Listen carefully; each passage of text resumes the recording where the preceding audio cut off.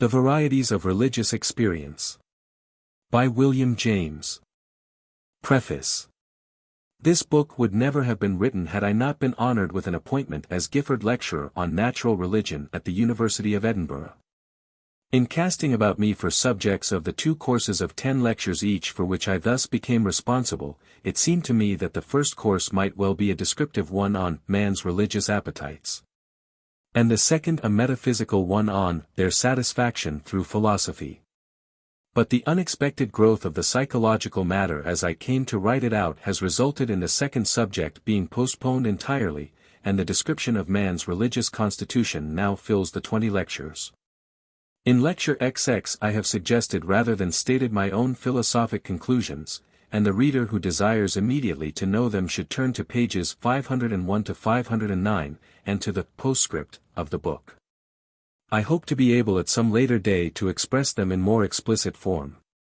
In my belief that a large acquaintance with particulars often makes us wiser than the possession of abstract formulas, however deep, I have loaded the lectures with concrete examples.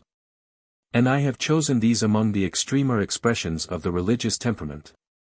To some readers I may consequently seem, before they get beyond the middle of the book, to offer a caricature of the subject. Such convulsions of piety, they will say, are not sane. If, however, they will have the patience to read to the end, I believe that this unfavorable impression will disappear. For I there combine the religious impulses with other principles of common sense which serve as correctives of exaggeration, and allow the individual reader to draw as moderate conclusions as he will. My thanks for help in writing these lectures are due to Edwin D. Starbuck, of Stanford University, who made over to me his large collection of manuscript material, to Henry W. Rankin, of East Northfield, a friend unseen but proved, to whom I owe precious information, to Theodore Flournoy, of Geneva, to Canning Schiller of Oxford, and to my colleague Benjamin Rand, for documents, to my colleague Dickinson S. Miller, and to my friends, Thomas Wren Ward, of New York, and Wincenty Lutoslawski, late of Krakow, for important suggestions and advice. Finally, to conversations with the lamented Thomas Davidson and to the use of his books, at Glenmore, above Keene Valley, I owe more obligations than I can well express. Harvard University, March, 1902. How do you find this book? Any thoughts about the book or the author? Any suggestion for improvement? Please take a moment to share your thoughts in a comment. If you like it, share it with your friends who might enjoy it as well. Subscribe to keep in touch. Visit CompleteAudiobooks.com for more quality content. Lecture 1, Religion and Neurology. It is with no small amount of trepidation that I take my place behind this desk, and face this learned audience. To us Americans, the experience of receiving instruction from the living voice, as well as from the books, of European scholars, is very familiar. At my own University of Harvard, not a winter passes without its harvest, large or small, of lectures from Scottish, English, French, or German representatives of the science or literature of their respective countries whom we have either induced to cross the ocean to address us, or captured on the wing as they were visiting our land. It seems the natural thing for us to listen whilst the Europeans talk. The contrary habit, of talking whilst the Europeans listen, we have not yet acquired.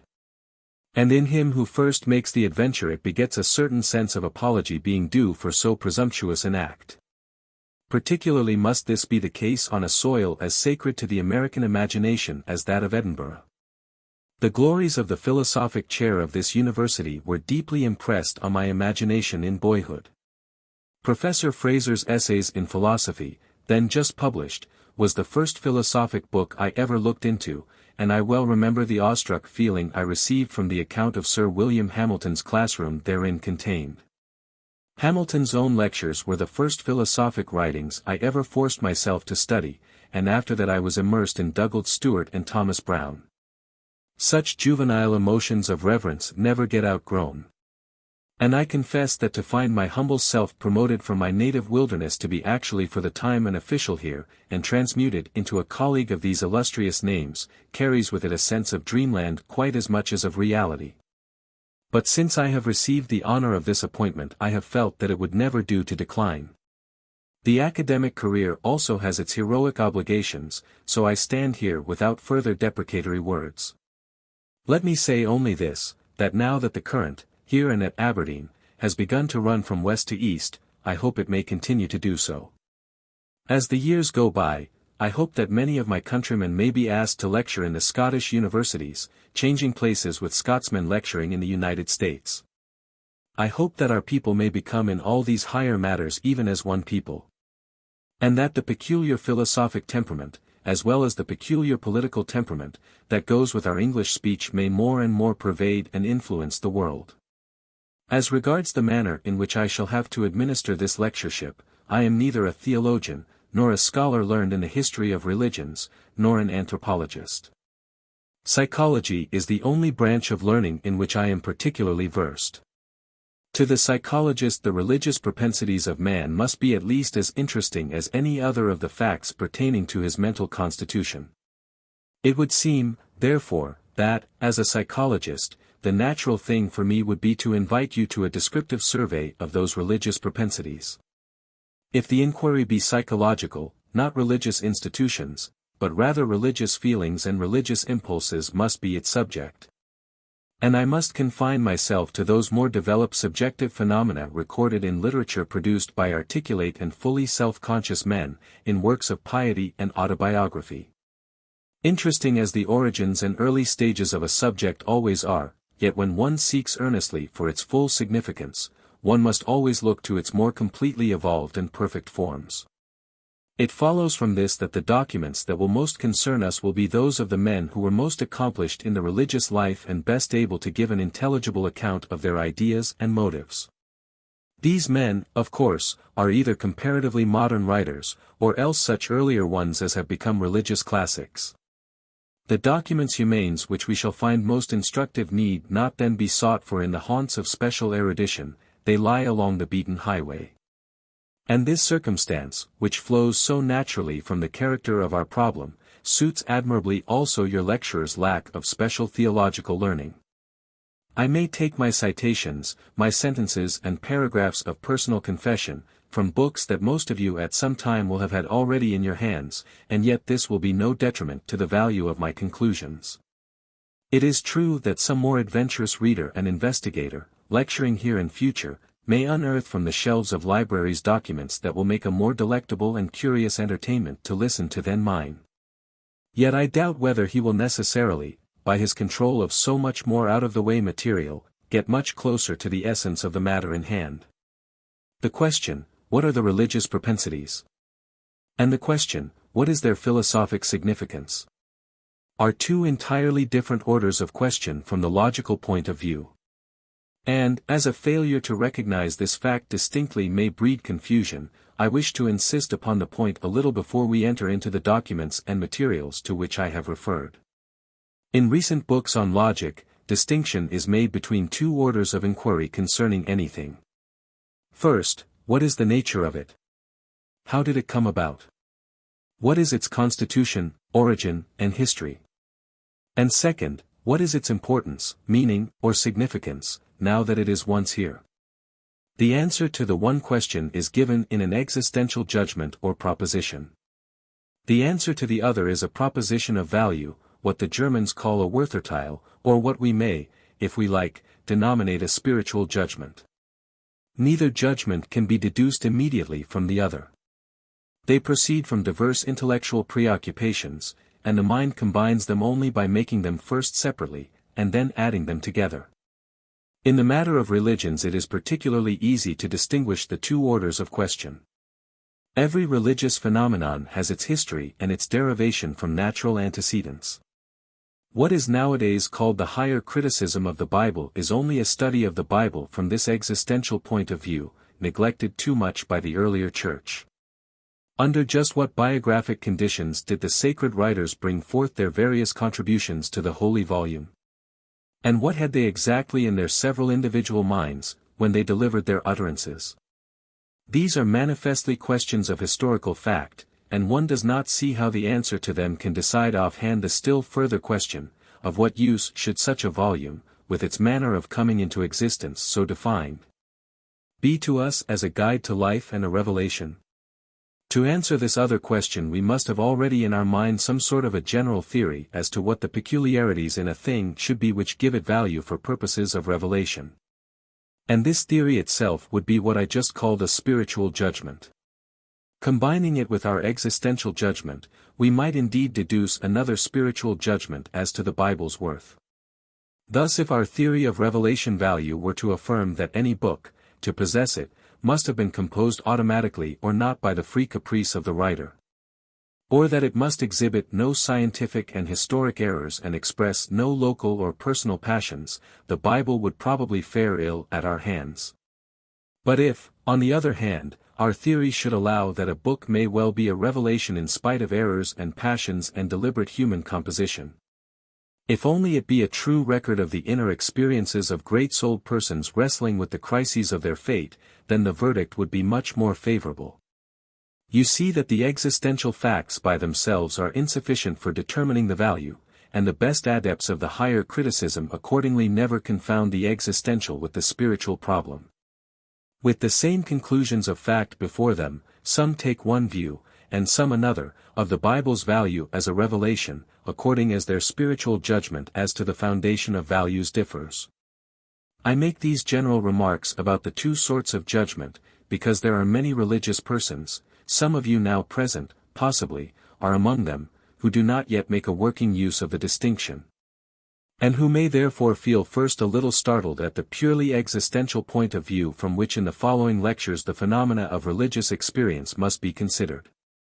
When I handle them biologically and psychologically as if they were mere curious facts of individual history, some of you may think it a degradation of so sublime a subject, and may even suspect me, until my purpose gets more fully expressed, of deliberately seeking to discredit the religious side of life.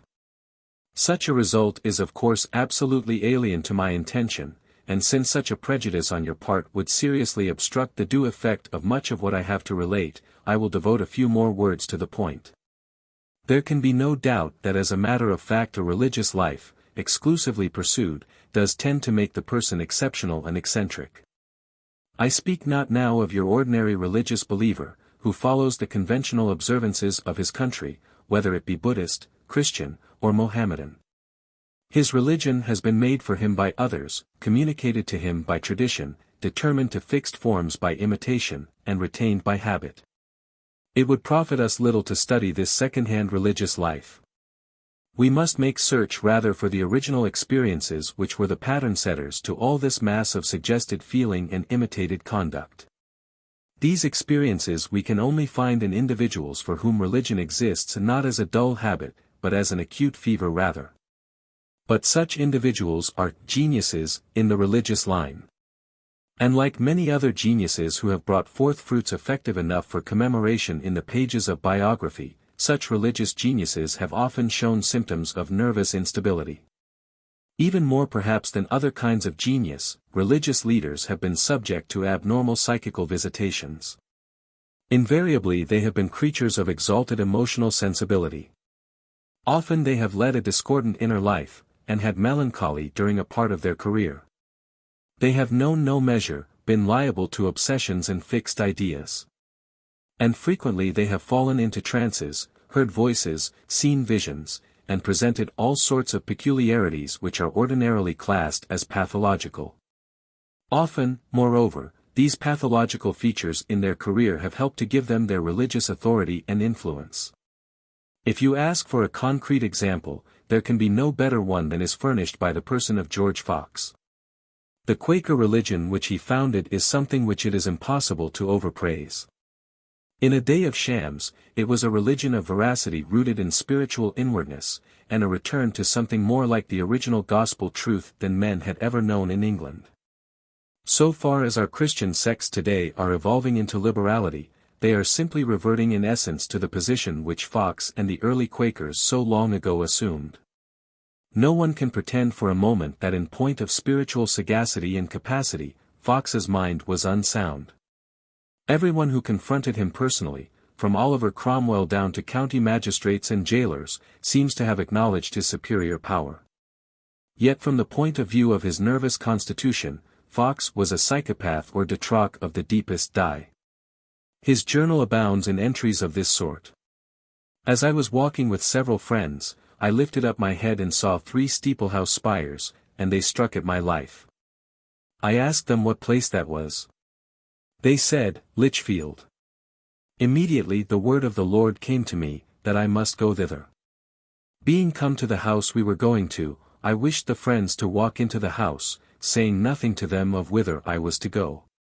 As soon as they were gone I stepped away, and went by my eye over hedge and ditch till I came within a mile of Lichfield where, in a great field, shepherds were keeping their sheep. Then was I commanded by the Lord to pull off my shoes. I stood still, for it was winter, but the word of the Lord was like a fire in me. So I put off my shoes and left them with the shepherds, and the poor shepherds trembled, and were astonished. Then I walked on about a mile, and as soon as I was got within the city, the word of the Lord came to me again, saying, Cry, what to the bloody city of Lichfield. So I went up and down the streets, crying with a loud voice, What to the bloody city of Lichfield. It being market day, I went into the marketplace, and to and fro in the several parts of it, and made stands, crying as before, What to the bloody city of Lichfield. And no one laid hands on me. As I went thus crying through the streets, there seemed to me to be a channel of blood running down the streets, and the marketplace appeared like a pool of blood. When I had declared what was upon me, and felt myself clear, I went out of the town in peace, and returning to the shepherds gave them some money, and took my shoes of them again. But the fire of the Lord was so on my feet, and all over me, that I did not matter to put on my shoes again, and was at a stand whether I should or no, till I felt freedom from the Lord so to do. Then, after I had washed my feet, I put on my shoes again. After this a deep consideration came upon me, for what reason I should be sent to cry against that city, and call it the bloody city. For though the Parliament had the minister one while, and the king another, and much blood had been shed in the town during the wars between them, yet there was no more than had befallen many other places. But afterwards I came to understand, that in the Emperor Diocletian's time 1,000 Christians were martyred in Lichfield. So I was to go, without my shoes, through the channel of their blood, and into the pool of their blood in the marketplace, that I might raise up the memorial of the blood of those martyrs, which had been shed above 1,000 years before, and lay cold in their streets. So the sense of this blood was upon me, and I obeyed the word of the Lord. Bent as we are on studying religion's existential conditions, we cannot possibly ignore these pathological aspects of the subject. We must describe and name them just as if they occurred in non-religious men. It is true that we instinctively recoil from seeing an object to which our emotions and affections are committed handled by the intellect as any other object is handled. The first thing the intellect does with an object is to class it along with something else. But any object that is infinitely important to us and awakens our devotion feels to us also as if it must be sui generis and unique. Probably a crab would be filled with a sense of personal outrage if it could hear us class it without ado or apology as a crustacean, and thus dispose of it. I am no such thing, it would say, I am myself, myself alone. The next thing the intellect does is to lay bare the causes in which the thing originates. Spinoza says, I will analyze the actions and appetites of men as if it were a question of lines, of planes, and of solids. And elsewhere he remarks that he will consider our passions and their properties with the same eye with which he looks on all other natural things. Since the consequences of our affections flow from their nature with the same necessity as it results from the nature of a triangle that its 3 angles should be equal to 2 right angles. Similarly M. Taine, in the introduction to his History of English Literature, has written, whether facts be moral or physical, it makes no matter. They always have their causes. There are causes for ambition, courage, veracity, just as there are for digestion, muscular movement, animal heat. Vice and virtue are products like vitriol and sugar. When we read such proclamations of the intellect bent on showing the existential conditions of absolutely everything, we feel, quite apart from our legitimate impatience at the somewhat ridiculous swagger of the program. In view of what the authors are actually able to perform, menaced and negated in the springs of our innermost life. Such cold-blooded assimilations threaten, we think, to undo our soul's vital secrets, as if the same breath which should succeed in explaining their origin would simultaneously explain away their significance. And make them appear of no more preciousness either, than the useful groceries of which M. Taine speaks. Perhaps the commonest expression of this assumption that spiritual value is undone if lowly origin be asserted is seen in those comments which unsentimental people so often pass on their more sentimental acquaintances. Alfred believes in immortality so strongly because his temperament is so emotional. Fanny's extraordinary conscientiousness is merely a matter of over-instigated nerves. William's melancholy about the universe is due to bad digestion, probably his liver is torpid. Eliza's delight in her church is a symptom of her hysterical constitution. Peter would be less troubled about his soul if he would take more exercise in the open air, etc. A more fully developed example of the same kind of reasoning is the fashion, quite common nowadays among certain writers, of criticizing the religious emotions by showing a connection between them and the sexual life. Conversion is a crisis of puberty and adolescence.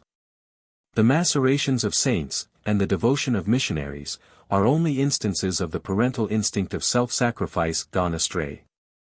For the hysterical nun, starving for natural life, Christ is but an imaginary substitute for a more earthly object of affection. And the like. 1. We are surely all familiar in a general way with this method of discrediting states of mind for which we have an antipathy.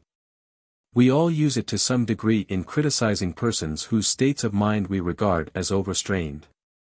But when other people criticize our own more exalted soul flights by calling them nothing but expressions of our organic disposition, we feel outraged and hurt, for we know that, whatever be our organism's peculiarities, our mental states have their substantive value as revelations of the living truth. And we wish that all this medical materialism could be made to hold its tongue. Medical materialism seems indeed a good appellation for the too simple-minded system of thought which we are considering. Medical materialism finishes up St. Paul by calling his vision on the road to Damascus a discharging lesion of the occipital cortex, he being an epileptic. It snuffs out St. Teresa as an hysteric, St. Francis of Assisi as an hereditary degenerate. George Fox's discontent with the shams of his age, and his pining for spiritual veracity, it treats as a symptom of a disordered colon. Carlyle's organ tones of misery it accounts for by a gastroduodenal catarrh. All such mental overtensions, it says, are, when you come to the bottom of the matter, mere affairs of diathesis, auto-intoxications most probably, due to the perverted action of various glands which physiology will yet discover. And medical materialism then thinks that the spiritual authority of all such personages is successfully undermined. Point 2. Let us ourselves look at the matter in the largest possible way. Modern psychology, finding definite psychophysical connections to hold good, assumes as a convenient hypothesis that the dependence of mental states upon bodily conditions must be thoroughgoing and complete. If we adopt the assumption, then of course what medical materialism insists on must be true in a general way, if not in every detail. St. Paul certainly had once an epileptoid, if not an epileptic seizure. George Fox was an hereditary degenerate.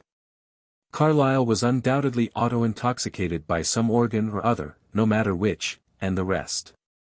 But now, I ask you, how can such an existential account of facts of mental history decide in one way or another upon their spiritual significance? According to the general postulate of psychology just referred to, there is not a single one of our states of mind, high or low, healthy or morbid, that has not some organic process as its condition. Scientific theories are organically conditioned just as much as religious emotions are.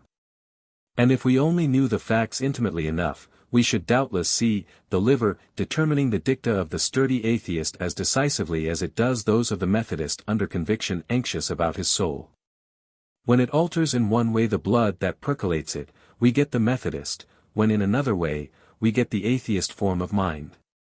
So of all our raptures and our drynesses, our longings and pantings, our questions and beliefs, they are equally organically founded, be they religious or of non-religious content. To plead the organic causation of a religious state of mind, then, in refutation of its claim to possess superior spiritual value, is quite illogical and arbitrary. Unless one has already worked out in advance some psychophysical theory connecting spiritual values in general with determinate sorts of physiological change. Otherwise none of our thoughts and feelings, not even our scientific doctrines, not even our deist beliefs, could retain any value as revelations of the truth. For every one of them without exception flows from the state of its possessor's body at the time. It is needless to say that medical materialism draws in point of fact no such sweeping skeptical conclusion. It is sure, just as every simple man is sure, that some states of mind are inwardly superior to others, and reveal to us more truth, and in this it simply makes use of an ordinary spiritual judgment. It has no physiological theory of the production of these its favorite states, by which it may accredit them. And its attempt to discredit the states which it dislikes, by vaguely associating them with nerves and liver, and connecting them with names connoting bodily affliction, is altogether illogical and inconsistent. Let us play fair in this whole matter, and be quite candid with ourselves and with the facts. When we think certain states of mind superior to others, is it ever because of what we know concerning their organic antecedents? No. It is always for two entirely different reasons. It is either because we take an immediate delight in them, or else it is because we believe them to bring us good consequential fruits for life. When we speak disparagingly of feverish fancies, surely the fever process as such is not the ground of our disesteem, for aught we know to the contrary. 103 degrees or 104 degrees Fahrenheit might be a much more favorable temperature for truths to germinate and sprout in, than the more ordinary blood heat of 97 or 98 degrees. It is either the disagreeableness itself of the fancies, or their inability to bear the criticisms of the convalescent hour. When we praise the thoughts which health brings, health's peculiar chemical metabolisms have nothing to do with determining our judgment. We know in fact almost nothing about these metabolisms. It is the character of inner happiness in the thoughts which stamps them as good, or else their consistency with our other opinions and their serviceability for our needs, which make them pass for true in our esteem. Now the more intrinsic and the more remote of these criteria do not always hang together. Inner happiness and serviceability do not always agree. What immediately feels most good is not always most true, when measured by the verdict of the rest of experience. The difference between Philip drunk and Philip sober is the classic instance in corroboration. If merely feeling good could decide, drunkenness would be the supremely valid human experience. But its revelations, however acutely satisfying at the moment, are inserted into an environment which refuses to bear them out for any length of time. The consequence of this discrepancy of the two criteria is the uncertainty which still prevails over so many of our spiritual judgments. There are moments of sentimental and mystical experience, we shall hereafter hear much of them, that carry an enormous sense of inner authority and illumination with them when they come. But they come seldom, and they do not come to everyone. And the rest of life makes either no connection with them, or tends to contradict them more than it confirms them. Some persons follow more the voice of the moment in these cases, some prefer to be guided by the average results. Hence the sad discordancy of so many of the spiritual judgments of human beings, a discordancy which will be brought home to us acutely enough before these lectures end. It is, however, a discordancy that can never be resolved by any merely medical test. A good example of the impossibility of holding strictly to the medical tests is seen in the theory of the pathological causation of genius promulgated by recent authors. Genius, said Dar. Moreau, is but one of the many branches of the neuropathic tree. Genius, says Dr. Lombroso, is a symptom of hereditary degeneration of the epileptoid variety, and is allied to moral insanity. Whenever a man's life, writes Mr. Nisbet, is at once sufficiently illustrious and recorded with sufficient fullness to be a subject of profitable study, he inevitably falls into the morbid category. And it is worthy of remark that, as a rule, the greater the genius, the greater the unsoundness. 3. Now do these authors, after having succeeded in establishing to their own satisfaction that the works of genius are fruits of disease, consistently proceed thereupon to impugn the value of the fruits. Do they deduce a new spiritual judgment from their new doctrine of existential conditions? Do they frankly forbid us to admire the productions of genius from now onwards? And say outright that no neuropath can ever be a revealer of new truth? No. Their immediate spiritual instincts are too strong for them here, and hold their own against inferences which, in mere love of logical consistency, medical materialism ought to be only too glad to draw. One disciple of the school, indeed, has striven to impugn the value of works of genius in a wholesale way, such works of contemporary art, namely, as he himself is unable to enjoy, and they are many, by using medical arguments. But for the most part the masterpieces are left unchallenged. And the medical line of attack either confines itself to such secular productions as everyone admits to be intrinsically eccentric, or else addresses itself exclusively to religious manifestations. And then it is because the religious manifestations have been already condemned because the critic dislikes them on internal or spiritual grounds. In the natural sciences and industrial arts it never occurs to anyone to try to refute opinions by showing up their author's neurotic constitution. Opinions here are invariably tested by logic and by experiment, no matter what may be their author's neurological type. It should be no otherwise with religious opinions. Their value can only be ascertained by spiritual judgments directly passed upon them, judgments based on our own immediate feeling primarily. And secondarily on what we can ascertain of their experiential relations to our moral needs and to the rest of what we hold as true. Immediate luminousness, in short, philosophical reasonableness, and moral helpfulness are the only available criteria.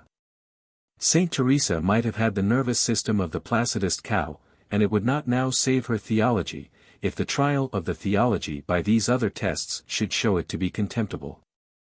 And conversely, if her theology can stand these other tests, it will make no difference how hysterical or nervously off her balance Saint Teresa may have been when she was with us here below. You see that at bottom we are thrown back upon the general principles by which the empirical philosophy has always contended that we must be guided in our search for truth. Dogmatic philosophies have sought for tests for truth which might dispense us from appealing to the future. Some direct mark, by noting which we can be protected immediately and absolutely, now and forever, against all mistake, such has been the darling dream of philosophic dogmatists. It is clear that the origin of the truth would be an admirable criterion of this sort, if only the various origins could be discriminated from one another from this point of view. And the history of dogmatic opinion shows that origin has always been a favorite test. Origin in immediate intuition, origin in pontifical authority, origin in supernatural revelation, as by vision, hearing, or unaccountable impression, origin in direct possession by a higher spirit, expressing itself in prophecy and warning. Origin in automatic utterance generally, these origins have been stock warrants for the truth of one opinion after another which we find represented in religious history. The medical materialists are therefore only so many belated dogmatists, neatly turning the tables on their predecessors by using the criterion of origin in a destructive instead of an accreditive way. They are effective with their talk of pathological origin only so long as supernatural origin is pleaded by the other side, and nothing but the argument from origin is under discussion. But the argument from origin has seldom been used alone, for it is too obviously insufficient. Dr. Maudsley is perhaps the cleverest of the rebutters of supernatural religion on grounds of origin. Yet he finds himself forced to write. What right have we to believe nature under any obligation to do her work by means of complete minds only? She may find an incomplete mind a more suitable instrument for a particular purpose. It is the work that is done, and the quality in the worker by which it was done, that is alone of moment. And it may be no great matter from a cosmical standpoint, if in other qualities of character he was singularly defective, if indeed he were hypocrite, adulterer, eccentric, or lunatic. Home we come again, then, to the old and last resort of certitude, namely the common assent of mankind, or of the competent by instruction and training among mankind. 5. In other words, not its origin, but the way in which it works on the whole, is Dr. Maudsley's final test of a belief. This is our own empiricist criterion. And this criterion the stoutest insisters on supernatural origin have also been forced to use in the end. Among the visions and messages some have always been too patently silly, among the trances and convulsive seizures some have been too fruitless for conduct and character, to pass themselves off as significant, still less as divine. In the history of Christian mysticism the problem how to discriminate between such messages and experiences as were really divine miracles, and such others as the demon in his malice was able to counterfeit. Thus making the religious person twofold more the child of hell he was before, has always been a difficult one to solve, needing all the sagacity and experience of the best directors of conscience. In the end it had to come to our empiricist criterion, by their fruits ye shall know them, not by their roots. Jonathan Edwards's treatise on religious affections is an elaborate working out of this thesis. The roots of a man's virtue are inaccessible to us. No appearances whatever are infallible proofs of grace. Our practice is the only sure evidence, even to ourselves, that we are genuinely Christians. In forming a judgment of ourselves now, Edwards writes, we should certainly adopt that evidence which our supreme judge will chiefly make use of when we come to stand before him at the last day. There is not one grace of the Spirit of God, of the existence of which, in any professor of religion, Christian practice is not the most decisive evidence. The degree in which our experience is productive of practice shows the degree in which our experience is spiritual and divine. Catholic writers are equally emphatic. The good dispositions which a vision, or voice, or other apparent heavenly favor leave behind them are the only marks by which we may be sure they are not possible deceptions of the tempter. Says Saint Teresa. Like imperfect sleep which, instead of giving more strength to the head, doth but leave it the more exhausted, the result of mere operations of the imagination is but to weaken the soul. Instead of nourishment and energy she reaps only lassitude and disgust, whereas a genuine heavenly vision yields to her a harvest of ineffable spiritual riches, and an admirable renewal of bodily strength. I alleged these reasons to those who so often accused my visions of being the work of the enemy of mankind and the sport of my imagination. I showed them the jewels which the divine hand had left with me, they were my actual dispositions. All those who knew me saw that I was changed, my confessor bore witness to the fact, this improvement, palpable in all respects, far from being hidden, was brilliantly evident to all men. As for myself, it was impossible to believe that if the demon were its author, he could have used, in order to lose me and lead me to hell, an expedient so contrary to his own interests as that of uprooting my vices, and filling me with masculine courage and other virtues instead, for I saw clearly that a single one of these visions was enough to enrich me with all that wealth. 6. I fear I may have made a longer excursus than was necessary, and that fewer words would have dispelled the uneasiness which may have arisen among some of you as I announced my pathological program. At any rate you must all be ready now to judge the religious life by its results exclusively, and I shall assume that the bugaboo of morbid origin will scandalize your piety no more. Still, you may ask me, if its results are to be the ground of our final spiritual estimate of a religious phenomenon, why threaten us at all with so much existential study of its conditions? Why not simply leave pathological questions out? To this I reply in two ways. First, I say, irrepressible curiosity imperiously leads one on. And I say, secondly, that it always leads to a better understanding of a thing's significance to consider its exaggerations and perversions, its equivalents and substitutes and nearest relatives elsewhere. Not that we may thereby swamp the thing in the wholesale condemnation which we pass on its inferior congeners, but rather that we may by contrast ascertain the more precisely in what its merits consist. By learning at the same time to what particular dangers of corruption it may also be exposed. Insane conditions have this advantage, that they isolate special factors of the mental life, and enable us to inspect them unmasked by their more usual surroundings. They play the part in mental anatomy which the scalpel and the microscope play in the anatomy of the body. To understand a thing rightly we need to see it both out of its environment and in it, and to have acquaintance with the whole range of its variations. The study of hallucinations has in this way been for psychologists the key to their comprehension of normal sensation, that of illusions has been the key to the right comprehension of perception. Morbid impulses and imperative conceptions, fixed ideas, so-called, have thrown a flood of light on the psychology of the normal will, and obsessions and delusions have performed the same service for that of the normal faculty of belief. Similarly, the nature of genius has been illuminated by the attempts, of which I already made mention, to class it with psychopathical phenomena. Borderland insanity, crankiness, insane temperament, loss of mental balance, psychopathic degeneration, to use a few of the many synonyms by which it has been called, has certain peculiarities and liabilities which, when combined with a superior quality of intellect in an individual, make it more probable that he will make his mark and affect his age, than if his temperament were less neurotic. There is of course no special affinity between crankiness as such and superior intellect. 7 For most psychopaths have feeble intellects, and superior intellects more commonly have normal nervous systems. But the psychopathic temperament, whatever be the intellect with which it finds itself paired, often brings with it ardor and excitability of character. The cranky person has extraordinary emotional susceptibility. He is liable to fixed ideas and obsessions. His conceptions tend to pass immediately into belief and action, and when he gets a new idea, he has no rest till he proclaims it, or in some way, works it off. What shall I think of it? A common person says to himself about a vexed question, but in a cranky mind, what must I do about it, is the form the question tends to take. In the autobiography of that high-souled woman, Mrs. Annie Besant, I read the following passage: plenty of people wish well to any good cause, but very few care to exert themselves to help it, and still fewer will risk anything in its support. Someone ought to do it, but why should I?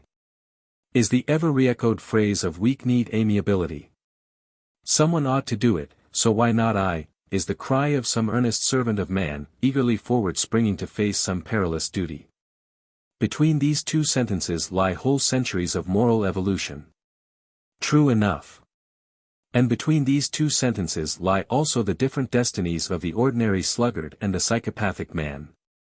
Thus, when a superior intellect and a psychopathic temperament coalesce, as in the endless permutations and combinations of human faculty, they are bound to coalesce often enough, in the same individual. We have the best possible condition for the kind of effective genius that gets into the biographical dictionaries. Such men do not remain mere critics and understanders with their intellect. Their ideas possess them, they inflict them, for better or worse, upon their companions or their age. It is they who get counted when Messrs. Lombroso, Nisbet, and others invoke statistics to defend their paradox. To pass now to religious phenomena, take the melancholy which, as we shall see, constitutes an essential moment in every complete religious evolution. Take the happiness which achieved religious belief confers. Take the trance-like states of insight into truth which all religious mystics report. 8 These are each and all of them special cases of kinds of human experience of much wider scope. Religious melancholy, whatever peculiarities it may have qua religious, is at any rate melancholy. Religious happiness is happiness. Religious trance is trance. And the moment we renounce the absurd notion that a thing is exploded away as soon as it is classed with others, or its origin is shown. The moment we agree to stand by experimental results and inner quality, in judging of values, who does not see that we are likely to ascertain the distinctive significance of religious melancholy and happiness, or of religious trances. Far better by comparing them as conscientiously as we can with other varieties of melancholy, happiness, and trance, than by refusing to consider their place in any more general series. And treating them as if they were outside of nature's order altogether. I hope that the course of these lectures will confirm us in this supposition. As regards the psychopathic origin of so many religious phenomena, that would not be in the least surprising or disconcerting, even were such phenomena certified from on high to be the most precious of human experiences. No one organism can possibly yield to its owner the whole body of truth. Few of us are not in some way infirm, or even diseased, and our very infirmities help us unexpectedly. In the psychopathic temperament we have the emotionality which is the sine qua non of moral perception, we have the intensity and tendency to emphasis which are the essence of practical moral vigor. And we have the love of metaphysics and mysticism which carry one's interests beyond the surface of the sensible world. What, then, is more natural than that this temperament should introduce one to regions of religious truth, to corners of the universe, which your robust Philistine type of nervous system, forever offering its biceps to be felt, thumping its breast, and thanking heaven that it hasn't a single morbid fiber in its composition, would be sure to hide forever from its self-satisfied possessors? If there were such a thing as inspiration from a higher realm, it might well be that the neurotic temperament would furnish the chief condition of the requisite receptivity. And having said thus much, I think that I may let the matter of religion and neuroticism drop. The mass of collateral phenomena, morbid or healthy, with which the various religious phenomena must be compared in order to understand them better, forms what in the slang of pedagogics is termed the apperceiving mass, by which we comprehend them. The only novelty that I can imagine this course of lectures to possess lies in the breadth of the apperceiving mass. I may succeed in discussing religious experiences in a wider context than has been usual in university courses. Lecture 2, Circumscription of the topic. Most books on the philosophy of religion try to begin with a precise definition of what its essence consists of. Some of these would-be definitions may possibly come before us in later portions of this course, and I shall not be pedantic enough to enumerate any of them to you now. Meanwhile, the very fact that they are so many and so different from one another is enough to prove that the word religion cannot stand for any single principle or essence, but is rather a collective name. The theorizing mind tends always to the oversimplification of its materials. This is the root of all that absolutism and one-sided dogmatism by which both philosophy and religion have been infested. Let us not fall immediately into a one-sided view of our subject, but let us rather admit freely at the outset that we may very likely find no one essence, but many characters which may alternately be equally important to religion. If we should inquire for the essence of government, for example, one man might tell us it was authority, another submission, another police, another an army, another an assembly, another a system of laws. Yet all the while it would be true that no concrete government can exist without all these things, one of which is more important at one moment and others at another. The man who knows governments most completely is he who troubles himself least about a definition which shall give their essence. Enjoying an intimate acquaintance with all their particularities in turn, he would naturally regard an abstract conception in which these were unified as a thing more misleading than enlightening. And why may not religion be a conception equally complex? 9. Consider also the religious sentiment which we see referred to in so many books, as if it were a single sort of mental entity. In the psychologies and in the philosophies of religion, we find the authors attempting to specify just what entity it is. One man allies it to the feeling of dependence, one makes it a derivative from fear, others connect it with the sexual life. Others still identify it with the feeling of the infinite, and so on. Such different ways of conceiving it ought of themselves to arouse doubt as to whether it possibly can be one specific thing. And the moment we are willing to treat the term religious sentiment as a collective name for the many sentiments which religious objects may arouse in alternation, we see that it probably contains nothing whatever of a psychologically specific nature. There is religious fear, religious love, religious awe, religious joy, and so forth. But religious love is only man's natural emotion of love directed to a religious object. Religious fear is only the ordinary fear of commerce, so to speak, the common quaking of the human breast, in so far as the notion of divine retribution may arouse it. Religious awe is the same organic thrill which we feel in a forest at twilight, or in a mountain gorge, only this time it comes over us at the thought of our supernatural relations. And similarly of all the various sentiments which may be called into play in the lives of religious persons. As concrete states of mind, made up of a feeling plus a specific sort of object, religious emotions of course are psychic entities distinguishable from other concrete emotions. But there is no ground for assuming a simple abstract religious emotion to exist as a distinct elementary mental affection by itself, present in every religious experience without exception.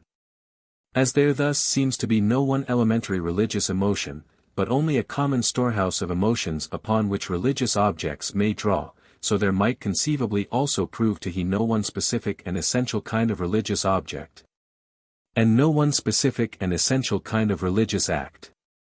The field of religion being as wide as this, it is manifestly impossible that I should pretend to cover it.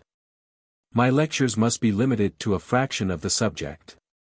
And, although it would indeed be foolish to set up an abstract definition of religion's essence, and then proceed to defend that definition against all comers, yet this need not prevent me from taking my own narrow view of what religion shall consist in for the purpose of these lectures, or, out of the many meanings of the word, from choosing the one meaning in which I wish to interest you particularly, and proclaiming arbitrarily that when I say religion I mean that. This, in fact, is what I must do, and I will now preliminarily seek to mark out the field I choose. One way to mark it out easily is to say what aspects of the subject we leave out. At the outset we are struck by one great partition which divides the religious field. On the one side of it lies institutional, on the other personal religion. As M.P. Sabatier says, one branch of religion keeps the divinity, another keeps man most in view. Worship and sacrifice, procedures for working on the dispositions of the deity, theology and ceremony and ecclesiastical organization, are the essentials of religion in the institutional branch. Were we to limit our view to it, we should have to define religion as an external art, the art of winning the favor of the gods. In the more personal branch of religion it is on the contrary the inner dispositions of man himself which form the center of interest, his conscience, his deserts, his helplessness, his incompleteness. And although the favor of the god, as forfeited or gained, is still an essential feature of the story, and theology plays a vital part therein, yet the acts to which this sort of religion prompts are personal not ritual acts. The individual transacts the business by himself alone, and the ecclesiastical organization, with its priests and sacraments and other go-betweens, sinks to an altogether secondary place. The relation goes direct from heart to heart, from soul to soul, between man and his Maker. Now in these lectures I propose to ignore the institutional branch entirely, to say nothing of the ecclesiastical organization, to consider as little as possible the systematic theology and the ideas about the gods themselves, and to confine myself as far as I can to personal religion pure and simple. To some of you personal religion, thus nakedly considered, will no doubt seem too incomplete a thing to wear the general name. It is a part of religion, you will say, but only its unorganized rudiment. If we are to name it by itself, we had better call it man's conscience or morality than his religion. The name religion should be reserved for the fully organized system of feeling, thought, and institution, for the Church, in short, of which this personal religion, so called, is but a fractional element. But if you say this, it will only show the more plainly how much the question of definition tends to become a dispute about names. Rather than prolong such a dispute, I am willing to accept almost any name for the personal religion of which I propose to treat. Call it conscience or morality, if you yourselves prefer, and not religion. Under either name it will be equally worthy of our study. As for myself, I think it will prove to contain some elements which morality pure and simple does not contain, and these elements I shall soon seek to point out, so I will myself continue to apply the word religion to it. And in the last lecture of all, I will bring in the theologies and the ecclesiasticisms, and say something of its relation to them. In one sense at least the personal religion will prove itself more fundamental than either theology or ecclesiasticism. Churches, when once established, live at second hand upon tradition. But the founders of every church owed their power originally to the fact of their direct personal communion with the divine. Not only the superhuman founders, the Christ, the Buddha, Muhammad, but all the originators of Christian sects have been in this case, so personal religion should still seem the primordial thing, even to those who continue to esteem it incomplete. There are, it is true, other things in religion chronologically more primordial than personal devoutness in the moral sense. Fetishism and magic seem to have preceded inward piety historically, at least our records of inward piety do not reach back so far. And if fetishism and magic be regarded as stages of religion, one may say that personal religion in the inward sense and the genuinely spiritual ecclesiasticisms which it founds are phenomena of secondary or even tertiary order. But, quite apart from the fact that many anthropologists, for instance, Jevons and Fraser, expressly oppose religion and magic to each other, it is certain that the whole system of thought which leads to magic, fetishism, and the lower superstitions may just as well be called primitive science as called primitive religion. The question thus becomes a verbal one again, and our knowledge of all these early stages of thought and feeling is in any case so conjectural and imperfect that farther discussion would not be worthwhile. Religion, therefore, as I now ask you arbitrarily to take it, shall mean for us the feelings, acts, and experiences of individual men in their solitude, so far as they apprehend themselves to stand in relation to whatever they may consider the divine. Since the relation may be either moral, physical, or ritual, it is evident that out of religion in the sense in which we take it, theologies, philosophies, and ecclesiastical organizations may secondarily grow. In these lectures, however, as I have already said, the immediate personal experiences will amply fill our time, and we shall hardly consider theology or ecclesiasticism at all. We escape much controversial matter by this arbitrary definition of our field. But, still, a chance of controversy comes up over the word divine, if we take the definition in too narrow a sense. There are systems of thought which the world usually calls religious, and yet which do not positively assume a god. Buddhism is in this case. Popularly, of course, the Buddha himself stands in place of a god. But in strictness the Buddhistic system is atheistic. Modern transcendental idealism, Emersonianism, for instance, also seems to let God evaporate into abstract ideality. Not a deity in concreto, not a superhuman person, but the immanent divinity in things, the essentially spiritual structure of the universe, is the object of the transcendentalist cult. In that address to the graduating class at Divinity College in 1838 which made Emerson famous, the frank expression of this worship of mere abstract laws was what made the scandal of the performance. These laws, said the speaker, execute themselves. They are out of time, out of space, and not subject to circumstance. Thus, in the soul of man there is a justice whose retributions are instant and entire. He who does a good deed is instantly ennobled. He who does a mean deed is by the action itself contracted. He who puts off impurity thereby puts on purity. If a man is at heart just, then in so far is he God. The safety of God, the immortality of God, the majesty of God, do enter into that man with justice. If a man dissemble, deceive, he deceives himself, and goes out of acquaintance with his own being. Character is always known. Thefts never enrich. Alms never impoverish, murder will speak out of stone walls. The least admixture of a lie, for example, the taint of vanity, any attempt to make a good impression, a favorable appearance, will instantly vitiate the effect. But speak the truth, and all things alive or brute are vouchers, and the very roots of the grass underground there do seem to stir and move to bear your witness.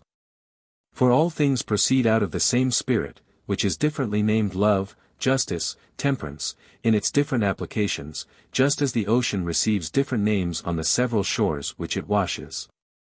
In so far as he roves from these ends, a man bereaves himself of power, of auxiliaries.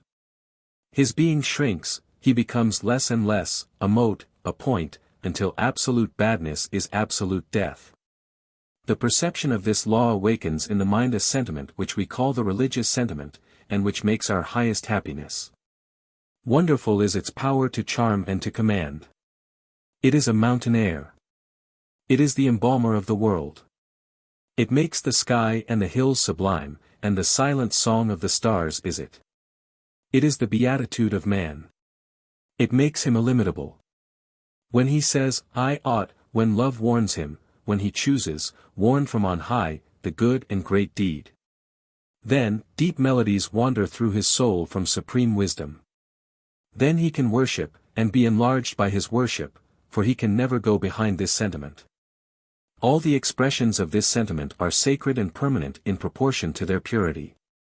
They affect us more than all other compositions. The sentences of the olden time, which ejaculate this piety, are still fresh and fragrant.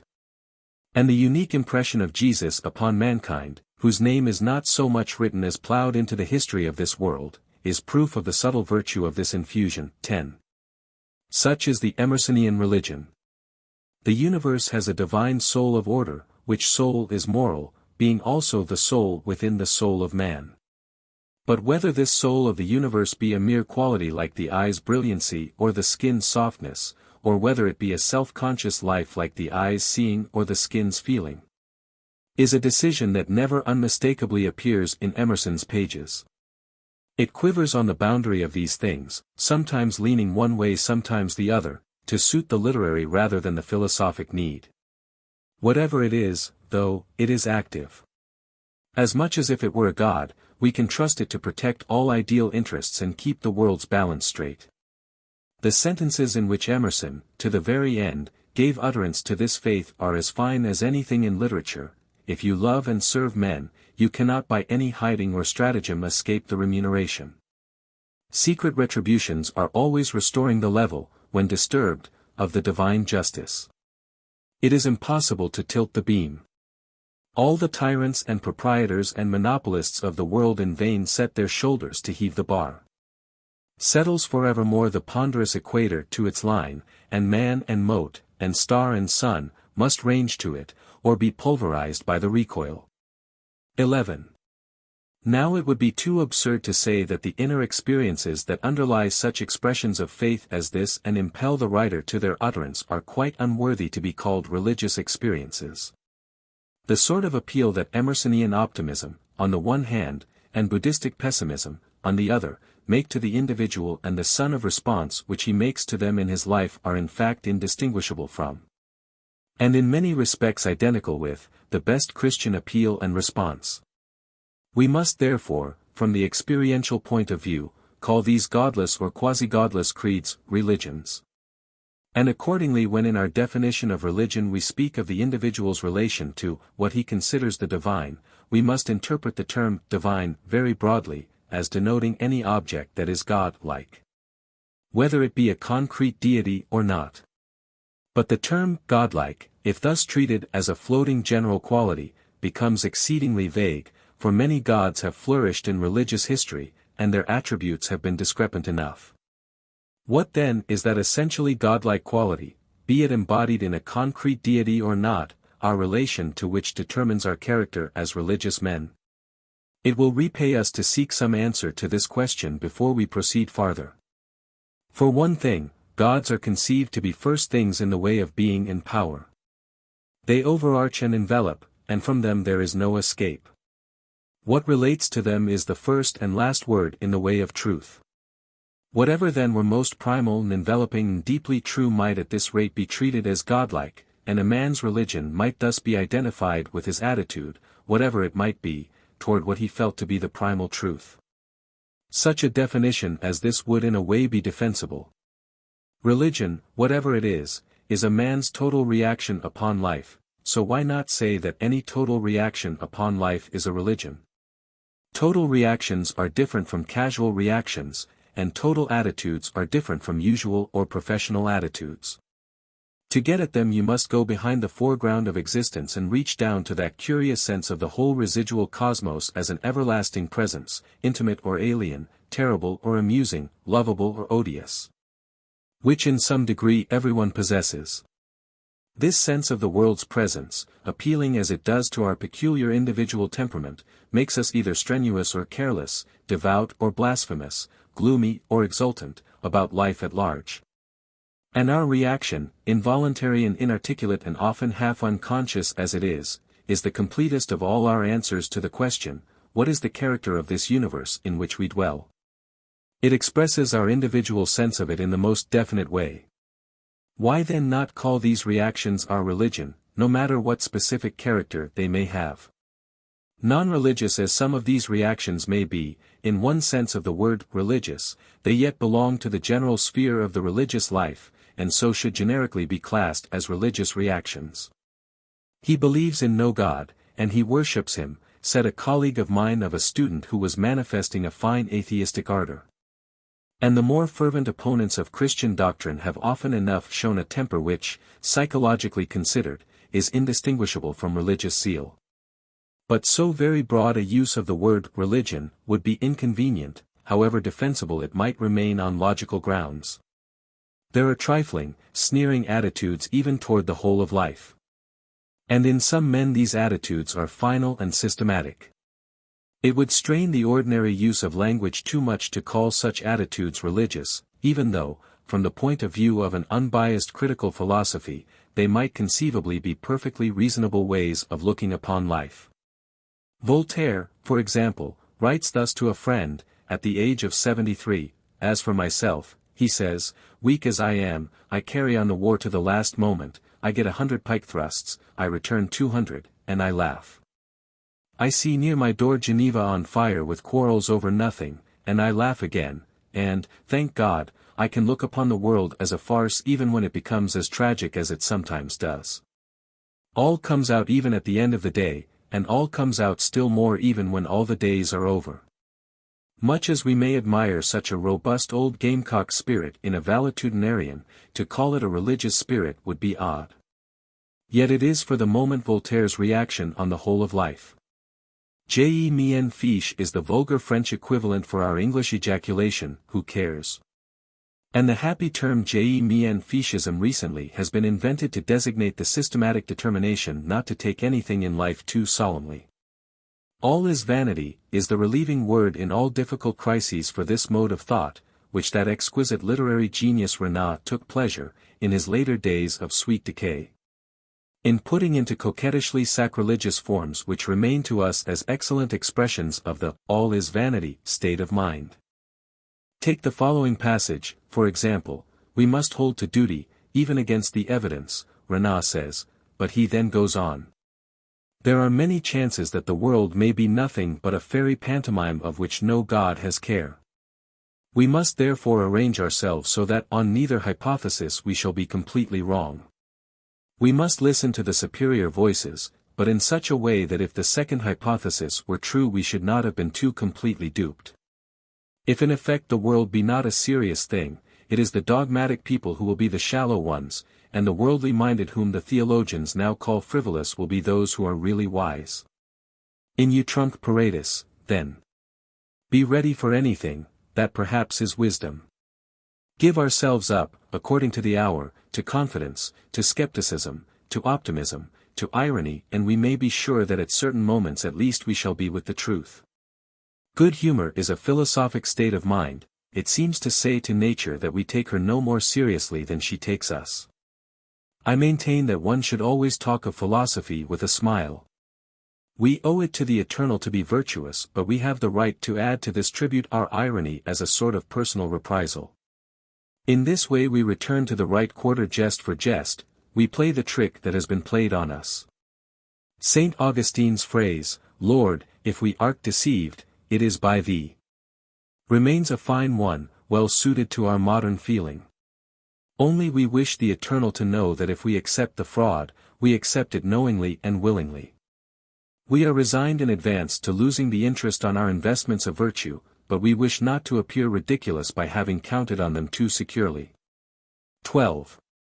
Surely all the usual associations of the word religion would have to be stripped away if such a systematic part 1 pre of irony were also to be denoted by the name.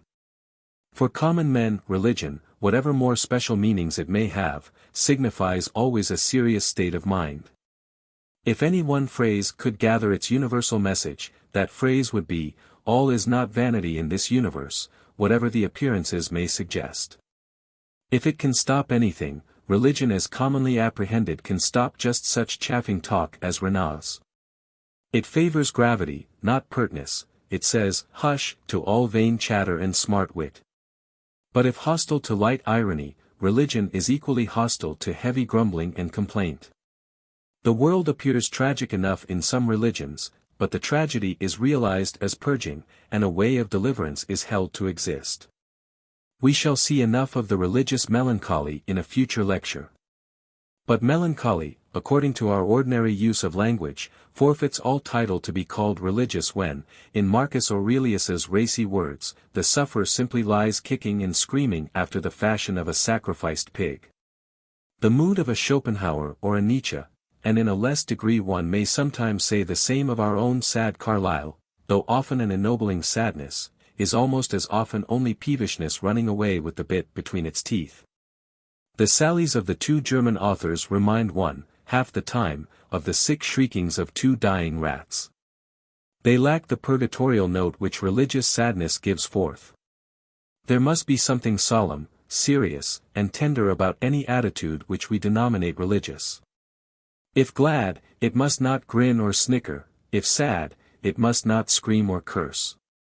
It is precisely as being solemn experiences that I wish to interest you in religious experiences.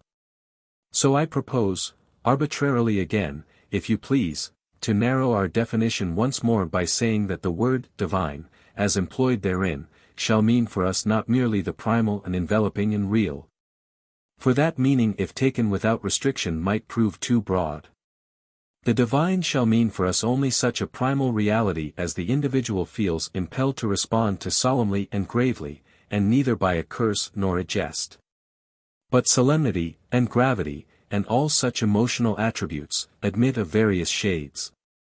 And, do what we will with our defining, the truth must at last be confronted that we are dealing with a field of experience where there is not a single conception that can be sharply drawn. The pretension, under such conditions, to be rigorously scientific or exact in our terms would only stamp us as lacking in understanding of our task. Things are more or less divine, states of mind are more or less religious, reactions are more or less total, but the boundaries are always misty, and it is everywhere a question of amount and degree. Nevertheless, at their extreme of development, there can never be any question as to what experiences are religious. The divinity of the object and the solemnity of the reaction are too well marked for doubt. Hesitation as to whether a state of mind is religious, or irreligious, or moral, or philosophical, is only likely to arise when the state of mind is weakly characterized, but in that case it will be hardly worthy of our study at all. With states that can only by courtesy be called religious we need have nothing to do, our only profitable business being with what nobody can possibly feel tempted to call anything else. I said in my former lecture that we learn most about a thing when we view it under a microscope, as it were, or in its most exaggerated form. This is as true of religious phenomena as of any other kind of fact. The only cases likely to be profitable enough to repay our attention will therefore be cases where the religious spirit is unmistakable and extreme. Its fainter manifestations we may tranquilly pass by. Here, for example, is the total reaction upon life of Frederick Locker Lampson, whose autobiography, entitled Confidences, proves him to have been a most amiable man. I am so far resigned to my lot that I feel small pain at the thought of having to part from what has been called the pleasant habit of existence, the sweet fable of life. I would not care to live my wasted life over again, and so to prolong my span. Strange to say, I have but little wish to be younger. I submit with a chill at my heart. I humbly submit because it is the divine will, and my appointed destiny. I dread the increase of infirmities that will make me a burden to those around me, those dear to me. No. Let me slip away as quietly and comfortably as I can. Let the end come, if peace come with it. I do not know that there is a great deal to be said for this world, or our sojourn here upon it, but it has pleased God so to place us, and it must please me also. I ask you, what is human life? Is not it a maimed happiness, care and weariness and care, with the baseless expectation, the strange cousinage of a brighter tomorrow? At best it is but a froward child, that must be played with and humored, to keep it quiet till it falls asleep, and then the care is over. 13. This is a complex, a tender, a submissive, and a graceful state of mind. For myself, I should have no objection to calling it on the whole a religious state of mind, although I dare say that to many of you it may seem too listless and half-hearted to merit so good a name. But what matters it in the end whether we call such a state of mind religious or not? It is too insignificant for our instruction in any case. And its very possessor wrote it down in terms which he would not have used unless he had been thinking of more energetically religious moods in others, with which he found himself unable to compete. It is with these more energetic states that our sole business lies, and we can perfectly well afford to let the minor notes and the uncertain border go. It was the extremer cases that I had in mind a little while ago when I said that personal religion, even without theology or ritual, would prove to embody some elements that morality pure and simple does not contain. You may remember that I promised shortly to point out what those elements were. In a general way I can now say what I had in mind.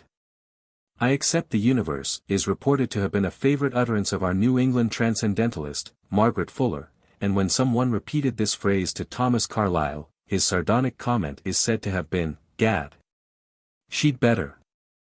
At bottom the whole concern of both morality and religion is with the manner of our acceptance of the universe. Do we accept it only in part and grudgingly, or heartily and altogether? Shall our protests against certain things in it be radical and unforgiving, or shall we think that, even with evil, there are ways of living that must lead to good? If we accept the whole, shall we do so as if stunned into submission, as Carlyle would have us, "Gad, we'd better"? Or shall we do so with enthusiastic assent? Morality pure and simple accepts the law of the whole which it finds reigning, so far as to acknowledge and obey it, but it may obey it with the heaviest and coldest heart, and never cease to feel it as a yoke. But for religion, in its strong and fully developed manifestations, the service of the highest never is felt as a yoke. Dull submission is left far behind, and a mood of welcome, which may fill any place on the scale between cheerful serenity and enthusiastic gladness, has taken its place.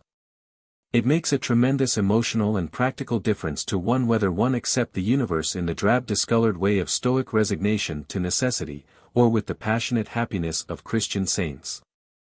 The difference is as great as that between passivity and activity, as that between the defensive and the aggressive mood.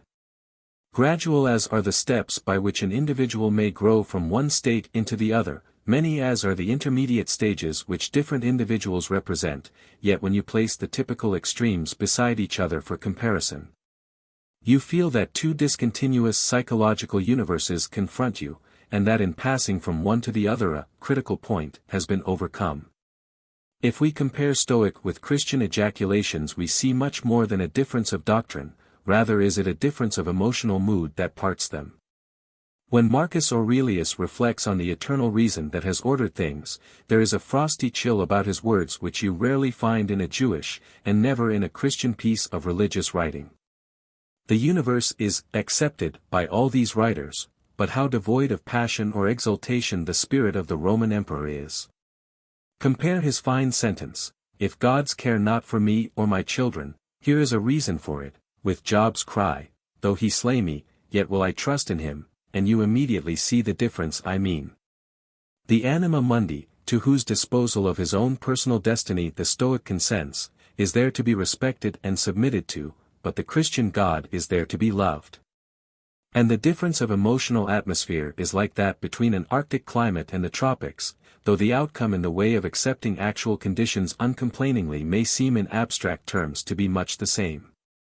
It is a man's duty, says Marcus Aurelius, to comfort himself and wait for the natural dissolution, and not to be vexed. But to find refreshment solely in these thoughts, first that nothing will happen to me which is not conformable to the nature of the universe. And secondly that I need do nothing contrary to the God and deity within me, for there is no man who can compel me to transgress. He is an abscess on the universe who withdraws and separates himself from the reason of our common nature, through being displeased with the things which happen. For the same nature produces these, and has produced thee too. And so accept everything which happens, even if it seem disagreeable, because it leads to this, the health of the universe and to the prosperity and felicity of Zeus. For he would not have brought on any man what he has brought if it were not useful for the whole. The integrity of the whole is mutilated if thou cuttest off anything. And thou dost cut off, as far as it is in thy power, when thou art dissatisfied, and in a manner triest to put anything out of the way. 14. Compare now this mood with that of the old Christian author of the Theologia Germanica. Where men are enlightened with the true light, they renounce all desire and choice. And commit and commend themselves and all things to the eternal goodness, so that every enlightened man could say, I would fain be to the eternal goodness what his own hand is to a man.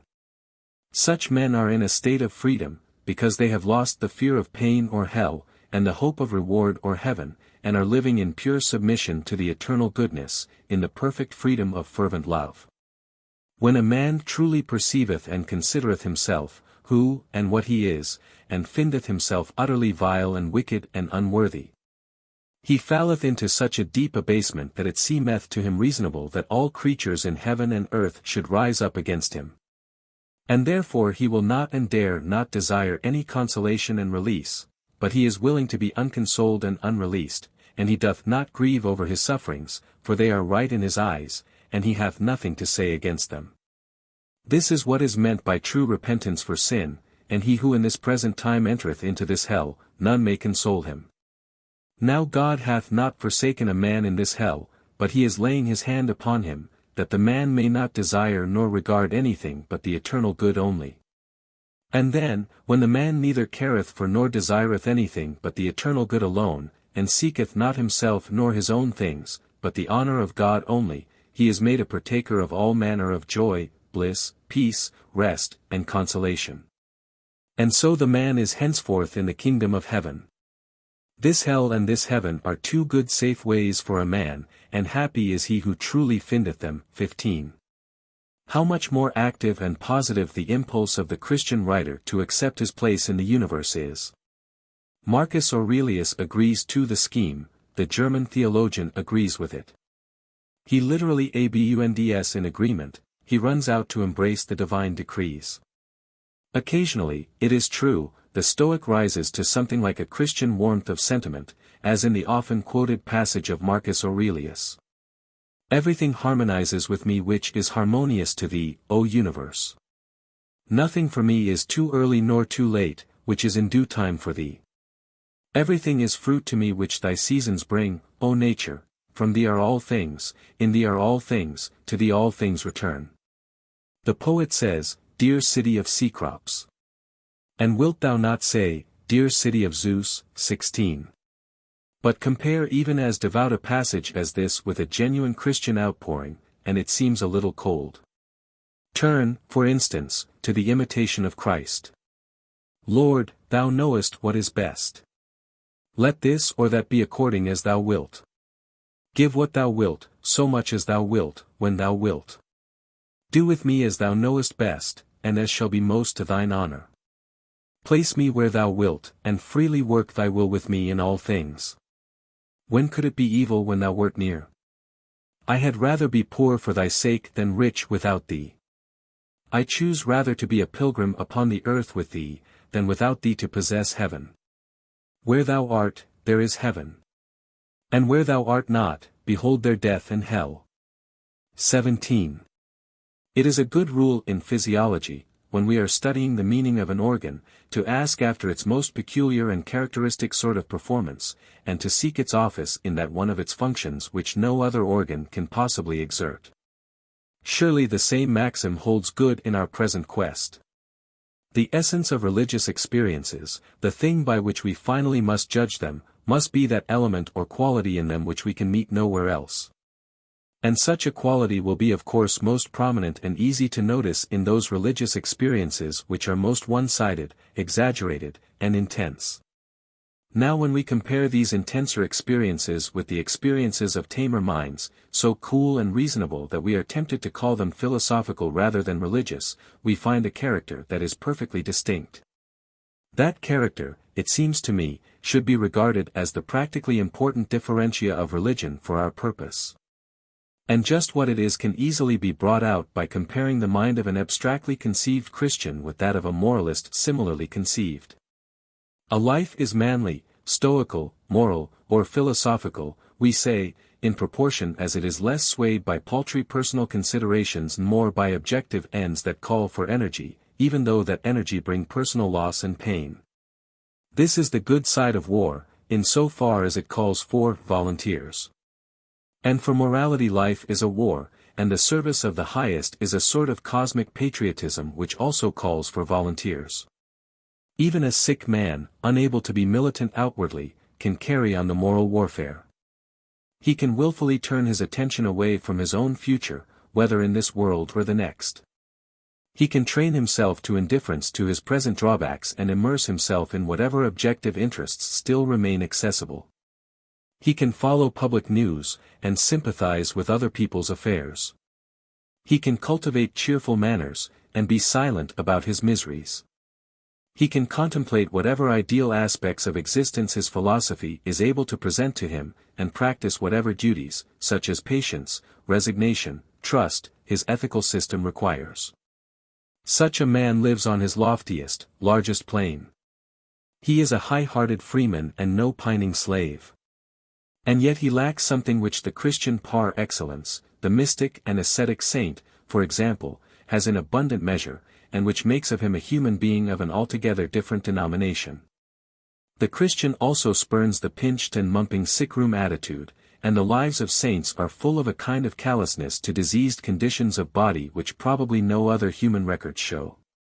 But whereas the merely moralistic spurning takes an effort of volition, the Christian spurning is the result of the excitement of a higher kind of emotion, in the presence of which no exertion of volition is required.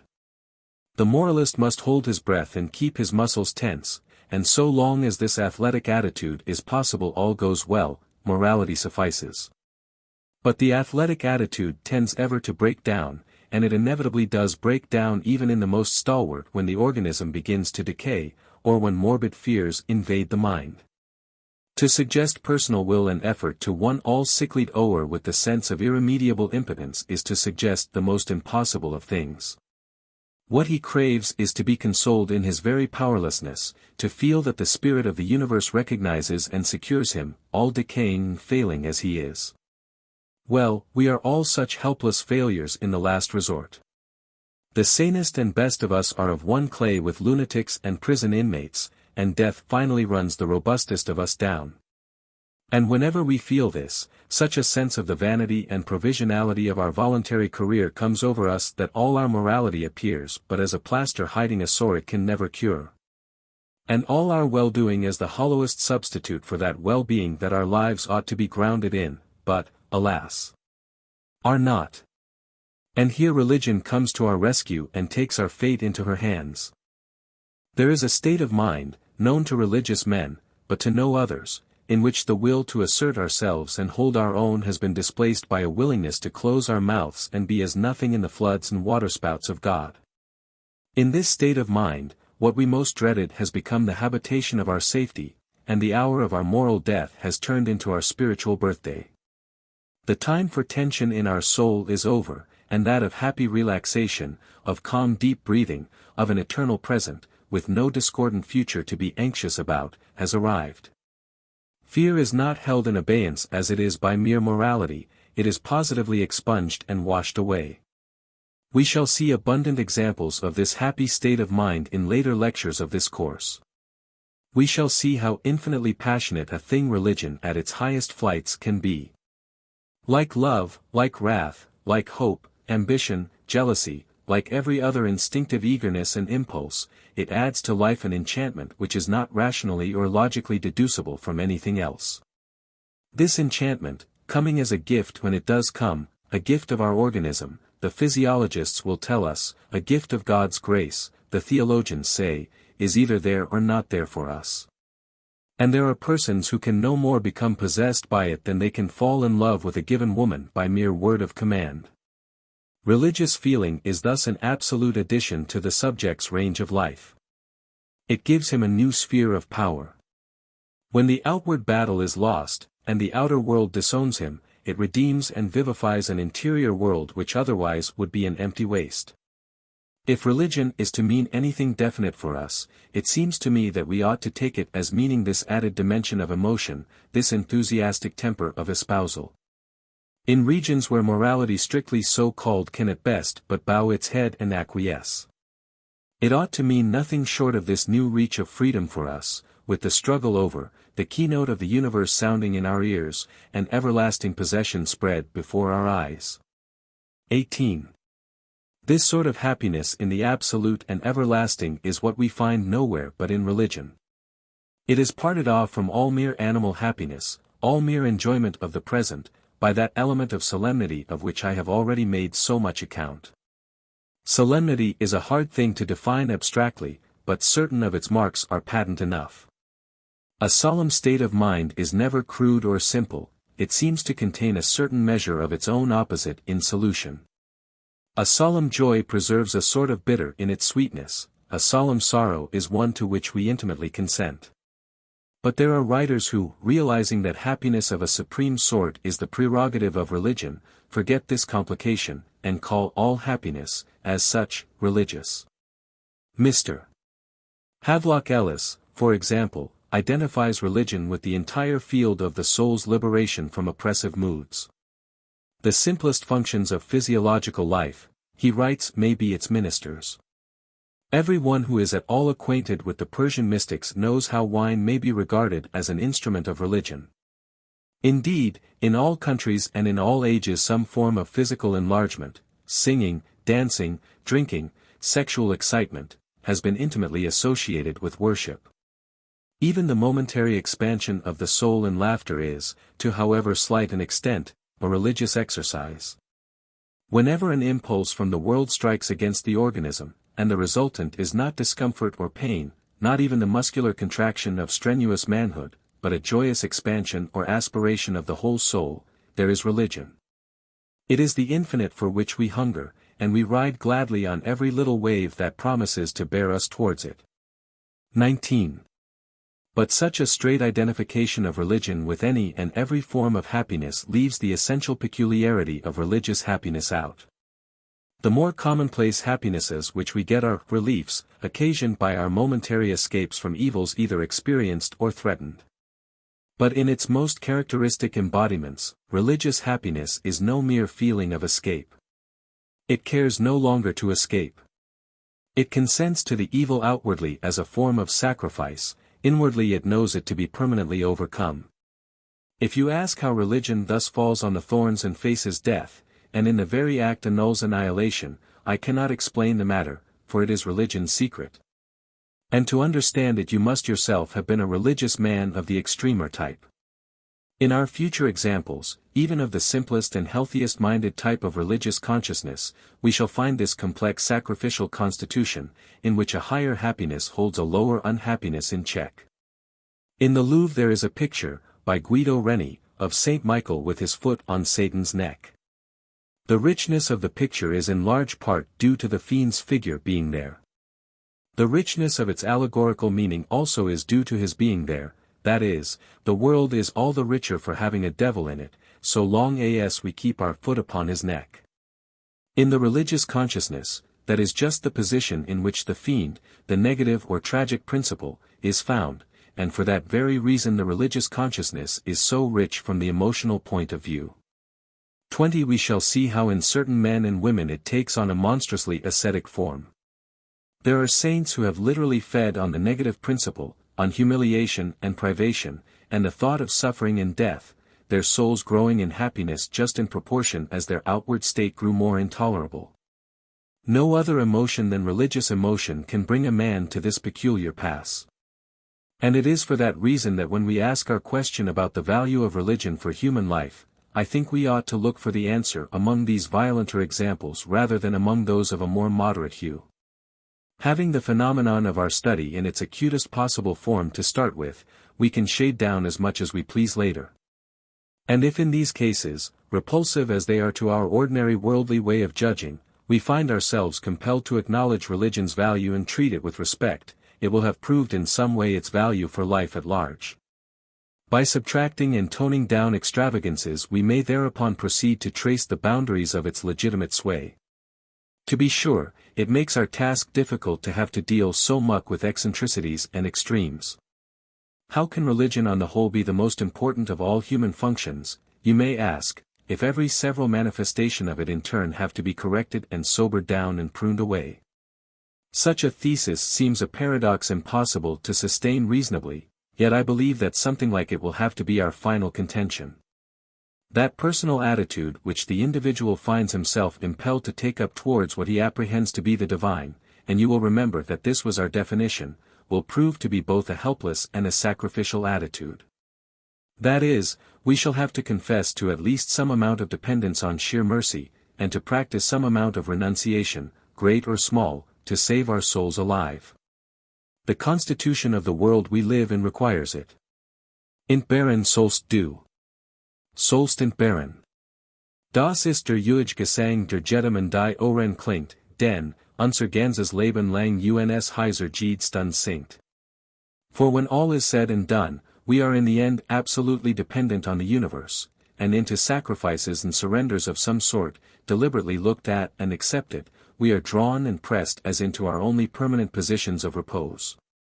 Now in those states of mind which fall short of religion, the surrender is submitted to as an imposition of necessity, and the sacrifice is undergone at the very best without complaint. In the religious life, on the contrary, surrender and sacrifice are positively espoused, even unnecessary givings up are added in order that the happiness may increase. Religion thus makes easy and felicitous what in any case is necessary. And if it be the only agency that can accomplish this result, its vital importance as a human faculty stands vindicated beyond dispute.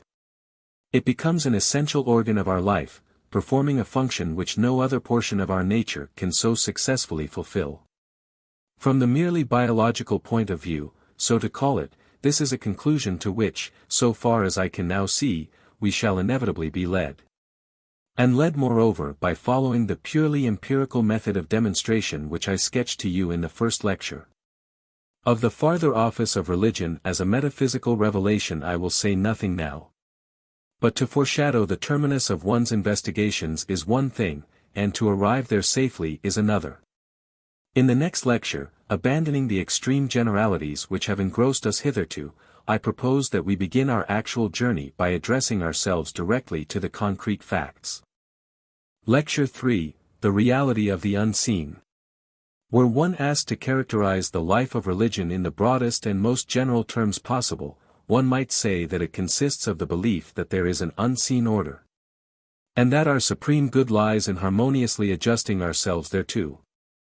This belief and this adjustment are the religious attitude in the soul.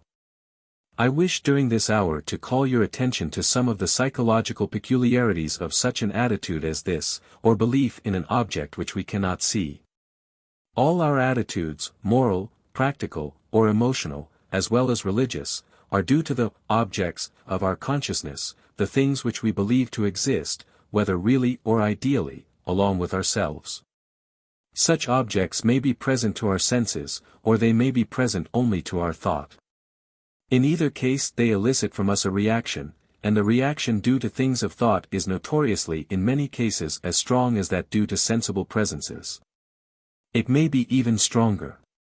The memory of an insult may make us angrier than the insult did when we received it. We are frequently more ashamed of our blunders afterwards than we were at the moment of making them. And in general our whole higher prudential and moral life is based on the fact that material sensations actually present may have a weaker influence on our action than ideas of remoter facts. The more concrete objects of most men's religion, the deities whom they worship, are known to them only in idea. It has been vouchsafed, for example, to very few Christian believers to have had a sensible vision of their Savior. Though enough appearances of this sort are on record, by way of miraculous exception, to merit our attention later. The whole force of the Christian religion, therefore, so far as belief in the divine personages determines the prevalent attitude of the believer, is in general exerted by the instrumentality of pure ideas, of which nothing in the individual's past experience directly serves as a model. But in addition to these ideas of the more concrete religious objects, religion is full of abstract objects which prove to have an equal power. God's attributes as such, His holiness, His justice, His mercy, His absoluteness, His infinity, His omniscience, His triunity, the various mysteries of the redemptive process, the operation of the sacraments, etc., have proved fertile wells of inspiring meditation for Christian believers. 21 We shall see later that the absence of definite sensible images is positively insisted on by the mystical authorities in all religions as the sine qua non of a successful orison, or contemplation of the higher divine truths. Such contemplations are expected, and abundantly verify the expectation, as we shall also see, to influence the believer's subsequent attitude very powerfully for good.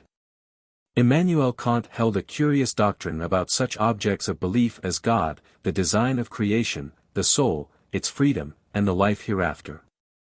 These things, he said, are properly not objects of knowledge at all. Our conceptions always require a sense content to work with, and as the words soul, God, immortality, cover no distinctive sense content whatever, it follows that theoretically speaking they are words devoid of any significance. Yet strangely enough they have a definite meaning for our practice. We can act as if there were a God, feel as if we were free, consider nature as if she were full of special designs, lay plans as if we were to be immortal. And we find then that these words do make a genuine difference in our moral life. Our faith that these unintelligible objects actually exist proves thus to be a full equivalent in praktischer Hinsicht, as Kant calls it, or from the point of view of our action, for a knowledge of what they might be, in case we were permitted positively to conceive them. So we have the strange phenomenon, as Kant assures us, of a mind believing with all its strength in the real presence of a set of things of no one of which it can form any notion whatsoever. My object in thus recalling Kant's doctrine to your mind is not to express any opinion as to the accuracy of this particularly uncouth part of his philosophy, but only to illustrate the characteristic of human nature which we are considering, by an example so classical in its exaggeration. The sentiment of reality can indeed attach itself so strongly to our object of belief that our whole life is polarized through and through, so to speak, by its sense of the existence of the thing believed in, and yet that thing, for purpose of definite description, can hardly be said to be present to our mind at all. It is as if a bar of iron, without touch or sight, with no representative faculty whatever, might nevertheless be strongly endowed with an inner capacity for magnetic feeling. And as if, through the various arousals of its magnetism by magnets coming and going in its neighborhood, it might be consciously determined to different attitudes and tendencies. Such a bar of iron could never give you an outward description of the agencies that had the power of stirring it so strongly. Yet of their presence, and of their significance for its life, it would be intensely aware through every fiber of its being. It is not only the ideas of pure reason as Kant styled them, that have this power of making us vitally feel presences that we are impotent articulately to describe. All sorts of higher abstractions bring with them the same kind of impalpable appeal. Remember those passages from Emerson which I read at my last lecture. The whole universe of concrete objects, as we know them, swims, not only for such a transcendentalist writer, but for all of us, in a wider and higher universe of abstract ideas, that lend it its significance. As time, space, and the ether soak through all things so, we feel, do abstract and essential goodness, beauty, strength, significance, justice, soak through all things good, strong, significant, and just. Such ideas, and others equally abstract, form the background for all our facts, the fountainhead of all the possibilities we conceive of. They give its nature, as we call it, to every special thing. Everything we know is what it is by sharing in the nature of one of these abstractions. We can never look directly at them, for they are bodiless and featureless and footless, but we grasp all other things by their means. And in handling the real world we should be stricken with helplessness in just so far forth as we might lose these mental objects, these adjectives and adverbs and predicates and heads of classification and conception. This absolute determinability of our mind by abstractions is one of the cardinal facts in our human constitution. Polarizing and magnetizing us as they do, we turn towards them and from them, we seek them, hold them, hate them, bless them, just as if they were so many concrete beings. And beings they are, beings as real in the realm which they inhabit as the changing things of sense are in the realm of space. Plato gave so brilliant and impressive a defense of this common human feeling, that the doctrine of the reality of abstract objects has been known as the Platonic theory of ideas ever since. Abstract beauty, for example, is for Plato a perfectly definite individual being, of which the intellect is aware as of something additional to all the perishing beauties of the earth. The true order of going, he says, in the often quoted passage in his Banquet, is to use the beauties of earth as steps along which one mounts upwards for the sake of that other beauty, going from one to two, and from two to all fair forms.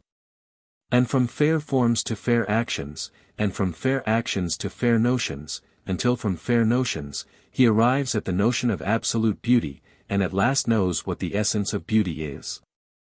22 In our last lecture we had a glimpse of the way in which a Platonizing writer like Emerson may treat the abstract divineness of things, the moral structure of the universe, as a fact worthy of worship. In those various churches without a God which today are spreading through the world under the name of ethical societies, we have a similar worship of the abstract divine, the moral law believed in as an ultimate object. Science, in many minds, is genuinely taking the place of a religion. Where this is so, the scientist treats the laws of nature as objective facts to be revered. A brilliant school of interpretation of Greek mythology would have it that in their origin the Greek gods were only half-metaphoric personifications of those great spheres of abstract law and order into which the natural world falls apart, the sky sphere, the ocean sphere, the earth sphere, and the like. Just as even now we may speak of the smile of the morning, the kiss of the breeze, or the bite of the cold, without really meaning that these phenomena of nature actually wear a human face. 23. As regards the origin of the Greek gods, we need not at present seek an opinion. But the whole array of our instances leads to a conclusion something like this: it is as if there were in the human consciousness a sense of reality, a feeling of objective presence, a perception of what we may call something there, more deep and more general than any of the special and particular senses by which the current psychology supposes existent realities to be originally revealed. If this were so, we might suppose the senses to waken our attitudes and conduct as they so habitually do, by first exciting this sense of reality. But anything else, any idea, for example, that might similarly excite it, would have that same prerogative of appearing real which objects of sense normally possess. So far as religious conceptions were able to touch this reality feeling, they would be believed in spite of criticism, even though they might be so vague and remote as to be almost unimaginable. Even though they might be such non-entities in point of whatness, as Kant makes the objects of his moral theology to be. The most curious proofs of the existence of such an undifferentiated sense of reality as this are found in experiences of hallucination. It often happens that an hallucination is imperfectly developed, the person affected will feel a presence in the room, definitely localized, facing in one particular way, real in the most emphatic sense of the word, often coming suddenly, and as suddenly gone.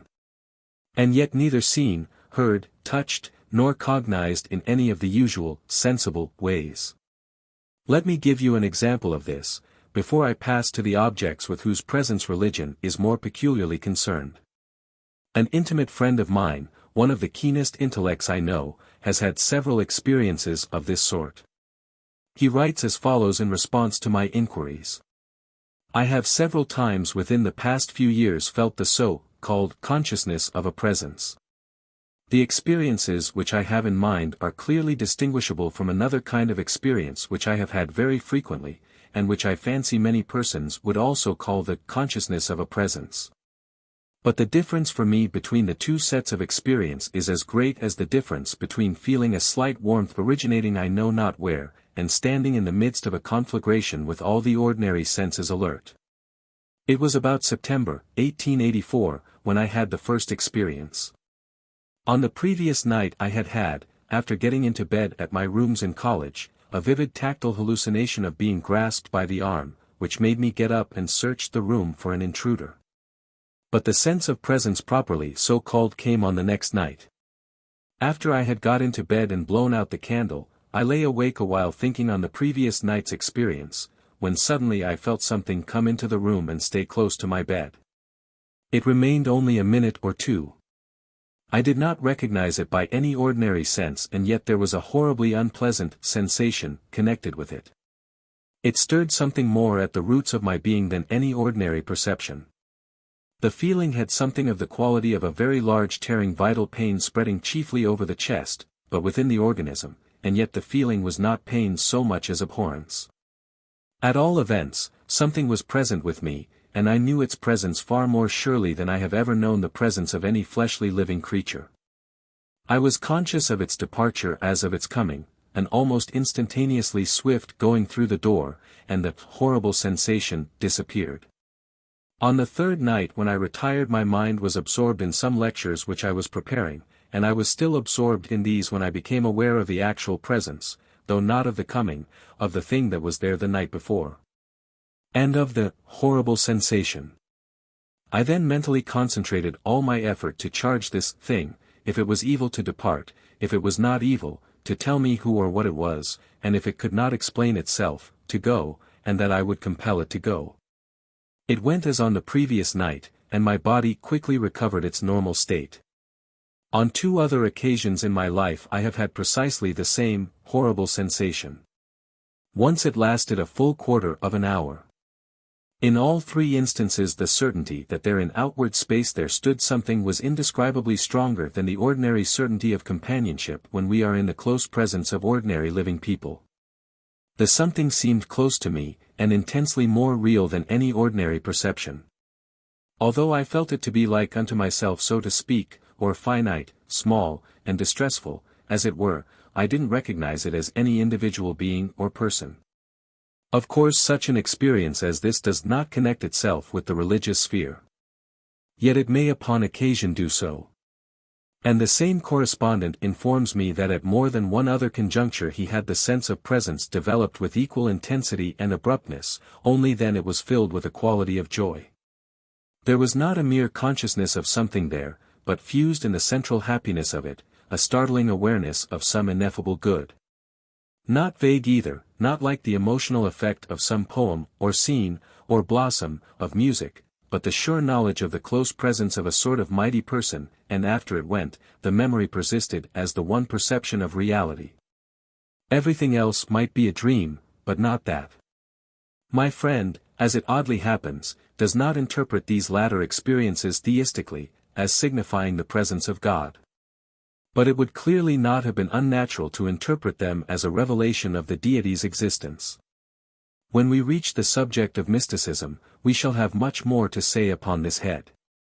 Lest the oddity of these phenomena should disconcert you, I will venture to read you a couple of similar narratives, much shorter, merely to show that we are dealing with a well-marked natural kind of fact. In the first case, which I take from the Journal of the Society for Psychical Research, the sense of presence developed in a few moments into a distinctly visualized hallucination, but I leave that part of the story out. I had read, the narrator says, some 20 minutes or so, was thoroughly absorbed in the book, my mind was perfectly quiet, and for the time being my friends were quite forgotten. When suddenly without a moment's warning my whole being seemed roused to the highest state of tension or aliveness, and I was aware, with an intenseness not easily imagined by those who had never experienced it, that another being or presence was not only in the room, but quite close to me. I put my book down, and although my excitement was great, I felt quite collected, and not conscious of any sense of fear. Without changing my position, and looking straight at the fire, I knew somehow that my friend H. was standing at my left elbow but so far behind me as to be hidden by the armchair in which I was leaning back. Moving my eyes round slightly without otherwise changing my position, the lower portion of one leg became visible, and I instantly recognized the grey-blue material of trousers he often wore, but the stuff appeared semi-transparent, reminding me of tobacco smoke in consistency. 24, and hereupon the visual hallucination came. Another informant writes. Quite early in the night I was awakened. I felt as if I had been aroused intentionally, and at first thought someone was breaking into the house. I then turned on my side to go to sleep again, and immediately felt a consciousness of a presence in the room, and singular to state, it was not the consciousness of a live person, but of a spiritual presence. This may provoke a smile, but I can only tell you the facts as they occurred to me. I do not know how to better describe my sensations than by simply stating that I felt a consciousness of a spiritual presence. I felt also at the same time a strong feeling of superstitious dread, as if something strange and fearful were about to happen. 25. Professor Flournoy of Geneva gives me the following testimony of a friend of his, a lady, who has the gift of automatic or involuntary writing. Whenever I practice automatic writing, what makes me feel that it is not due to a subconscious self is the feeling I always have of a foreign presence, external to my body. It is sometimes so definitely characterized that I could point to its exact position. This impression of presence is impossible to describe. It varies in intensity and clearness according to the personality from whom the writing professes to come. If it is someone whom I love, I feel it immediately, before any writing has come. My heart seems to recognize it. In an earlier book of mine I have cited at full length a curious case of presence felt by a blind man. The presence was that of the figure of a gray-bearded man dressed in a pepper and salt suit, squeezing himself under the crack of the door and moving across the floor of the room towards a sofa. The blind subject of this quasi-hallucination is an exceptionally intelligent reporter. He is entirely without internal visual imagery and cannot represent light or colors to himself, and is positive that his other senses, hearing, etc., were not involved in this false perception. It seems to have been an abstract conception rather, with the feelings of reality and spatial outwardness directly attached to it, in other words, a fully objectified and exteriorized idea. Such cases, taken along with others which would be too tedious for quotation, seem sufficiently to prove the existence in our mental machinery of a sense of present reality more diffused and general than that which our special senses yield. For the psychologists, the tracing of the organic seed of such a feeling would form a pretty problem. Nothing could be more natural than to connect it with the muscular sense, with the feeling that our muscles were innervating themselves for action. Whatsoever thus innervated our activity, or made our flesh creep, our senses are what do so oftenest, might then appear real and present, even though it were but an abstract idea. But with such vague conjectures we have no concern at present, for our interest lies with the faculty rather than with its organic seat. Like all positive affections of consciousness, the sense of reality has its negative counterpart in the shape of a feeling of unreality by which persons may be haunted, and of which one sometimes hears complaint. When I reflect on the fact that I have made my appearance by accident upon a globe itself whirled through space as the sport of the catastrophes of the heavens, says Madame Ackerman. When I see myself surrounded by beings as ephemeral and incomprehensible as I am myself, and all excitedly pursuing pure chimeras, I experience a strange feeling of being in a dream. It seems to me as if I have loved and suffered and that ere long I shall die, in a dream. My last word will be, I have been dreaming. 26. In another lecture we shall see how in morbid melancholy this sense of the unreality of things may become a carking pain, and even lead to suicide. We may now lay it down as certain that in the distinctively religious sphere of experience, many persons, how many we cannot tell, possess the objects of their belief, not in the form of mere conceptions which their intellect accepts as true, but rather in the form of quasi-sensible realities directly apprehended. As his sense of the real presence of these objects fluctuates, so the believer alternates between warmth and coldness in his faith. Other examples will bring this home to one better than abstract description, so I proceed immediately to cite some. The first example is a negative one, deploring the loss of the sense in question. I have extracted it from an account given me by a scientific man of my acquaintance, of his religious life. It seems to me to show clearly that the feeling of reality may be something more like a sensation than an intellectual operation properly so-called. Between 20 and 30 I gradually became more and more agnostic and irreligious, yet I cannot say that I ever lost that indefinite consciousness which Herbert Spencer describes so well, of an absolute reality behind phenomena. For me this reality was not the pure unknowable of Spencer's philosophy, for although I had ceased my childish prayers to God, and never prayed to it in a formal manner, yet my more recent experience shows me to have been in a relation to it which practically was the same thing as prayer. Whenever I had any trouble, especially when I had conflict with other people, either domestically or in the way of business, or when I was depressed in spirits or anxious about affairs, I now recognize that I used to fall back for support upon this curious relation I felt myself to be in to this fundamental cosmical it. It was on my side, or I was on its side, however you please to term it, in the particular trouble, and it always strengthened me and seemed to give me endless vitality to feel its underlying and supporting presence. In fact, it was an unfailing fountain of living justice, truth, and strength, to which I instinctively turned at times of weakness, and it always brought me out. I know now that it was a personal relation I was into it, because of late years the power of communicating with it has left me, and I am conscious of a perfectly definite loss. I used never to fail to find it when I turned to it. Then came a set of years when sometimes I found it, and then again I would be wholly unable to make connection with it. I remember many occasions on which at night in bed, I would be unable to get to sleep on account of worry. I turned this way and that in the darkness, and groped mentally for the familiar sense of that higher mind of my mind which had always seemed to be close at hand as it were, closing the passage, and yielding support. But there was no electric current. A blank was there instead of it, I couldn't find anything.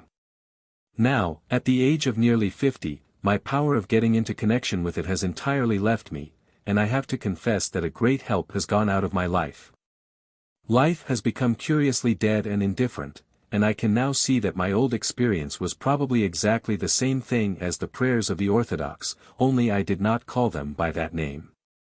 What I have spoken of as it was practically not Spencer's unknowable, but just my own instinctive and individual God, whom I relied upon for higher sympathy, but whom somehow I have lost. Nothing is more common in the pages of religious biography than the way in which seasons of lively and of difficult faith are described as alternating. Probably every religious person has the recollection of particular crisis in which a directer vision of the truth, a direct perception, perhaps, of a living God's existence, swept in and overwhelmed the languor of the more ordinary belief. In James Russell Lowell's correspondence there is a brief memorandum of an experience of this kind. I had a revelation last Friday evening. I was at Mary's, and happening to say something of the presence of spirits, of whom, I said, I was often dimly aware, Mr. Putnam entered into an argument with me on spiritual matters. As I was speaking, the whole system rose up before me like a vague destiny looming from the abyss. I never before so clearly felt the Spirit of God in me and around Rue. The whole room seemed to me full of God. The air seemed to waver to and fro with the presence of something I knew not what. I spoke with the calmness and clearness of a prophet. I cannot tell you what this revelation was. I have not yet studied it enough. But I shall perfect it one day, and then you shall hear it and acknowledge its grandeur. 27. Here is a longer and more developed experience from a manuscript communication by a clergyman. I take it from Starbuck's manuscript collection. I remember the night, and almost the very spot on the hilltop, where my soul opened out, as it were, into the infinite, and there was a rushing together of the two worlds, the inner and the outer. It was deep calling unto deep, the deep that my own struggle had opened up within being answered by the unfathomable deep without, reaching beyond the stars. I stood alone with him who had made me, and all the beauty of the world, and love, and sorrow, and even temptation. I did not seek him, but felt the perfect unison of my spirit with his. The ordinary sense of things around me faded. For the moment nothing but an ineffable joy and exultation remained. It is impossible fully to describe the experience. It was like the effect of some great orchestra when all the separate notes have melted into one swelling harmony that leaves the listener conscious of nothing save that his soul is being wafted upwards, and almost bursting with its own emotion. The perfect stillness of the night was thrilled by a more solemn silence. The darkness held a presence that was all the more felt because it was not seen. I could not any more have doubted that he was there than that I was. Indeed, I felt myself to be, if possible, the less real of the two. My highest faith in God and truest idea of him were then born in me. I have stood upon the mount of vision since, and felt the eternal round about me. But never since has there come quite the same stirring of the heart. Then, if ever, I believe, I stood face to face with God, and was born anew of his Spirit. There was, as I recall it, no sudden change of thought or of belief, except that my early crude conception had, as it were, burst into flower. There was no destruction of the old, but a rapid, wonderful unfolding. Since that time no discussion that I have heard of the proofs of God's existence has been able to shake my faith. Having once felt the presence of God's Spirit, I have never lost it again for long. My most assuring evidence of His existence is deeply rooted in that hour of vision, in the memory of that supreme experience, and in the conviction, gained from reading and reflection, that something the same has come to all who have found God. I am aware that it may justly be called mystical. I am not enough acquainted with philosophy to defend it from that or any other charge. I feel that in writing of it I have overlaid it with words rather than put it clearly to your thought. But, such as it is, I have described it as carefully as I now am able to do. Here is another document, even more definite in character, which, the writer being a Swiss, I translate from the French original. 28. I was in perfect health, we were on our 6th day of tramping, and in good training. We had come the day before from Sixth to Trient by Buet.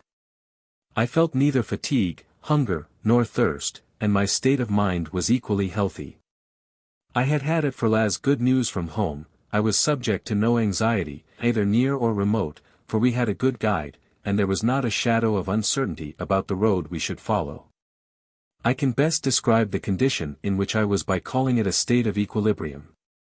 When all at once I experienced a feeling of being raised above myself, I felt the presence of God. I tell of the thing just as I was conscious of it, as if His goodness and His power were penetrating me altogether. The throb of emotion was so violent that I could barely tell the boys to pass on and not wait for me. I then sat down on a stone, unable to stand any longer, and my eyes overflowed with tears. I thanked God that in the course of my life He had taught me to know Him, that He sustained my life and took pity both on the insignificant creature and on the sinner that I was. I begged Him ardently that my life might be consecrated to the doing of His will. I felt His reply, which was that I should do His will from day to day in humility and poverty, leaving Him, the Almighty God, to be judge of whether I should sometime be called to bear witness more conspicuously. Then, slowly, the ecstasy left my heart, that is, I felt that God had withdrawn the communion which He had granted, and I was able to walk on, but very slowly, so strongly was I still possessed by the interior emotion. Besides, I had wept uninterruptedly for several minutes, my eyes were swollen, and I did not wish my companions to see me. The state of ecstasy may have lasted 4 or 5 minutes, although it seemed at the time to last much longer. My comrades waited for me 10 minutes at the cross of Barine, but I took about 25 or 30 minutes to join them, for as well as I can remember, they said that I had kept them back for about half an hour. The impression had been so profound that in climbing slowly the slope I asked myself if it were possible that Moses on Sinai could have had a more intimate communication with God. I think it well to add that in this ecstasy of mine God had neither form, color, odor, nor taste, moreover, that the feeling of His presence was accompanied with no determinate localization. It was rather as if my personality had been transformed by the presence of a spiritual spirit. But the more I seek words to express this intimate intercourse, the more I feel the impossibility of describing the thing by any of our usual images. At bottom the expression most apt to render what I felt is this: God was present, though invisible, He fell under no one of my senses, yet my consciousness perceived Him. The adjective, mystical, is technically applied, most often, to states that are of brief duration. Of course such hours of rapture as the last 2 persons describe are mystical experiences, of which in a later lecture I shall have much to say. Meanwhile here is the abridged record of another mystical or semi-mystical experience, in a mind evidently framed by nature for ardent piety. I owe it to Starbuck's collection. The lady who gives the account is the daughter of a man well known in his time as a writer against Christianity.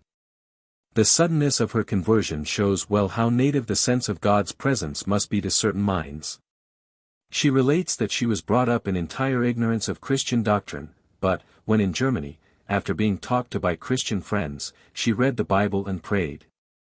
And finally the plan of salvation flashed upon her like a stream of light. To this day, she writes, I cannot understand dallying with religion and the commands of God. The very instant I heard my father's cry calling unto me, my heart bounded in recognition. I ran, I stretched forth my arms, I cried aloud, here I am, my father. Oh, happy child, what should I do? Love me, answered my God. I do, I cried passionately. Come unto me, called my father. I will, my heart panted. Did I stop to ask a single question? Not one. It never occurred to me to ask whether I was good enough, or to hesitate over my unfitness, or to find out what I thought of his church, or to wait until I should be satisfied. Satisfied. I was satisfied. Had I not found my God and my Father? Did he not love me? Had he not called me? Was there not a church into which I might enter? Since then I have had direct answers to prayer, so significant as to be almost like talking with God and hearing his answer. The idea of God's reality has never left me for one moment. Here is still another case, the writer being a man aged 27, in which the experience, probably almost as characteristic, is less vividly described. I have on a number of occasions felt that I had enjoyed a period of intimate communion with the divine. These meetings came unasked and unexpected, and seemed to consist merely in the temporary obliteration of the conventionalities which usually surround and cover my life. Once it was when from the summit of a high mountain I looked over a gashed and corrugated landscape extending to a long convex of ocean that ascended to the horizon. And again from the same point when I could see nothing beneath me but a boundless expanse of white cloud, on the blown surface of which a few high peaks, including the one I was on, seemed plunging about as if they were dragging their anchors. What I felt on these occasions was a temporary loss of my own identity, accompanied by an illumination which revealed to me a deeper significance than I had been wont to attach to life.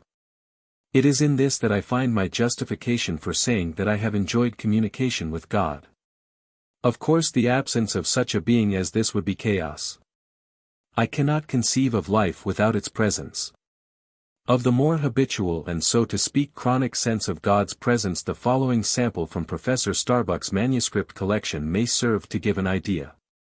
It is from a man aged 49, probably thousands of unpretending Christians would write an almost identical account. God is more real to me than any thought or thing or person. I feel his presence positively, and the more as I live in closer harmony with his laws as written in my body and mind. I feel him in the sunshine or rain, and awe mingled with a delicious restfulness most nearly describes my feelings. I talk to him as to a companion in prayer and praise, and our communion is delightful. He answers me again and again, often in words so clearly spoken that it seems my outer ear must have carried the tone, but generally in strong mental impressions. Usually a text of Scripture, unfolding some new view of him and his love for me, and care for my safety. I could give hundreds of instances, in school matters, social problems, financial difficulties, etc. That he is mine and I am his never leaves me, it is an abiding joy. Without it life would be a blank, a desert, a shoreless, trackless waste. I subjoin some more examples from writers of different ages and sexes. They are also from Professor Starbuck's collection, and their number might be greatly multiplied. The first is from a man 27 years old. God is quite real to me. I talk to him and often get answers. Thoughts sudden and distinct from any I have been entertaining come to my mind after asking God for his direction. Something over a year ago I was for some weeks in the direst perplexity. When the trouble first appeared before me I was dazed, but before long, 2 or 3 hours, I could hear distinctly a passage of Scripture, "My grace is sufficient for thee." Every time my thoughts turned to the trouble I could hear this quotation. I don't think I ever doubted the existence of God, or had him drop out of my consciousness. God has frequently stepped into my affairs very perceptibly, and I feel that he directs many little details all the time.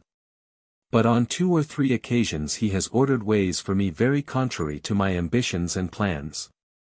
Another statement, none the less valuable psychologically for being so decidedly childish, is that of a boy of 17. Sometimes as I go to church, I sit down, join in the service, and before I go out I feel as if God was with me. Right side of me, singing and reading the Psalms with me. And then again I feel as if I could sit beside him, and put my arms around him, kiss him, etc. When I am taking Holy Communion at the altar, I try to get with him and generally feel his presence. I let a few other cases follow at random. God surrounds me like the physical atmosphere. He is closer to me than my own breath. In him literally I live and move and have my being. There are times when I seem to stand in his very presence, to talk with him. Answers to prayer have come, sometimes direct and overwhelming in their revelation of his presence and powers. There are times when God seems far off, but this is always my own fault. I have the sense of a presence, strong, and at the same time soothing, which hovers over me. Sometimes it seems to enwrap me with sustaining arms. Such is the human ontological imagination, and such is the convincingness of what it brings to birth. Unpicturable beings are realized, and realized with an intensity almost like that of an hallucination. They determine our vital attitude as decisively as the vital attitude of lovers is determined by the habitual sense, by which each is haunted, of the other being in the world. A lover has notoriously this sense of the continuous being of his idol, even when his attention is addressed to other matters and he no longer represents her features. He cannot forget her, she uninterruptedly affects him through and through. I spoke of the convincingness of these feelings of reality, and I must dwell a moment longer on that point. They are as convincing to those who have them as any direct sensible experiences can be, and they are, as a rule, much more convincing than results established by mere logic ever are. One may indeed be entirely without them. Probably more than one of you here present is without them in any marked degree. But if you do have them, and have them at all strongly, the probability is that you cannot help regarding them as genuine perceptions of truth, as revelations of a kind of reality which no adverse argument, however unanswerable by you in words, can expel from your belief. The opinion opposed to mysticism in philosophy is sometimes spoken of as rationalism. Rationalism insists that all our beliefs ought ultimately to find for themselves articulate grounds. Such grounds, for rationalism, must consist of four things: 1. Definitely statable abstract principles, 2. Definite facts of sensation, 3. Definite hypotheses based on such facts, and 4. Definite inferences logically drawn. Vague impressions of something indefinable have no place in the rationalistic system, which on its positive side is surely a splendid intellectual tendency, for not only are all our philosophies fruits of it, but physical science, amongst other good things, is its result. Nevertheless, if we look on man's whole mental life as it exists, on the life of men that lies in them apart from their learning and science, and that they inwardly and privately follow, we have to confess that the part of it of which rationalism can give an account is relatively superficial. It is the part that has the prestige undoubtedly, for it has the loquacity, it can challenge you for proofs, and chop logic, and put you down with words. But it will fail to convince or convert you all the same, if your dumb intuitions are opposed to its conclusions. If you have intuitions at all, they come from a deeper level of your nature than the loquacious level which rationalism inhabits. Your whole subconscious life, your impulses, your faiths, your needs, your divinations, have prepared the premises, of which your consciousness now feels the weight of the result. And something in you absolutely knows that that result must be truer than any logic-chopping rationalistic talk, however clever, that may contradict it. This inferiority of the rationalistic level in founding belief is just as manifest when rationalism argues for religion as when it argues against it. That vast literature of proofs of God's existence drawn from the order of nature, which a century ago seemed so overwhelmingly convincing, today does little more than gather dust in libraries. For the simple reason that our generation has ceased to believe in the kind of God it argued for. Whatever sort of a being God may be, we know today that he is never more that mere external inventor of contrivances intended to make manifest his glory, in which our great-grandfathers took such satisfaction.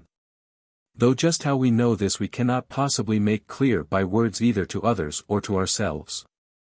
I defy any of you here fully to account for your persuasion that if a God exists he must be a more cosmic and tragic personage than that being. The truth is that in the metaphysical and religious sphere, articulate reasons are cogent for us only when our inarticulate feelings of reality have already been impressed in favor of the same conclusion. Then, indeed, our intuitions and our reason work together, and great world-ruling systems, like that of the Buddhist or of the Catholic philosophy, may grow up.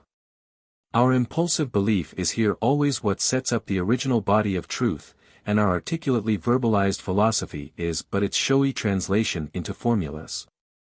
The unreasoned and immediate assurance is the deep thing in us, the reasoned argument is but a surface exhibition. Instinct leads, intelligence does but follow. If a person feels the presence of a living God after the fashion shown by my quotations, your critical arguments, be they never so superior, will vainly set themselves to change his faith. Please observe, however, that I do not yet say that it is better that the subconscious and non-rational should thus hold primacy in the religious realm. I confine myself to simply pointing out that they do so hold it as a matter of fact. So much for our sense of the reality of the religious objects. Let me now say a brief word more about the attitudes they characteristically awaken.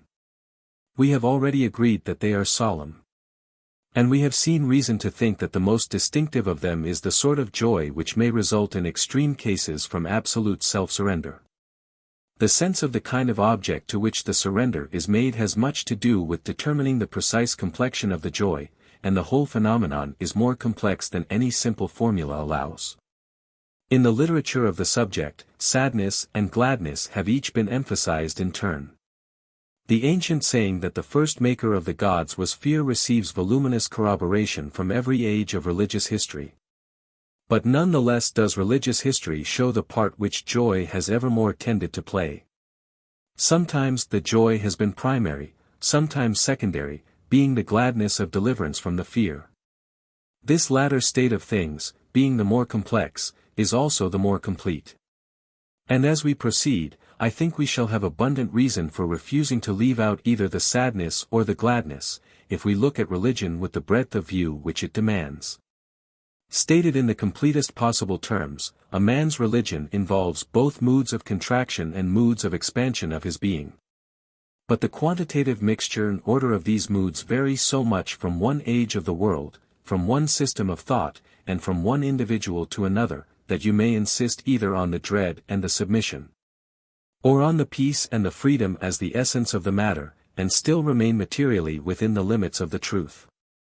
The constitutionally somber and the constitutionally sanguine onlooker are bound to emphasize opposite aspects of what lies before their eyes. The constitutionally somber religious person makes even of his religious peace a very sober thing. Danger still hovers in the air about it. Flexion and contraction are not wholly checked. It were sparrow-like and childish after our deliverance to explode into twittering laughter and caper-cutting, and utterly to forget the imminent hawk on bough. Lie low, rather, lie low, for you are in the hands of a living God. In the book of Job, for example, the impotence of man and the omnipotence of God is the exclusive burden of its author's mind. It is as high as heaven, what canst thou do? Deeper than hell, what canst thou know? There is an astringent relish about the truth of this conviction which some men can feel, and which for them is as near an approach as can be made to the feeling of religious joy. In Job, says that coldly truthful writer, the author of Mark Rutherford, God reminds us that man is not the measure of his creation. The world is immense, constructed on no plan or theory which the intellect of man can grasp. It is transcendent everywhere. This is the burden of every verse, and is the secret, if there be one, of the poem. Sufficient or insufficient, there is nothing more. God is great, we know not his ways. He takes from us all we have, but yet if we possess our souls in patience, we may pass the valley of the shadow, and come out in sunlight again. We may or we may not. What more have we to say now than God said from the whirlwind over 2,500 years ago? 29. If we turn to the sanguine onlooker, on the other hand, we find that deliverance is felt as incomplete unless the burden be altogether overcome and the danger forgotten. Such onlookers give us definitions that seem to the somber minds of whom we have just been speaking to leave out all the solemnity that makes religious peace so different from merely animal joys. In the opinion of some writers, an attitude might be called religious, though no touch were left in it of sacrifice or submission, no tendency to flexion, no bowing of the head. Any habitual and regulated admiration, says Professor J.R.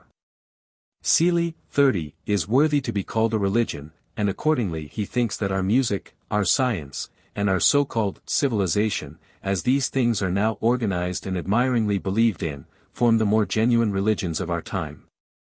Certainly the unhesitating and unreasoning way in which we feel that we must inflict our civilization upon lower races, by means of Hotchkiss guns, etc., reminds one of nothing so much as of the early spirit of Islam spreading its religion by the sword. In my last lecture I quoted to you the ultra-radical opinion of Mr. Havelock Ellis, that laughter of any sort may be considered a religious exercise, for it bears witness to the soul's emancipation. I quoted this opinion in order to deny its adequacy. But we must now settle our scores more carefully with this whole optimistic way of thinking. It is far too complex to be decided offhand. I propose accordingly that we make of religious optimism the theme of the next 2 lectures. Lectures 4 and 5, The Religion of Healthy-Mindedness. If we were to ask the question, what is human life's chief concern, one of the answers we should receive would be, it is happiness. How to gain, how to keep, how to recover happiness, is in fact for most men at all times the secret motive of all they do, and of all they are willing to endure. The hedonistic school in ethics deduces the moral life wholly from the experiences of happiness and unhappiness which different kinds of conduct bring. And, even more in the religious life than in the moral life, happiness and unhappiness seem to be the poles round which the interest revolves. We need not go so far as to say with the author whom I lately quoted that any persistent enthusiasm is, as such, religion, nor need we call mere laughter a religious exercise. But we must admit that any persistent enjoyment may produce the sort of religion which consists in a grateful admiration of the gift of so happy an existence. And we must also acknowledge that the more complex ways of experiencing religion are new manners of producing happiness, wonderful inner paths to a supernatural kind of happiness, when the first gift of natural existence is unhappy, as it so often proves itself to be. With such relations between religion and happiness, it is perhaps not surprising that men come to regard the happiness which a religious belief affords as a proof of its truth. If a creed makes a man feel happy, he almost inevitably adopts it. Such a belief ought to be true, therefore it is true. Such, rightly or wrongly, is one of the immediate inferences of the religious logic used by ordinary men. The near presence of God's Spirit, says a German writer, 31, may be experienced in its reality, indeed only experienced. And the mark by which the Spirit's existence and nearness are made irrefutably clear to those who have ever had the experience is the utterly incomparable feeling of happiness which is connected with the nearness. And which is therefore not only a possible and altogether proper feeling for us to have here below, but is the best and most indispensable proof of God's reality. No other proof is equally convincing, and therefore happiness is the point from which every efficacious new theology should start. In the hour immediately before us, I shall invite you to consider the simpler kinds of religious happiness, leaving the more complex sorts to be treated on a later day. In many persons, happiness is congenital and irreclaimable. Cosmic emotion inevitably takes in them the form of enthusiasm and freedom. I speak not only of those who are animally happy. I mean those who, when unhappiness is offered or proposed to them, positively refuse to feel it, as if it were something mean and wrong. We find such persons in every age, passionately flinging themselves upon their sense of the goodness of life, in spite of the hardships of their own condition, and in spite of the sinister theologies into which they may be born. From the outset their religion is one of union with the divine.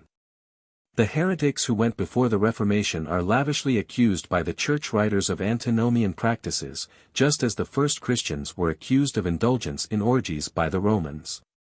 It is probable that there never has been a century in which the deliberate refusal to think ill of life has not been idealized by a sufficient number of persons to form sects, open or secret, who claimed all natural things to be permitted.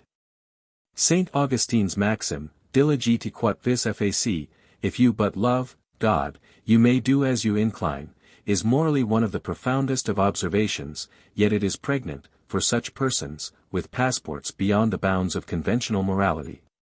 According to their characters they have been refined or gross, but their belief has been at all times systematic enough to constitute a definite religious attitude. God was for them a giver of freedom, and the sting of evil was overcome. Saint Francis and his immediate disciples were, on the whole, of this company of spirits, of which there are of course infinite varieties. Rousseau in the earlier years of his writing, Diderot, B. D. Saint Pierre, and many of the leaders of the 18th century anti-Christian movement were of this optimistic type. They owed their influence to a certain authoritativeness in their feeling that nature, if you will only trust her sufficiently, is absolutely good. It is to be hoped that we all have some friend, perhaps more often feminine than masculine, and young than old, whose soul is of this sky-blue tint, whose affinities are rather with flowers and birds and all enchanting innocencies than with dark human passions, who can think no ill of man or God, and in whom religious gladness, being in possession from the outset, needs no deliverance from any antecedent burden. God has two families of children on this earth, says Francis W. Newman, 32, the once-born and the twice-born, and the once-born he describes as follows: they see God, not as a strict judge, not as a glorious potentate, but as the animating spirit of a beautiful harmonious world, beneficent and kind, merciful as well as pure. The same characters generally have no metaphysical tendencies, they do not look back into themselves. Hence they are not distressed by their own imperfections, yet it would be absurd to call them self-righteous, for they hardly think of themselves at all. This childlike quality of their nature makes the opening of religion very happy to them, for they no more shrink from God, than a child from an emperor, before whom the parent trembles. In fact, they have no vivid conception of any of the qualities in which the severe majesty of God consists. 33 He is to them the impersonation of kindness and beauty. They read his character, not in the disordered world of man, but in romantic and harmonious nature. Of human sin they know perhaps little in their own hearts and not very much in the world. And human suffering does but melt them to tenderness. Thus, when they approach God, no inward disturbance ensues, and without being as yet spiritual, they have a certain complacency and perhaps romantic sense of excitement in their simple worship. In the Romish Church such characters find a more congenial soil to grow in than in Protestantism, whose fashions of feeling have been set by minds of a decidedly pessimistic order. But even in Protestantism they have been abundant enough. And in its recent, liberal, developments of Unitarianism and Latitudinarianism generally, minds of this order have played and still are playing leading and constructive parts. Emerson himself is an admirable example. Theodore Parker is another. Here are a couple of characteristic passages from Parker's correspondence. Point 34. Orthodox scholars say, in the heathen classics you find no consciousness of sin. It is very true, God be thanked for it. They were conscious of wrath, of cruelty, avarice, drunkenness, lust, sloth, cowardice, and other actual vices, and struggled and got rid of the deformities, but they were not conscious of enmity against God. And didn't sit down and whine and groan against non-existent evil. I have done wrong things enough in my life, and do them now, I miss the mark, draw a bow, and try again. But I am not conscious of hating God, or man, or right, or love, and I know there is much health in me, and in my body, even now, there dwelleth many a good thing, spite of consumption in St. Paul. In another letter Parker writes, I have swum in clear sweet waters all my days, and if sometimes they were a little cold, and the stream ran adverse and something rough, it was never too strong to be breasted and swum through. From the days of earliest boyhood, when I went stumbling through the grass, up to the grey-bearded manhood of this time, there is none but has left me honey in the hive of memory that I now feed on for present delight. When I recall the years I am filled with a sense of sweetness and wonder that such little things can make a mortal so exceedingly rich. But I must confess that the chiefest of all my delights is still the religious. Another good expression of the once-born type of consciousness, developing straight and natural, with no element of morbid compunction or crisis, is contained in the answer of Dr. Edward Everett Hale, the eminent Unitarian preacher and writer, to one of Dr. Starbuck's circulars. I quote a part of it. I observe, with profound regret, the religious struggles which come into many biographies, as if almost essential to the formation of the hero. I ought to speak of these, to say that any man has an advantage, not to be estimated, who is born, as I was, into a family where the religion is simple and rational. Who is trained in the theory of such a religion, so that he never knows, for an hour, what these religious or irreligious struggles are. I always knew God loved me, and I was always grateful to him for the world he placed me in. I always liked to tell him so, and was always glad to receive his suggestions to me. I can remember perfectly that when I was coming to manhood, the half-philosophical novels of the time had a deal to say about the young men and maidens who were facing the problem of life. I had no idea whatever what the problem of life was. To live with all my might seemed to me easy, to learn where there was so much to learn seemed pleasant and almost of course, to lend a hand, if one had a chance, natural. And if one did this, why, he enjoyed life because he could not help it, and without proving to himself that he ought to enjoy it. A child who is early taught that he is God's child, that he may live and move and have his being in God, and that he has, therefore, infinite strength at hand for the conquering of any difficulty, will take life more easily. And probably will make more of it, than one who is told that he is born the child of wrath and wholly incapable of good. 35. One can but recognize in such writers as these the presence of a temperament organically weighted on the side of cheer and fatally forbidden to linger, as those of opposite temperament linger, over the darker aspects of the universe. In some individuals optimism may become quasi-pathological. The capacity for even a transient sadness or a momentary humility seems cut off from them as by a kind of congenital anesthesia. 36. The supreme contemporary example of such an inability to feel evil is of course Walt Whitman. His favorite occupation, writes his disciple, Dr. Buck, seemed to be strolling or sauntering about outdoors by himself, looking at the grass, the trees, the flowers, the vistas of light, the varying aspects of the sky, and listening to the birds, the crickets, the tree frogs, and all the hundreds of natural sounds. It was evident that these things gave him a pleasure far beyond what they give to ordinary people. Until I knew the man, continues Dr.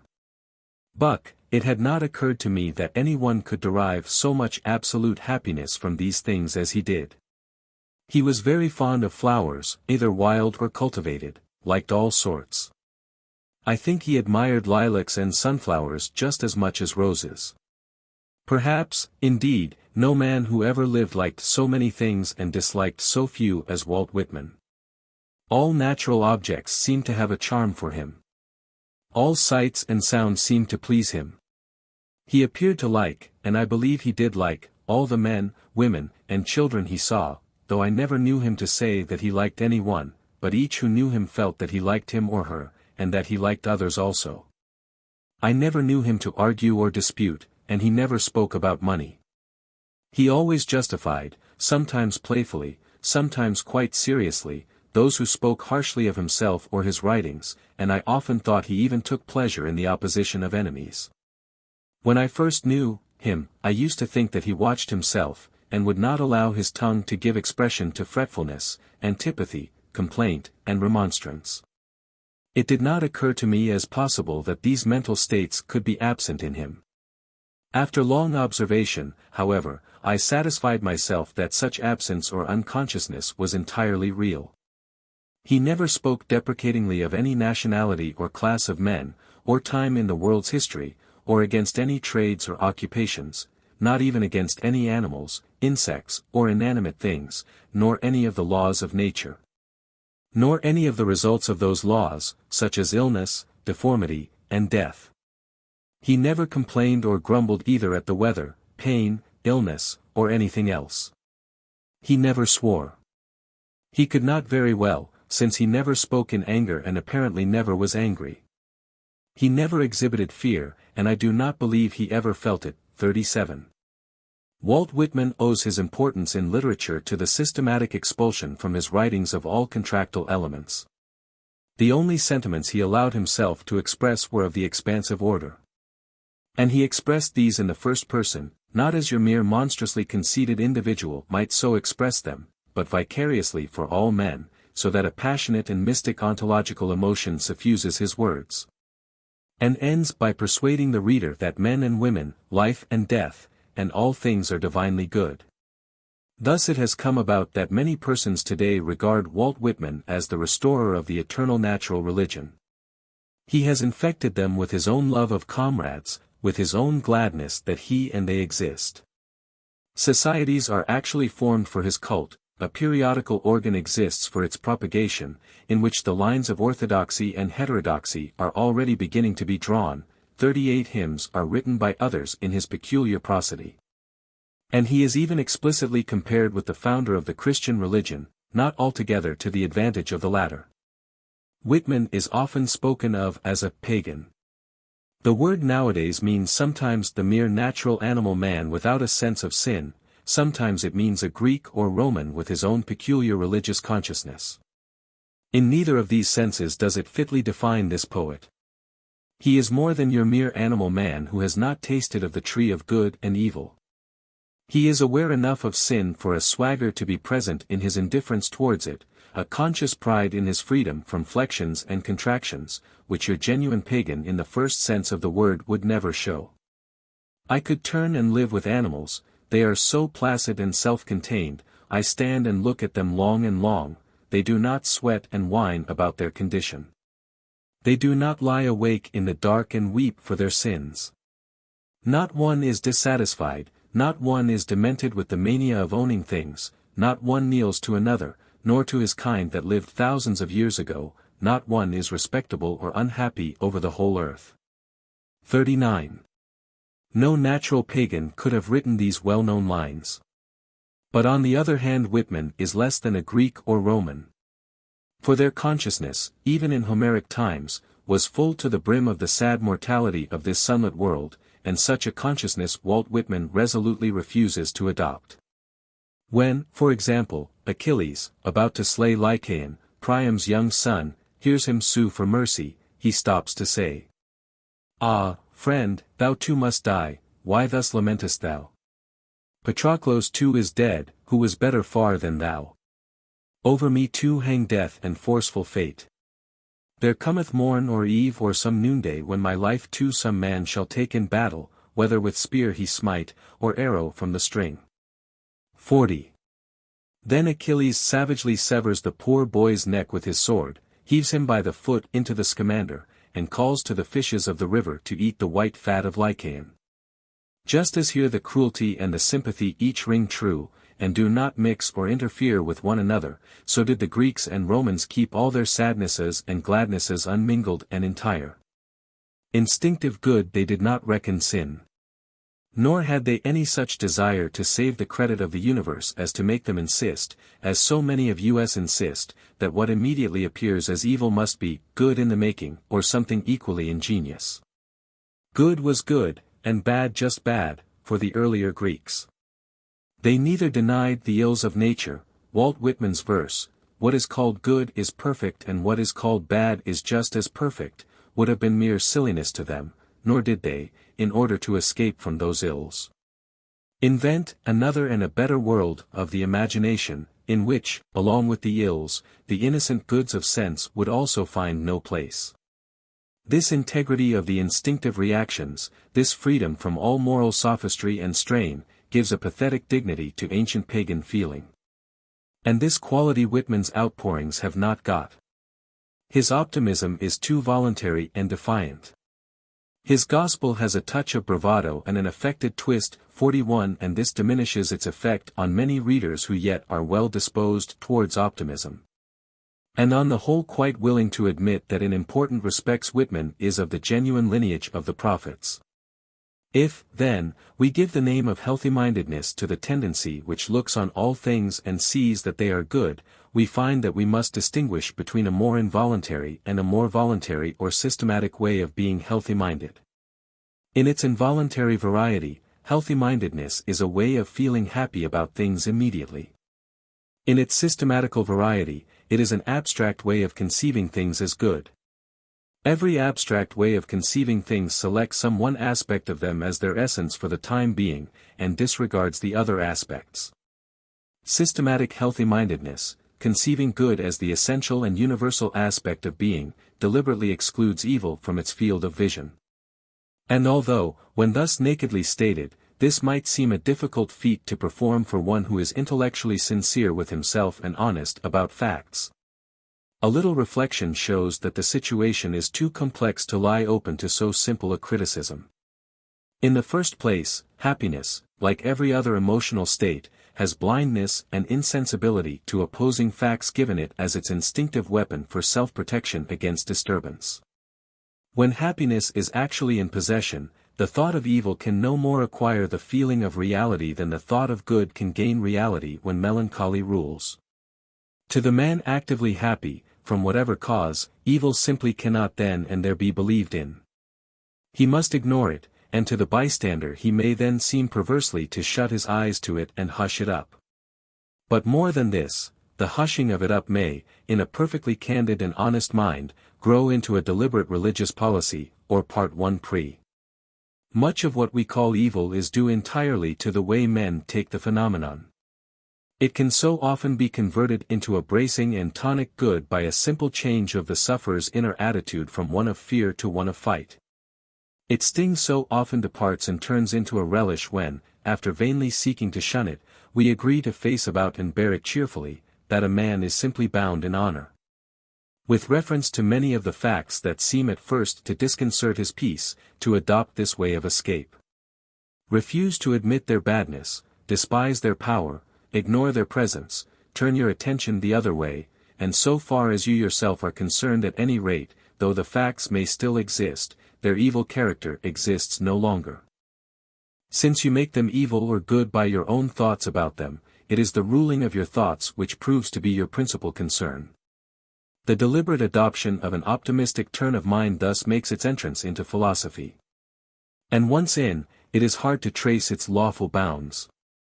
Not only does the human instinct for happiness, bent on self-protection by ignoring, keep working in its favor, but higher inner ideals have weighty words to say.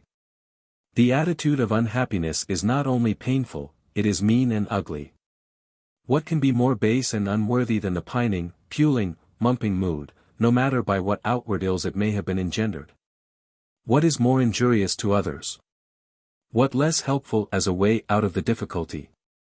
It but fastens and perpetuates the trouble which occasioned it, and increases the total evil of the situation. At all costs, then, we ought to reduce the sway of that mood. We ought to scout it in ourselves and others, and never show it tolerance. But it is impossible to carry on this discipline in the subjective sphere without zealously emphasizing the brighter and minimizing the darker aspects of the objective sphere of things at the same time. And thus our resolution not to indulge in misery, beginning at a comparatively small point within ourselves, may not stop until it has brought the entire frame of reality under a systematic conception optimistic enough to be congenial with its needs. In all this I say nothing of any mystical insight or persuasion that the total frame of things absolutely must be good. Such mystical persuasion plays an enormous part in the history of the religious consciousness, and we must look at it later with some care. But we need not go so far at present. More ordinary non-mystical conditions of rapture suffice for my immediate contention. All invasive moral states and passionate enthusiasms make one feelingless to evil in some direction. The common penalties cease to deter the patriot, the usual prudences are flung by the lover to the winds. When the passion is extreme, suffering may actually be gloried in, provided it be for the ideal cause, death may lose its sting, the grave its victory. In these states, the ordinary contrast of good and ill seems to be swallowed up in a higher denomination, an omnipotent excitement which engulfs the evil, and which the human being welcomes as the crowning experience of his life. This, he says, is truly to live, and I exult in the heroic opportunity and adventure. The systematic cultivation of healthy-mindedness as a religious attitude is therefore consonant with important currents in human nature, and is anything but absurd. In fact, we all do cultivate it more or less, even when our professed theology should in consistency forbid it. We divert our attention from disease and death as much as we can. And the slaughterhouses and indecencies without end on which our life is founded are huddled out of sight and never mentioned. So that the world we recognize officially in literature and in society is a poetic fiction far handsomer and cleaner and better than the world that really is. 42. The advance of liberalism, so-called, in Christianity, during the past 50 years, may fairly be called a victory of healthy-mindedness within the Church over the morbidness with which the old hellfire theology was more harmoniously related. We have now whole congregations whose preachers, far from magnifying our consciousness of sin, seem devoted rather to making little of it. They ignore, or even deny, eternal punishment, and insist on the dignity rather than on the depravity of man.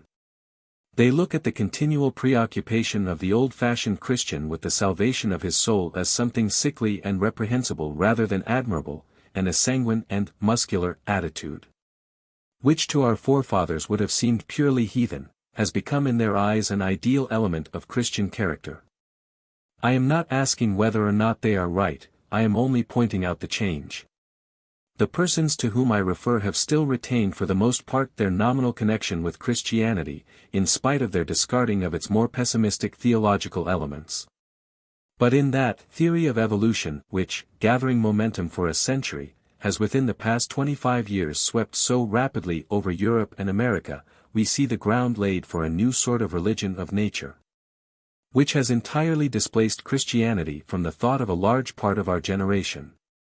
The idea of a universal evolution lends itself to a doctrine of general meliorism and progress which fits the religious needs of the healthy-minded so well that it seems almost as if it might have been created for their use.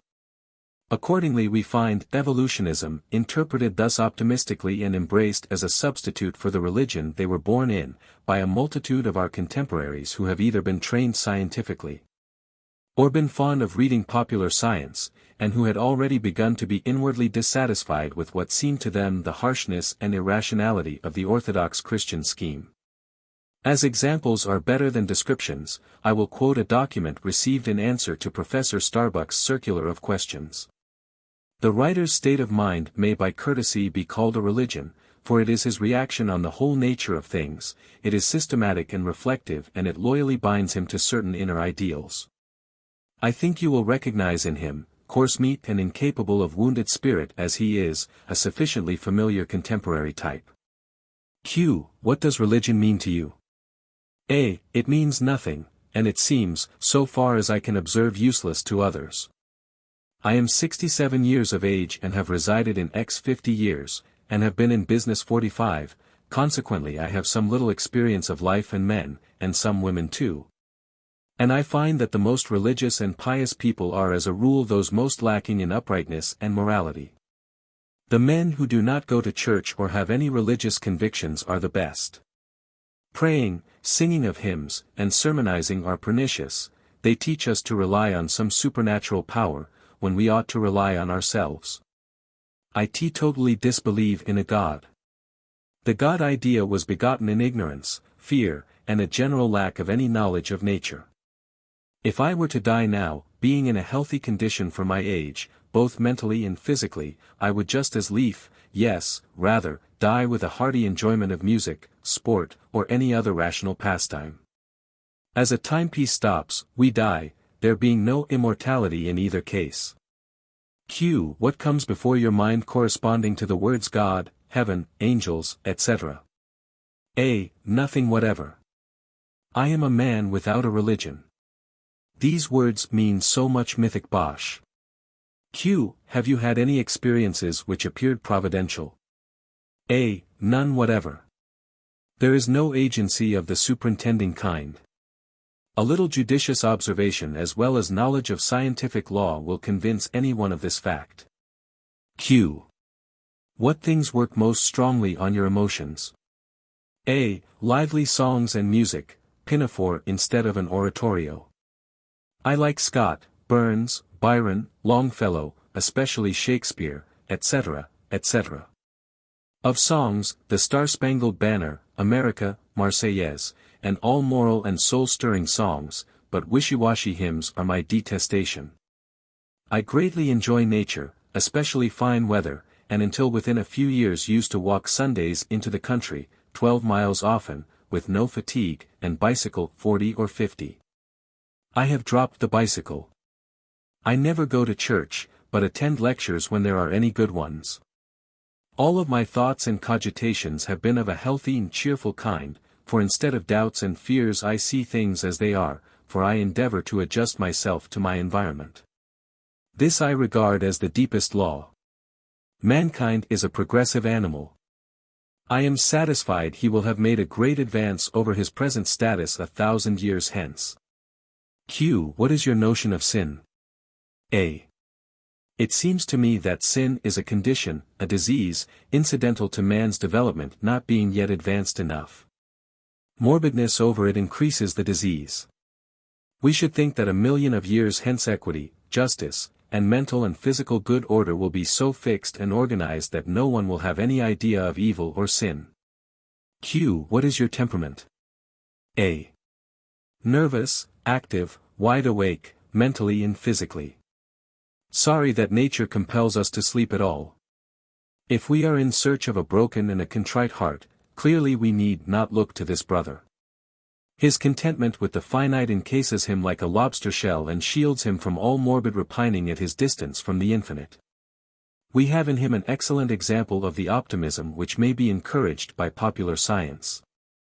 To my mind a current far more important and interesting religiously than that which sets in from natural science towards healthy-mindedness is that which has recently poured over America and seems to be gathering force every day.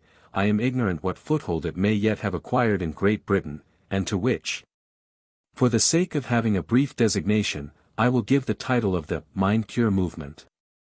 There are various sects of this new thought, to use another of the names by which it calls itself. But their agreements are so profound that their differences may be neglected for my present purpose, and I will treat the movement, without apology, as if it were a simple thing. It is a deliberately optimistic scheme of life, with both a speculative and a practical side. In its gradual development during the last quarter of a century, it has taken up into itself a number of contributory elements, and it must now be reckoned with as a genuine religious power.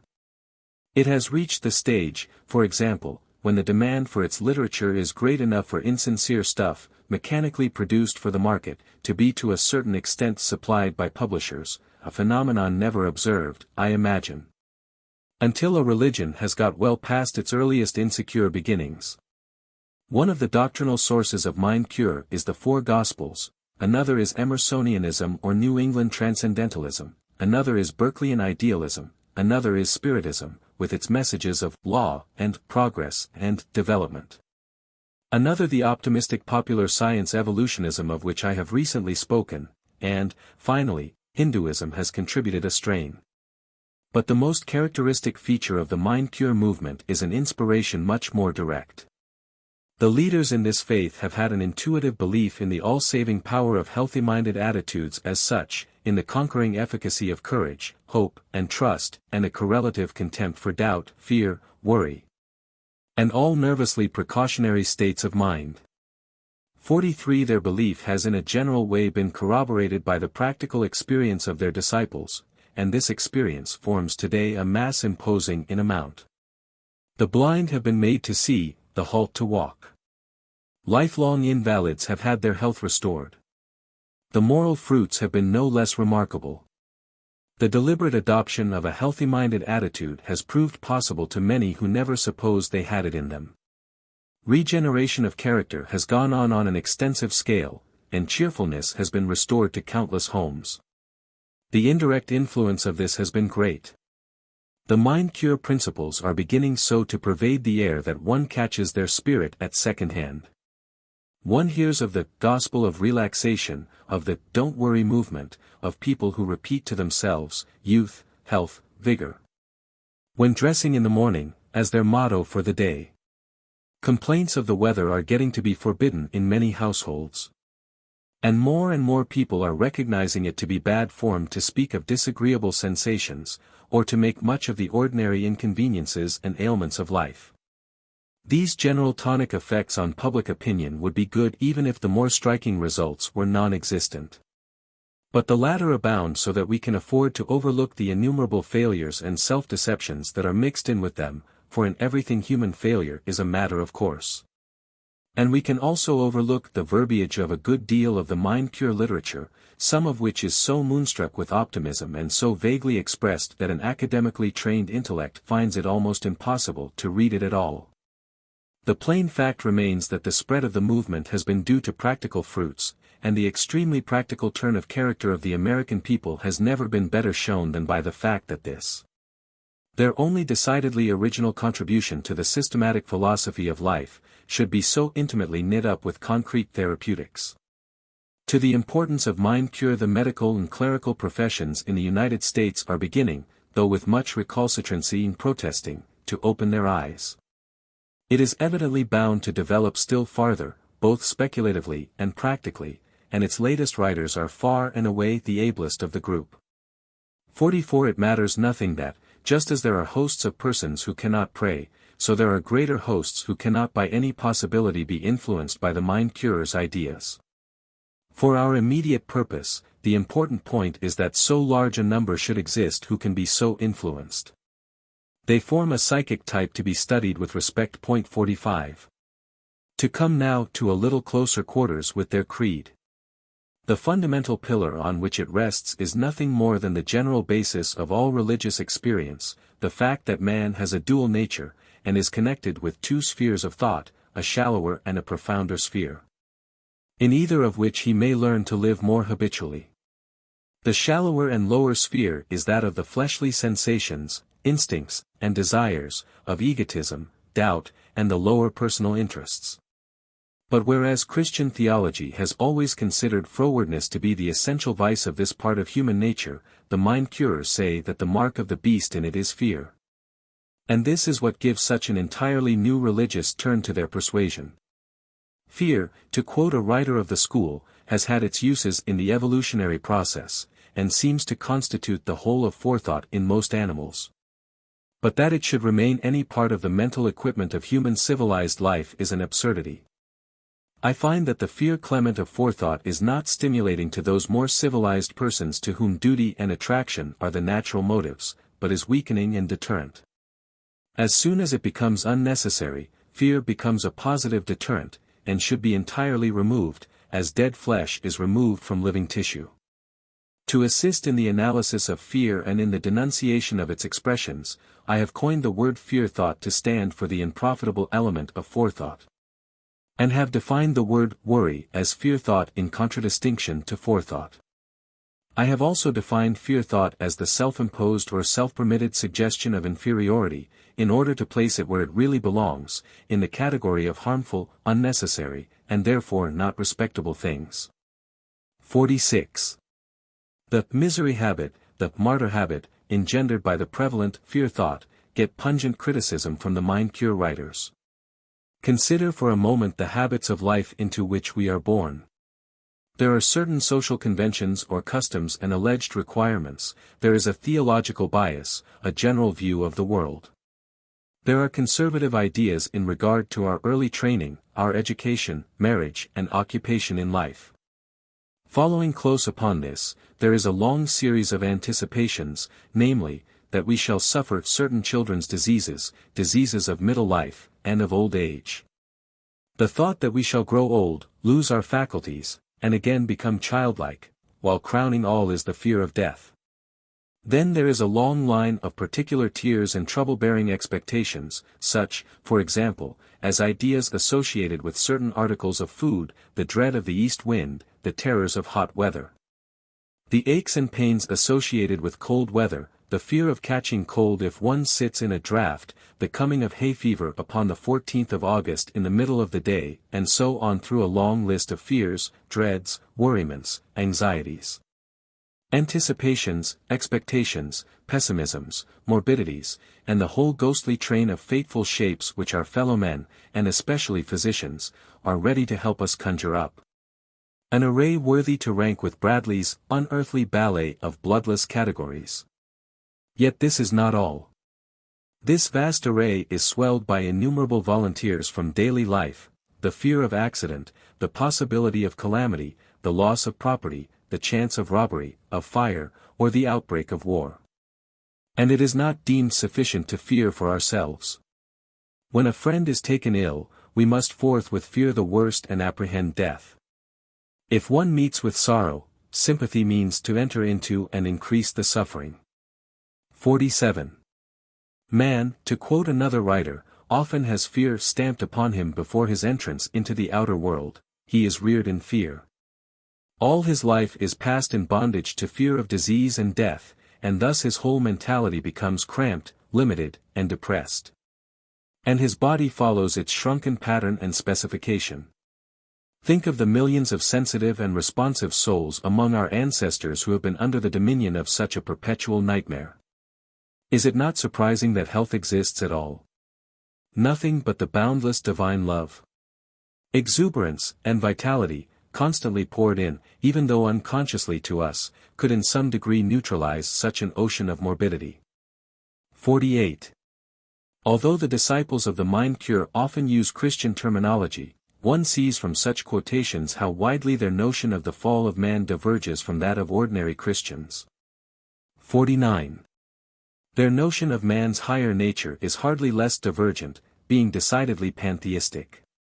The spiritual in man appears in the mind-cure philosophy as partly conscious, but chiefly subconscious. And through the subconscious part of it we are already one with the divine without any miracle of grace, or abrupt creation of a new inner man. As this view is variously expressed by different writers, we find in it traces of Christian mysticism, of transcendental idealism, of Vedantism, and of the modern psychology of the subliminal self. A quotation or two will put us at the central point of view.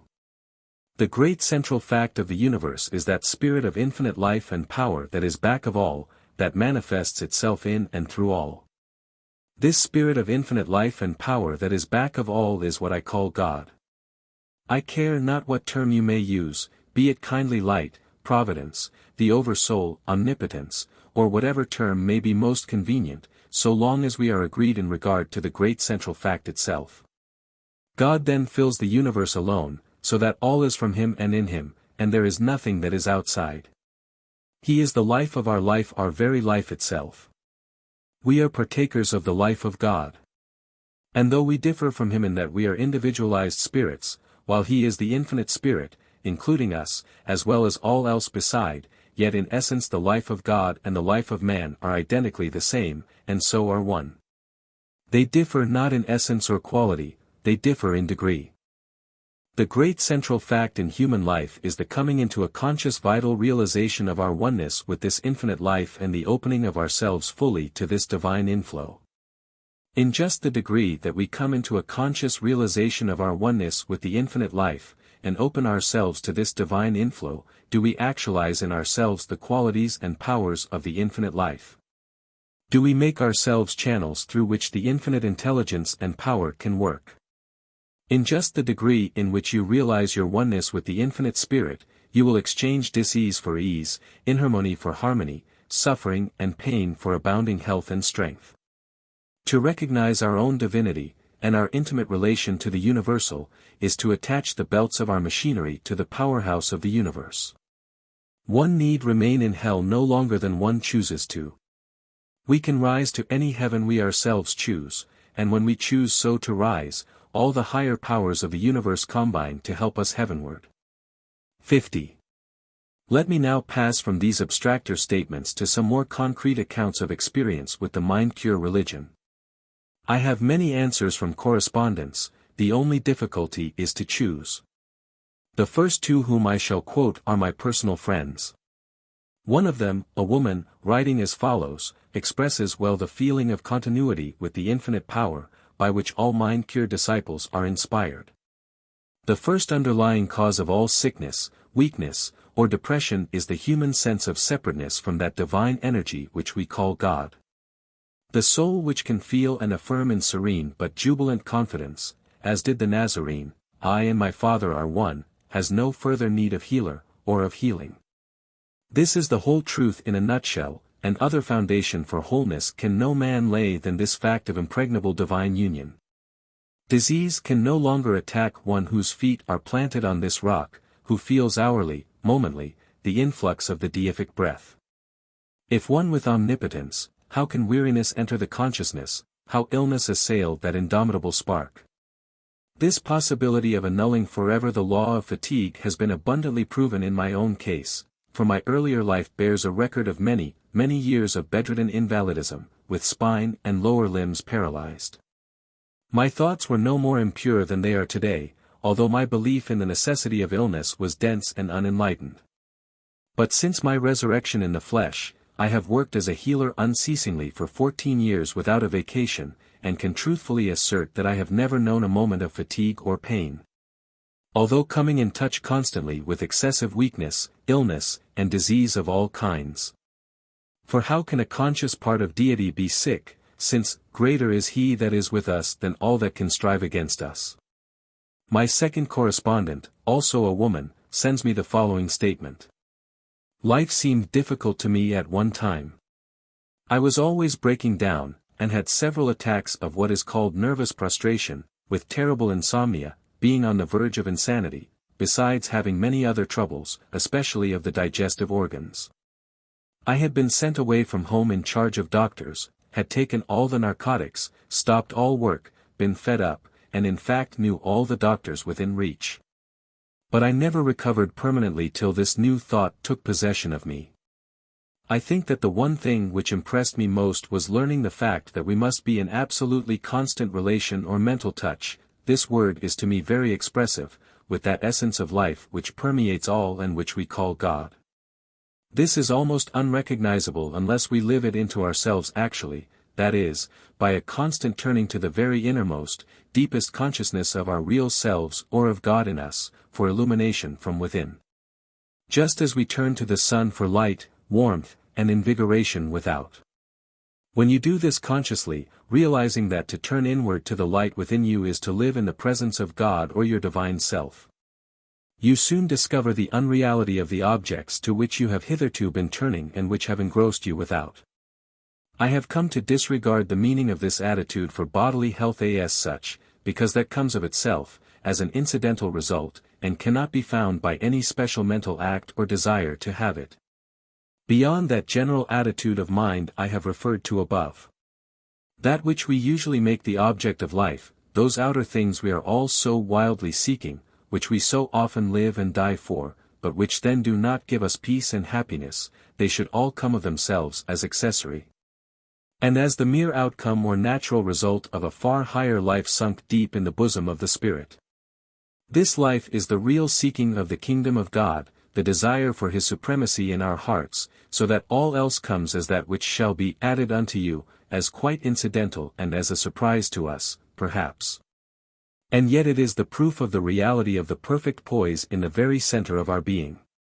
When I say that we commonly make the object of our life that which we should not work for primarily, I mean many things which the world considers praiseworthy and excellent, such as success in business, fame as author or artist, physician or lawyer, or renown in philanthropic undertakings. Such things should be results, not objects. I would also include pleasures of many kinds which seem harmless and good at the time, and are pursued because many accept them, I mean conventionalities, sociabilities, and fashions in their various development. These being mostly approved by the masses, although they may be unreal, and even unhealthy superfluities. Here is another case, more concrete, also that of a woman. I read you these cases without comment, they express so many varieties of the state of mind we are studying. I had been a sufferer from my childhood till my 40th year. Details of ill health are given which I omit.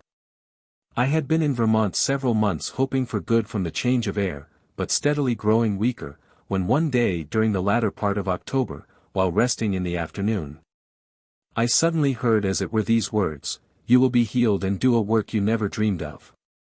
These words were impressed upon my mind with such power I said at once that only God could have put them there. I believed them in spite of myself and of my suffering and weakness, which continued until Christmas, when I returned to Boston. Within 2 days a young friend offered to take me to a mental healer. This was January 7, 1881. The healer said, "There is nothing but mind, we are expressions of the one mind, body is only a mortal belief, as a man thinketh so is he." I could not accept all she said, but I translated all that was there for me in this way: there is nothing but God, I am created by Him, and am absolutely dependent upon Him, mind is given me to use. And by just so much of it as I will put upon the thought of right action in body I shall be lifted out of bondage to my ignorance and fear and past experience. That day I commenced accordingly to take a little of every food provided for the family, constantly saying to myself, the power that created the stomach must take care of what I have eaten. By holding these suggestions through the evening I went to bed and fell asleep, saying, I am soul, spirit, just one with God's thought of me, and slept all night without waking. For the first time in several years, the distress turns had usually recurred about 2 o'clock in the night. I felt the next day like an escaped prisoner, and believed I had found the secret that would in time give me perfect health.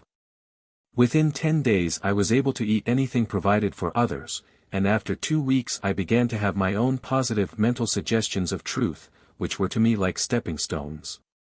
I will note a few of them. They came about 2 weeks apart.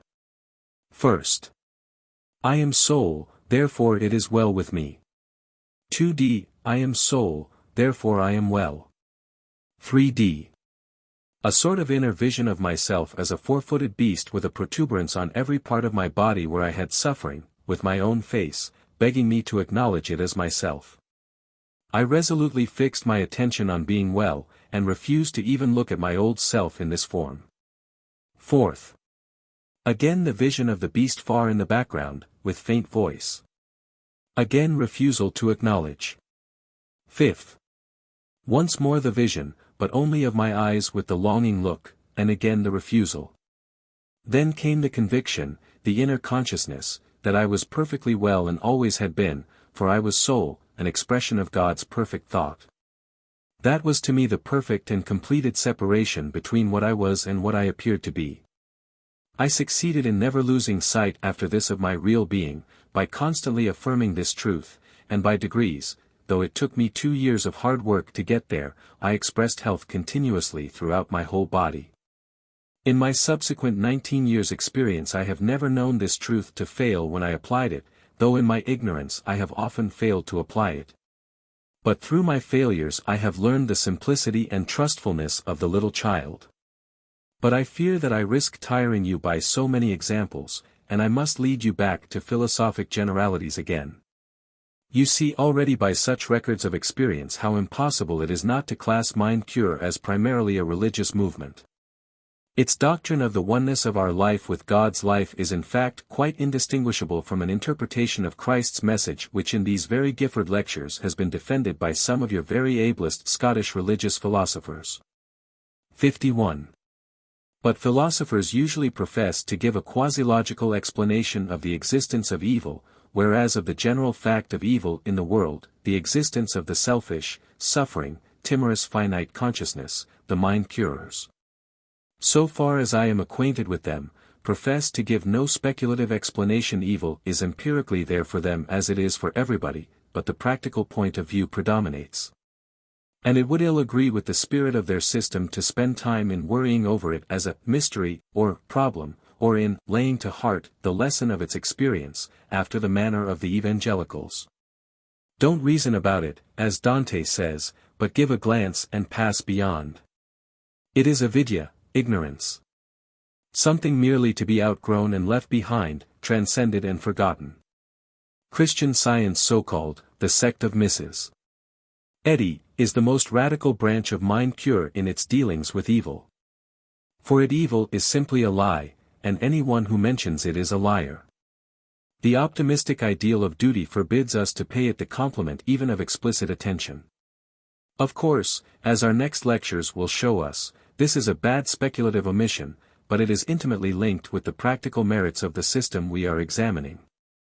Why regret a philosophy of evil? A mind curer would ask us, if I can put you in possession of a life of good. After all, it is the life that tells. And mind cure has developed a living system of mental hygiene which may well claim to have thrown all previous literature of the dietetitor seal into the shade. This system is wholly and exclusively compacted of optimism. Pessimism leads to weakness. Optimism leads to power.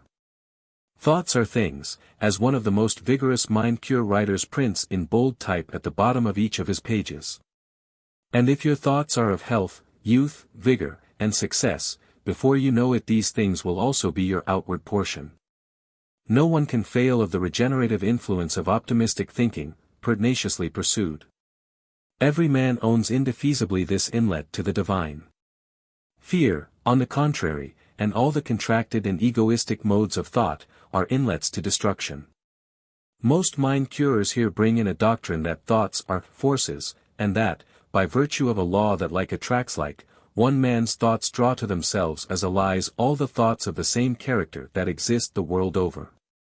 Thus one gets, by one's thinking, reinforcements from elsewhere for the realization of one's desires, and the great point in the conduct of life is to get the heavenly forces on one's side by opening one's own mind to their influx. On the whole, one is struck by a psychological similarity between the mind cure movement and the Lutheran and Wesleyan movements. To the believer in moralism and works, with his anxious query, "What shall I do to be saved?" Luther and Wesley replied, "You are saved now, if you would but believe it." And the mind curers come with precisely similar words of emancipation. They speak, it is true, to persons for whom the conception of salvation has lost its ancient theological meaning, but who labor nevertheless with the same eternal human difficulty. Things are wrong with them. And, what shall I do to be clear, right, sound, whole, well, is the form of their question. And the answer is, you are well, sound, and clear already, if you did but know it. The whole matter may be summed up in one sentence, says one of the authors whom I have already quoted, God is well, and so are you. You must awaken to the knowledge of your real being. The adequacy of their message to the mental needs of a large fraction of mankind is what gave force to those earlier Gospels. Exactly the same adequacy holds in the case of the mind cure message, foolish as it may sound upon its surface. And seeing its rapid growth in influence, and its therapeutic triumphs, one is tempted to ask whether it may not be destined, probably by very reason of the crudity and extravagance of many of its manifestations 52, to play a part almost as great in the evolution of the popular religion of the future as did those earlier movements in their day. But I here fear that I may begin to jar upon the nerves of some of the members of this academic audience. Such contemporary vagaries, you may think, should hardly take so large a place in dignified Gifford lectures. I can only beseech you to have patience. The whole outcome of these lectures will, I imagine, be the emphasizing to your mind of the enormous diversities which the spiritual lives of different men exhibit. Their wants, their susceptibilities, and their capacities all vary and must be classed under different heads. The result is that we have really different types of religious experience. And, seeking in these lectures closer acquaintance with the healthy-minded type, we must take it where we find it in most radical form. The psychology of individual types of character has hardly begun even to be sketched as yet. Our lectures may possibly serve as a crumb-like contribution to the structure. The first thing to bear in mind, especially if we ourselves belong to the clerico-academic scientific type, the officially and conventionally correct type, the deadly respectable type, for which to ignore others is a besetting temptation, is that nothing can be more stupid than to bar out phenomena from our notice, merely because we are incapable of taking part in anything like them ourselves. Now the history of Lutheran salvation by faith, of Methodistic conversions, and of what I call the mind cure movement seems to prove the existence of numerous persons in whom, at any rate at a certain stage in their development, a change of character for the better So far from being facilitated by the rules laid down by official moralists, will take place all the more successfully if those rules be exactly reversed. Official moralists advise us never to relax our strenuousness. Be vigilant, day and night, they adjure us, hold your passive tendencies in check, shrink from no effort, keep your will like a bow always bent. But the persons I speak of find that all this conscious effort leads to nothing but failure and vexation in their hands, and only makes them twofold more the children of hell they were before. The tense and voluntary attitude becomes in them an impossible fever and torment. Their machinery refuses to run at all when the bearings are made so hot and the belts so tight. Under these circumstances the way to success, as vouched for by innumerable authentic personal narrations, is by an anti-moralistic method, by the surrender of which I spoke in my second lecture. Passivity, not activity. Relaxation, not intentness, should be now the rule. Give up the feeling of responsibility, let go your hold, resign the care of your destiny to higher powers, be genuinely indifferent as to what becomes of it all, and you will find not only that you gain a perfect inward relief, but often also, in addition, the particular goods you sincerely thought you were renouncing. This is the salvation through self-despair, the dying to be truly born, of Lutheran theology, the passage into nothing of which Jacob Behmen writes. To get to it, a critical point must usually be passed, a corner turned within one. Something must give way, a native hardness must break down and liquefy. And this event, as we shall abundantly see hereafter, is frequently sudden and automatic, and leaves on the subject an impression that he has been wrought on by an external power. Whatever its ultimate significance may prove to be, this is certainly one fundamental form of human experience. Some say that the capacity or incapacity for it is what divides the religious from the merely moralistic character. With those who undergo it in its fullness, no criticism avails to cast doubt on its reality. They know, for they have actually felt the higher powers, in giving up the tension of their personal will. A story which revivalist preachers often tell is that of a man who found himself at night slipping down the side of a precipice. At last he caught a branch which stopped his fall, and remained clinging to it in misery for hours. But finally his fingers had to loose their hold, and with a despairing farewell to life, he let himself drop. He fell just 6 inches. If he had given up the struggle earlier, his agony would have been spared. As the Mother Earth received him, so, the preachers tell us, will the everlasting arms receive us if we confide absolutely in them, and give up the hereditary habit of relying on our personal strength. With its precautions that cannot shelter and safeguards that never save. The mind curers have given the widest scope to this sort of experience. They have demonstrated that a form of regeneration by relaxing, by letting go, psychologically indistinguishable from the Lutheran justification by faith and the Wesleyan acceptance of free grace, is within the reach of persons who have no conviction of sin and care nothing for the Lutheran theology. It is but giving your little private convulsive self a rest, and finding that a greater self is there. The results, slow or sudden, or great or small, of the combined optimism and expectancy, the regenerative phenomena which ensue on the abandonment of effort, remain firm facts of human nature, no matter whether we adopt a theistic, a pantheistic idealistic, or a medical materialistic view of their ultimate causal explanation. 53. When we take up the phenomena of revivalistic conversion, we shall learn something more about all this. Meanwhile I will say a brief word about the mind curers' methods. They are of course largely suggestive. The suggestive influence of environment plays an enormous part in all spiritual education. But the word suggestion, having acquired official status, is unfortunately already beginning to play in many quarters the part of a wet blanket upon investigation. Being used to fend off all inquiry into the varying susceptibilities of individual cases. Suggestion is only another name for the power of ideas, so far as they prove efficacious over belief and conduct. Ideas efficacious over some people prove inefficacious over others. Ideas efficacious at some times and in some human surroundings are not so at other times and elsewhere. The ideas of Christian churches are not efficacious in the therapeutic direction today, whatever they may have been in earlier centuries. And when the whole question is as to why the salt has lost its savor here or gained it there, the mere blank waving of the word suggestion, as if it were a banner, gives no light. D.R. Goddard, whose candid psychological essay on faith cures ascribes them to nothing but ordinary suggestion, concludes by saying that religion, and by this he seems to mean our popular Christianity, has in it all there is in mental therapeutics. And has it in its best form. Living up to our religious ideas will do anything for us that can be done. And this in spite of the actual fact that the popular Christianity does absolutely nothing, or did nothing until mind cure came to the rescue. 54. An idea, to be suggestive, must come to the individual with the force of a revelation. The mind cure with its gospel of healthy-mindedness has come as a revelation to many whose hearts the church Christianity had left hardened. It has let loose their springs of higher life. In what can the originality of any religious movement consist, save in finding a channel, until then sealed up, through which those springs may be set free in some group of human beings? The force of personal faith, enthusiasm, and example, and above all the force of novelty, are always the prime suggestive agency in this kind of success.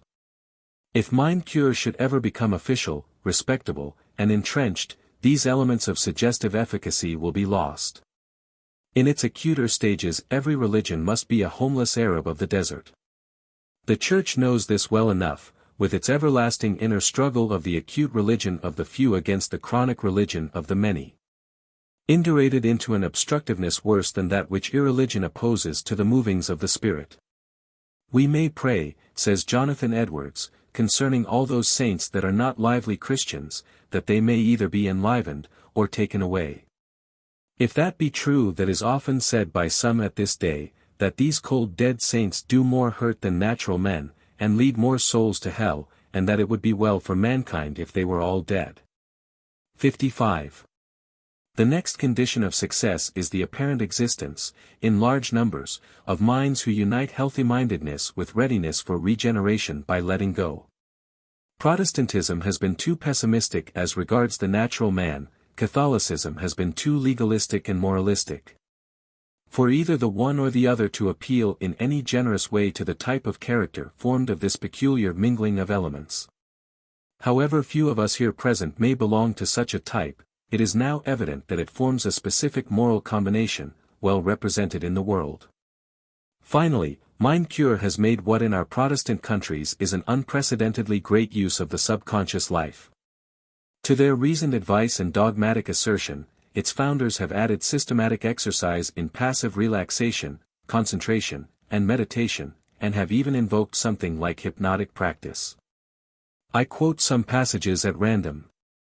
The value, the potency of ideals is the great practical truth on which the new thought most strongly insists, the development namely from within outward, from small to great. 56. Consequently one's thought should be centered on the ideal outcome, even though this trust be literally like a step in the dark. 57. To attain the ability thus effectively to direct the mind, the new thought advises the practice of concentration, or in other words, the attainment of self-control.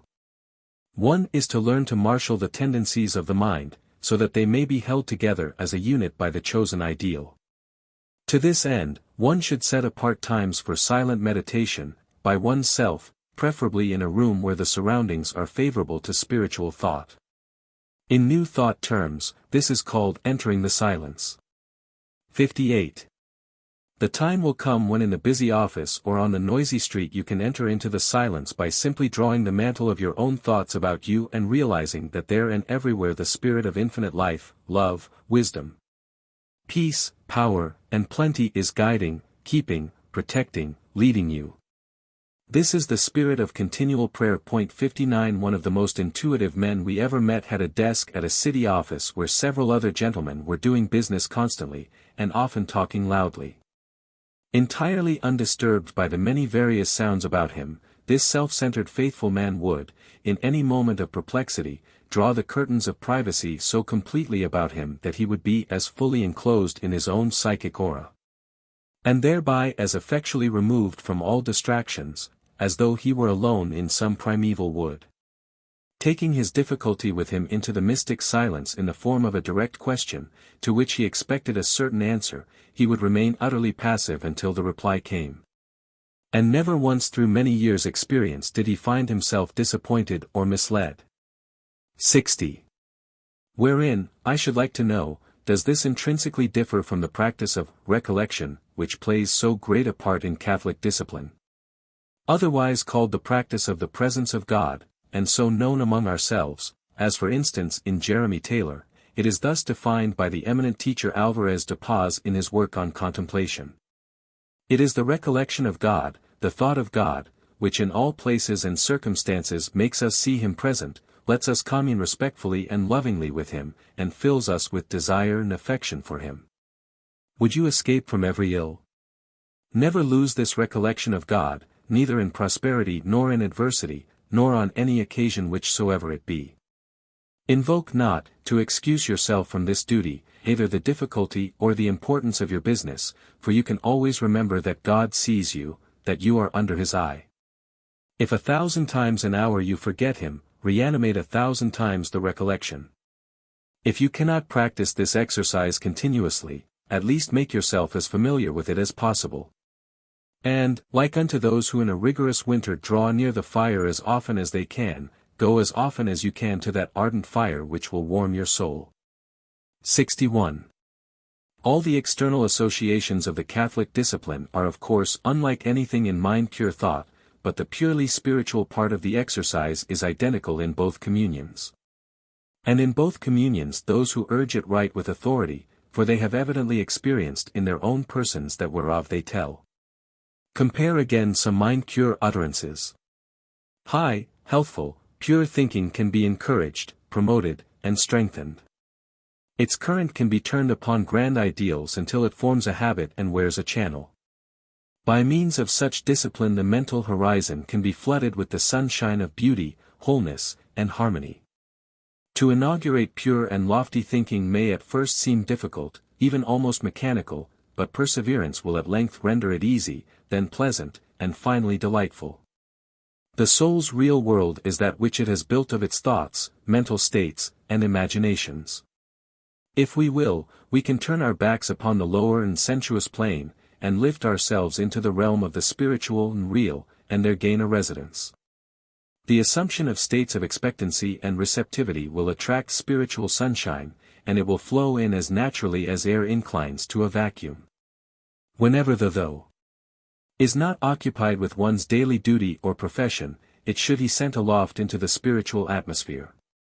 There are quiet leisure moments by day, and wakeful hours at night, when this wholesome and delightful exercise may be engaged in to great advantage. If one who has never made any systematic effort to lift and control the thought forces will, for a single month, earnestly pursue the course here suggested, he will be surprised and delighted at the result. And nothing will induce him to go back to careless, aimless, and superficial thinking. At such favorable seasons the outside world, with all its current of daily events, is barred out, and one goes into the silent sanctuary of the inner temple of soul to commune and aspire. The spiritual hearing becomes delicately sensitive, so that the still, small voice is audible, the tumultuous waves of external sense are hushed, and there is a great calm. The ego gradually becomes conscious that it is face to face with the divine presence, that mighty, healing, loving, fatherly life which is nearer to us than we are to ourselves. There is soul contact with the parent soul, and an influx of life, love, virtue, health, and happiness from the inexhaustible fountain. 62.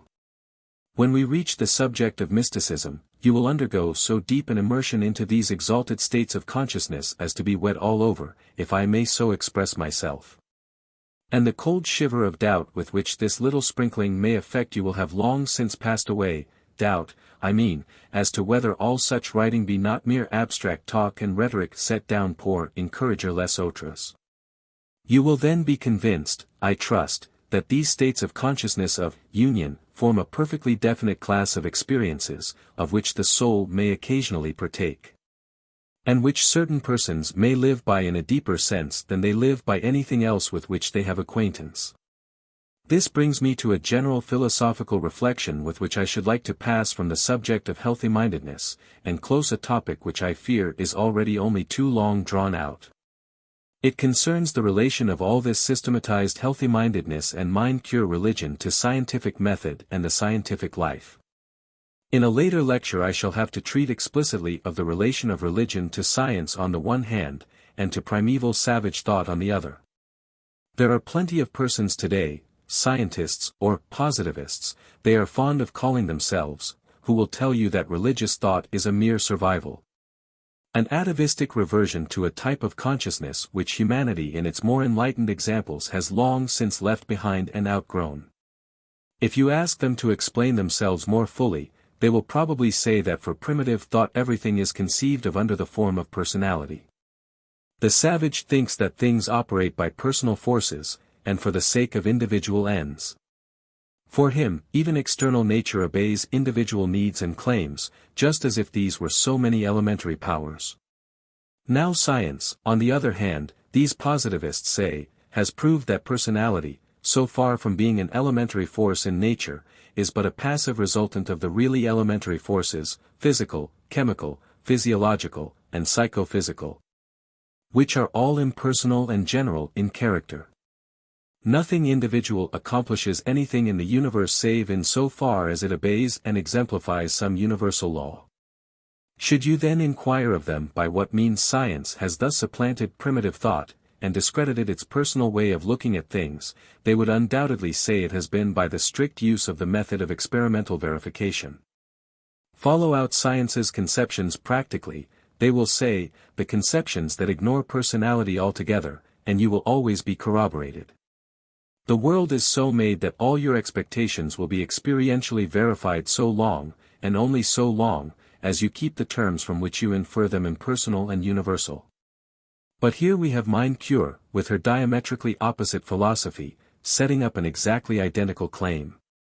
Live as if I were true, she says, and every day will practically prove you right. That the controlling energies of nature are personal, that your own personal thoughts are forces, that the powers of the universe will directly respond to your individual appeals and needs, are propositions which your whole bodily and mental experience will verify. And that experience does largely verify these primeval religious ideas is proved by the fact that the mind-cure movement spreads as it does, not by proclamation and assertion simply, but by palpable experiential results. Here, in the very heyday of science's authority, it carries on an aggressive warfare against the scientific philosophy, and succeeds by using science's own peculiar methods and weapons. Believing that a higher power will take care of us in certain ways better than we can take care of ourselves, if we only genuinely throw ourselves upon it and consent to use it, it finds the belief, not only not impugned, but corroborated by its observation. How conversions are thus made, and converts confirmed, is evident enough from the narratives which I have quoted. I will quote yet another couple of shorter ones to give the matter a perfectly concrete turn. Here is one. One of my first experiences in applying my teaching was 2 months after I first saw the healer. I fell, spraining my right ankle, which I had done once 4 years before, having then had to use a crutch and elastic anklet for some months, and carefully guarding it ever since. As soon as I was on my feet I made the positive suggestion, and felt it through all my being, there is nothing but God, and all life comes from Him perfectly. I cannot be sprained or hurt, I will let Him take care of it. Well, I never had a sensation in it, and I walked 2 miles that day. The next case not only illustrates experiment and verification, but also the element of passivity and surrender of which a while ago I made such account. I went into town to do some shopping one morning, and I had not been gone long before I began to feel ill. The ill feeling increased rapidly, until I had pains in all my bones, nausea and faintness, headache, all the symptoms in short that precede an attack of influenza. I thought that I was going to have the grippe epidemic then in Boston or something worse. The mind-cure teachings that I had been listening to all the winter thereupon came into my mind, and I thought that here was an opportunity to test myself. On my way home I met a friend, I refrained with some effort from telling her how I felt. That was the first step gained. I went to bed immediately, and my husband wished to send for the doctor. But I told him that I would rather wait until morning and see how I felt. Then followed one of the most beautiful experiences of my life. I cannot express it in any other way than to say that I did lie down in the stream of life and let it flow over me. I gave up all fear of any impending disease. I was perfectly willing and obedient. There was no intellectual effort, or train of thought. My dominant idea was, "Behold the handmaid of the Lord, be it unto me even as thou wilt," and a perfect confidence that all would be well, that all was well. The creative life was flowing into me every instant, and I felt myself allied with the infinite, in harmony, and full of the peace that passeth understanding. There was no place in my mind for a jarring body. I had no consciousness of time or space or persons, but only of love and happiness and faith. I do not know how long this state lasted, nor when I fell asleep, but when I woke up in the morning, I was well. These are exceedingly trivial instances, 63, but in them, if we have anything at all, we have the method of experiment and verification. For the point I am driving at now, it makes no difference whether you consider the patients to be deluded victims of their imagination or not. That they seem to themselves to have been cured by the experiments tried was enough to make them converts to the system. And although it is evident that one must be of a certain mental mold to get such results, for not every one can get thus cured to his own satisfaction any more than every one can be cured by the first regular practitioner whom he calls in. Yet it would surely be pedantic and overscrupulous for those who can get their savage and primitive philosophy of mental healing verified in such experimental ways as this, to give them up at word of command for more scientific therapeutics. What are we to think of all this? Has science made too wide a claim? I believe that the claims of the sectarian scientist are, to say the least, premature. The experiences which we have been studying during this hour, and a great many other kinds of religious experiences are like them, plainly show the universe to be a more many-sided affair than any sect, even the scientific sect, allows for. What, in the end, are all our verifications but experiences that agree with more or less isolated systems of ideas, conceptual systems, that our minds have framed? But why in the name of common sense need we assume that only one such system of ideas can be true? The obvious outcome of our total experience is that the world can be handled according to many systems of ideas, and is so handled by different men, and will each time give some characteristic kind of profit, for which he cares, to the handler. While at the same time some other kind of profit has to be omitted or postponed. Science gives to all of us telegraphy, electric lighting, and diagnosis, and succeeds in preventing and curing a certain amount of disease. Religion in the shape of mind cure gives to some of us serenity, moral poise, and happiness, and prevents certain forms of disease as well as science does, or even better in a certain class of persons. Evidently, then, the science and the religion are both of them genuine keys for unlocking the world's treasure house to him who can use either of them practically. Just as evidently neither is exhaustive or exclusive of the other's simultaneous use. And why, after all, may not the world be so complex as to consist of many interpenetrating spheres of reality, which we can thus approach in alternation by using different conceptions and assuming different attitudes?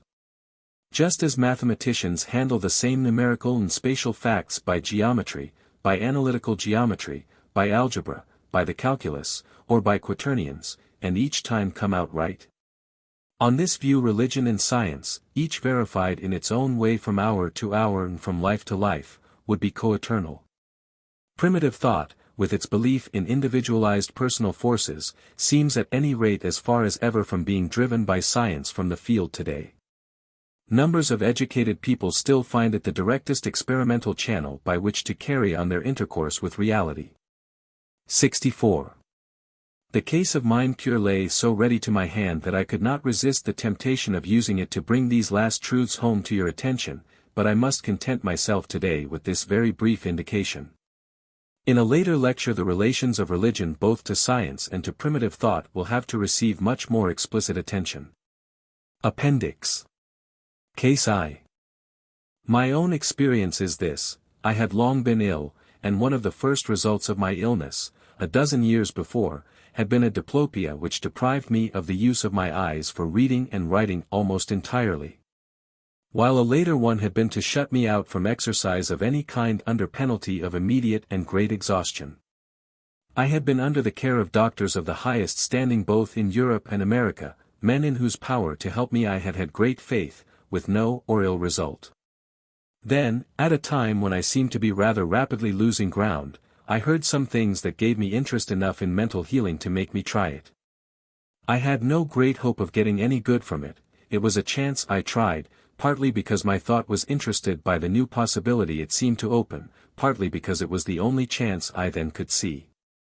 I went to X in Boston, from whom some friends of mine had got, or thought they had got, great help. The treatment was a silent one.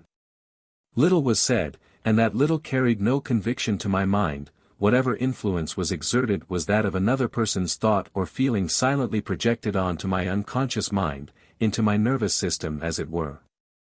As we sat still together, I believed from the start in the possibility of such action, for I knew the power of the mind to shape, helping or hindering, the body's nerve activities, and I thought telepathy probable, although unproved. But I had no belief in it as more than a possibility, and no strong conviction nor any mystic or religious faith connected with my thought of it that might have brought imagination strongly into play. I sat quietly with the healer for half an hour each day, at first with no result. Then, after 10 days or so, I became quite suddenly and swiftly conscious of a tide of new energy rising within me, a sense of power to pass beyond old halting places, of power to break the bounds that, though often tried before, had long been veritable walls about my life, too high to climb. I began to read and walk as I had not done for years, and the change was sudden, marked, and unmistakable. This tide seemed to mount for some weeks, 3 or 4 perhaps, when, summer having come, I came away, taking the treatment up again a few months later. The lift I got proved permanent, and left me slowly gaining ground instead of losing it, but with this lift the influence seemed in a way to have spent itself, and though my confidence in the reality of the power had gained immensely from this first experience, and should have helped me to make further gain in health and strength if my belief in it had been the potent factor there, I never after this got any result at all as striking or as clearly marked as this which came when I made trial of it first, with little faith and doubtful expectation. It is difficult to put all the evidence in such a matter into words, to gather up into a distinct statement all that one bases one's conclusions on, but I have always felt that I had abundant evidence to justify, to myself, at least, the conclusion that I came to then, and since have held to, that the physical change which came at that time was, first, the result of a change wrought within me by a change of mental state. And secondly, that change of mental state was not, save in a very secondary way, brought about through the influence of an excited imagination, or a consciously received suggestion of an hypnotic sort. Lastly, I believe that this change was the result of my receiving telepathically, and upon a mental stratum quite below the level of immediate consciousness, a healthier and more energetic attitude. Receiving it from another person whose thought was directed upon me with the intention of impressing the idea of this attitude upon me.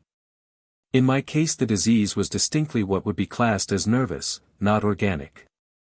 But from such opportunities as I have had of observing, I have come to the conclusion that the dividing line that has been drawn is an arbitrary one, the nerves controlling the internal activities and the nutrition of the body throughout. And I believe that the central nervous system, by starting and inhibiting local centers, can exercise a vast influence upon disease of any kind, if it can be brought to bear. In my judgment the question is simply how to bring it to bear. And I think that the uncertainty and remarkable differences in the results obtained through mental healing do but show how ignorant we are as yet of the forces at work and of the means we should take to make them effective. That these results are not due to chance coincidences my observation of myself and others makes me sure. That the conscious mind, the imagination, enters into them as a factor in many cases is doubtless true, but in many others, and sometimes very extraordinary ones, it hardly seems to enter in at all. On the whole I am inclined to think that as the healing action, like the morbid one, springs from the plane of the normally unconscious mind, so the strongest and most effective impressions are those which it receives. In some as yet unknown subtle way, directly from a healthier mind whose state, through a hidden law of sympathy, it reproduces. Case 2. At the urgent request of friends, and with no faith and hardly any hope, possibly owing to a previous unsuccessful experience with a Christian Scientist, our little daughter was placed under the care of a healer, and cured of a trouble about which the physician had been very discouraging in his diagnosis. This interested me, and I began studying earnestly the method and philosophy of this method of healing. Gradually an inner peace and tranquility came to me in so positive a way that my manner changed greatly. My children and friends noticed the change and commented upon it. All feelings of irritability disappeared. Even the expression of my face changed noticeably. I had been bigoted, aggressive, and intolerant in discussion, both in public and private. I grew broadly tolerant and receptive toward the views of others. I had been nervous and irritable, coming home 2 or 3 times a week with a sick headache induced, as I then supposed, by dyspepsia and catarrh. I grew serene and gentle, and the physical troubles entirely disappeared. I had been in the habit of approaching every business interview with an almost morbid dread. I now meet every one with confidence and inner calm. I may say that the growth has all been toward the elimination of selfishness. I do not mean simply the grosser, more sensual forms, but those subtler and generally unrecognized kinds, such as express themselves in sorrow, grief, regret, envy, etc. It has been in the direction of a practical, working realization of the immanence of God and the divinity of man's true, inner self. Lectures 6 and 7, The Sick Soul. At our last meeting, we considered the healthy-minded temperament, the temperament which has a constitutional incapacity for prolonged suffering, and in which the tendency to see things optimistically is like a water of crystallization in which the individual's character is set. We saw how this temperament may become the basis for a peculiar type of religion, a religion in which good, even the good of this world's life, is regarded as the essential thing for a rational being to attend to. This religion directs him to settle his scores with the more evil aspects of the universe by systematically declining to lay them to heart or make much of them, by ignoring them in his reflective calculations, or even, on occasion, by denying outright that they exist. Evil is a disease, and worry over disease is itself an additional form of disease, which only adds to the original complaint. Even repentance and remorse, affections which come in the character of ministers of good, may be but sickly in relaxing impulses. The best repentance is to up and act for righteousness, and forget that you ever had relations with sin. Spinoza's philosophy has this sort of healthy-mindedness woven into the heart of it, and this has been one secret of its fascination. He whom reason leads, according to Spinoza, is led altogether by the influence over his mind of good. Knowledge of evil is an inadequate knowledge, fit only for slavish minds. So Spinoza categorically condemns repentance. When men make mistakes, he says, one might perhaps expect gnawings of conscience and repentance to help to bring them on the right path, and might thereupon conclude, as every one does conclude, that these affections are good things. Yet when we look at the matter closely, we shall find that not only are they not good, but on the contrary deleterious and evil passions. For it is manifest that we can always get along better by reason and love of truth than by worry of conscience and remorse. Harmful are these and evil, inasmuch as they form a particular kind of sadness.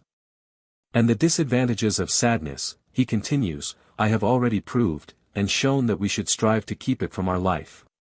Just so we should endeavor, since uneasiness of conscience and remorse are of this kind of complexion, to flee and shun these states of mind. 65. Within the Christian body, for which repentance of sins has from the beginning been the critical religious act, healthy-mindedness has always come forward with its milder interpretation. Repentance according to such healthy-minded Christians means getting away from the sin, not groaning and writhing over its commission. The Catholic practice of confession and absolution is in one of its aspects little more than a systematic method of keeping healthy-mindedness on top. By it a man's accounts with evil are periodically squared and audited, so that he may start the clean page with no old debts inscribed. Any Catholic will tell us how clean and fresh and free he feels after the purging operation. Martin Luther by no means belonged to the healthy-minded type in the radical sense in which we have discussed it, and he repudiated priestly absolution for sin. Yet in this matter of repentance he had some very healthy-minded ideas, due in the main to the largeness of his conception of God. When I was a monk, he says, I thought that I was utterly cast away, if at any time I felt the lust of the flesh, that is to say, if I felt any evil motion, fleshly lust, wrath, hatred, or envy against any brother. I essayed many ways to help to quiet my conscience, but it would not be. For the concupiscence and lust of my flesh did always return, so that I could not rest, but was continually vexed with these thoughts, this or that sin thou hast committed, thou art infected with envy, with impatiency, and such other sins, therefore thou art entered into this holy order in vain, and all thy good works are unprofitable. But if then I had rightly understood these sentences of Paul, the flesh lusteth contrary to the Spirit, and the Spirit contrary to the flesh. And these two are one against another, so that ye cannot do the things that ye would do, I should not have so miserably tormented myself, but should have thought and said to myself, as now commonly I do, Martin, thou shalt not utterly be without sin, for thou hast flesh. Thou shalt therefore feel the battle thereof. I remember that Staupitz was wont to say, I have vowed unto God above 1,000 times that I would become a better man, but I never performed that which I vowed. Hereafter I will make no such vow, for I have now learned by experience that I am not able to perform it. Unless, therefore, God be favorable and merciful unto me for Christ's sake, I shall not be able, with all my vows and all my good deeds, to stand before him. This, of Staupitz, was not only a true, but also a godly and a holy desperation. And this must they all confess, both with mouth and heart, who will be saved. For the godly trust not to their own righteousness. They look unto Christ their reconciler who gave his life for their sins. Moreover, they know that the remnant of sin which is in their flesh is not laid to their charge, but freely pardoned. Notwithstanding, in the meanwhile they fight in spirit against the flesh, lest they should fulfill the lusts thereof. And although they feel the flesh to rage and rebel, and themselves also do fall sometimes into sin through infirmity, yet are they not discouraged, nor think therefore that their state and kind of life, and the works which are done according to their calling, displease God. But they raise up themselves by faith. 66. One of the heresies for which the Jesuits got that spiritual genius, Molinos, the founder of Quietism, so abominably condemned was his healthy-minded opinion of repentance. When thou fallest into a fault, in what matter soever it be, do not trouble nor afflict thyself for it. For they are effects of our frail nature, stained by original sin. The common enemy will make thee believe, as soon as thou fallest into any fault, that thou walkest in error, and therefore art out of God and his favor, and herewith would he make thee distrust of the divine grace, telling thee of thy misery, and making a giant of it, and putting it into thy head that every day thy soul grows worse instead of better, whilst it so often repeats these failings. O blessed soul, open thine eyes, and shut the gate against these diabolical suggestions, knowing thy misery, and trusting in the mercy divine. Would not he be a mere fool who, running at tournament with others, and falling in the best of the career, should lie weeping on the ground and afflicting himself with discourses upon his fall? Man, they would tell him, lose no time, get up and take the course again, for he that rises again quickly and continues his race is as if he had never fallen. If thou sayest thyself fallen once and 1,000 times, thou oughtest to make use of the remedy which I have given thee, that is, a loving confidence in the divine mercy. These are the weapons with which thou must fight and conquer cowardice and vain thoughts. This is the means thou oughtest to use, not to lose time, not to disturb thyself, and reap no good. 67. Now in contrast with such healthy-minded views as these, if we treat them as a way of deliberately minimizing evil, stands a radically opposite view, a way of maximizing evil, if you please so to call it. Based on the persuasion that the evil aspects of our life are of its very essence, and that the world's meaning most comes home to us when we lay them most to heart. We have now to address ourselves to this more morbid way of looking at the situation. But as I closed our last hour with a general philosophical reflection on the healthy-minded way of taking life, I should like at this point to make another philosophical reflection upon it before turning to that heavier task. You will excuse the brief delay. If we admit that evil is an essential part of our being and the key to the interpretation of our life, we load ourselves down with a difficulty that has always proved burdensome in philosophies of religion. Theism, whenever it has erected itself into a systematic philosophy of the universe, has shown a reluctance to let God be anything less than all in all. In other words, philosophic theism has always shown a tendency to become pantheistic and monistic, and to consider the world as one unit of absolute fact. And this has been at variance with popular or practical theism, which latter has ever been more or less frankly pluralistic, not to say polytheistic, and shown itself perfectly well satisfied with a universe composed of many original principles. Provided we be only allowed to believe that the divine principle remains supreme, and that the others are subordinate. In this latter case God is not necessarily responsible for the existence of evil, he would only be responsible if it were not finally overcome. But on the monistic or pantheistic view, evil, like everything else, must have its foundation in God. And the difficulty is to see how this can possibly be the case if God be absolutely good. This difficulty faces us in every form of philosophy in which the world appears as one flawless unit of fact. Such a unit is an individual, and in it the worst parts must be as essential as the best, must be as necessary to make the individual what he is. Since if any part whatever in an individual were to vanish or alter, it would no longer be that individual at all. The philosophy of absolute idealism, so vigorously represented both in Scotland and America today, has to struggle with this difficulty quite as much as scholastic theism struggled in its time. And although it would be premature to say that there is no speculative issue whatever from the puzzle, it is perfectly fair to say that there is no clear or easy issue. And that the only obvious escape from paradox here is to cut loose from the monistic assumption altogether, and to allow the world to have existed from its origin in pluralistic form.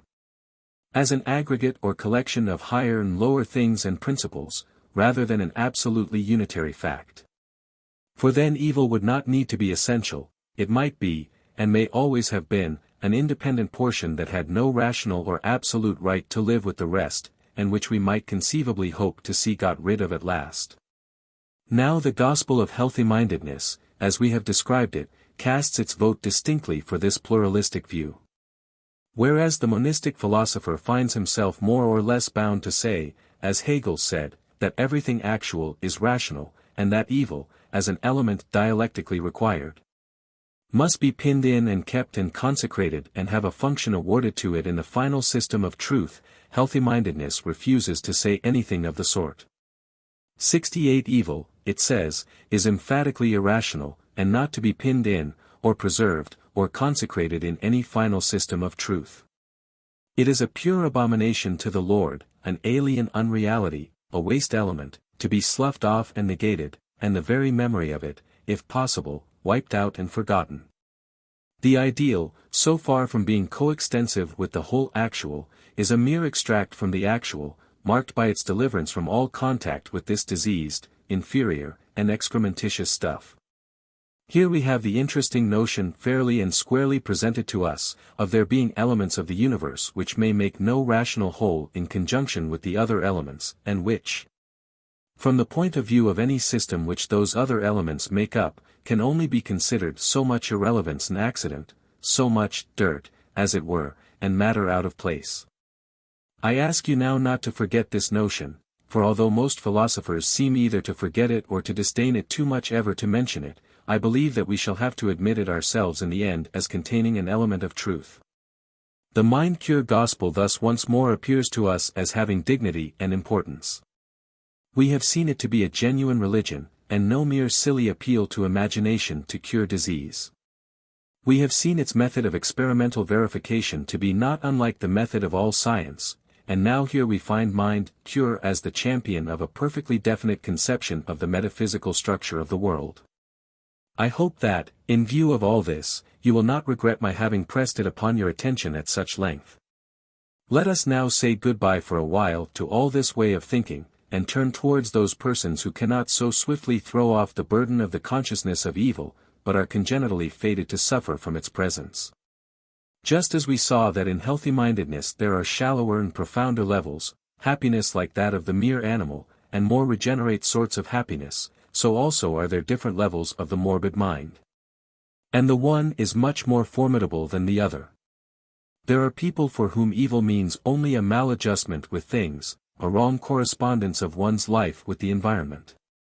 Such evil as this is curable, in principle at least, upon the natural plane, for merely by modifying either the self or the things, or both at once, the two terms may be made to fit, and all go merry as a marriage bell again.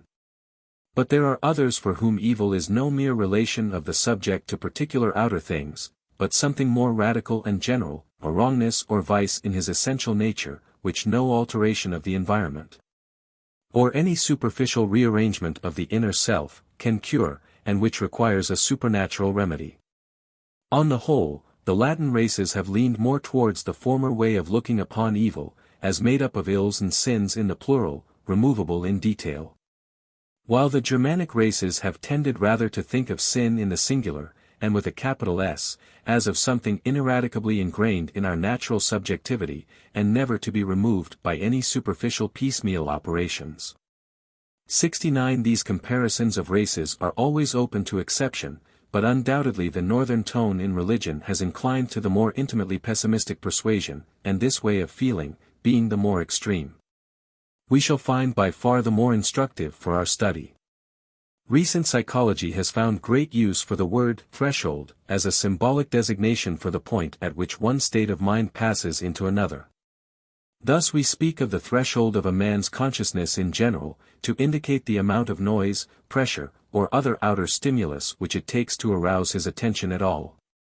One with a high threshold will doze through an amount of racket by which one with a low threshold would be immediately waked. Similarly, when one is sensitive to small differences in any order of sensation, we say he has a low difference threshold, his mind easily steps over it into the consciousness of the differences in question. And just so we might speak of a pain threshold, a fear threshold, a misery threshold, and find it quickly overpassed by the consciousness of some individuals, but lying too high in others to be often reached by their consciousness. The sanguine and healthy-minded live habitually on the sunny side of their misery line, the depressed and melancholy live beyond it, in darkness and apprehension. There are men who seem to have started in life with a bottle or two of champagne inscribed to their credit, whilst others seem to have been born close to the pain threshold, which the slightest irritants fatally send them over. Does it not appear as if one who lived more habitually on one side of the pain threshold might need a different sort of religion from one who habitually lived on the other? This question, of the relativity of different types of religion to different types of need, arises naturally at this point, and will become a serious problem ere we have done. But before we confront it in general terms, we must address ourselves to the unpleasant task of hearing what the sick souls, as we may call them in contrast to the healthy-minded, have to say of the secrets of their prison house. Their own peculiar form of consciousness. Let us then resolutely turn our backs on the once-born and their sky-blue optimistic gospel. Let us not simply cry out, in spite of all appearances, hurrah for the universe, God's in his heaven, all's right with the world. Let us see rather whether pity, pain, and fear, and the sentiment of human helplessness may not open a profounder view and put into our hands a more complicated key to the meaning of the situation. To begin with, how can things so insecure as the successful experiences of this world afford a stable anchorage? A chain is no stronger than its weakest link, and life is after all a chain. In the healthiest and most prosperous existence, how many links of illness, danger, and disaster are always interposed?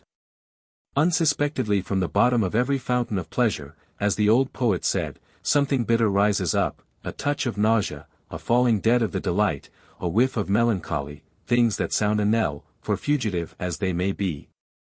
They bring a feeling of coming from a deeper region and often have an appalling convincingness. The buzz of life ceases at their touch as a piano string stops sounding when the damper falls upon it. Of course the music can commence again, and again, at intervals. But with this the healthy-minded consciousness is left with an irremediable sense of precariousness. It is a bell with a crack, it draws its breath on sufferance and by an accident. Even if we suppose a man so packed with healthy-mindedness as never to have experienced in his own person any of these sobering intervals, still, if he is a reflecting being, he must generalize and class his own lot with that of others. And, doing so, he must see that his escape is just a lucky chance and no essential difference. He might just as well have been born to an entirely different fortune. And then indeed the hollow security. What kind of a frame of things is it of which the best you can say is, "Thank God, it has let me off clear this time"? Is not its blessedness a fragile fiction? Is not your joy in it a very vulgar glee, not much unlike the snicker of any rogue at his success? If indeed it were all success, even on such terms as that. But take the happiest man, the one most envied by the world, and in 9 cases out of 10 his inmost consciousness is one of failure. Either his ideals in the line of his achievements are pitched far higher than the achievements themselves, or else he has secret ideals of which the world knows nothing, and in regard to which he inwardly knows himself to be found wanting. When such a conquering optimist as Goethe can express himself in this wise, how must it be with less successful men? "I will say nothing," writes Goethe in 1824, "against the course of my existence. But at bottom it has been nothing but pain and burden, and I can affirm that during the whole of my 75 years, I have not had 4 weeks of genuine well-being. It is but the perpetual rolling of a rock that must be raised up again forever." What single-handed man was ever on the whole as successful as Luther? Yet when he had grown old, he looked back on his life as if it were an absolute failure. "I am utterly weary of life. I pray the Lord will come forthwith and carry me hence.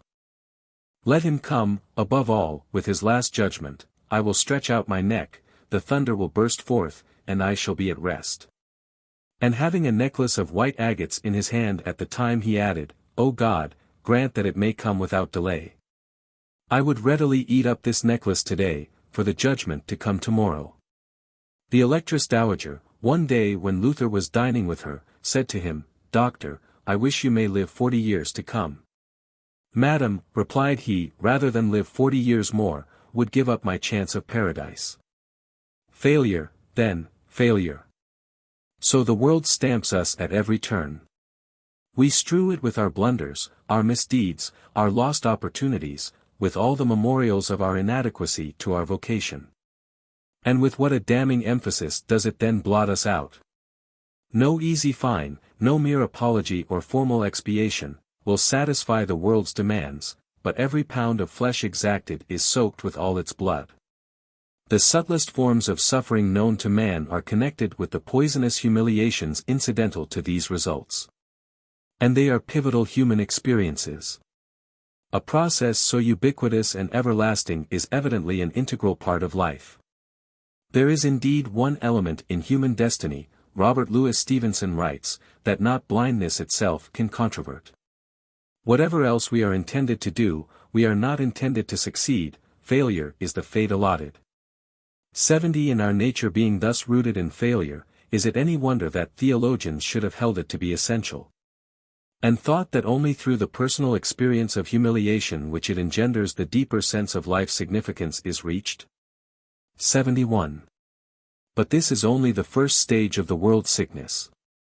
Make the human being's sensitiveness a little greater, carry him a little farther over the misery threshold, and the good quality of the successful moments themselves when they occur is spoiled and vitiated. All natural goods perish. Riches take wings, fame is a breath, love is a cheat, youth and health and pleasure vanish. Can things whose end is always dust and disappointment be the real goods which our souls require? Back of everything is the great spectre of universal death, the all-encompassing blackness. What profit hath a man of all his labor which he taketh under the sun? I looked on all the works that my hands had wrought, and behold, all was vanity and vexation of spirit. For that which befalleth the sons of men befalleth beasts. As the one dieth, so dieth the other, all are of the dust, and all turn to dust again. The dead know not anything, neither have they any more a reward, for the memory of them is forgotten. Also their love and their hatred and their envy is now perished, neither have they any more a portion for ever in anything that is done under the sun. Truly the light is sweet, and a pleasant thing it is for the eyes to behold the sun, but if a man live many years and rejoice in them all, yet let him remember the days of darkness, for they shall be many. In short, life and its negation are beaten up inextricably together. But if the life be good, the negation of it must be bad. Yet the two are equally essential facts of existence, and all natural happiness thus seems infected with a contradiction. The breath of the sepulchre surrounds it. To a mind attentive to this state of things and rightly subject to the joy-destroying chill which such a contemplation engenders, the only relief that healthy-mindedness can give is by saying, "Stuff and nonsense, get out into the open air." Or, "Cheer up, old fellow, you'll be all right ere long, if you will only drop your morbidness." But in all seriousness, can such bald animal talk as that be treated as a rational answer? To ascribe religious value to mere happy-go-lucky contentment with one's brief chance at natural good is but the very consecration of forgetfulness and superficiality. Our troubles lie indeed too deep for that cure. The fact that we can die, that we can be ill at all, is what perplexes us. The fact that we now for a moment live and are well is irrelevant to that perplexity. We need a life not correlated with death, a health not liable to illness, a kind of good that will not perish, a good in fact that flies beyond the goods of nature. It all depends on how sensitive the soul may become to discords. The trouble with me is that I believe too much in common happiness and goodness, said a friend of mine whose consciousness was of this sort, and nothing can console me for their transiency. I am appalled and disconcerted at its being possible. And so with most of us, a little cooling down of animal excitability and instinct, a little loss of animal toughness, a little irritable weakness and descent of the pain threshold, will bring the worm at the core of all our usual springs of delight into full view, and turn us into melancholy metaphysicians. The pride of life and glory of the world will shrivel. It is after all but the standing quarrel of hot youth and hoary eld. Old age has the last word. The purely naturalistic look at life, however enthusiastically it may begin, is sure to end in sadness. This sadness lies at the heart of every merely positivistic, agnostic, or naturalistic scheme of philosophy. Let sanguine healthy-mindedness do its best with its strange power of living in the moment and ignoring and forgetting, still the evil background is really there to be thought of, and the skull will grin in at the banquet. In the practical life of the individual, we know how his whole gloom or glee about any present fact depends on the remoter schemes and hopes with which it stands related. Its significance and framing give it the chief part of its value.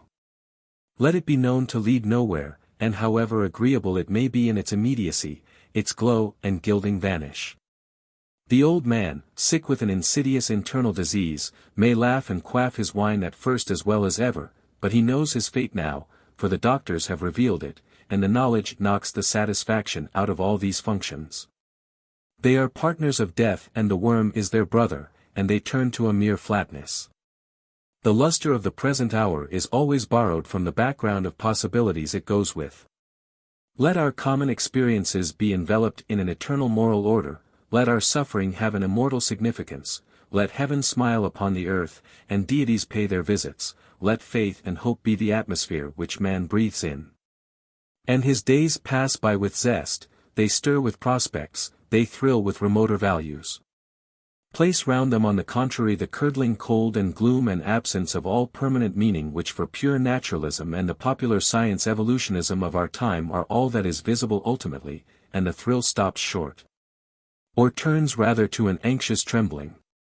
For naturalism, fed on recent cosmological speculations, mankind is in a position similar to that of a set of people living on a frozen lake, surrounded by cliffs over which there is no escape, yet knowing that little by little the ice is melting.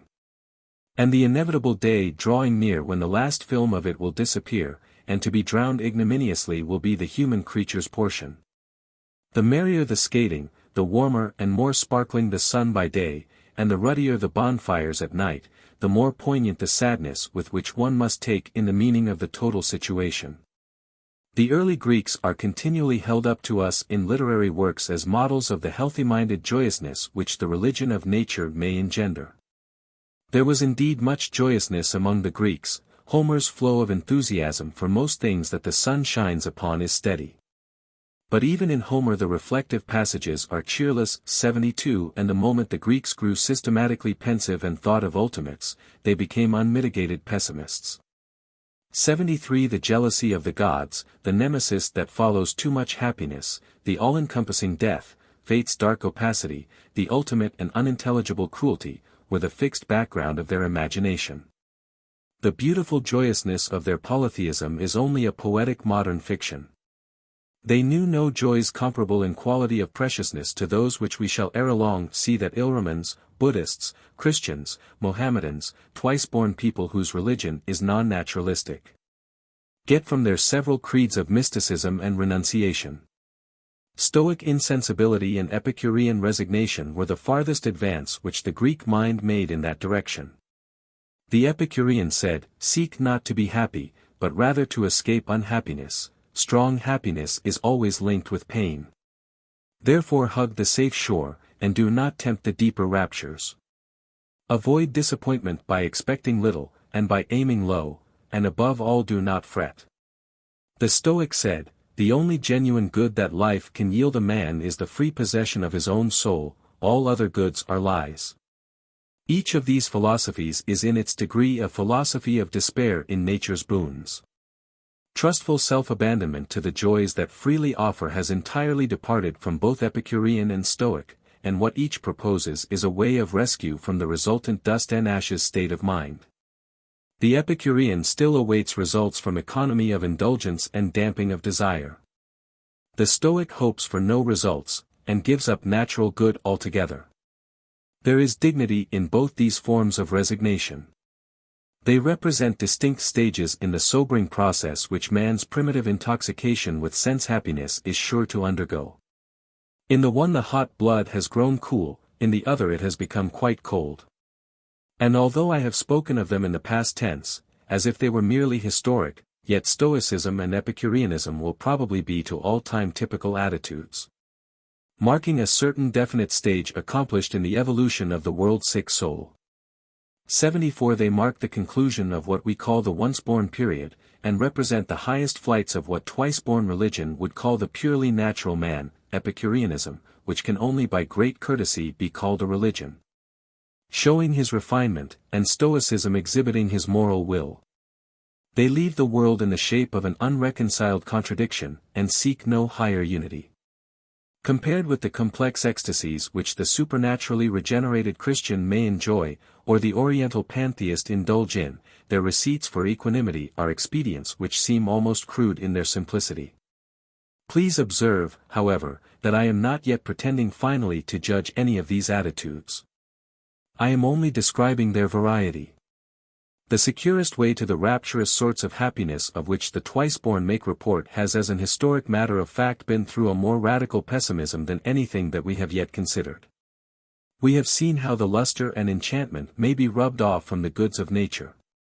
But there is a pitch of unhappiness so great that the goods of nature may be entirely forgotten, and all sentiment of their existence vanish from the mental field.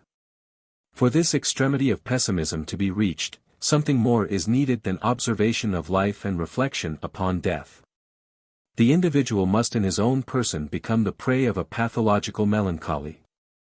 As the healthy-minded enthusiast succeeds in ignoring evil's very existence, so the subject of melancholy is forced in spite of himself to ignore that of all good whatever, for him it may no longer have the least reality.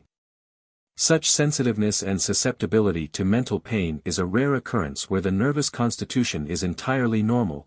One seldom finds it in a healthy subject even where he is the victim of the most atrocious cruelties of outward fortune. So we note here the neurotic constitution, of which I said so much in my first lecture, making its active entrance on our scene, and destined to play a part in much that follows. Since these experiences of melancholy are in the first instance absolutely private and individual, I can now help myself out with personal documents. Painful indeed they will be to listen to, and there is almost an indecency in handling them in public. Yet they lie right in the middle of our path. And if we are to touch the psychology of religion at all seriously, we must be willing to forget conventionalities, and dive below the smooth and lying official conversational surface.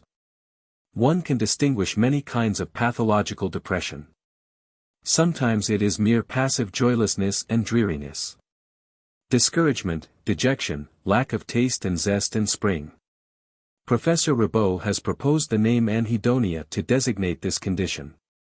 The state of anhedonia, if I may coin a new word to pair off with analgesia, he writes, has been very little studied, but it exists. A young girl was smitten with a liver disease which for some time altered her constitution. She felt no longer any affection for her father and mother. She would have played with her doll, but it was impossible to find the least pleasure in the act. The same things which formerly convulsed her with laughter entirely failed to interest her now. Esquirol observed the case of a very intelligent magistrate who was also a prey to hepatic disease. Every emotion appeared dead within him. He manifested neither perversion nor violence, but complete absence of emotional reaction. If he went to the theatre, which he did out of habit, he could find no pleasure there. The thought of his house, of his home, of his wife, and of his absent children moved him as little, he said, as a theorem of Euclid, 75. Prolonged seasickness will in most persons produce a temporary condition of anhedonia. Every good, terrestrial or celestial, is imagined only to be turned from with disgust. A temporary condition of this sort, connected with the religious evolution of a singularly lofty character, both intellectual and moral, is well described by the Catholic philosopher, Father Grétry, in his autobiographical recollections. In consequence of mental isolation and excessive study at the Polytechnic School, young Grétry fell into a state of nervous exhaustion with symptoms which he thus describes. I had such a universal terror that I woke at night with a start. Thinking that the Pantheon was tumbling on the Polytechnic School, or that the school was in flames, or that the Seine was pouring into the catacombs, and that Paris was being swallowed up. And when these impressions were past, all day long without respite I suffered an incurable and intolerable desolation, verging on despair. I thought myself, in fact, rejected by God, lost, damned. I felt something like the suffering of hell. Before that I had never even thought of hell. My mind had never turned in that direction. Neither discourses nor reflections had impressed me in that way. I took no account of hell. Now, and all at once, I suffered in a measure what is suffered there. But what was perhaps still more dreadful is that every idea of heaven was taken away from me. I could no longer conceive of anything of the sort. Heaven did not seem to me worth going to.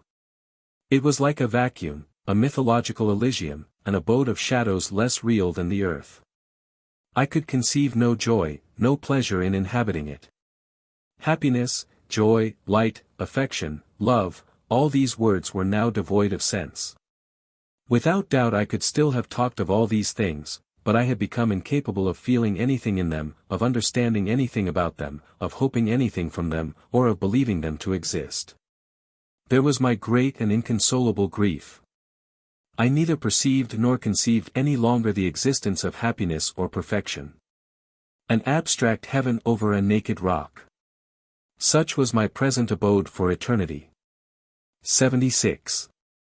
So much for melancholy in the sense of incapacity for joyous feeling. A much worse form of it is positive and active anguish, a sort of psychical neuralgia wholly unknown to healthy life. Such anguish may partake of various characters, having sometimes more the quality of loathing, sometimes that of irritation and exasperation, or again of self-mistrust and self-despair, or of suspicion, anxiety, trepidation, fear. The patient may rebel or submit, may accuse himself, or accuse outside powers, and he may or he may not be tormented by the theoretical mystery of why he should so have to suffer. Most cases are mixed cases, and we should not treat our classifications with too much respect. Moreover, it is only a relatively small proportion of cases that connect themselves with the religious sphere of experience at all. Exasperated cases, for instance, as a rule do not. I quote now literally from the first case of melancholy on which I lay my hand. It is a letter from a patient in a French asylum. I suffer too much in this hospital, both physically and morally. Besides the burnings and the sleeplessness, for I no longer sleep since I am shut up here, and the little rest I get is broken by bad dreams, and I am waked with a jump by night maras dreadful visions, lightning, thunder, and the rest, fear. Atrocious fear, presses me down, holds me without respite, never lets me go. Where is the justice in it all? What have I done to deserve this excess of severity? Under what form will this fear crush me? What would I not owe to anyone who would rid me of my life?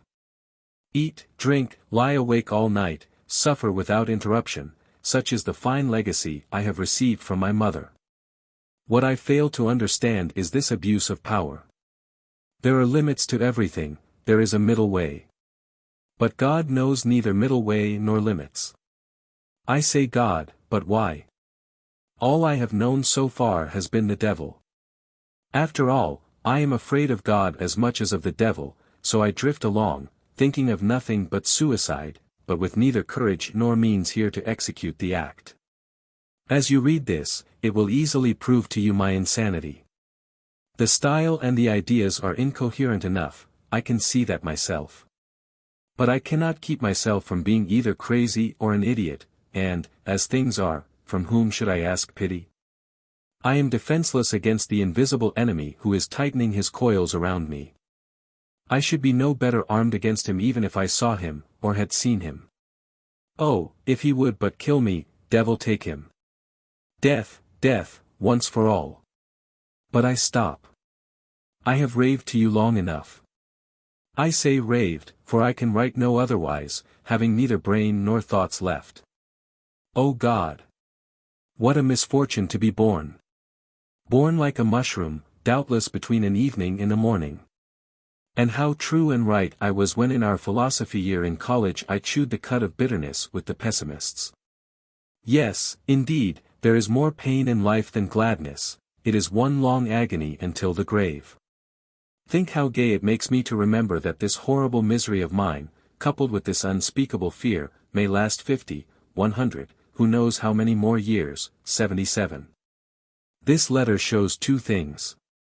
First, you see how the entire consciousness of the poor man is so choked with the feeling of evil that the sense of there being any good in the world is lost for him altogether.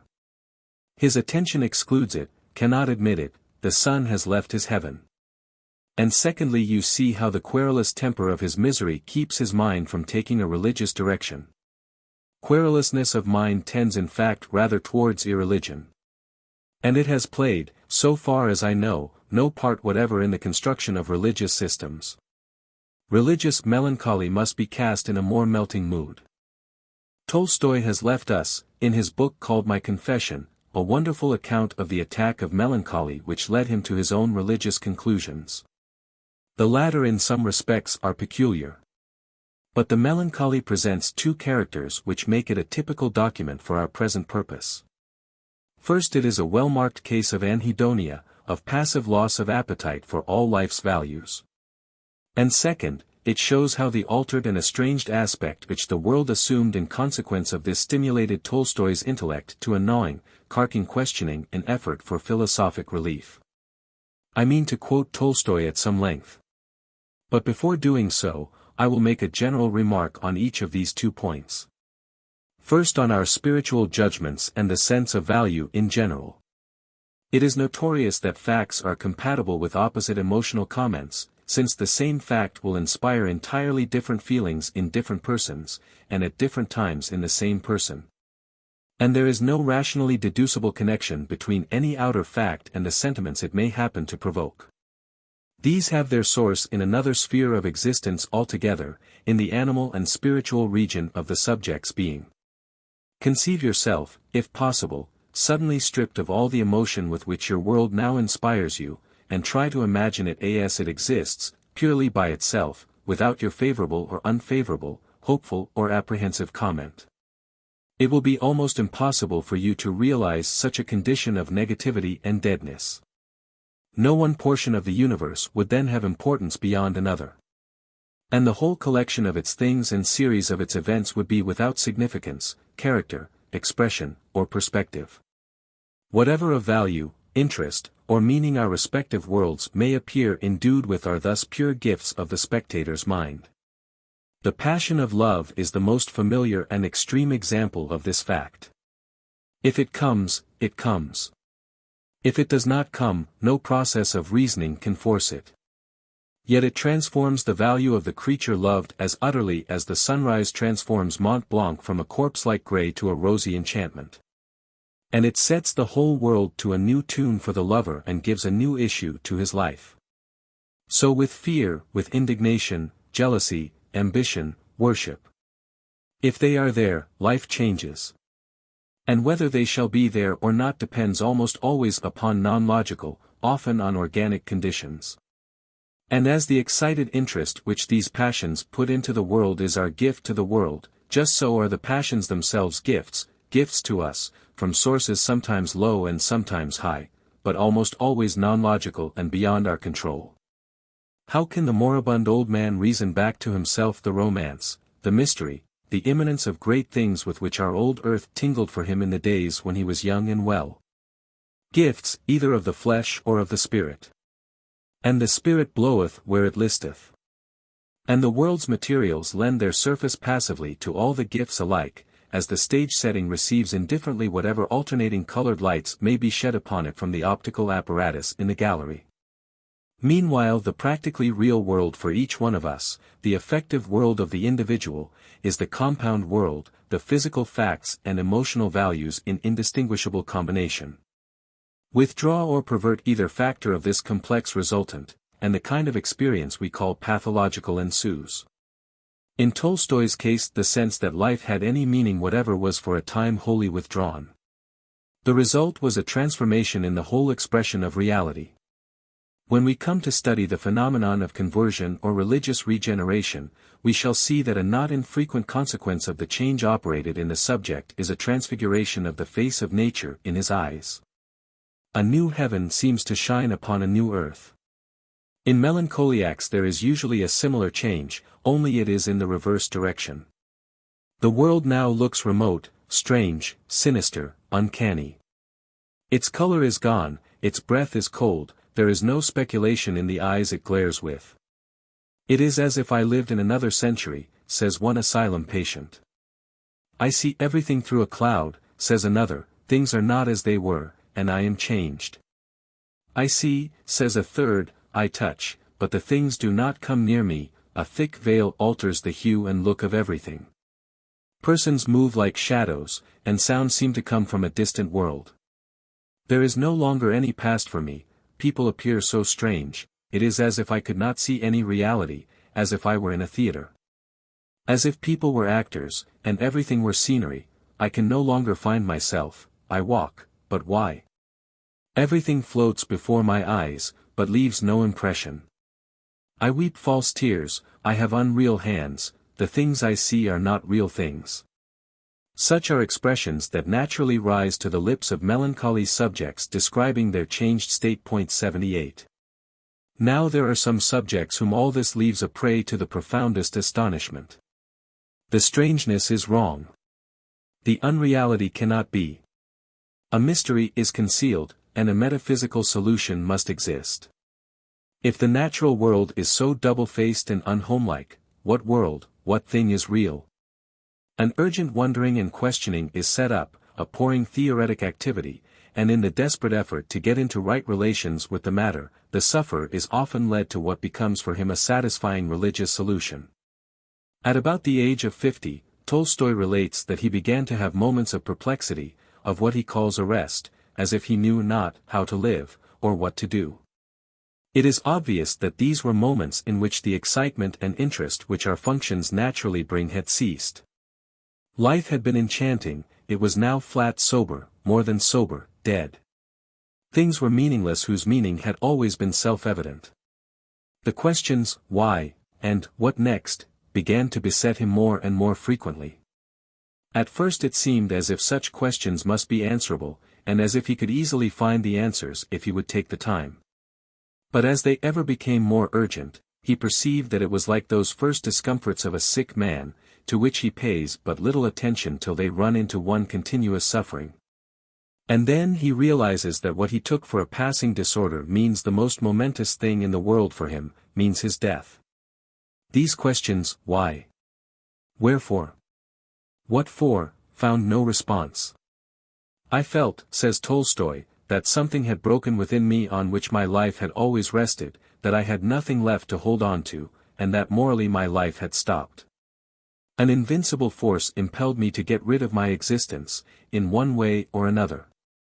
It cannot be said exactly that I wished to kill myself, for the force which drew me away from life was fuller, more powerful, more general than any mere desire. It was a force like my old aspiration to live, only it impelled me in the opposite direction. It was an aspiration of my whole being to get out of life. Behold me then, a man happy and in good health, hiding the rope in order not to hang myself to the rafters of the room where every night I went to sleep alone. Behold me no longer going shooting, lest I should yield to the too easy temptation of putting an end to myself with my gun. I did not know what I wanted. I was afraid of life, I was driven to leave it. And in spite of that I still hoped something from it.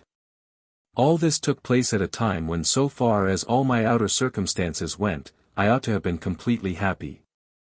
I had a good wife who loved me and whom I loved. Good children and a large property which was increasing with no pains taken on my part. I was more respected by my kinsfolk and acquaintance than I had ever been, I was loaded with praise by strangers. And without exaggeration I could believe my name already famous. Moreover, I was neither insane nor ill. On the contrary, I possessed a physical and mental strength which I have rarely met in persons of my age. I could mow as well as the peasants, I could work with my brain 8 hours uninterruptedly and feel no bad effects. And yet I could give no reasonable meaning to any actions of my life.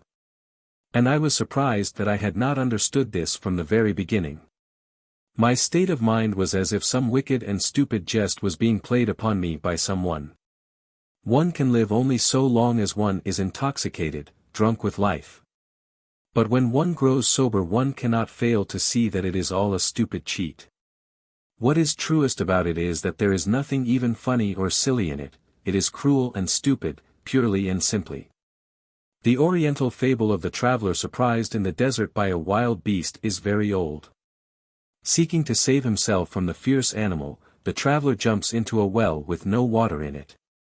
But at the bottom of this well he sees a dragon waiting with open mouth to devour him. And the unhappy man, not daring to go out lest he should be the prey of the beast, not daring to jump to the bottom lest he should be devoured by the dragon, clings to the branches of a wild bush which grows out of one of the cracks of the well. His hands weaken, and he feels that he must soon give way to certain fate. But still he clings, and see 2 mice, one white, the other black, evenly moving round the bush to which he hangs, and gnawing off its roots. The traveler sees this and knows that he must inevitably perish. But while thus hanging he looks about him and finds on the leaves of the bush some drops of honey. These he reaches with his tongue and licks them off with rapture. Thus I hang upon the boughs of life, knowing that the inevitable dragon of death is waiting ready to tear me, and I cannot comprehend why I am thus made a martyr. I try to suck the honey which formerly consoled me. But the honey pleases me no longer, and day and night the white mouse and the black mouse gnaw the branch to which I cling. I can see but one thing, the inevitable dragon and the mice, I cannot turn my gaze away from them. This is no fable, but the literal incontestable truth which every one may understand. What will be the outcome of what I do today? Of what I shall do tomorrow? What will be the outcome of all my life? Why should I live? Why should I do anything? Is there in life any purpose which the inevitable death which awaits me does not undo and destroy? These questions are the simplest in the world. From the stupid child to the wisest old man, they are in the soul of every human being. Without an answer to them, it is impossible, as I experienced, for life to go on. But perhaps, I often said to myself, there may be something I have failed to notice or to comprehend. It is not possible that this condition of despair should be natural to mankind. And I sought for an explanation in all the branches of knowledge acquired by men. I questioned painfully and protractedly and with no idle curiosity. I sought, not with indolence, but laboriously and obstinately for days and nights together. I sought like a man who is lost and seeks to save himself, and I found nothing. I became convinced, moreover, that all those who before me had sought for an answer in the sciences have also found nothing. And not only this, but that they have recognized that the very thing which was leading me to despair, the meaningless absurdity of life, is the only incontestable knowledge accessible to man. To prove this point, Tolstoy quotes the Buddha, Solomon, and Schopenhauer. And he finds only 4 ways in which men of his own class and society are accustomed to meet the situation. Either mere animal blindness, sucking the honey without seeing the dragon or the mice, and from such a way, he says, I can learn nothing, after what I now know. Or reflective Epicureanism, snatching what it can while the day lasts, which is only a more deliberate sort of stupefaction than the first, or manly suicide, or seeing the mice and dragon and yet weakly and plaintively clinging to the bush of life. Suicide was naturally the consistent course dictated by the logical intellect.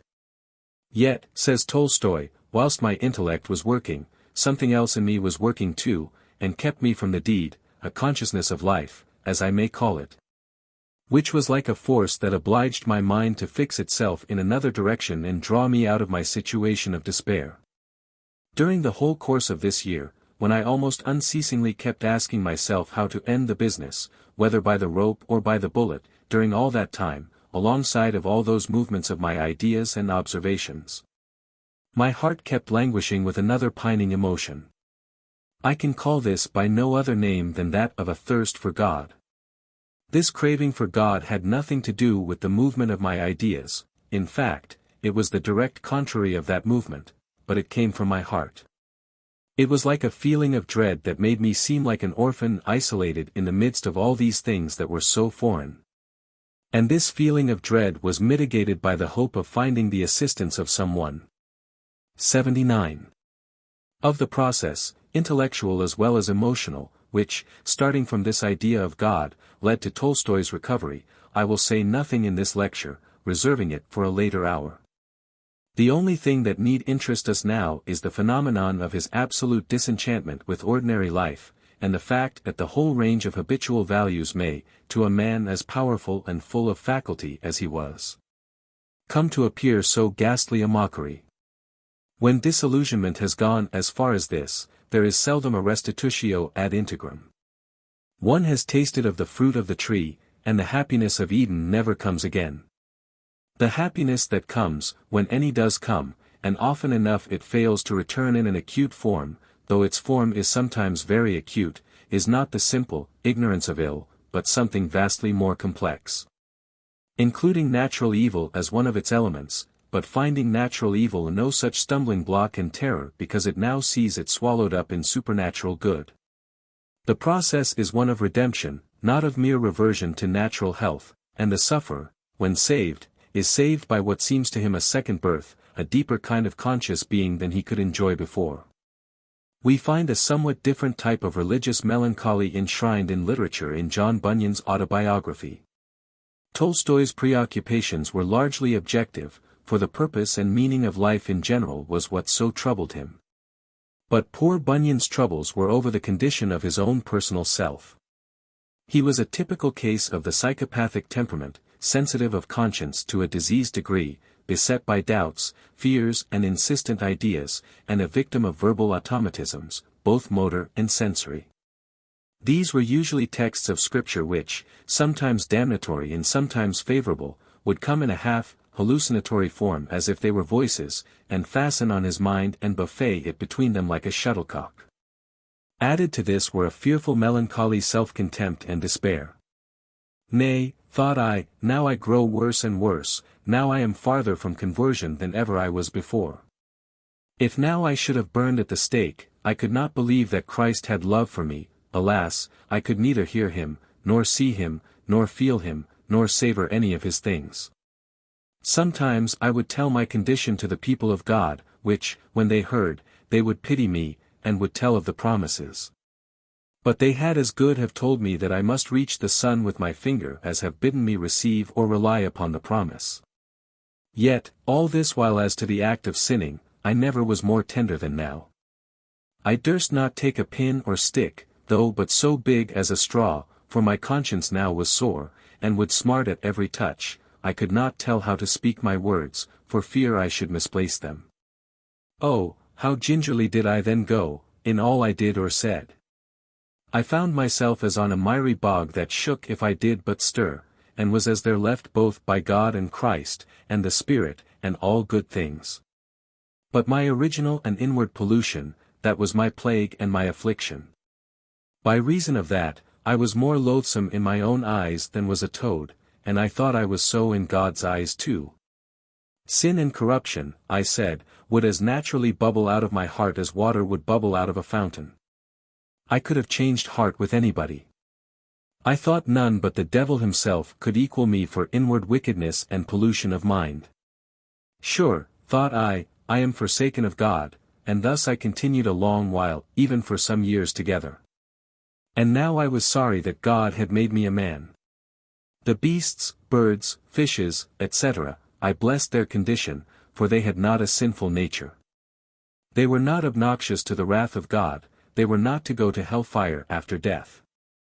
I could therefore have rejoiced, had my condition been as any of theirs.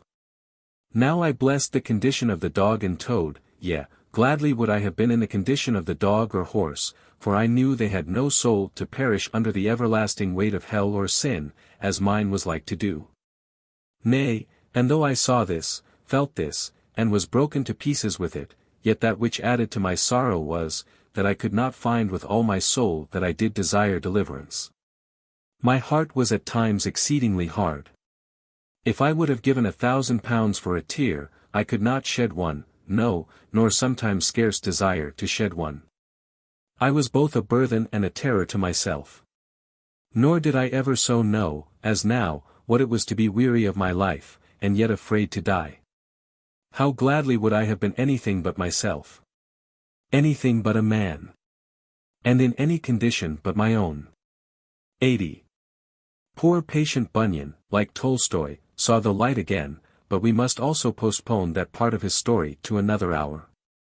In a later lecture I will also give the end of the experience of Henry Alline, a devoted evangelist who worked in Nova Scotia 100 years ago. And who thus vividly describes the high water mark of the religious melancholy which formed its beginning. The type was not unlike Bunyan's. Everything I saw seemed to be a burden to me.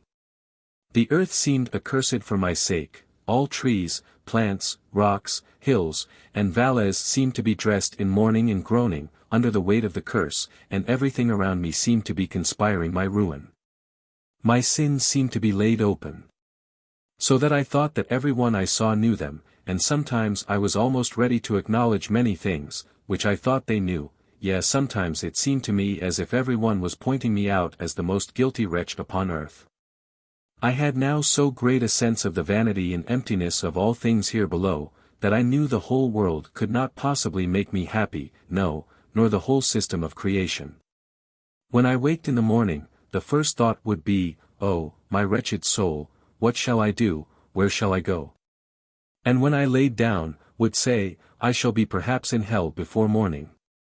I would many times look on the beasts with envy, wishing with all my heart I was in their place, that I might have no soul to lose.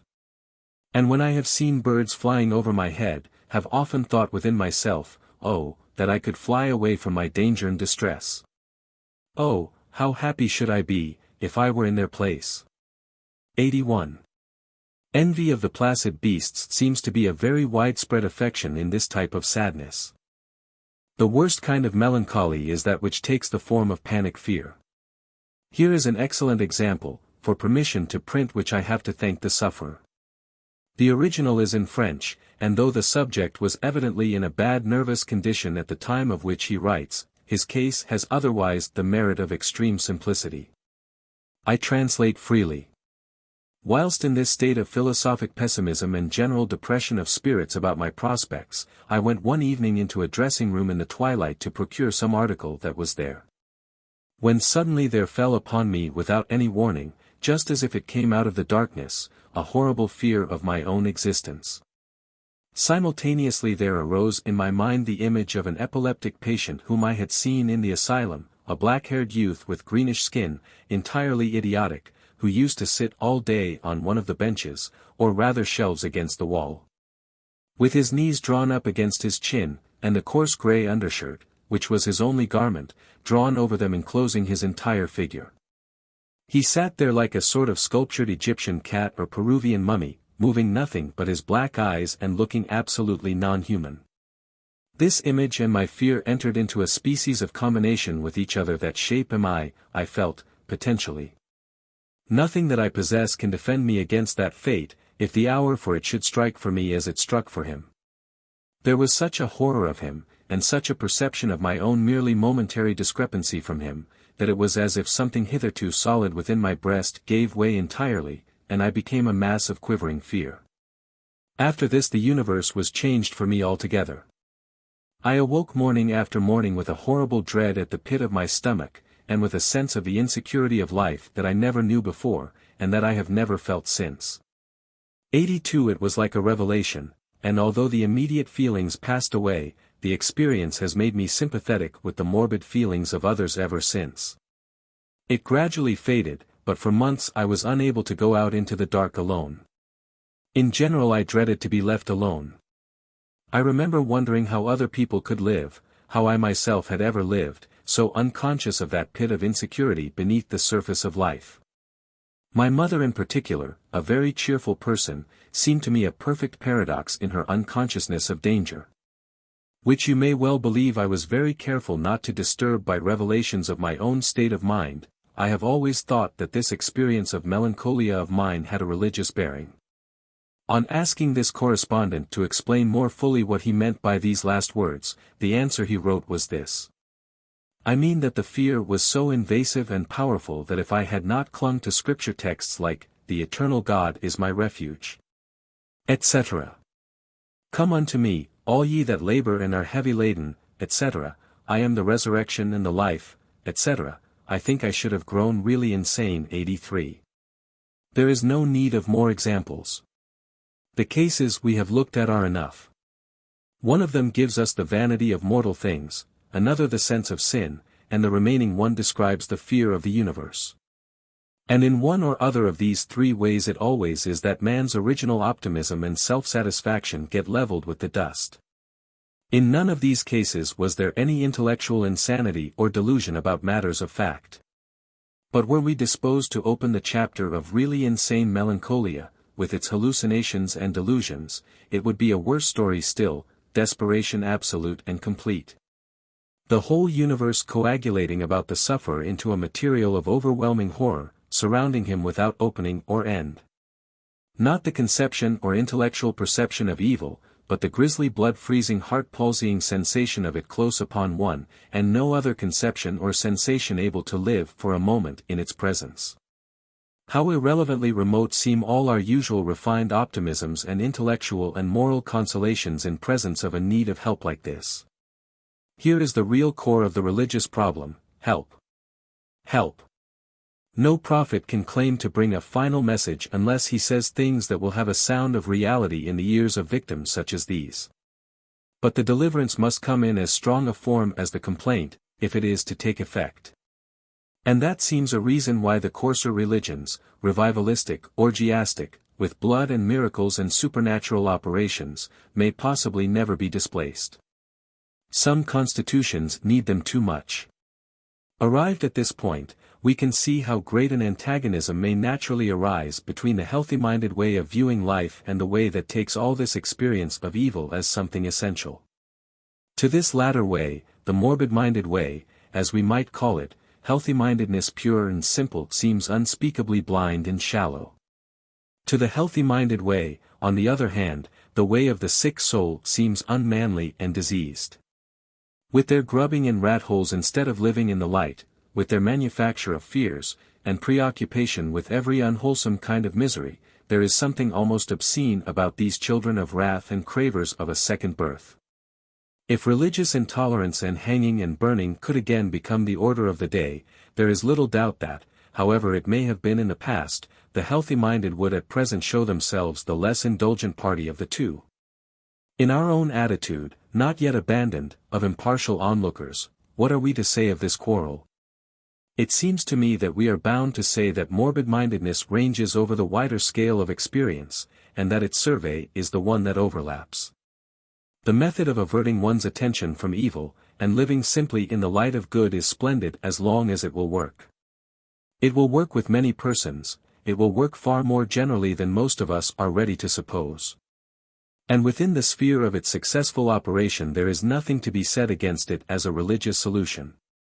But it breaks down impotently as soon as melancholy comes.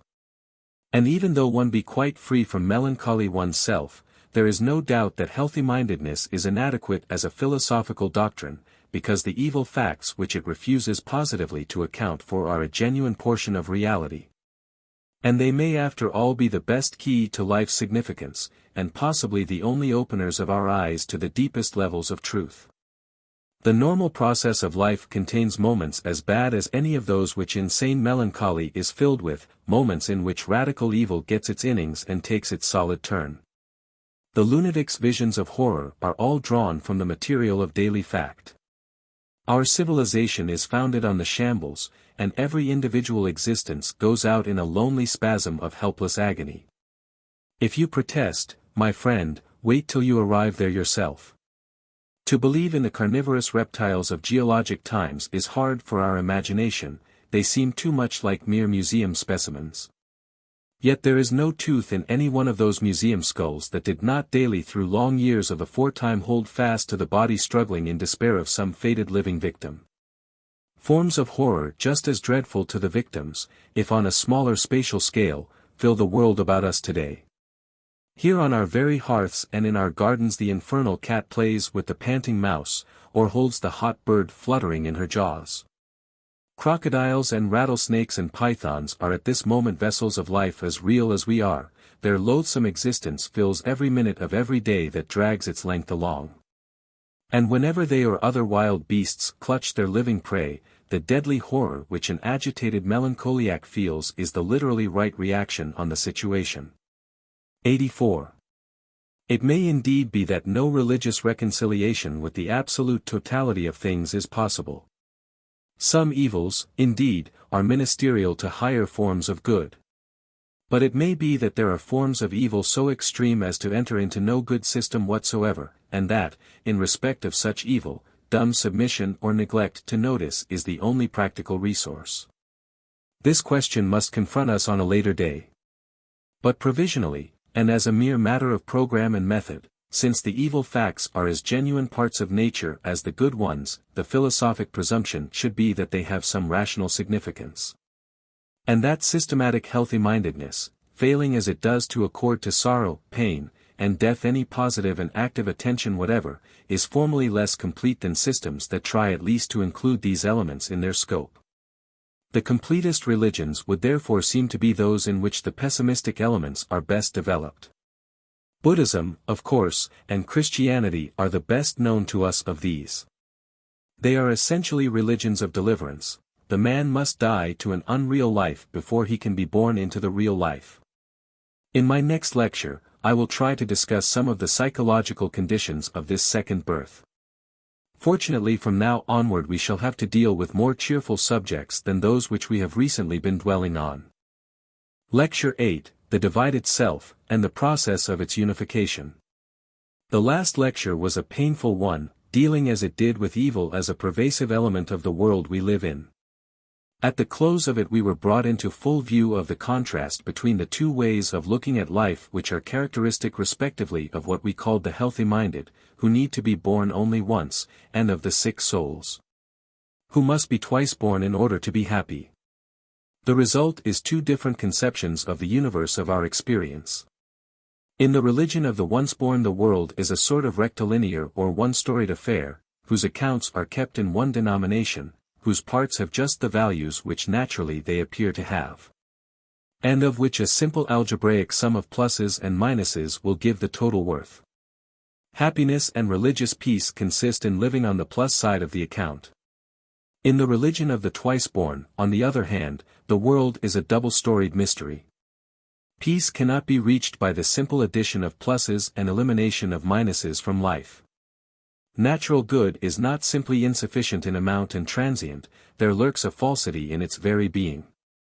Cancelled as it all is by death if not by earlier enemies, it gives no final balance, and can never be the thing intended for our lasting worship. It keeps us from our real good, rather. And renunciation and despair of it are our first step in the direction of the truth. There are two lives, the natural and the spiritual, and we must lose the one before we can participate in the other. In their extreme forms, of pure naturalism and pure salvationism, the two types are violently contrasted. Though here as in most other current classifications, the radical extremes are somewhat ideal abstractions, and the concrete human beings whom we oftenest meet are intermediate varieties and mixtures. Practically, however, you all recognize the difference. You understand, for example, the disdain of the Methodist convert for the mere sky-blue healthy-minded moralist. And you likewise enter into the aversion of the latter to what seems to him the diseased subjectivism of the Methodist, dying to live, as he calls it, and making of paradox and the inversion of natural appearances the essence of God's truth. 85. The psychological basis of the twice-born character seems to be a certain discordancy or heterogeneity in the native temperament of the subject, an incompletely unified moral and intellectual constitution. Homo duplex, homo duplex. Writes Alphonse Daudet. The first time that I perceived that I was two was at the death of my brother Henri, when my father cried out so dramatically, "He is dead, he is dead." While my first self wept, my second self thought, how truly given was that cry, how fine it would be at the theatre. I was then 14 years old. This horrible duality has often given me matter for reflection. Oh, this terrible second me, always seated whilst the other is on foot, acting, living, suffering, bestirring itself. This second me that I have never been able to intoxicate, to make shed tears, or put to sleep. And how it sees into things, and how it mocks. 86. Recent works on the psychology of character have had much to say upon this point. 87 Some persons are born with an inner constitution which is harmonious and well balanced from the outset. Their impulses are consistent with one another, there will follows without trouble the guidance of their intellect, their passions are not excessive, and their lives are little haunted by regrets. Others are oppositely constituted, and are so in degrees which may vary from something so slight as to result in a merely odd or whimsical inconsistency, to a discordancy of which the consequences may be inconvenient in the extreme. Of the more innocent kinds of heterogeneity I find a good example in Mrs. Annie Besant's autobiography. I have ever been the queerest mixture of weakness and strength, and have paid heavily for the weakness. As a child I used to suffer tortures of shyness, and if my shoelace was untied would feel shamefacedly that every eye was fixed on the unlucky string. As a girl I would shrink away from strangers and think myself unwanted and unliked, so that I was full of eager gratitude to anyone who noticed me kindly. As the young mistress of a house I was afraid of my servants, and would let careless work pass rather than bear the pain of reproving the ill-doer. When I have been lecturing and debating with no lack of spirit on the platform, I have preferred to go without what I wanted at the hotel rather than to ring and make the waiter fetch it. Combative on the platform in defense of any cause I cared for, I shrink from quarrel or disapproval in the house, and am a coward at heart in private while a good fighter in public. How often have I passed unhappy quarters of an hour screwing up my courage to find fault with some subordinate whom my duty compelled me to reprove, and how often have I jeered myself for a fraud as the doughty platform combatant, when shrinking from blaming some lad or lass for doing their work badly. An unkind look or word has availed to make me shrink into myself as a snail into its shell, while, on the platform, opposition makes me speak my best. 88. This amount of inconsistency will only count as amiable weakness. But a stronger degree of heterogeneity may make havoc of the subject's life. There are persons whose existence is little more than a series of zigzags, as now one tendency and now another gets the upper hand. Their spirit wars with their flesh, they wish for incompatibles, wayward impulses interrupt their most deliberate plans, and their lives are one long drama of repentance and of effort to repair misdemeanors and mistakes. Heterogeneous personality has been explained as the result of inheritance. The traits of character of incompatible and antagonistic ancestors are supposed to be preserved alongside of each other. 89. This explanation may pass for what it is worth, it certainly needs corroboration. But whatever the cause of heterogeneous personality may be, we find the extreme examples of it in the psychopathic temperament, of which I spoke in my first lecture. All writers about that temperament make the inner heterogeneity prominent in their descriptions. Frequently, indeed, it is only this trait that leads us to ascribe that temperament to a man at all. A dégénère supérieur is simply a man of sensibility in many directions, who finds more difficulty than is common in keeping his spiritual house in order and running his furrow straight. Because his feelings and impulses are too keen and too discrepant mutually. In the haunting and insistent ideas, in the irrational impulses, the morbid scruples, dreads, and inhibitions which beset the psychopathic temperament when it is thoroughly pronounced, we have exquisite examples of heterogeneous personality. Bunyan had an obsession of the words, sell Christ for this, sell him for that, sell him, which would run through his mind 100 times together, until one day out of breath with retorting, I will not, he impulsively said, let him go if he will, and this loss of the battle kept him in despair for over a year. The lives of the saints are full of such blasphemous obsessions, ascribed invariably to the direct agency of Satan. The phenomenon connects itself with the life of the subconscious self, so-called, of which we must ere long speak more directly. Now in all of us, however constituted, but to a degree the greater in proportion as we are intense and sensitive and subject to diversified temptations, and to the greatest possible degree if we are decidedly psychopathic. Does the normal evolution of character chiefly consist in the straightening out and unifying of the inner self? The higher and the lower feelings, the useful and the erring impulses, begin by being a comparative chaos within us, they must end by forming a stable system of functions in right subordination. Unhappiness is apt to characterize the period of order-making and struggle. If the individual be of tender conscience and religiously quickened, the unhappiness will take the form of moral remorse and compunction, of feeling inwardly vile and wrong, and of standing in false relations to the author of one's being and appointer of one's spiritual fate. This is the religious melancholy and conviction of sin that have played so large a part in the history of Protestant Christianity. The man's interior is a battleground for what he feels to be two deadly hostile selves, one actual, the other ideal. As Victor Hugo makes his Mahomet say, Je suis le champion de sublimes combats, tentat l'homme den haut, et tentat l'homme den bas, et le mal dans ma bouche avec le bien alterne, comme dans le désert le sable et la saturne. Wrong living, impotent aspirations, what I would, that do I not, but what I hate, that do I, as St. Paul says, self-loathing, self-despair, an unintelligible and intolerable burden to which one is mysteriously the heir.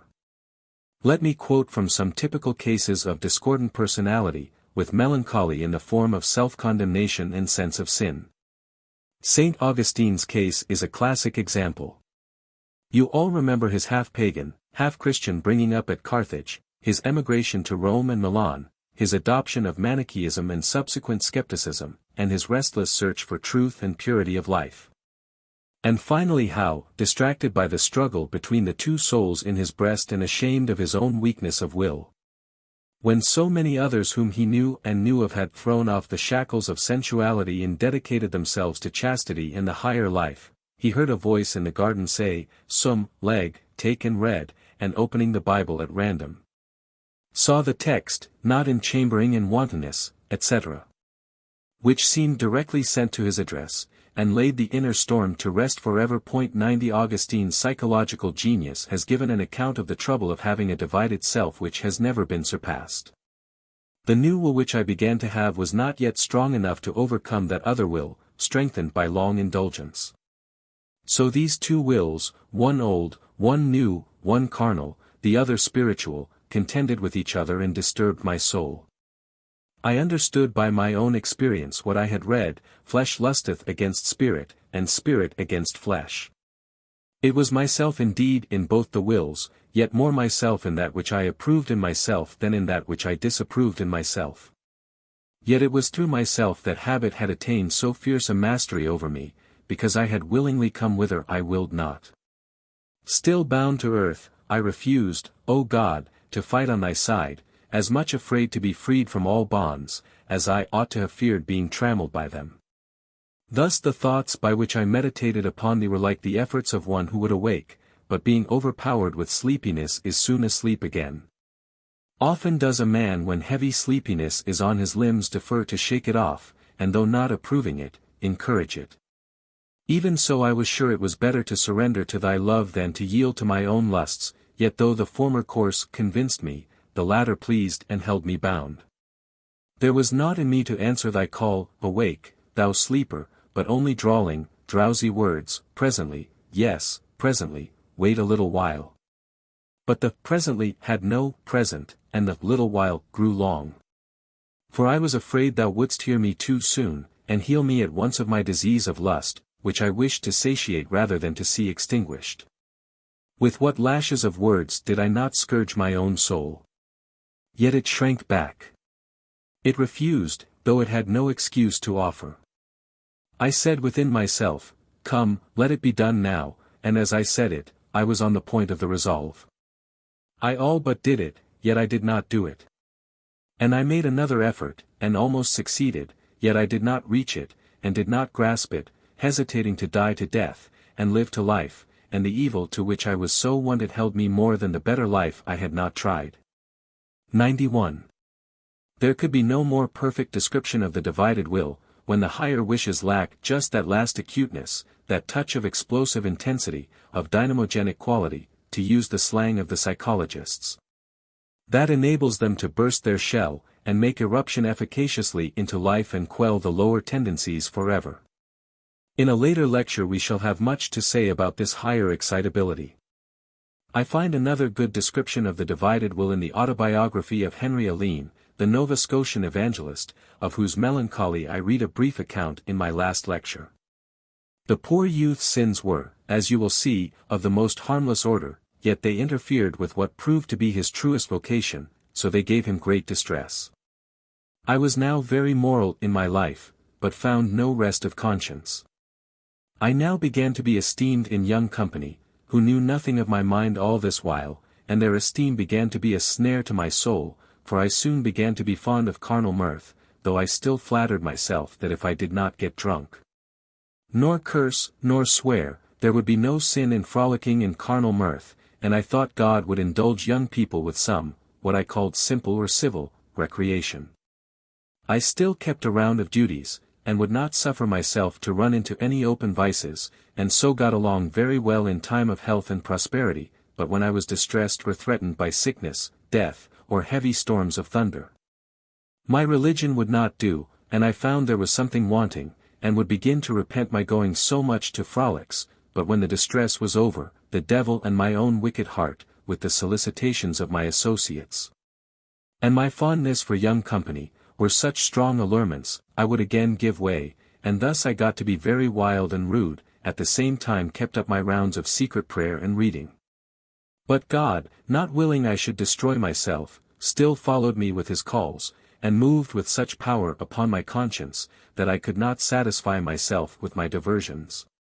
And in the midst of my mirth sometimes would have such a sense of my lost and undone condition, that I would wish myself from the company, and after it was over, when I went home, would make many promises that I would attend no more on these frolics, and would beg forgiveness for hours and hours. But when I came to have the temptation again, would give way. No sooner would I hear the music and drink a glass of wine, but I would find my mind elevated and soon proceed to any sort of merriment or diversion that I thought was not debauched or openly vicious. But when I returned from my carnal mirth I felt as guilty as ever, and could sometimes not close my eyes for some hours after I had gone to my bed. I was one of the most unhappy creatures on earth. Sometimes I would leave the company, often speaking to the fiddler to cease from playing, as if I was tired, and go out and walk about crying and praying, as if my very heart would break, and beseeching God that he would not cut me off, nor give me up to hardness of heart. Oh, what unhappy hours and nights I thus wore away! When I met sometimes with merry companions, and my heart was ready to sink, I would labor to put on as cheerful a countenance as possible, that they might not distrust anything. And sometimes would begin some discourse with young men or young women on purpose, or propose a merry song, lest the distress of my soul would be discovered, or mistrusted. When at the same time I would then rather have been in a wilderness in exile, than with them or any of their pleasures or enjoyments. Thus for many months when I was in company, I would act the hypocrite and feign a merry heart, but at the same time would endeavor as much as I could to shun their company. O wretched and unhappy mortal that I was! Everything I did, and wherever I went, I was still in a storm, and yet I continued to be the chief contriver and ringleader of the frolics for many months after, though it was a toil and torment to attend them.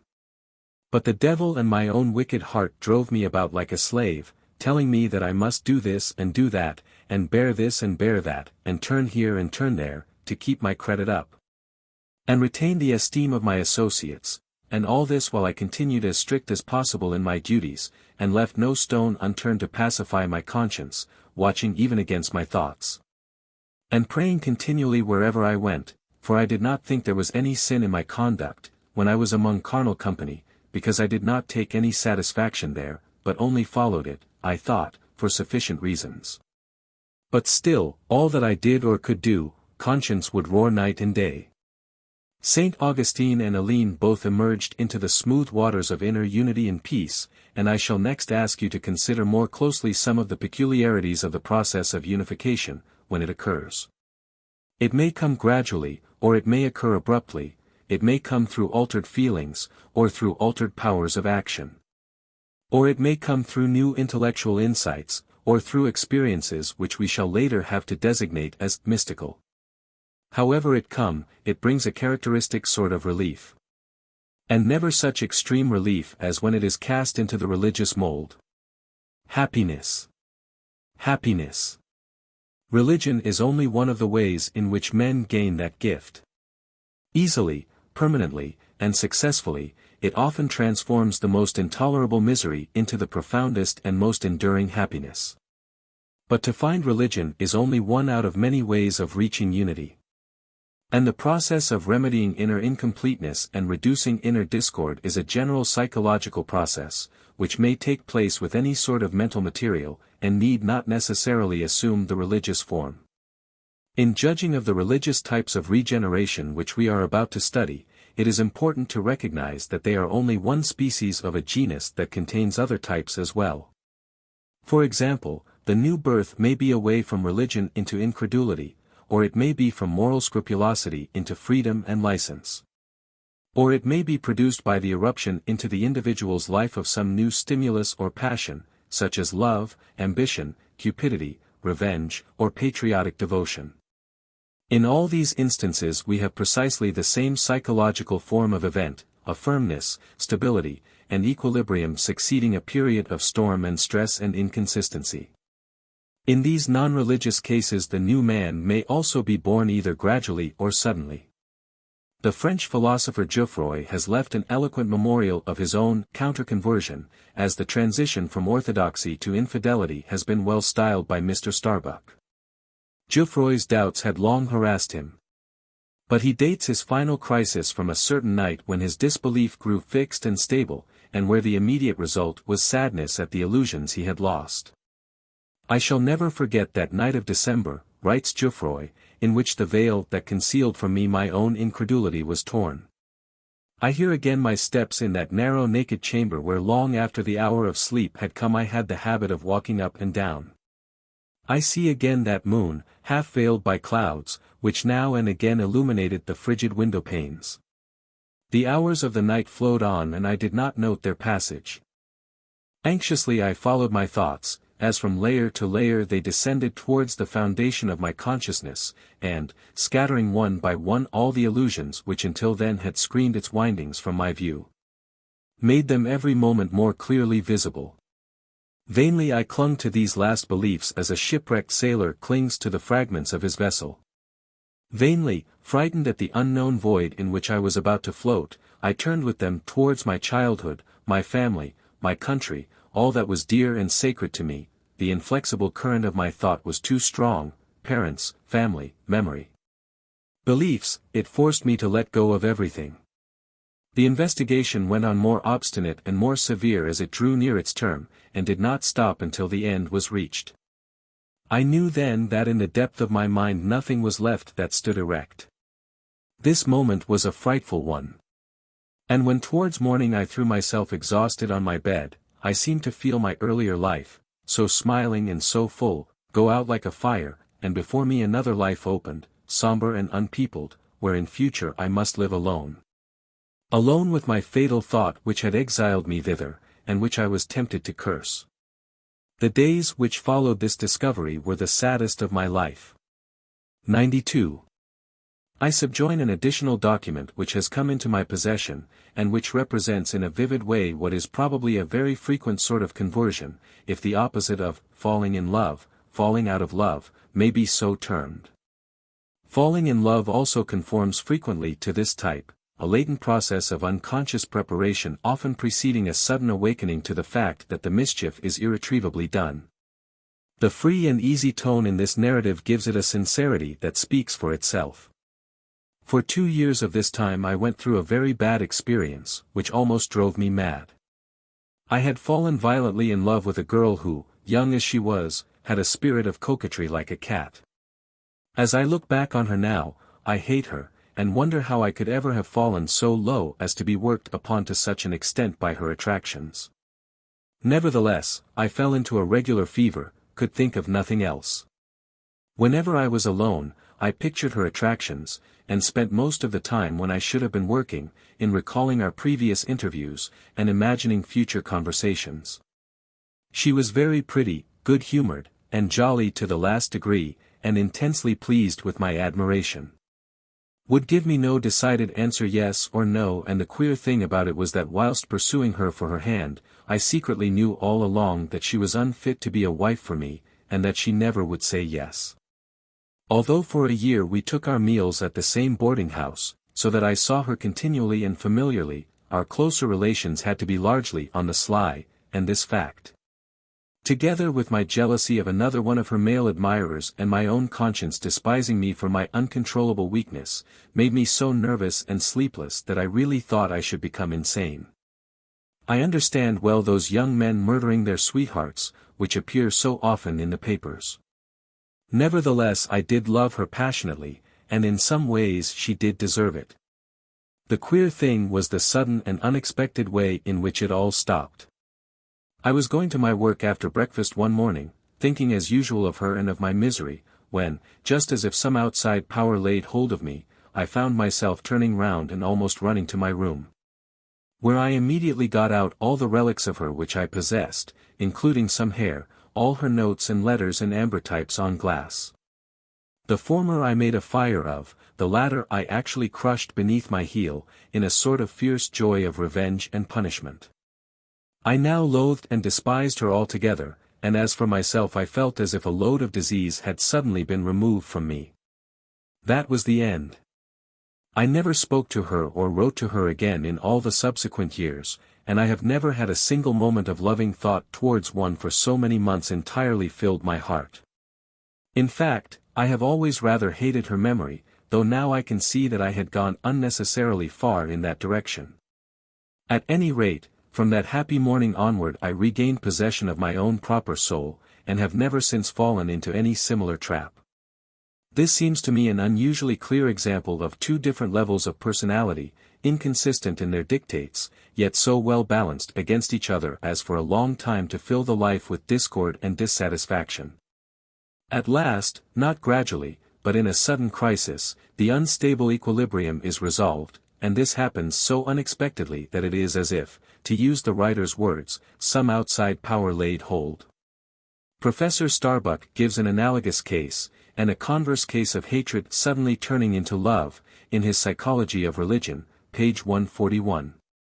Compare the other highly curious instances which he gives on pp.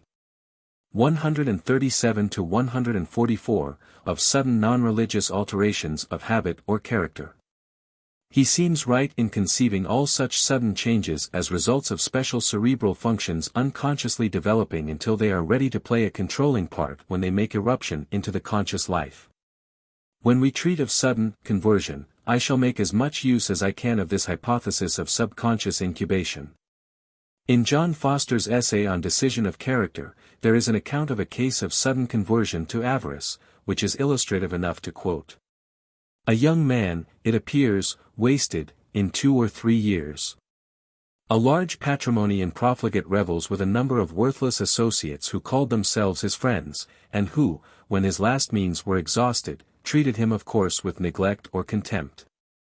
Reduced to absolute want, he one day went out of the house with an intention to put an end to his life, but wandering a while almost unconsciously, he came to the brow of an eminence which overlooked what were lately his estates. Here he sat down, and remained fixed in thought a number of hours, at the end of which he sprang from the ground with a vehement, exulting emotion. He had formed his resolution, which was, that all these estates should be his again. He had formed his plan, too, which he instantly began to execute.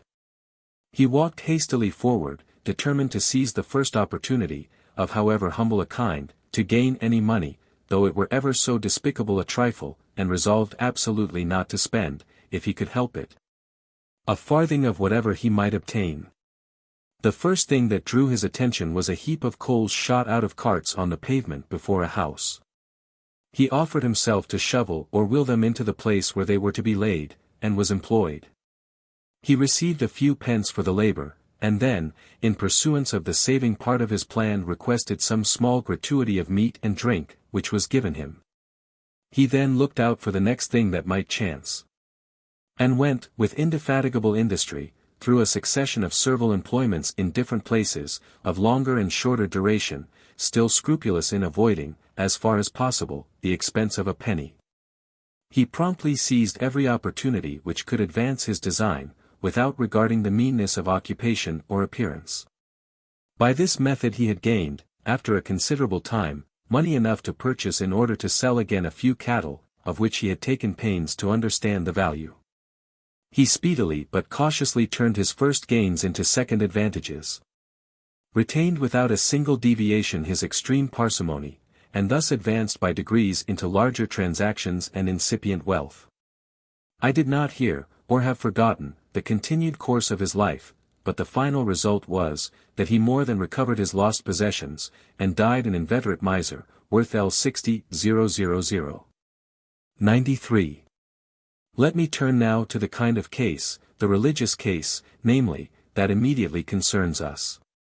Here is one of the simplest possible type, an account of the conversion to the systematic religion of healthy-mindedness of a man who must already have been naturally of the healthy-minded type. It shows how, when the fruit is ripe, a touch will make it fall. Mr. Horace Fletcher, in his little book called Menticulture, relates that a friend with whom he was talking of the self-control attained by the Japanese through their practice of the Buddhist discipline said, "You must first get rid of anger and worry." "But," said I, "is that possible?" "Yes," replied he, "it is possible to the Japanese, and ought to be possible to us." On my way back I could think of nothing else but the words get rid. And the idea must have continued to possess me during my sleeping hours, for the first consciousness in the morning brought back the same thought, with the revelation of a discovery, which framed itself into the reasoning. If it is possible to get rid of anger and worry, why is it necessary to have them at all? I felt the strength of the argument, and at once accepted the reasoning. The baby had discovered that it could walk. It would scorn to creep any longer. From the instant I realized that these cancer spots of worry and anger were removable, they left me. With the discovery of their weakness they were exorcised. From that time life has had an entirely different aspect. Although from that moment the possibility and desirability of freedom from the depressing passions has been a reality to me, it took me some months to feel absolute security in my new position. But, as the usual occasions for worry and anger have presented themselves over and over again, and I have been unable to feel them in the slightest degree, I no longer dread or guard against them.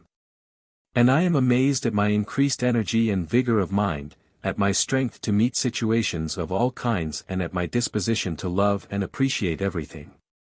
I have had occasion to travel more than 10,000 miles by rail since that morning. The same Pullman porter, conductor, hotel waiter, peddler, book agent, cabman, and others who were formerly a source of annoyance and irritation have been met, but I am not conscious of a single incivility.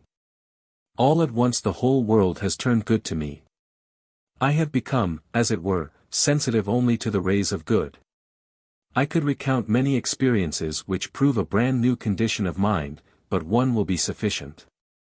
Without the slightest feeling of annoyance or impatience, I have seen a train that I had planned to take with a good deal of interested and pleasurable anticipation move out of the station without me, because my baggage did not arrive. The porter from the hotel came running and panting into the station just as the train pulled out of sight. When he saw me, he looked as if he feared a scolding, and began to tell of being blocked in a crowded street and unable to get out. When he had finished, I said to him, "It doesn't matter at all, you couldn't help it, so we will try again tomorrow. Here is your fee, I am sorry you had all this trouble in earning it." The look of surprise that came over his face was so filled with pleasure that I was repaid on the spot for the delay in my departure. Next day he would not accept a cent for the service, and he and I are friends for life. During the first weeks of my experience I was on guard only against worry and anger. But, in the meantime, having noticed the absence of the other depressing and dwarfing passions, I began to trace a relationship, until I was convinced that they are all growths from the two roots I have specified. I have felt the freedom now for so long a time that I am sure of my relation toward it. And I could no more harbor any of the thieving and depressing influences that once I nursed as a heritage of humanity than a fop would voluntarily wallow in a filthy gutter. There is no doubt in my mind that pure Christianity and pure Buddhism, and the mental sciences and all religions fundamentally teach what has been a discovery to me. But none of them have presented it in the light of a simple and easy process of elimination. At one time I wondered if the elimination would not yield to indifference and sloth. In my experience, the contrary is the result. I feel such an increased desire to do something useful that it seems as if I were a boy again and the energy for play had returned. I could fight as readily as, and better than, ever, if there were occasion for it. It does not make one a coward. It can't, since fear is one of the things eliminated. I noticed the absence of timidity in the presence of any audience. When a boy, I was standing under a tree which was struck by lightning, and received a shock from the effects of which I never knew exemption until I had dissolved partnership with worry. Since then, lightning and thunder have been encountered under conditions which would formerly have caused great depression and discomfort, without my experiencing a trace of either. Surprise is also greatly modified, and one is less liable to become startled by unexpected sights or noises. As far as I am individually concerned, I am not bothering myself at present as to what the results of this emancipated condition may be. I have no doubt that the perfect health aimed at by Christian Science may be one of the possibilities, for I note a marked improvement in the way my stomach does its duty in assimilating the food I give it to handle. And I am sure it works better to the sound of a song than under the friction of a frown. Neither am I wasting any of this precious time formulating an idea of a future existence or a future heaven. The heaven that I have within myself is as attractive as any that has been promised or that I can imagine. And I am willing to let the growth lead where it will, as long as the anger and their brood have no part in misguiding it. 94. The older medicine used to speak of two ways, lysis and crisis, one gradual, the other abrupt, in which one might recover from a bodily disease. In the spiritual realm there are also two ways, one gradual, the other sudden, in which inner unification may occur. Tolstoy and Bunyan may again serve us as examples, as it happens, of the gradual way, though it must be confessed at the outset that it is hard to follow these windings of the hearts of others. And one feels that their words do not reveal their total secret. How will this be? Tolstoy, pursuing his unending questioning, seemed to come to one insight after another. First he perceived that his conviction that life was meaningless took only this finite life into account. He was looking for the value of one finite term in that of another, and the whole result could only be one of those indeterminate equations in mathematics which end with infinity. Yet this is as far as the reasoning intellect by itself can go, unless irrational sentiment or faith brings in the infinite. Believe in the infinite as common people do, and life grows possible again. Since mankind has existed, wherever life has been, there also has been the faith that gave the possibility of living. Faith is the sense of life, that sense by virtue of which man does not destroy himself, but continues to live on. It is the force whereby we live. If man did not believe that he must live for something, he would not live at all. The idea of an infinite God, of the divinity of the soul, of the union of men's actions with God, these are ideas elaborated in the infinite secret depths of human thought. They are ideas without which there would be no life, without which I myself, said Tolstoy, would not exist. I began to see that I had no right to rely on my individual reasoning and neglect these answers given by faith, for they are the only answers to the question. Yet how believe as the common people believe, steeped as they are in grossest superstition? It is impossible, but yet their life. Their life. It is normal. It is happy. It is an answer to the question. Little by little, Tolstoy came to the settled conviction, he says it took him 2 years to arrive there, that his trouble had not been with life in general, not with the common life of common men, but with the life of the upper, intellectual, artistic classes, the life which he had personally always led, the cerebral life, the life of conventionality, artificiality, and personal ambition. He had been living wrongly and must change. To work for animal needs, to abjure lies and vanities, to relieve common wants, to be simple, to believe in God, therein lay happiness again. I remember, he says, one day in early spring, I was alone in the forest, lending my ear to its mysterious noises. I listened, and my thought went back to what for these 3 years it always was busy with, the quest of God. But the idea of him, I said, how did I ever come by the idea? And again there arose in me, with this thought, glad aspirations towards life. Everything in me awoke and received a meaning. Why do I look farther? A voice within me asked. He is there, he, without whom one cannot live. To acknowledge God and to live are one and the same thing. God is what life is. Well, then. Live, seek God, and there will be no life without him. After this, things cleared up within me and about me better than ever, and the light has never wholly died away. I was saved from suicide. Just how or when the change took place I cannot tell. But as insensibly and gradually as the force of life had been annulled within me, and I had reached my moral deathbed, just as gradually and imperceptibly did the energy of life come back. And what was strange was that this energy that came back was nothing new. It was my ancient juvenile force of faith, the belief that the sole purpose of my life was to be better. I gave up the life of the conventional world, recognizing it to be no life, but a parody on life, which its superfluities simply keep us from comprehending, and Tolstoy thereupon embraced the life of the peasants, and has felt right and happy. Or at least relatively so, ever since. 95. As I interpret his melancholy, then, it was not merely an accidental vitiation of his humors, though it was doubtless also that. It was logically called for by the clash between his inner character and his outer activities and aims. Although a literary artist, Tolstoy was one of those primitive oaks of men to whom the superfluities and insincerities, the cupidities, complications, and cruelties of our polite civilization are profoundly unsatisfying. And for whom the eternal veracities lie with more natural and animal things.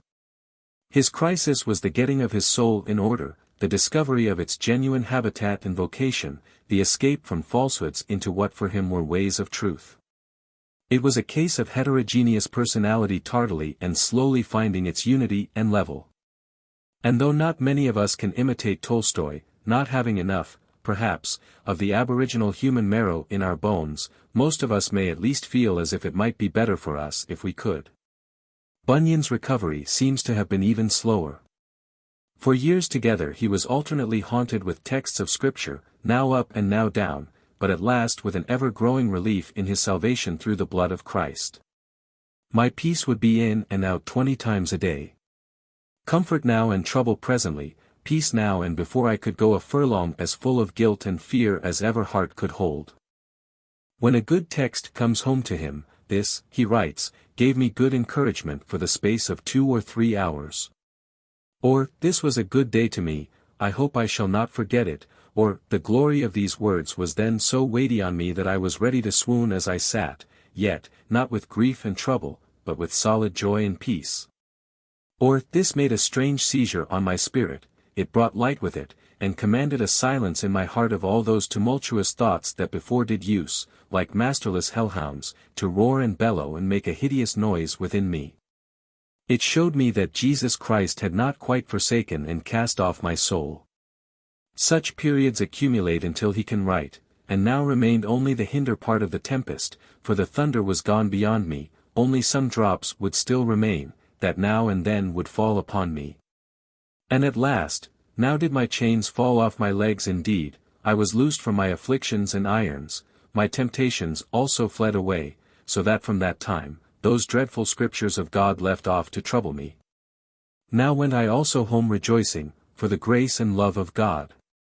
Now could I see myself in heaven and earth at once, in heaven by my Christ, by my head, by my righteousness and life, though on earth by my body or person. Christ was a precious Christ to my soul that night, I could scarce lie in my bed for joy and peace and triumph through Christ. Bunyan became a minister of the gospel, and in spite of his neurotic constitution, and of the 12 years he lay in prison for his nonconformity, his life was turned to active use. He was a peacemaker and doer of good, and the immortal allegory which he wrote has brought the very spirit of religious patience home to English hearts. But neither Bunyan nor Tolstoy could become what we have called healthy-minded. They had drunk too deeply of the cup of bitterness ever to forget its taste, and their redemption is into a universe 2 stories deep. Each of them realized a good which broke the effective edge of his sadness. Yet the sadness was preserved as a minor ingredient in the heart of the faith by which it was overcome. The fact of interest for us is that as a matter of fact they could and did find something welling up in the inner reaches of their consciousness, by which such extreme sadness could be overcome. Tolstoy does well to talk of it as that by which men live. For that is exactly what it is, a stimulus, an excitement, a faith, a force that reinfuses the positive willingness to live, even in full presence of the evil perceptions that erewhile made life seem unbearable. For Tolstoy's perceptions of evil appear within their sphere to have remained unmodified. His later works show him implacable to the whole system of official values, the ignobility of fashionable life, the infamies of empire. The spuriousness of the church, the vain conceit of the professions, the meannesses and cruelties that go with great success, and every other pompous crime and lying institution of this world. To all patience with such things his experience has been for him a permanent ministry of death. Bunyan also leaves this world to the enemy. I must first pass a sentence of death, he says, upon everything that can properly be called a thing of this life, even to reckon myself, my wife, my children, my health, my enjoyments, and all, as dead to me, and myself as dead to them.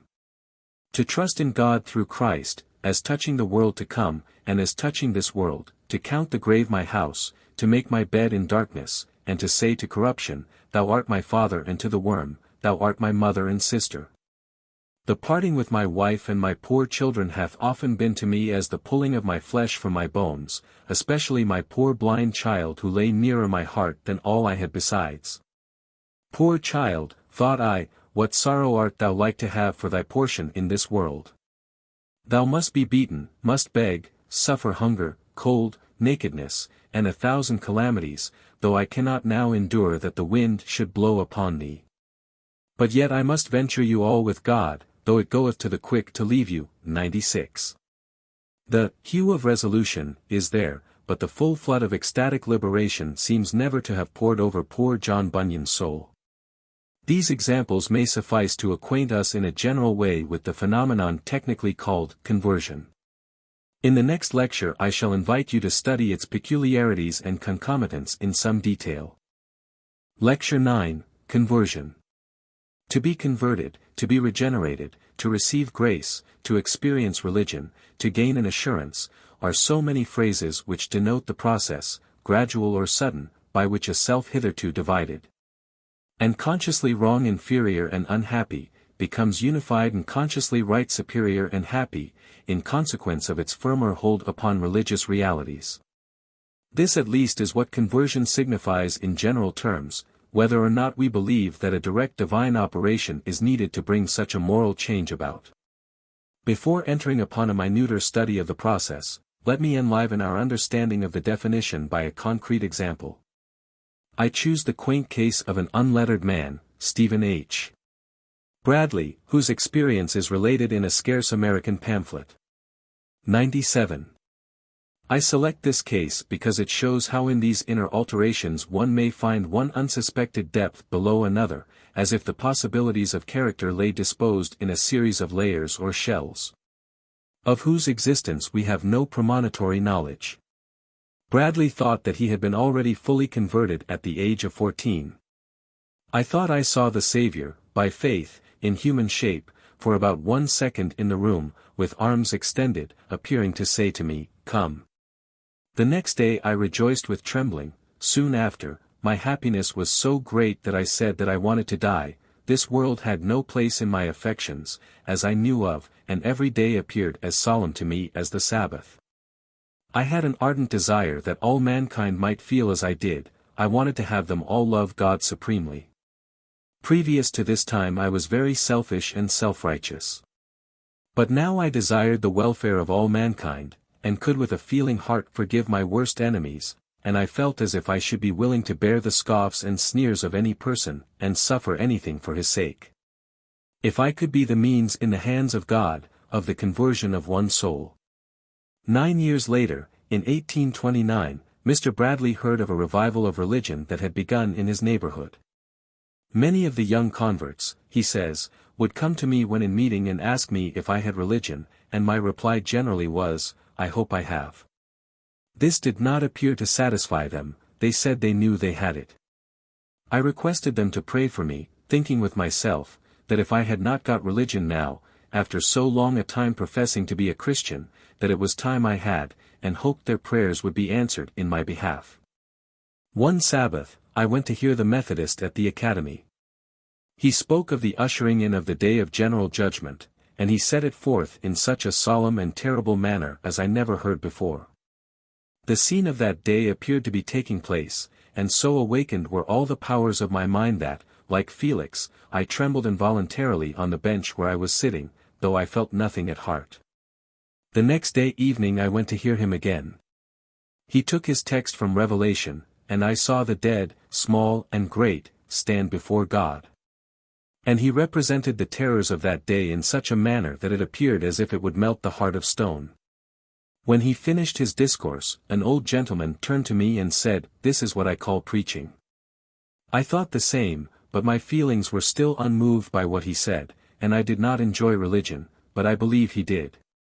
I will now relate my experience of the power of the Holy Spirit which took place on the same night. Had any person told me previous to this that I could have experienced the power of the Holy Spirit in the manner which I did, I could not have believed it, and should have thought the person deluded that told me so. I went directly home after the meeting, and when I got home I wondered what made me feel so stupid. I retired to rest soon after I got home, and felt indifferent to the things of religion until I began to be exercised by the Holy Spirit, which began in about 5 minutes after, in the following manner. At first, I began to feel my heart beat very quick all on a sudden, which made me at first think that perhaps something is going to ail me, though I was not alarmed, for I felt no pain. My heart increased in its beating, which soon convinced me that it was the Holy Spirit from the effect it had on me. I began to feel exceedingly happy and humble, and such a sense of unworthiness as I never felt before. I could not very well help speaking out, which I did, and said, Lord, I do not deserve this happiness, or words to that effect. While there was a stream, resembling air in feeling, came into my mouth and heart in a more sensible manner than that of drinking anything, which continued, as near as I could judge, 5 minutes or more. Which appeared to be the cause of such a palpitation of my heart. It took complete possession of my soul, and I am certain that I desired the Lord, while in the midst of it, not to give me any more happiness, for it seemed as if I could not contain what I had got. My heart seemed as if it would burst, but it did not stop until I felt as if I was unutterably full of the love and grace of God.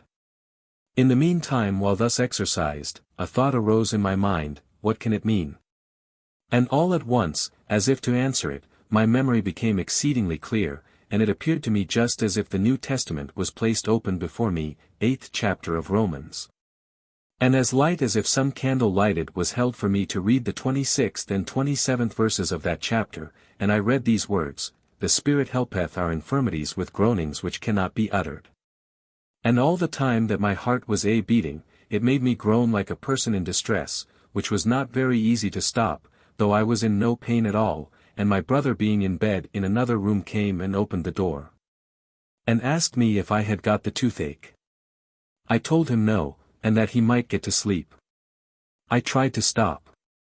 I felt unwilling to go to sleep myself, I was so happy, fearing I should lose it, thinking within myself.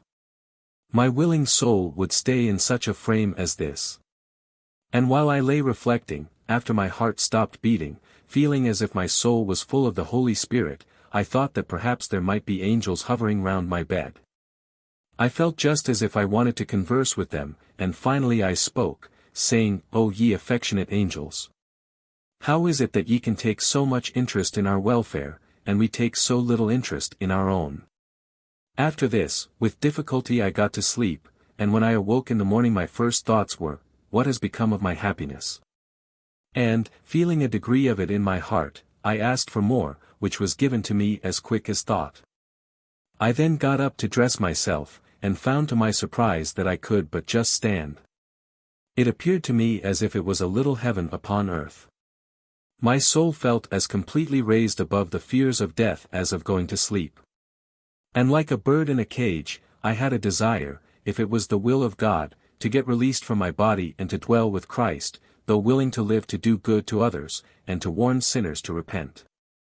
I went downstairs feeling as solemn as if I had lost all my friends, and thinking with myself, that I would not let my parents know it until I had first looked into the Testament. I went directly to the shelf and looked into it, at the 8th of Romans, and every verse seemed to almost speak and to confirm it to be truly the Word of God, and as if my feelings corresponded with the meaning of the Word. I then told my parents of it, and told them that I thought that they must see that when I spoke, that it was not my own voice, for it appeared so to me. My speech seemed entirely under the control of the Spirit within me. I do not mean that the words which I spoke were not my own, for they were. I thought that I was influenced similar to the apostles on the day of Pentecost, with the exception of having power to give it to others, and doing what they did.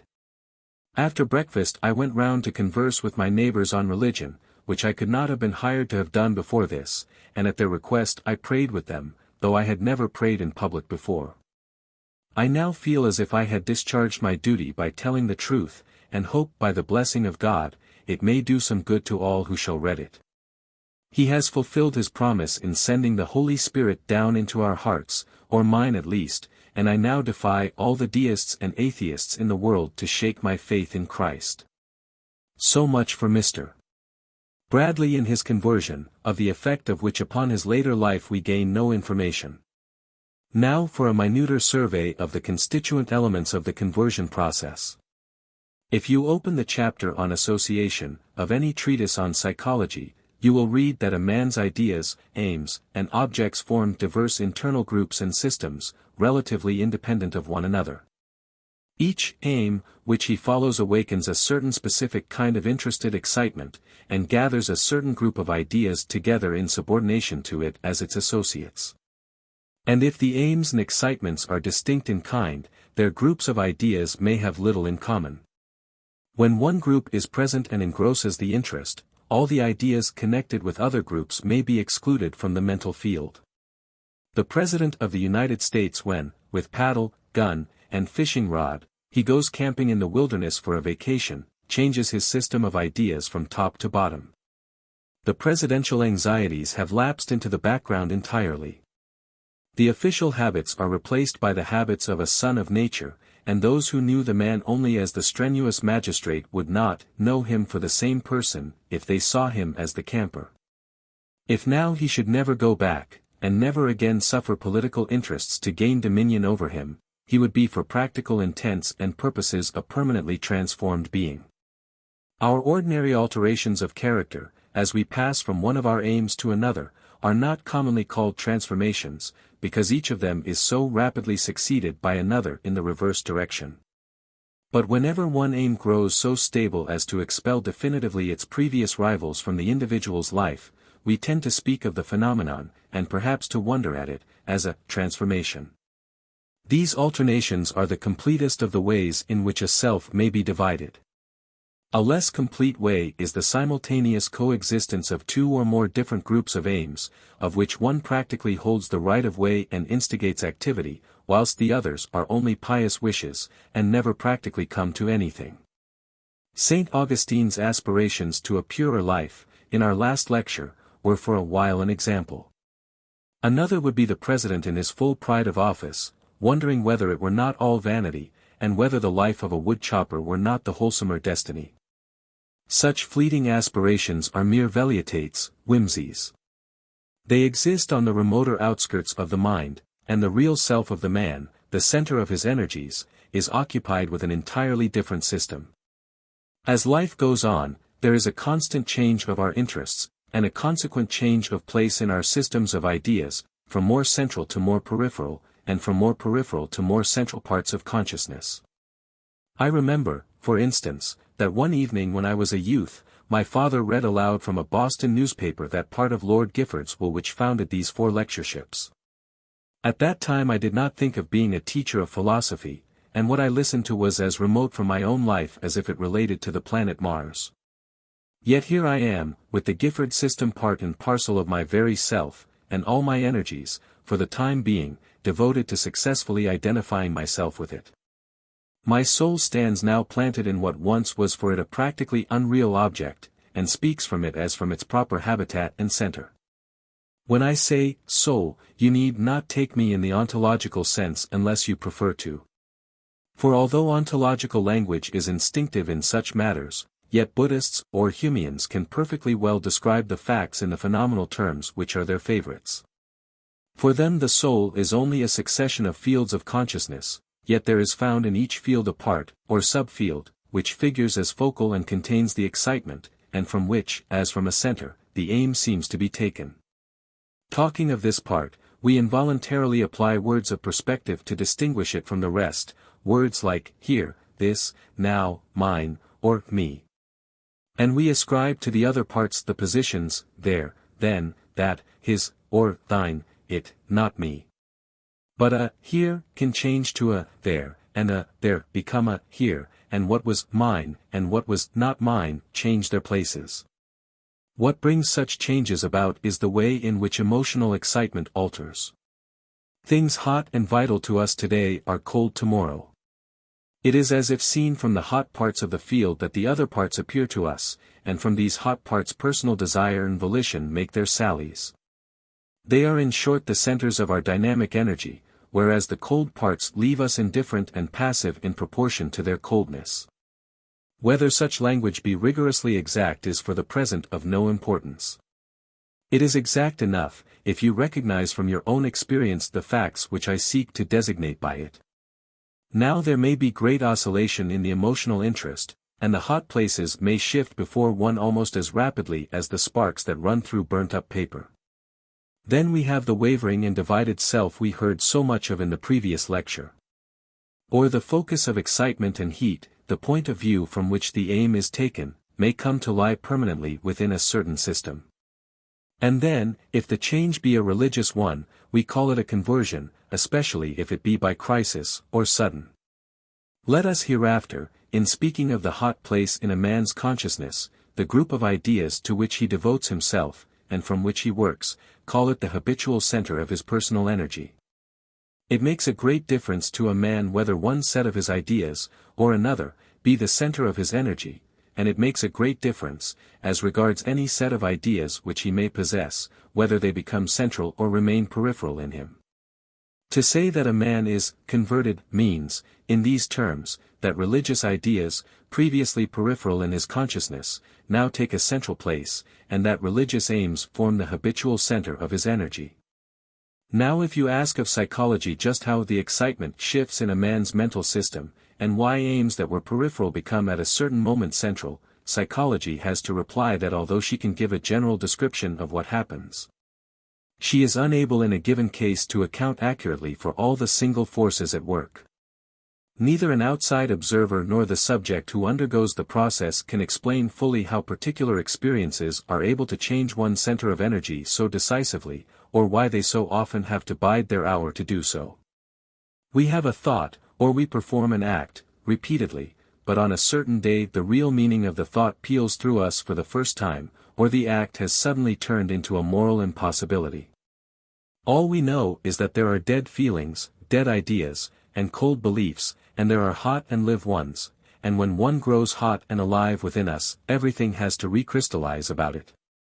We may say that the heat and liveliness mean only the motor efficacy, long deferred but now operative, of the idea, but such talk itself is only circumlocution, for whence the sudden motor efficacy? And our explanations then get so vague and general that one realizes all the more the intense individuality of the whole phenomenon. In the end we fall back on the hackneyed symbolism of a mechanical equilibrium. A mind is a system of ideas, each with the excitement it arouses, and with tendencies impulsive and inhibitive, which mutually check or reinforce one another. The collection of ideas alters by subtraction or by addition in the course of experience, and the tendencies alter as the organism gets more aged. A mental system may be undermined or weakened by this interstitial alteration just as a building is, and yet for a time keep upright by dead habit. But a new perception, a sudden emotional shock, or an occasion which lays bare the organic alteration, will make the whole fabric fall together. And then the center of gravity sinks into an attitude more stable, for the new ideas that reach the center in the rearrangement seem now to be locked there, and the new structure remains permanent.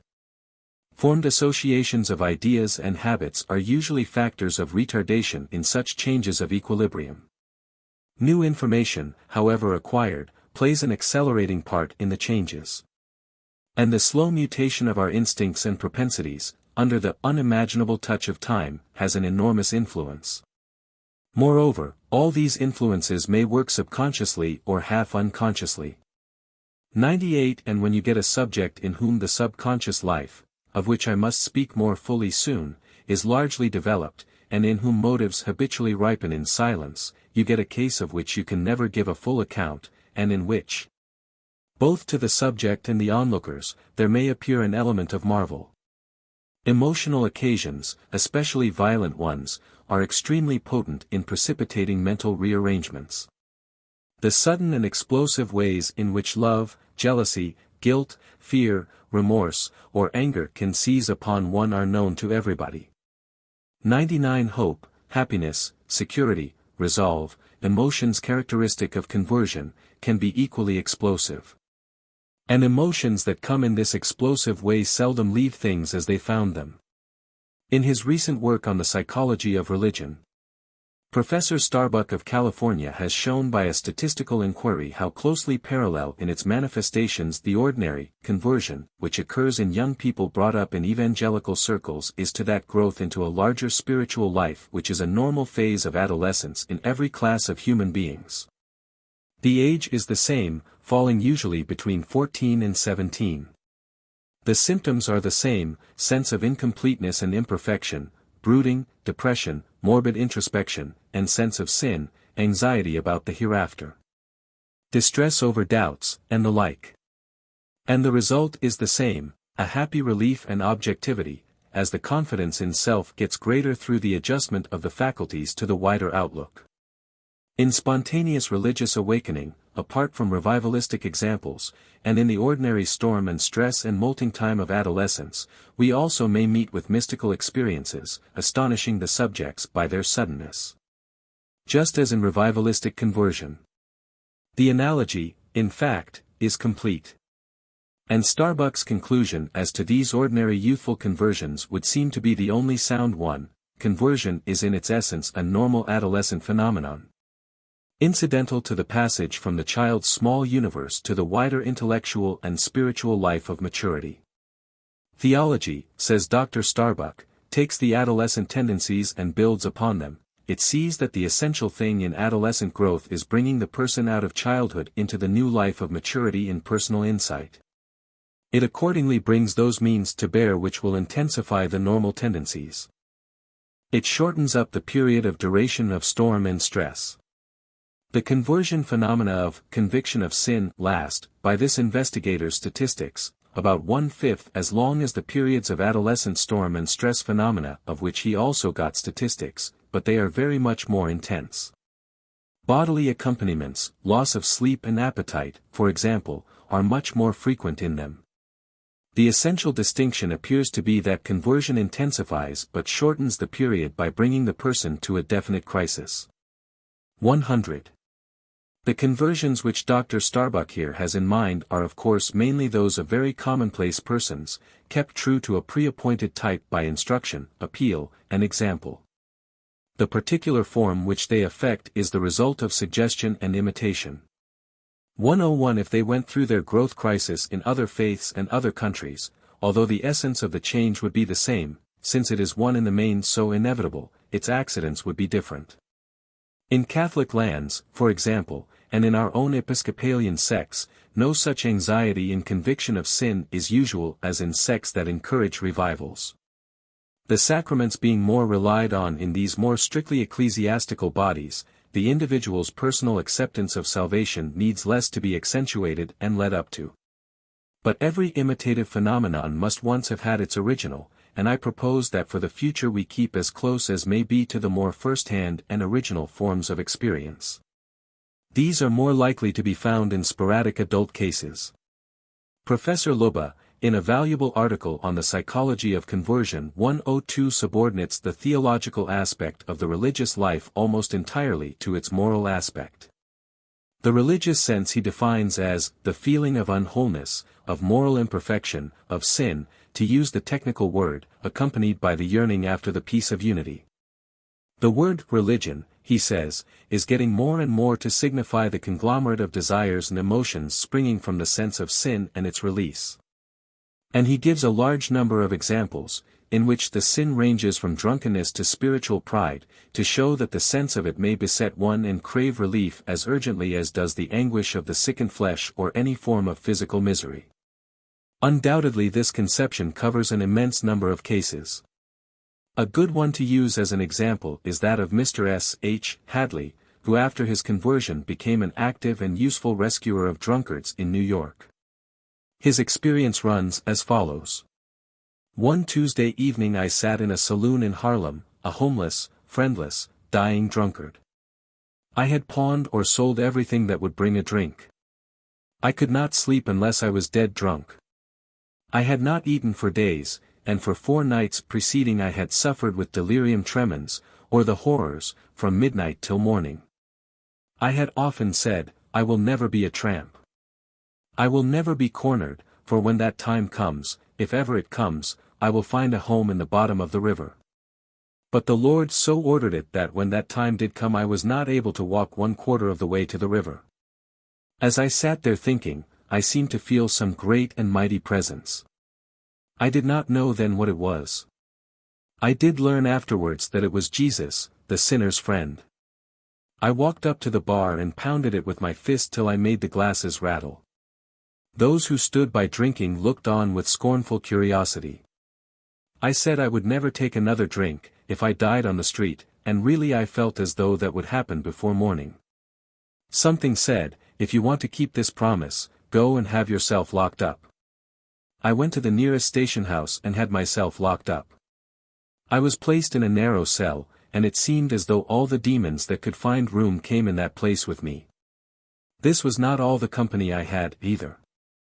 No, praise the Lord, that dear spirit that came to me in the saloon was present, and said, "Pray." I did pray, and though I did not feel any great help, I kept on praying. As soon as I was able to leave my cell I was taken to the police court and remanded back to the cell. I was finally released, and found my way to my brother's house, where every care was given me. While lying in bed the admonishing spirit never left me, and when I arose the following Sabbath morning I felt that day would decide my fate, and toward evening it came into my head to go to Jerry Molly's mission. I went. The house was packed, and with great difficulty I made my way to the space near the platform. There I saw the apostle to the drunkard and the outcast, that man of God, Jerry Molly. He rose, and amid deep silence told his experience. There was a sincerity about this man that carried conviction with it, and I found myself saying, I wonder if God can save me? I listened to the testimony of 25 or 30 persons, every one of whom had been saved from rum, and I made up my mind that I would be saved or die right there. When the invitation was given, I knelt down with a crowd of drunkards. Jerry made the first prayer. Then Mrs. Molly prayed fervently for us. Oh, what a conflict was going on for my poor soul. A blessed whisper said, "Come," the devil said, "be careful." I halted but a moment, and then, with a breaking heart, I said, "Dear Jesus, can you help me?" Never with mortal tongue can I describe that moment.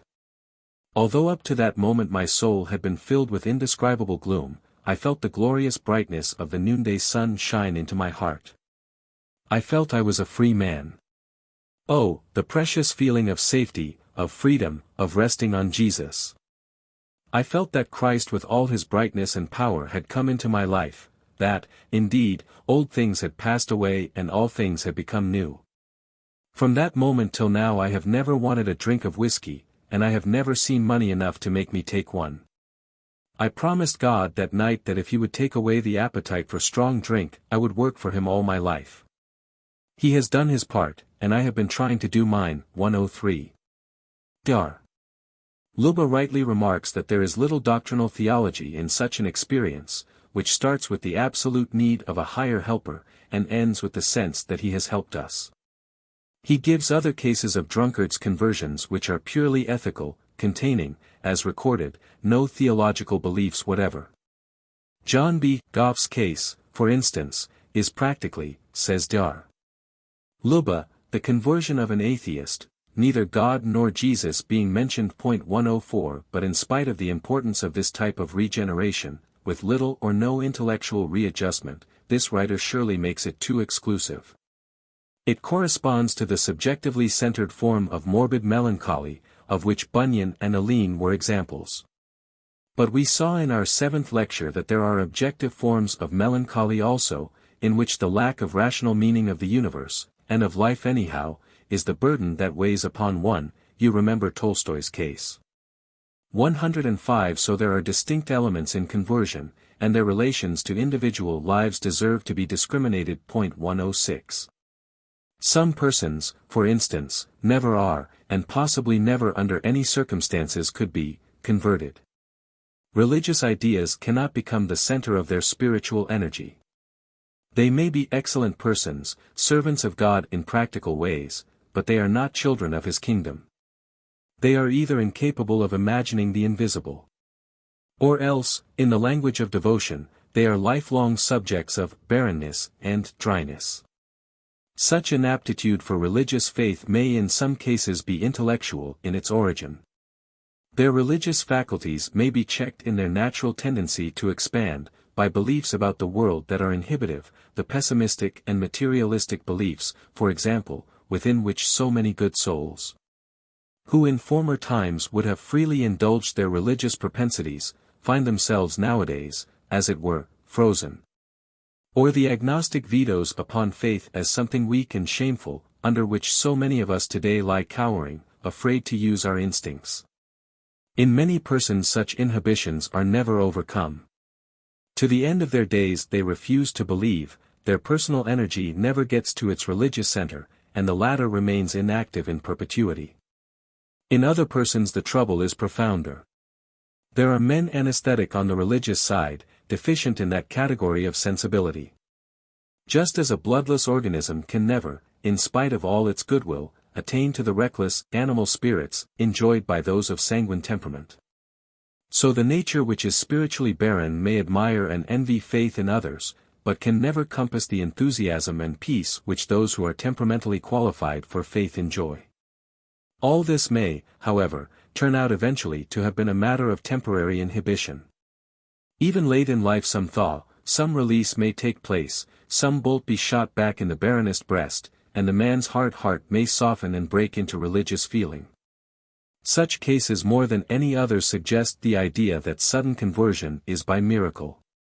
So long as they exist, we must not imagine ourselves to deal with irretrievably fixed classes. Now there are two forms of mental occurrence in human beings, which lead to a striking difference in the conversion process, a difference to which Professor Starbuck has called attention. You know how it is when you try to recollect a forgotten name. Usually you help the recall by working for it, by mentally running over the places, persons, and things with which the word was connected. But sometimes this effort fails. You feel then as if the harder you tried the less hope there would be, as though the name were jammed, and pressure in its direction only kept it all the more from rising. And then the opposite expedient often succeeds. Give up the effort entirely, think of something altogether different, and in half an hour the lost name comes sauntering into your mind, as Emerson says, as carelessly as if it had never been invited. Some hidden process was started in you by the effort, which went on after the effort ceased, and made the result come as if it came spontaneously. A certain music teacher, says Dr. Starbuck, says to her pupils after the thing to be done has been clearly pointed out, and unsuccessfully attempted, stop trying and it will do itself. 107. There is thus a conscious and voluntary way and an involuntary and unconscious way in which mental results may get accomplished. And we find both ways exemplified in the history of conversion, giving us two types, which Starbuck calls the volitional type and the type by self-surrender respectively. In the volitional type the regenerative change is usually gradual, and consists in the building up, piece by piece, of a new set of moral and spiritual habits. But there are always critical points here at which the movement forward seems much more rapid. This psychological fact is abundantly illustrated by Dr. Starbuck. Our education in any practical accomplishment proceeds apparently by jerks and starts just as the growth of our physical bodies does. An athlete sometimes awakens suddenly to an understanding of the fine points of the game and to a real enjoyment of it, just as the convert awakens to an appreciation of religion.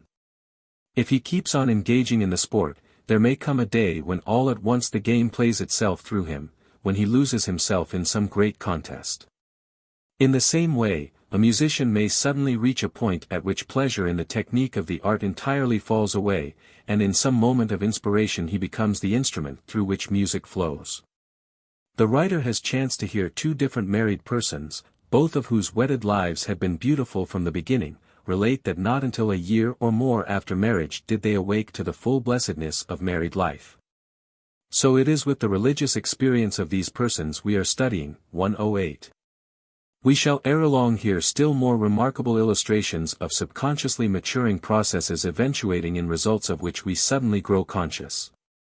Sir William Hamilton and Professor Laycock of Edinburgh were among the first to call attention to this class of effects, but Dr. Carpenter first, unless I am mistaken, introduced the term unconscious cerebration, which has since then been a popular phrase of explanation. The facts are now known to us far more extensively than he could know them, and the adjective, unconscious, being for many of them almost certainly a misnomer, is better replaced by the vaguer term, subconscious, or subliminal. Of the volitional type of conversion it would be easy to give examples, 109, but they are as a rule less interesting than those of the self-surrender type, in which the subconscious effects are more abundant and often startling. I will therefore hurry to the latter, the more so because the difference between the two types is after all not radical. Even in the most voluntarily built-up sort of regeneration there are passages of partial self-surrender interposed. And in the great majority of all cases, when the will had done its uttermost towards bringing one close to the complete unification aspired after, It seems that the very last step must be left to other forces and performed without the help of its activity. In other words, self-surrender becomes then indispensable. The personal will, says Dr. Starbuck, must be given up. In many cases relief persistently refuses to come until the person ceases to resist, or to make an effort in the direction he desires to go. I had said I would not give up. But when my will was broken, it was all over, writes one of Starbuck's correspondents. Another says, I simply said, Lord, I have done all I can, I leave the whole matter with thee, and immediately there came to me a great peace. Another, all at once it occurred to me that I might be saved, too, if I would stop trying to do it all myself, and follow Jesus. Somehow I lost my load. Another, I finally ceased to resist, and gave myself up, though it was a hard struggle. Gradually the feeling came over me that I had done my part, and God was willing to do his. 1:10, Lord thy will be done, damn or save, cries John Nelson. 1:11, exhausted with the anxious struggle to escape damnation. And at that moment his soul was filled with peace. Dr. Starbuck gives an interesting, and it seems to me a true, account, so far as conceptions so schematic can claim truth at all, of the reasons why self-surrender at the last moment should be so indispensable. To begin with, there are two things in the mind of the candidate for conversion: first, the present incompleteness or wrongness, the sin which he is eager to escape from, and, second, the positive ideal which he longs to compass. Now with most of us the sense of our present wrongness is a far more distinct piece of our consciousness than is the imagination of any positive ideal we can aim at. In a majority of cases, indeed, the sin almost exclusively engrosses the attention, so that conversion is a process of struggling away from sin rather than of striving towards righteousness.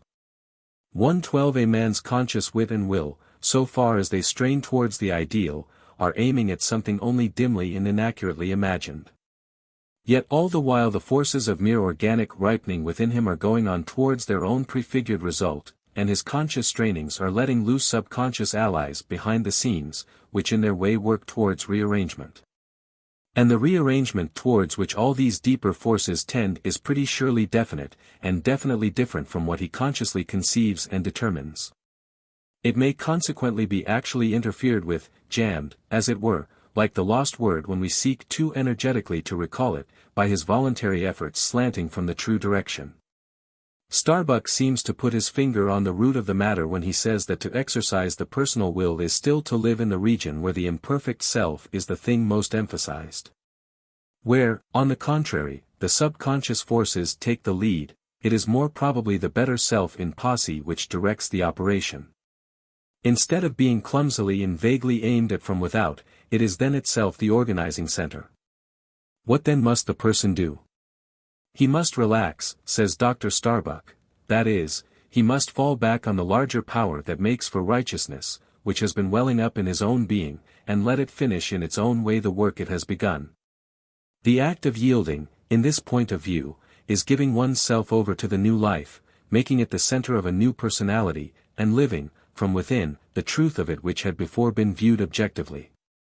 113. Man's extremity is God's opportunity, is the theological way of putting this fact of the need of self-surrender, whilst the physiological way of stating it would be, let one do all in one's power, and one's nervous system will do the rest. Both statements acknowledge the same fact. 114. To state it in terms of our own symbolism, when the new center of personal energy has been subconsciously incubated so long as to be just ready to open into flower, hands off is the only word for us, it must burst forth unaided. We have used the vague and abstract language of psychology. But since, in any terms, the crisis described is the throwing of our conscious selves upon the mercy of powers which, whatever they may be, are more ideal than we are actually, and make for our redemption. You see why self-surrender has been and always must be regarded as the vital turning point of the religious life, so far as the religious life is spiritual and no affair of outer works and ritual and sacraments. One may say that the whole development of Christianity in inwardness has consisted in little more than the greater and greater emphasis attached to this crisis of self-surrender. From Catholicism to Lutheranism, and then to Calvinism. From that to Wesleyanism. And from this, outside of technical Christianity altogether, to pure liberalism or transcendental idealism, whether or not of the mind-cure type, taking in the medieval mystics, the Quietists, the Pietists, and Quakers by the way. We can trace the stages of progress towards the idea of an immediate spiritual help, experienced by the individual in his forlornness and standing in no essential need of doctrinal apparatus or propitiatory machinery. Psychology and religion are thus in perfect harmony up to this point, since both admit that there are forces seemingly outside of the conscious individual that bring redemption to his life. Nevertheless, psychology, defining these forces as subconscious, and speaking of their effects, as due to incubation, or cerebration, implies that they do not transcend the individual's personality. And herein she diverges from Christian theology, which insists that they are direct supernatural operations of the deity. I propose to you that we do not yet consider this divergence final, but leave the question for a while in abeyance. Continued inquiry may enable us to get rid of some of the apparent discord. Revert, then, for a moment more to the psychology of self-surrender. When you find a man living on the ragged edge of his consciousness, pent into his sin and want and incompleteness, and consequently inconsolable, and then simply tell him that all is well with him, that he must stop his worry, break with his discontent, and give up his anxiety, you seem to him to come with pure absurdities. The only positive consciousness he has tells him that all is not well, and the better way you offer sounds simply as if you propose to him to assert cold-blooded falsehoods. The will to believe cannot be stretched as far as that. We can make ourselves more faithful to a belief of which we have the rudiments, but we cannot create a belief out of whole cloth when our perception actively assures us of its opposite. The better mind proposed to us comes in that case in the form of a pure negation of the only mind we have, and we cannot actively will a pure negation.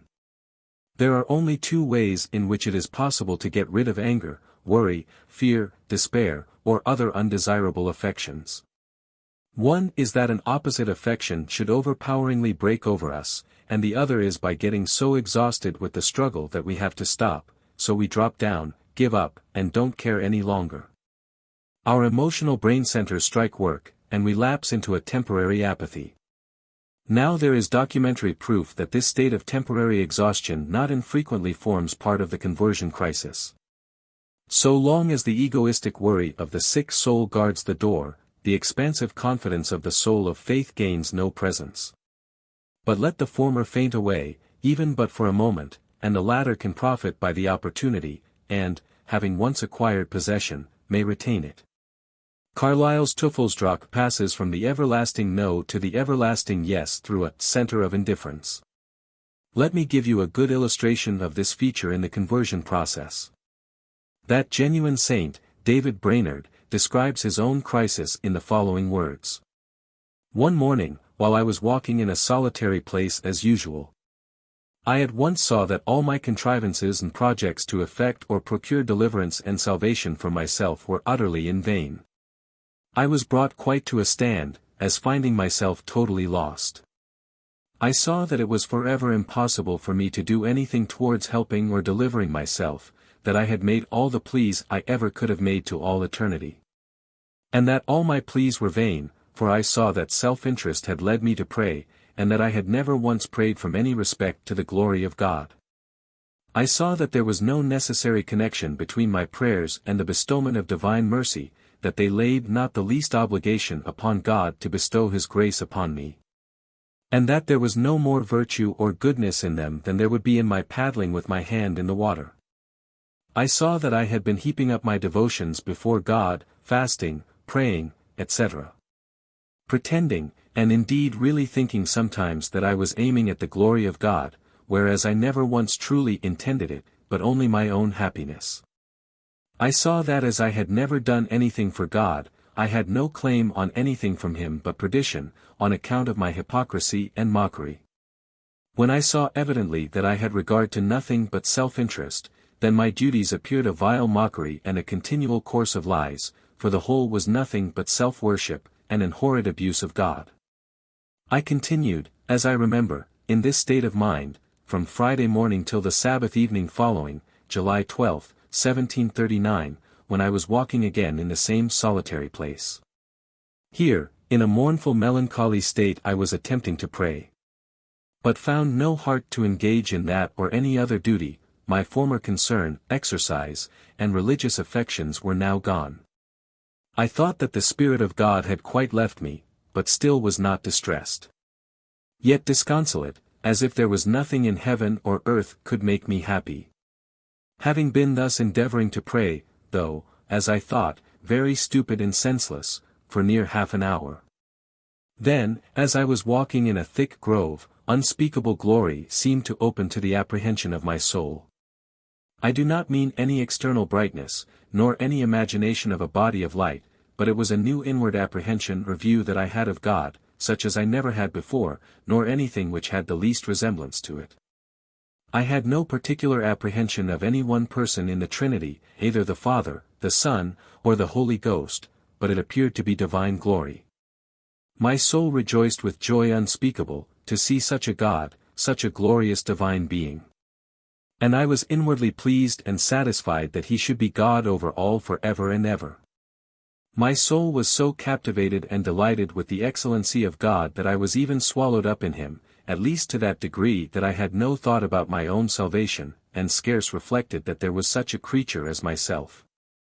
I continued in this state of inward joy, peace, and astonishing, till near dark without any sensible abatement, and then began to think and examine what I had seen, and felt sweetly composed in my mind all the evening following. I felt myself in a new world, and everything about me appeared with a different aspect from what it was wont to do. At this time, the way of salvation opened to me with such infinite wisdom, suitableness, and excellency, that I wondered I should ever think of any other way of salvation. Was amazed that I had not dropped my own contrivances, and complied with this lovely, blessed, and excellent way before. If I could have been saved by my own duties or any other way that I had formerly contrived, my whole soul would now have refused it. I wondered that all the world did not see and comply with this way of salvation, entirely by the righteousness of Christ. 1:15. I have italicized the passage which records the exhaustion of the anxious emotion hitherto habitual. In a large proportion, perhaps the majority, of reports, the writers speak as if the exhaustion of the lower and the entrance of the higher emotion were simultaneous. 1:16. Yet often again they speak as if the higher actively drove the lower out. This is undoubtedly true in a great many instances, as we shall presently see. But often there seems little doubt that both conditions, subconscious ripening of the one affection and exhaustion of the other, must simultaneously have conspired, in order to produce the result. T.W.B. A convert of Nettleton's, being brought to an acute paroxysm of conviction of sin, ate nothing all day, locked himself in his room in the evening in complete despair, crying aloud, "How long, O Lord, how long?" After repeating this and similar language, he says, several times, I seemed to sink away into a state of insensibility. When I came to myself again I was on my knees, praying not for myself but for others. I felt submission to the will of God, willing that he should do with me as should seem good in his sight. My concern seemed all lost in concern for others. 1:17. Our great American revivalist Finney writes, I said to myself, what is this? I must have grieved the Holy Ghost entirely away. I have lost all my conviction. I have not a particle of concern about my soul, and it must be that the Spirit has left me. Why? Thought I never was so far from being concerned about my own salvation in my life. I tried to recall my convictions, to get back again the load of sin under which I had been laboring. I tried in vain to make myself anxious. I was so quiet and peaceful that I tried to feel concerned about that, lest it should be the result of my having grieved the Spirit away. 118. But beyond all question there are persons in whom, quite independently of any exhaustion in the subject's capacity for feeling, or even in the absence of any acute previous feeling, the higher condition, having reached the due degree of energy, bursts through all barriers and sweeps in like a sudden flood. These are the most striking and memorable cases, the cases of instantaneous conversion to which the conception of divine grace has been most peculiarly attached. I have given one of them at length, the case of Mr. Bradley. But I had better reserve the other cases and my comments on the rest of the subject for the following lecture. Lecture 10, Conversion Concluded. In this lecture we have to finish the subject of conversion, considering at first those striking instantaneous instances of which St. Paul's is the most eminent, and in which, often amid tremendous emotional excitement or perturbation of the senses, a complete division is established in the twinkling of an eye between the old life and the new. Conversion of this type is an important phase of religious experience, owing to the part which it has played in Protestant theology, and it behooves us to study it conscientiously on that account. I think I had better cite 2 or 3 of these cases before proceeding to a more generalized account. One must know concrete instances first. For, as Professor Agassiz used to say, one can see no farther into a generalization than just so far as one's previous acquaintance with particulars enables one to take it in. I will go back, then, to the case of our friend Henry Alline, and quote his report of the 26th of March, 1775, on which his poor divided mind became unified for good. As I was about sunset wandering in the fields lamenting my miserable lost and undone condition, and almost ready to sink under my burden, I thought I was in such a miserable case as never any man was before. I returned to the house, and when I got to the door, just as I was stepping off the threshold, the following impressions came into my mind like a powerful but small still voice. You have been seeking, praying, reforming, laboring, reading, hearing, and meditating, and what have you done by it towards your salvation? Are you any nearer to conversion now than when you first began? Are you any more prepared for heaven, or fitter to appear before the impartial bar of God, than when you first began to seek? It brought such conviction on me that I was obliged to say that I did not think I was one step nearer than at first, but as much condemned, as much exposed, and as miserable as before. I cried out within myself, O Lord God, I am lost, and if thou, O Lord, dost not find out some new way, I know nothing of, I shall never be saved, for the ways and methods I have prescribed to myself have all failed me. And I am willing they should fail. O Lord, have mercy. O Lord, have mercy. These discoveries continued until I went into the house and sat down. After I sat down, being all in confusion, like a drowning man that was just giving up to sink, and almost in an agony, I turned very suddenly round in my chair, and seeing part of an old Bible lying in one of the chairs, I caught hold of it in great haste. And opening it without any premeditation, cast my eyes on the 38th Psalm, which was the first time I ever saw the Word of God. It took hold of me with such power that it seemed to go through my whole soul, so that it seemed as if God was praying in, with, and for me. About this time my father called the family to attend prayers. I attended, but paid no regard to what he said in his prayer, but continued praying in those words of the psalm. Oh, help me, cried I, thou Redeemer of souls, and save me, or I am gone forever. Thou canst this night, if thou pleasest, with one drop of thy blood atone for my sins, and appease the wrath of an angry God. At that instant of time when I gave all up to him to do with me as he pleased, and was willing that God should rule over me at his pleasure, redeeming love broke into my soul with repeated scriptures. With such power that my whole soul seemed to be melted down with love, the burden of guilt and condemnation was gone, darkness was expelled, my heart humbled and filled with gratitude, and my whole soul, that was a few minutes ago groaning under mountains of death, and crying to an unknown God for help, was now filled with immortal love, soaring on the wings of faith, freed from the chains of death and darkness, and crying out, My Lord and my God. Thou art my rock and my fortress, my shield and my high tower, my life, my joy, my present and my everlasting portion. Looking up, I thought I saw that same light. He had on more than one previous occasion seen subjectively a bright blaze of light, though it appeared different. And as soon as I saw it, the design was opened to me, according to his promise, and I was obliged to cry out, Enough, enough, O blessed God. The work of conversion, the change, and the manifestations of it are no more disputable than that light which I see, or anything that ever I saw.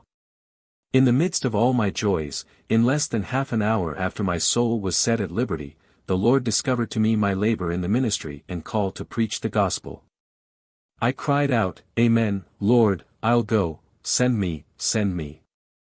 I spent the greatest part of the night in ecstasies of joy, praising and adoring the Ancient of Days for his free and unbounded grace. After I had been so long in this transport and heavenly frame that my nature seemed to require sleep, I thought to close my eyes for a few moments. Then the devil stepped in, and told me that if I went to sleep, should lose it all, and when I should awake in the morning I would find it to be nothing but a fancy and delusion.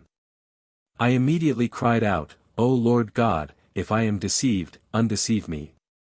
I then closed my eyes for a few minutes, and seemed to be refreshed with sleep, and when I awoke, the first inquiry was, "Where is my God?" And in an instant of time, my soul seemed awake in and with God, and surrounded by the arms of everlasting love. About sunrise I arose with joy to relate to my parents what God had done for my soul, and declared to them the miracle of God's unbounded grace. I took a Bible to show them the words that were impressed by God on my soul the evening before. But when I came to open the Bible, it appeared all new to me. I so longed to be useful in the cause of Christ, in preaching the gospel, that it seemed as if I could not rest any longer, but go I must and tell the wonders of redeeming love. I lost all taste for carnal pleasures, and carnal company, and was enabled to forsake them. 119. Young Mr. Aline, after the briefest of delays, and with no book learning but his Bible, and no teaching save that of his own experience, became a Christian minister, and thenceforward his life was fit to rank, for its austerity in single-mindedness, with that of the most devoted saints. But happy as he became in his strenuous way, he never got his taste for even the most innocent carnal pleasures back. We must class him, like Bunyan and Tolstoy, amongst those upon whose soul the iron of melancholy left a permanent imprint. His redemption was into another universe than this mere natural world, and life remained for him a sad and patient trial. Years later we can find him making such an entry as this in his diary: "On Wednesday the 12th I preached at a wedding, and had the happiness thereby to be the means of excluding carnal mirth." The next case I will give is that of a correspondent of Professor Lubbe, printed in the latter's article, already cited, in Volume 6 of the American Journal of Psychology. This subject was an Oxford graduate, the son of a clergyman, and the story resembles in many points the classic case of Colonel Gardiner, which everybody may be supposed to know. Here it is, somewhat abridged. Between the period of leaving Oxford and my conversion I never darkened the door of my father's church, although I lived with him for 8 years, making what money I wanted by journalism, and spending it in high carousal with any one who would sit with me and drink it away. So I lived, sometimes drunk for a week together, and then a terrible repentance, and would not touch a drop for a whole month. In all this period, that is, up to 33 years of age, I never had a desire to reform on religious grounds. But all my pangs were due to some terrible remorse I used to feel after a heavy carousal, the remorse taking the shape of regret after my folly in wasting my life in such a way, a man of superior talents and education. This terrible remorse turned me grey in one night, and whenever it came upon me I was perceptibly greyer the next morning. What I suffered in this way is beyond the expression of words. It was hellfire in all its most dreadful tortures. Often did I vow that if I got over this time I would reform. Alas, in about 3 days I fully recovered, and was as happy as ever. So it went on for years, but, with a physique like a rhinoceros, I always recovered, and as long as I let drink alone, no man was as capable of enjoying life as I was. I was converted in my own bedroom in my father's rectory house at precisely 3 o'clock in the afternoon of a hot July day, July 13, 1886. I was in perfect health, having been off from the drink for nearly a month. I was in no way troubled about my soul. In fact, God was not in my thoughts that day. A young lady friend sent me a copy of Professor Drummond's Natural Law in the Spiritual World, asking me my opinion of it as a literary work only. Being proud of my critical talents and wishing to enhance myself in my new friend's esteem, I took the book to my bedroom for quiet, intending to give it a thorough study, and then write her what I thought of it. It was here that God met me face to face, and I shall never forget the meeting. He that hath the Son hath life eternal, he that hath not the Son hath not life. I had read this scores of times before, but this made all the difference. I was now in God's presence and my attention was absolutely soldered on to this verse, and I was not allowed to proceed with the book till I had fairly considered what these words really involved. Only then was I allowed to proceed, feeling all the while that there was another being in my bedroom, though not seen by me. The stillness was very marvelous, and I felt supremely happy. It was most unquestionably shown me, in 1 second of time, that I had never touched the eternal, and that if I died then, I must inevitably be lost. I was undone. I knew it as well as I now know I am saved. The Spirit of God showed it me in ineffable love, there was no terror in it, I felt God's love so powerfully upon me that only a mighty sorrow crept over me that I had lost all through my own folly, and what was I to do? What could I do? I did not repent even, God never asked me to repent. All I felt was, I am undone, and God cannot help it, although He loves me. No fault on the part of the Almighty. All the time I was supremely happy, I felt like a little child before his father.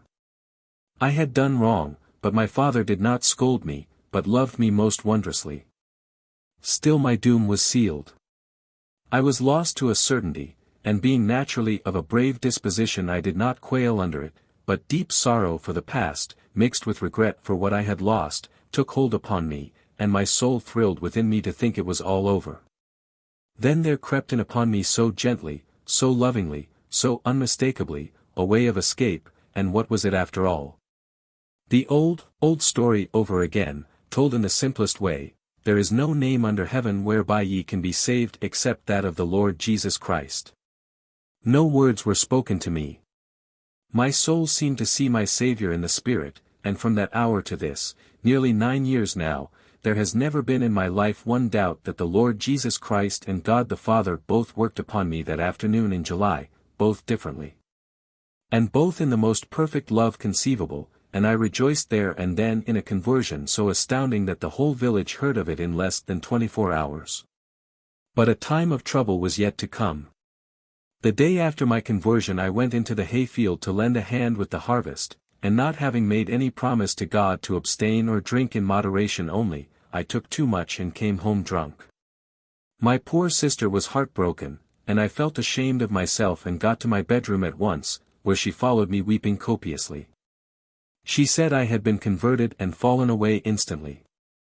But although I was quite full of drink, not muddled, however, I knew that God's work begun in me was not going to be wasted. About midday I made on my knees the first prayer before God for 20 years. I did not ask to be forgiven. I felt that was no good, for I would be sure to fall again. Well, what did I do? I committed myself to Him in the profoundest belief that my individuality was going to be destroyed, that He would take all from me, and I was willing. In such a surrender lies the secret of a holy life. From that hour drink has had no terrors for me, I never touch it, never want it. The same thing occurred with my pipe, after being a regular smoker from my 12th year the desire for it went at once, and has never returned. So with every known sin, the deliverance in each case being permanent and complete. I have had no temptation since conversion, God seemingly having shut out Satan from that course with me. He gets a free hand in other ways, but never on sins of the flesh. Since I gave up to God all ownership in my own life, He has guided me in 1,000 ways, and has opened my path in a way almost incredible to those who do not enjoy the blessing of a truly surrendered life. So much for our graduate of Oxford, in whom you notice the complete abolition of an ancient appetite as one of the conversion's fruits. The most curious record of sudden conversion with which I am acquainted is that of M. Alphonse Ratisbonne, a free-thinking French Jew, to Catholicism, at Rome in 1842. In a letter to a clerical friend, written a few months later, the convert gives a palpitating account of the circumstances. 120 The predisposing conditions appear to have been slight. He had an elder brother who had been converted and was a Catholic priest. He was himself irreligious, and nourished an antipathy to the apostate brother and generally to his cloth. Finding himself at Rome in his 29th year, he fell in with a French gentleman who tried to make a proselyte of him, but who succeeded no farther after 2 or 3 conversations than to get him to hang, half jocosely, a religious medal round his neck, and to accept and read a copy of a short prayer to the Virgin. Ratisbonne represents his own part in the conversations as having been of a light and chaffing order. But he notes the fact that for some days he was unable to banish the words of the prayer from his mind, and that the night before the crisis he had a sort of nightmare, in the imagery of which a black cross with no Christ upon it figured. Nevertheless, until noon of the next day he was free in mind and spent the time in trivial conversations. I now give his own words. If at this time any one had accosted me, saying, Alphonse, in a quarter of an hour you shall be adoring Jesus Christ as your God and Saviour, you shall lie prostrate with your face upon the ground in a humble church. You shall be smiting your breast at the foot of a priest, you shall pass the carnival in a college of Jesuits to prepare yourself to receive baptism, ready to give your life for the Catholic faith. You shall renounce the world and its pomps and pleasures, renounce your fortune, your hopes, and if need be, your betrothed, the affections of your family, the esteem of your friends, and your attachment to the Jewish people. You shall have no other aspiration than to follow Christ and bear his cross till death. If, I say, a prophet had come to me with such a prediction, should have judged that only one person could be more mad than he, whosoever, namely, might believe in the possibility of such senseless folly becoming true. And yet that folly is at present my only wisdom, my sole happiness. Coming out of the café I met the carriage of Monsieur B., the proselyting friend. He stopped and invited me in for a drive, but first asked me to wait for a few minutes whilst he attended to some duty at the church of San Andrea del Frat. Instead of waiting in the carriage, I entered the church myself to look at it. The church of San Andrea was poor, small, and empty. I believe that I found myself there almost alone. No work of art attracted my attention, and I passed my eyes mechanically over its interior without being arrested by any particular thought. I can only remember an entirely black dog which went trotting and turning before me as I mused. In an instant the dog had disappeared, the whole church had vanished, I no longer saw anything, or more truly I saw, oh my God, one thing alone. Heavens, how can I speak of it? Oh no! Human words cannot attain to expressing the inexpressible. Any description, however sublime it might be, could be but a profanation of the unspeakable truth. I was there prostrate on the ground, bathed in my tears, with my heart beside itself, when M.B. called me back to life. I could not reply to the questions which followed from him one upon the other. But finally I took the medal which I had on my breast, and with all the effusion of my soul I kissed the image of the Virgin, radiant with grace, which it bore. Oh, indeed, it was she. It was indeed she. What he had seen had been a vision of the Virgin. I did not know where I was, I did not know whether I was Alphonse or another. I only felt myself changed and believed myself another me, I looked for myself in myself and did not find myself. In the bottom of my soul I felt an explosion of the most ardent joy, I could not speak, I had no wish to reveal what had happened. But I felt something solemn and sacred within me which made me ask for a priest. I was led to one. And there alone, after he had given me the positive order, I spoke as best I could, kneeling, and with my heart still trembling. I could give no account to myself of the truth of which I had acquired a knowledge and a faith. All that I can say is that in an instant the bandage had fallen from my eyes, and not one bandage only, but the whole manifold of bandages in which I had been brought up.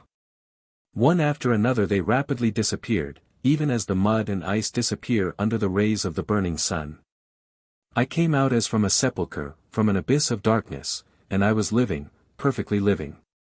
But I wept, for at the bottom of that gulf I saw the extreme of misery from which I had been saved by an infinite mercy, and I shuddered at the sight of my iniquities, stupefied, melted, overwhelmed with wonder and with gratitude. You may ask me how I came to this new insight, for truly I had never opened a book of religion nor even read a single page of the Bible, and the dogma of original sin is either entirely denied or forgotten by the Hebrews of today. So that I had thought so little about it that I doubt whether I ever knew its name. But how came I, then, to this perception of it?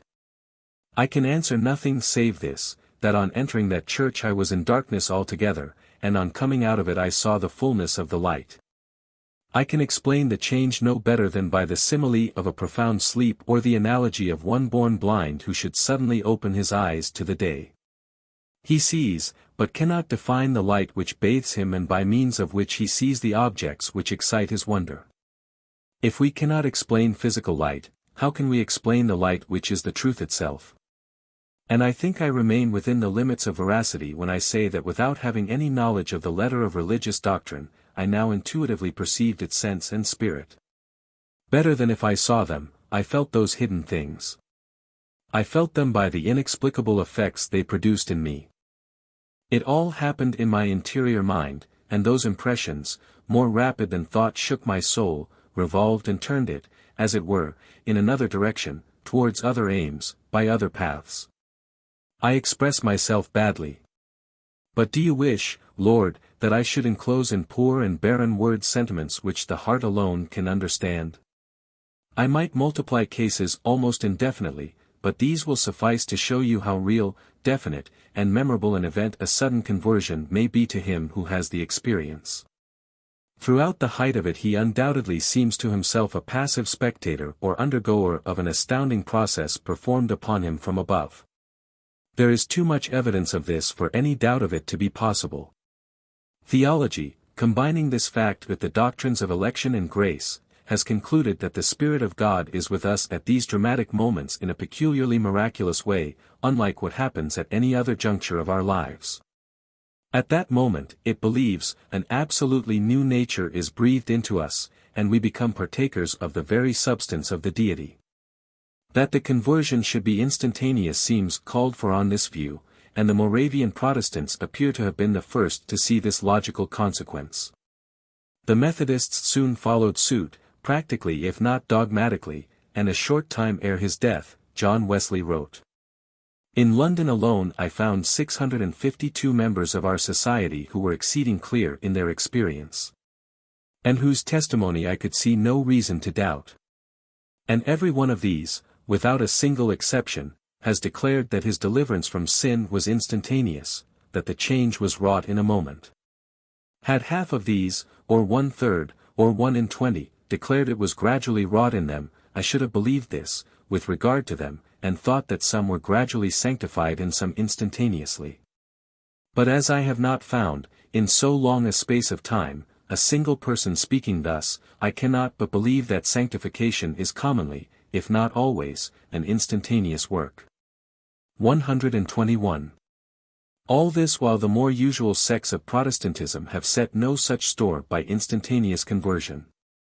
For them as for the Catholic Church, Christ's blood, the sacraments, and the individual's ordinary religious duties are practically supposed to suffice to his salvation. Even though no acute crisis of self-despair and surrender followed by relief should be experienced. For Methodism, on the contrary, unless there have been a crisis of this sort, salvation is only offered, not effectively received, and Christ's sacrifice in so far forth is incomplete. Methodism surely here follows, if not the healthier minded, yet on the whole the profounder spiritual instinct. The individual models which it has set up as typical and worthy of imitation are not only the more interesting dramatically, but psychologically they have been the more complete. In the fully evolved revivalism of Great Britain and America we have, so to speak, the codified and stereotyped procedure to which this way of thinking has led. In spite of the unquestionable fact that saints of the once-born type exist, that there may be a gradual growth in holiness without a cataclysm. In spite of the obvious leakage, as one may say, of much mere natural goodness into the scheme of salvation, revivalism has always assumed that only its own type of religious experience can be perfect. You must first be nailed on the cross of natural despair and agony, and then in the twinkling of an eye be miraculously released. It is natural that those who personally have traversed such an experience should carry away a feeling of its being a miracle rather than a natural process. Voices are often heard, lights seen, or visions witnessed, automatic motor phenomena occur. And it always seems, after the surrender of the personal will, as if an extraneous higher power had flooded in and taken possession. Moreover, the sense of renovation, safety, cleanness, rightness, can be so marvelous and jubilant as well to warrant one's belief in a radically new substantial nature. Conversion, writes the New England Puritan, Joseph Allein, is not the putting in a patch of holiness, but with the true convert holiness is woven into all his powers, principles, and practice. The sincere Christian is quite a new fabric, from the foundation to the top stone. He is a new man, a new creature. And Jonathan Edwards says in the same strain, those gracious influences which are the effects of the Spirit of God are altogether supernatural, are quite different from anything that unregenerate men experience. They are what no improvement, or composition of natural qualifications or principles will ever produce. Because they not only differ from what is natural, and from everything that natural men experience in degree and circumstances, but also in kind, and are of a nature far more excellent. From hence it follows that in gracious affections there are, also, new perceptions and sensations entirely different in their nature and kind from anything experienced by the same saints before they were sanctified. The conceptions which the saints have of the loveliness of God, and that kind of delight which they experience in it, are quite peculiar, and entirely different from anything which a natural man can possess, or of which he can form any proper notion. And that such a glorious transformation as this ought of necessity to be preceded by despair is shown by Edwards in another passage. Surely it cannot be unreasonable, he says, that before God delivers us from a state of sin and liability to everlasting woe, he should give us some considerable sense of the evil from which he delivers us. In order that we may know and feel the importance of salvation, and be enabled to appreciate the value of what God is pleased to do for us. As those who are saved are successively in two extremely different states, first in a state of condemnation and then in a state of justification and blessedness, and as God, in the salvation of men, deals with them as rational and intelligent creatures, it appears agreeable to this wisdom, that those who are saved should be made sensible of their being, in those two different states. In the first place, that they should be made sensible of their state of condemnation, and afterwards, of their state of deliverance and happiness. Such quotations express sufficiently well for our purpose the doctrinal interpretation of these changes. Whatever part suggestion and imitation may have played in producing them in men and women in excited assemblies, they have at any rate been in countless individual instances an original and unborrowed experience. Were we writing the story of the mind from the purely natural history point of view, with no religious interest whatever, we should still have to write down man's liability to sudden and complete conversion as one of his most curious peculiarities. What, now, must we ourselves think of this question? Is an instantaneous conversion a miracle in which God is present as he is present in no change of heart less strikingly abrupt? Are there two classes of human beings, even among the apparently regenerate, of which the one class really partakes of Christ's nature while the other merely seems to do so? Or, on the contrary, may the whole phenomenon of regeneration, even in these startling instantaneous examples, possibly be a strictly natural process, divine in its fruits, of course, but in one case more and in another less so. And neither more nor less divine in its mere causation and mechanism than any other process, high or low, of man's interior life. Before proceeding to answer this question, I must ask you to listen to some more psychological remarks. At our last lecture, I explained the shifting of men's centers of personal energy within them and the lighting up of new crises of emotion. I explained the phenomena as partly due to explicitly conscious processes of thought and will, but as due largely also to the subconscious incubation and maturing of motives deposited by the experiences of life. When ripe, the results hatch out, or burst into flower. I have now to speak of the subconscious region, in which such processes of flowering may occur, in a somewhat less vague way. I only regret that my limits of time here force me to be so short. The expression, field of consciousness, has but recently come into vogue in the psychology books.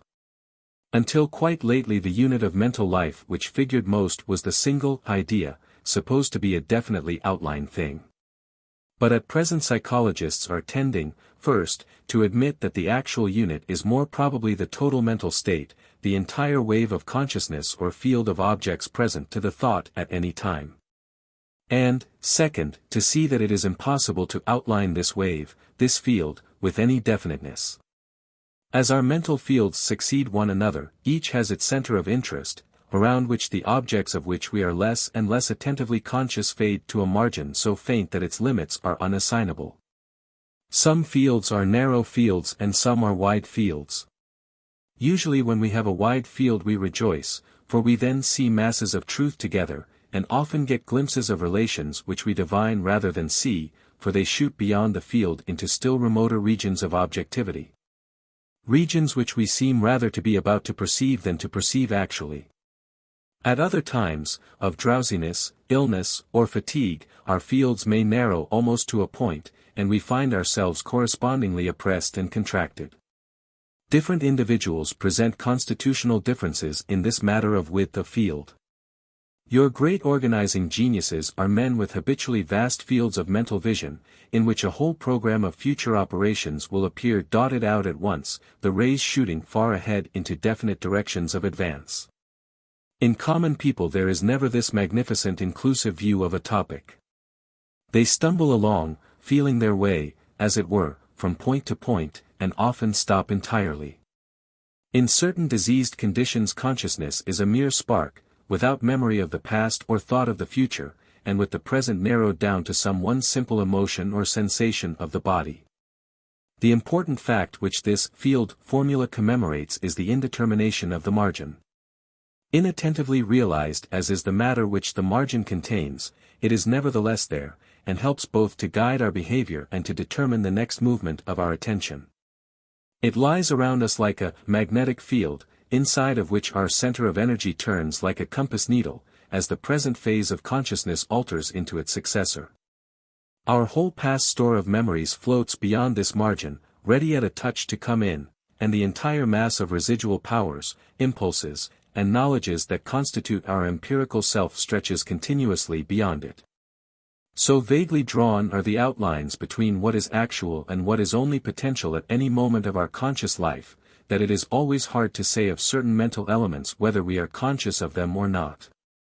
The ordinary psychology, admitting fully the difficulty of tracing the marginal outline, has nevertheless taken for granted, first, that all the consciousness the person now has, be the same focal or marginal, inattentive or attentive.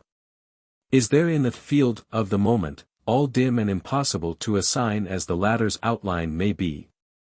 And, second, that what is absolutely extramarginal is absolutely non-existent, and cannot be a fact of consciousness at all. And having reached this point, I must now ask you to recall what I said in my last lecture about the subconscious life. I said, as you may recollect, that those who first laid stress upon these phenomena could not know the facts as we now know them. My first duty now is to tell you what I meant by such a statement. I cannot but think that the most important step forward that has occurred in psychology since I have been a student of that science is the discovery, first made in 1886, that, in certain subjects at least, there is not only the consciousness of the ordinary field, with its usual center and margin, but an addition thereto in the shape of a set of memories, thoughts, and feelings which are extramarginal and outside of the primary consciousness altogether, but yet must be classed as conscious facts of some sort, able to reveal their presence by unmistakable signs. I call this the most important step forward because, unlike the other advances which psychology has made, this discovery has revealed to us an entirely unsuspected peculiarity in the constitution of human nature. No other step forward which psychology has made can proffer any such claim as this. In particular this discovery of a consciousness existing beyond the field, or subliminally as Mr. Myers terms it, casts light on many phenomena of religious biography. That is why I have to advert to it now, although it is naturally impossible for me in this place to give you any account of the evidence on which the admission of such a consciousness is based. You will find it set forth in many recent books, Binet's Alterations of Personality 122 being perhaps as good a one as any to recommend. The human material on which the demonstration has been made has so far been rather limited and, in part at least, eccentric, consisting of unusually suggestible hypnotic subjects, and of hysteric patients. Yet the elementary mechanisms of our life are presumably so uniform that what is shown to be true in a marked degree of some persons is probably true in some degree of all, and may in a few be true in an extraordinarily high degree. The most important consequence of having a strongly developed ultramarginal life of this sort is that one's ordinary fields of consciousness are liable to incursions from it of which the subject does not guess the source, and which, therefore, take for him the form of unaccountable impulses to act, or inhibitions of action, of obsessive ideas, or even of hallucinations of sight or hearing. The impulses may take the direction of automatic speech or writing, the meaning of which the subject himself may not understand even while he utters it, and generalizing this phenomenon, Mr. Myers has given the name of automatism, sensory or motor, emotional or intellectual, to this whole sphere of effects, due to uprushes into the ordinary consciousness of energies originating in the subliminal parts of the mind. The simplest instance of an automatism is the phenomenon of post-hypnotic suggestion, so-called. You give to a hypnotized subject, adequately susceptible, an order to perform some designated act, usual or eccentric, it makes no difference, after he wakes from his hypnotic sleep. Punctually, when the signal comes or the time elapses upon which you have told him that the act must ensue, he performs it. But in so doing he has no recollection of your suggestion, and he always trumps up an improvised pretext for his behavior if the act be of an eccentric kind. It may even be suggested to a subject to have a vision or to hear a voice at a certain interval after waking, and when the time comes the vision is seen or the voice heard, with no inkling on the subject's part of its source. In the wonderful explorations by Binet, Janet, Brewer, Freud, Mason, Prince, and others, of the subliminal consciousness of patients with hysteria, we have revealed to us whole systems of underground life. In the shape of memories of a painful sort which lead a parasitic existence, buried outside of the primary fields of consciousness, and making eruptions thereinto with hallucinations, pains, convulsions, paralyses of feeling and of motion. And the whole procession of symptoms of hysteric disease of body and of mind. Alter or abolish by suggestion these subconscious memories, and the patient immediately gets well. His symptoms were automatisms, in Mr. Myers's sense of the word.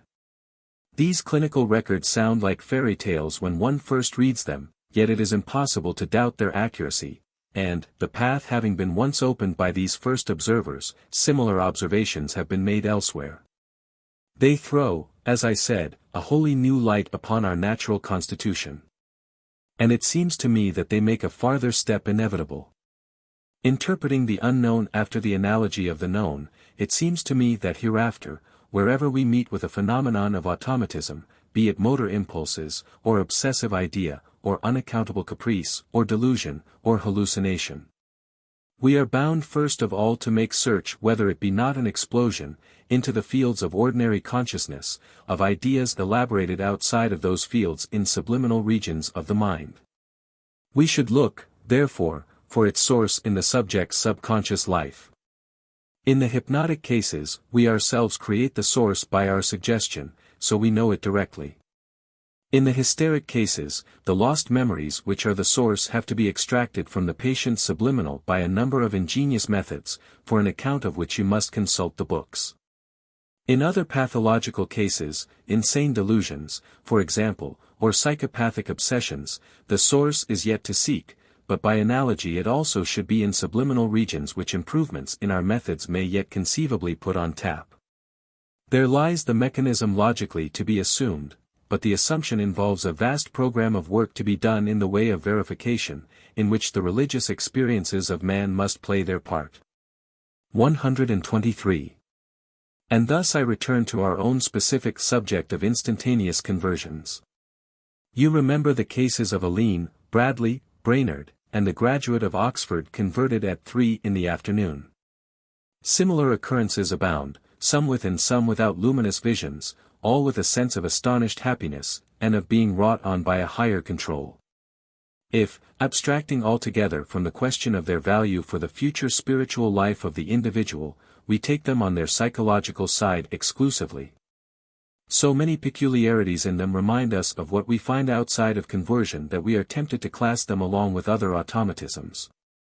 And to suspect that what makes the difference between a sudden and a gradual convert is not necessarily the presence of divine miracle in the case of one and of something less divine in that of the other, but rather a simple psychological peculiarity, the fact, namely, that in the recipient of the more instantaneous grace we have one of those subjects who are in possession of a large region in which mental work can go on subliminally, and from which invasive experiences, abruptly upsetting the equilibrium of the primary consciousness, may come.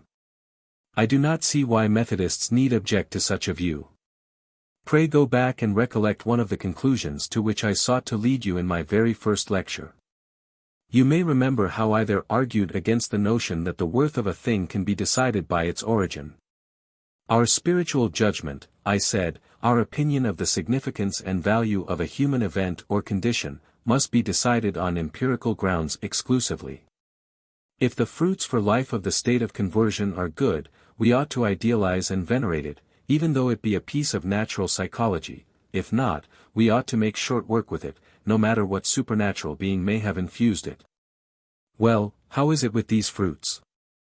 If we accept the class of preeminent saints of whom the names illumine history, and consider only the usual run of saints, the shopkeeping church members and ordinary youthful or middle-aged recipients of instantaneous conversion, whether at revivals or in the spontaneous course of Methodistic growth, you will probably agree that no splendor worthy of a wholly supernatural creature fulgurates from them, or sets them apart from the mortals who have never experienced that favor. Were it true that a suddenly converted man as such is, as Edwards says, 124 of an entirely different kind from a natural man, partaking as he does directly of Christ's substance, there surely ought to be some exquisite class mark, some distinctive radiance attaching even to the lowliest specimen of this genus, to which no one of us could remain insensible, and which, so far as it went, would prove him more excellent than ever the most highly gifted among mere natural men. But notoriously there is no such radiance. Converted men as a class are indistinguishable from natural men, some natural men even excel some converted men in their fruits. And no one ignorant of doctrinal theology could guess by mere everyday inspection of the accidents of the two groups of persons before him, that their substance differed as much as divine differs from human substance. The believers in the non-natural character of sudden conversion have had practically to admit that there is no unmistakable class mark distinctive of all true converts. The supernormal incidents, such as voices and visions and overpowering impressions of the meaning of suddenly presented scripture texts, the melting emotions and tumultuous affections connected with the crisis of change, may all come by way of nature, or worse still, be counterfeited by Satan. The real witness of the Spirit to the second birth is to be found only in the disposition of the genuine child of God, the permanently patient heart, the love of self eradicated. And this, it has to be admitted, is also found in those who pass no crisis, and may even be found outside of Christianity altogether. Throughout Jonathan Edwards's admirably rich and delicate description of the supernaturally infused condition, in his treatise on religious affections, there is not one decisive trait, not one mark, that unmistakably parts it off from what may possibly be only an exceptionally high degree of natural goodness.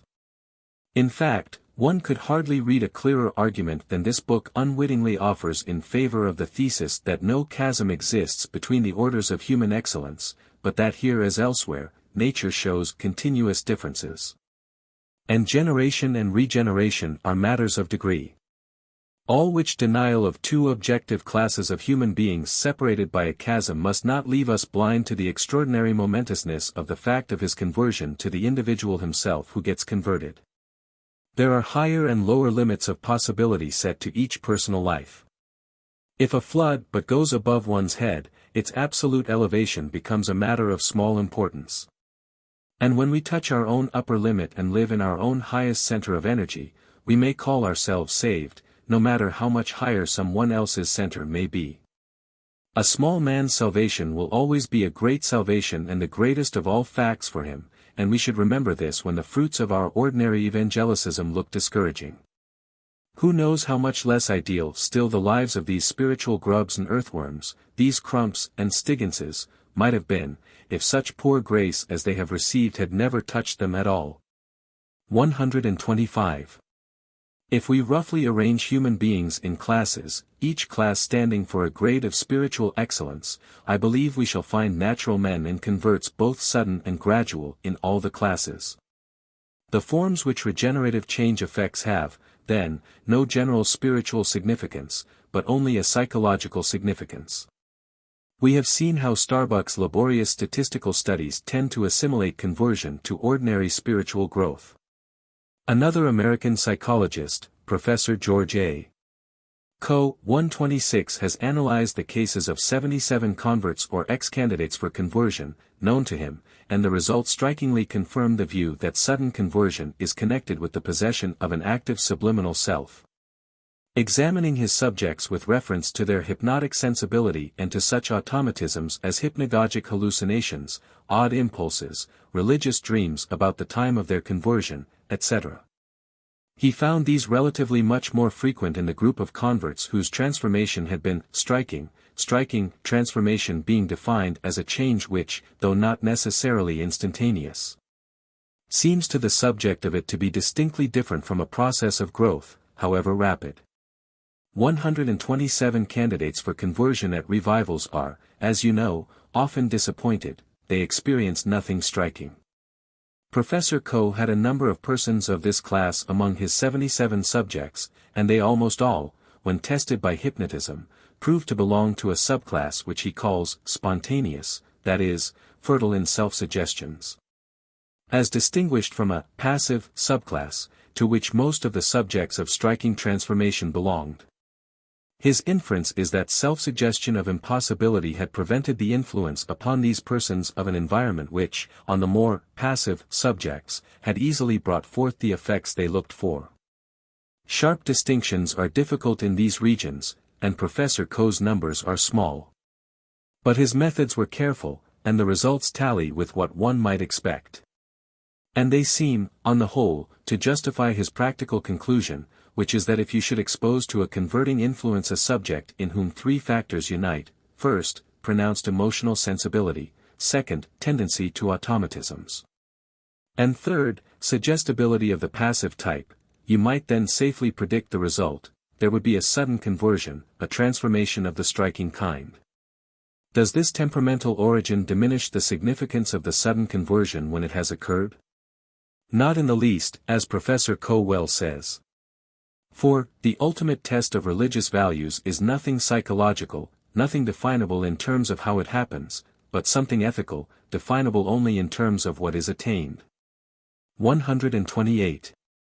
As we proceed farther in our inquiry we shall see that what is attained is often an altogether new level of spiritual vitality, a relatively heroic level, in which impossible things have become possible.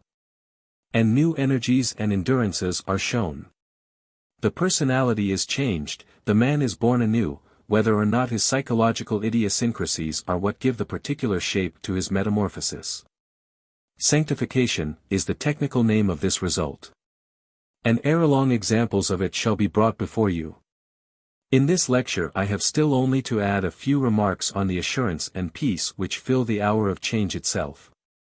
One word more, though, before proceeding to that point, lest the final purpose of my explanation of suddenness by subliminal activity be misunderstood. I do indeed believe that if the subject have no liability to such subconscious activity, or if his conscious fields have a hard rind of a margin that resists incursions from beyond it, his conversion must be gradual if it occur, and must resemble any simple growth into new habits. His possession of a developed subliminal self, and of a leaky or pervious margin, is thus a conditio sine qua non of the subject's becoming converted in the instantaneous way. But if you, being orthodox Christians, ask me as a psychologist whether the reference of a phenomenon to a subliminal self does not exclude the notion of the direct presence of the deity altogether, I have to say frankly that as a psychologist I do not see why it necessarily should. The lower manifestations of the subliminal, indeed, fall within the resources of the personal subject, his ordinary sense material, inattentively taken in and subconsciously remembered and combined, will account for all his usual automatisms. But just as our primary wide-awake consciousness throws open our senses to the touch of things material, so it is logically conceivable that if there be higher spiritual agencies that can directly touch us, the psychological condition of their doing so might be our possession of a subconscious region which alone should yield access to them. The hubbub of the waking life might close a door which in the dreamy subliminal might remain ajar or open. Thus that perception of external control which is so essential a feature in conversion might, in some cases at any rate, be interpreted as the orthodox interpret it, forces transcending the finite individual might impress him, on condition of his being what we may call a subliminal human specimen. But in any case the value of these forces would have to be determined by their effects, and the mere fact of their transcendency would of itself establish no presumption that they were more divine than diabolical. I confess that this is the way in which I should rather see the topic left lying in your minds until I come to a much later lecture, when I hope once more to gather these dropped threads together into more definitive conclusions. The notion of a subconscious self certainly ought not at this point of our inquiry to be held to exclude all notion of a higher penetration. If there be higher powers able to impress us, they may get access to us only through the subliminal door. See below, page 506 ff. Let us turn now to the feelings which immediately fill the hour of the conversion experience. The first one to be noted is just this sense of higher control. It is not always, but it is very often present. We saw examples of it in Aline, Bradley, Brainerd, and elsewhere. The need of such a higher controlling agency is well expressed in the short reference which the eminent French Protestant Adolphe Monod makes to the crisis of his own conversion. It was at Naples in his early manhood, in the summer of 1827. My sadness, he says, was without limit, and having got entire possession of me, it filled my life from the most indifferent external acts to the most secret thoughts, and corrupted at their source my feelings, my judgment, and my happiness. It was then that I saw that to expect to put a stop to this disorder by my reason and my will, which were themselves diseased, would be to act like a blind man who should pretend to correct one of his eyes by the aid of the other equally blind one.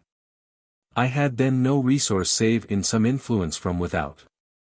I remembered the promise of the Holy Ghost.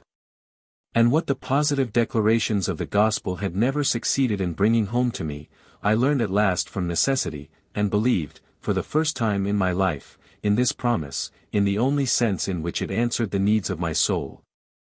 In that, namely, of a real external supernatural action, capable of giving me thoughts, and taking them away from me, and exerted on me by a God as truly master of my heart as he is of the rest of nature.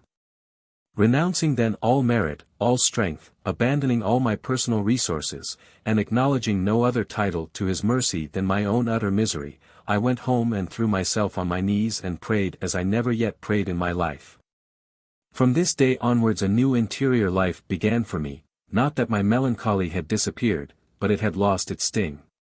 Hope had entered into my heart, and once entered on the path, the God of Jesus Christ, to whom I then had learned to give myself up, little by little did the rest.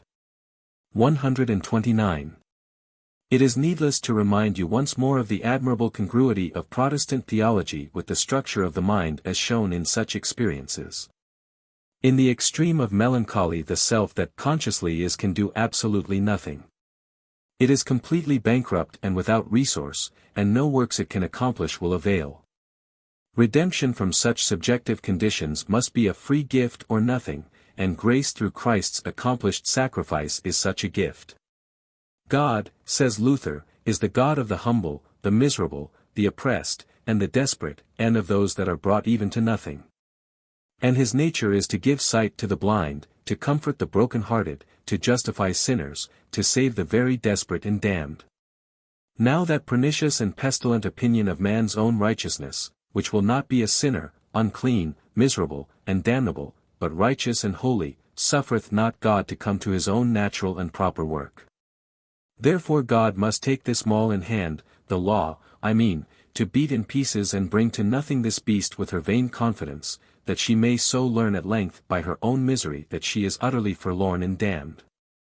But here lieth the difficulty, that when a man is terrified and cast down, he is so little able to raise himself up again and say, now I am bruised and afflicted enough, now is the time of grace, now is the time to hear Christ. The foolishness of man's heart is so great that then he rather seeketh to himself more laws to satisfy his conscience. If I live, saith he, I will amend my life, I will do this, I will do that. But here, except thou do the quite contrary, except thou send Moses away with his law, and in these terrors and this anguish lay hold upon Christ who died for thy sins, look for no salvation. Thy cowl, thy shaven crown, thy chastity, thy obedience, thy poverty, thy works, thy merits. What shall all these do? What shall the law of Moses avail? If I, wretched and damnable sinner, through works or merits could have loved the Son of God, and so come to him, what needed he to deliver himself for me?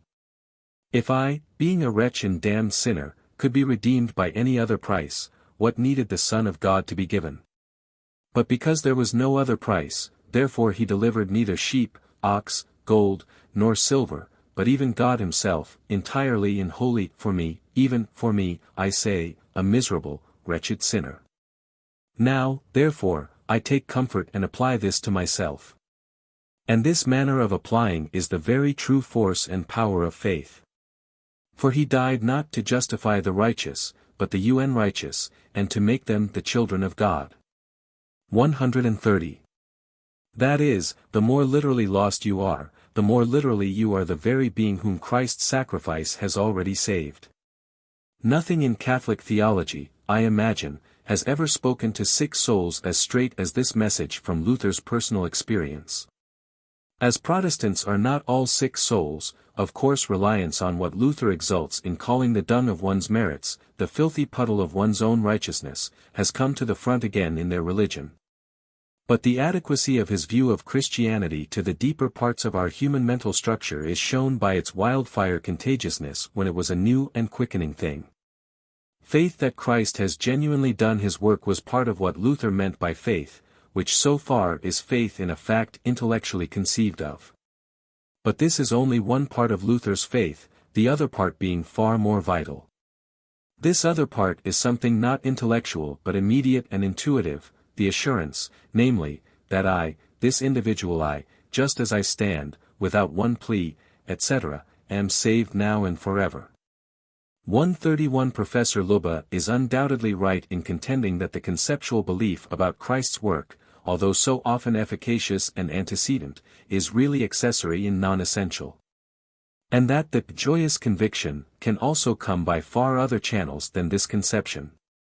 It is to the joyous conviction itself, the assurance that all is well with one, that he would give the name of faith par excellence. When the sense of estrangement, he writes, fencing man about in a narrowly limited ego, breaks down, the individual finds himself at one with all creation. He lives in the universal life, he and man, he and nature, he and God, are one. That state of confidence, trust, union with all things, following upon the achievement of moral unity, is the faith state. Various dogmatic beliefs suddenly, on the advent of the faith state, acquire a character of certainty, assume a new reality, become an object of faith. As the ground of assurance here is not rational, argumentation is irrelevant. But such conviction being a mere casual offshoot of the faith state, it is a gross error to imagine that the chief practical value of the faith state is its power to stamp with the seal of reality certain particular theological conceptions. 132 On the contrary, its value lies solely in the fact that it is the psychic correlate of a biological growth reducing contending desires to one direction, a growth which expresses itself in new affective states and new reactions. In larger, nobler, more Christ-like activities. The ground of the specific assurance in religious dogmas is then an affective experience.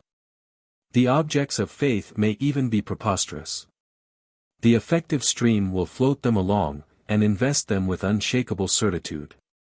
The more startling the affective experience, the less explicable it seems, the easier it is to make it the carrier of unsubstantiated notions.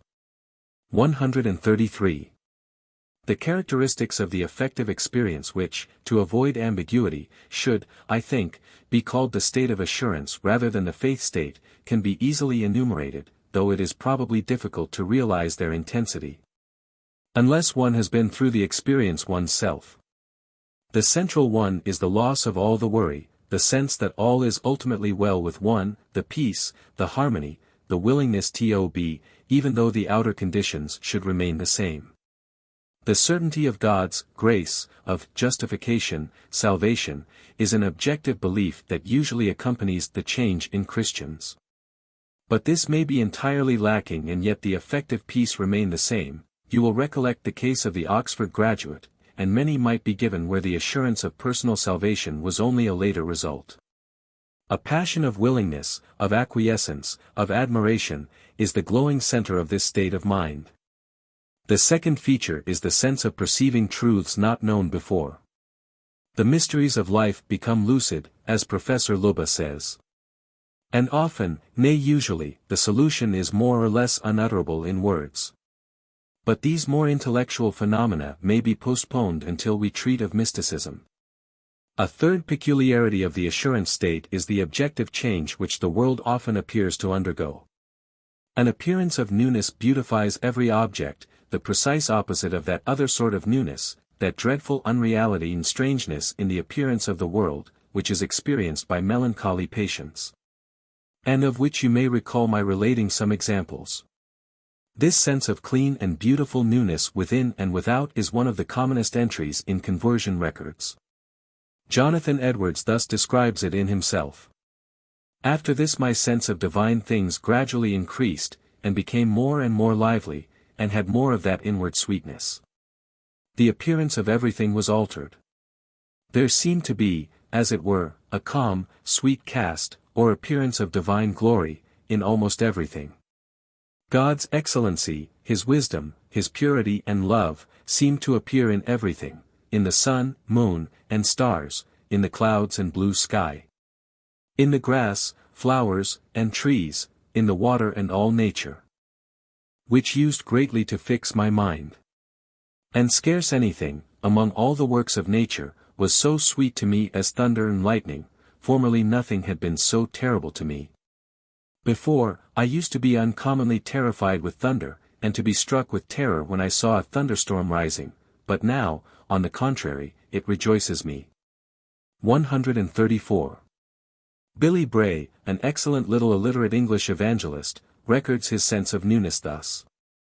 I said to the Lord, Thou hast said, They that ask shall receive, they that seek shall find, and to them that knock the door shall be opened. And I have faith to believe it. In an instant the Lord made me so happy that I cannot express what I felt. I shouted for joy. I praised God with my whole heart. I think this was in November, 1823, but what day of the month I do not know. I remember this, that everything looked new to me, the people, the fields, the cattle, the trees. I was like a new man in a new world. I spent the greater part of my time in praising the Lord. 135. Starbuck and Lubbe both illustrate this sense of newness by quotations. I take the two following from Starbuck's manuscript collection.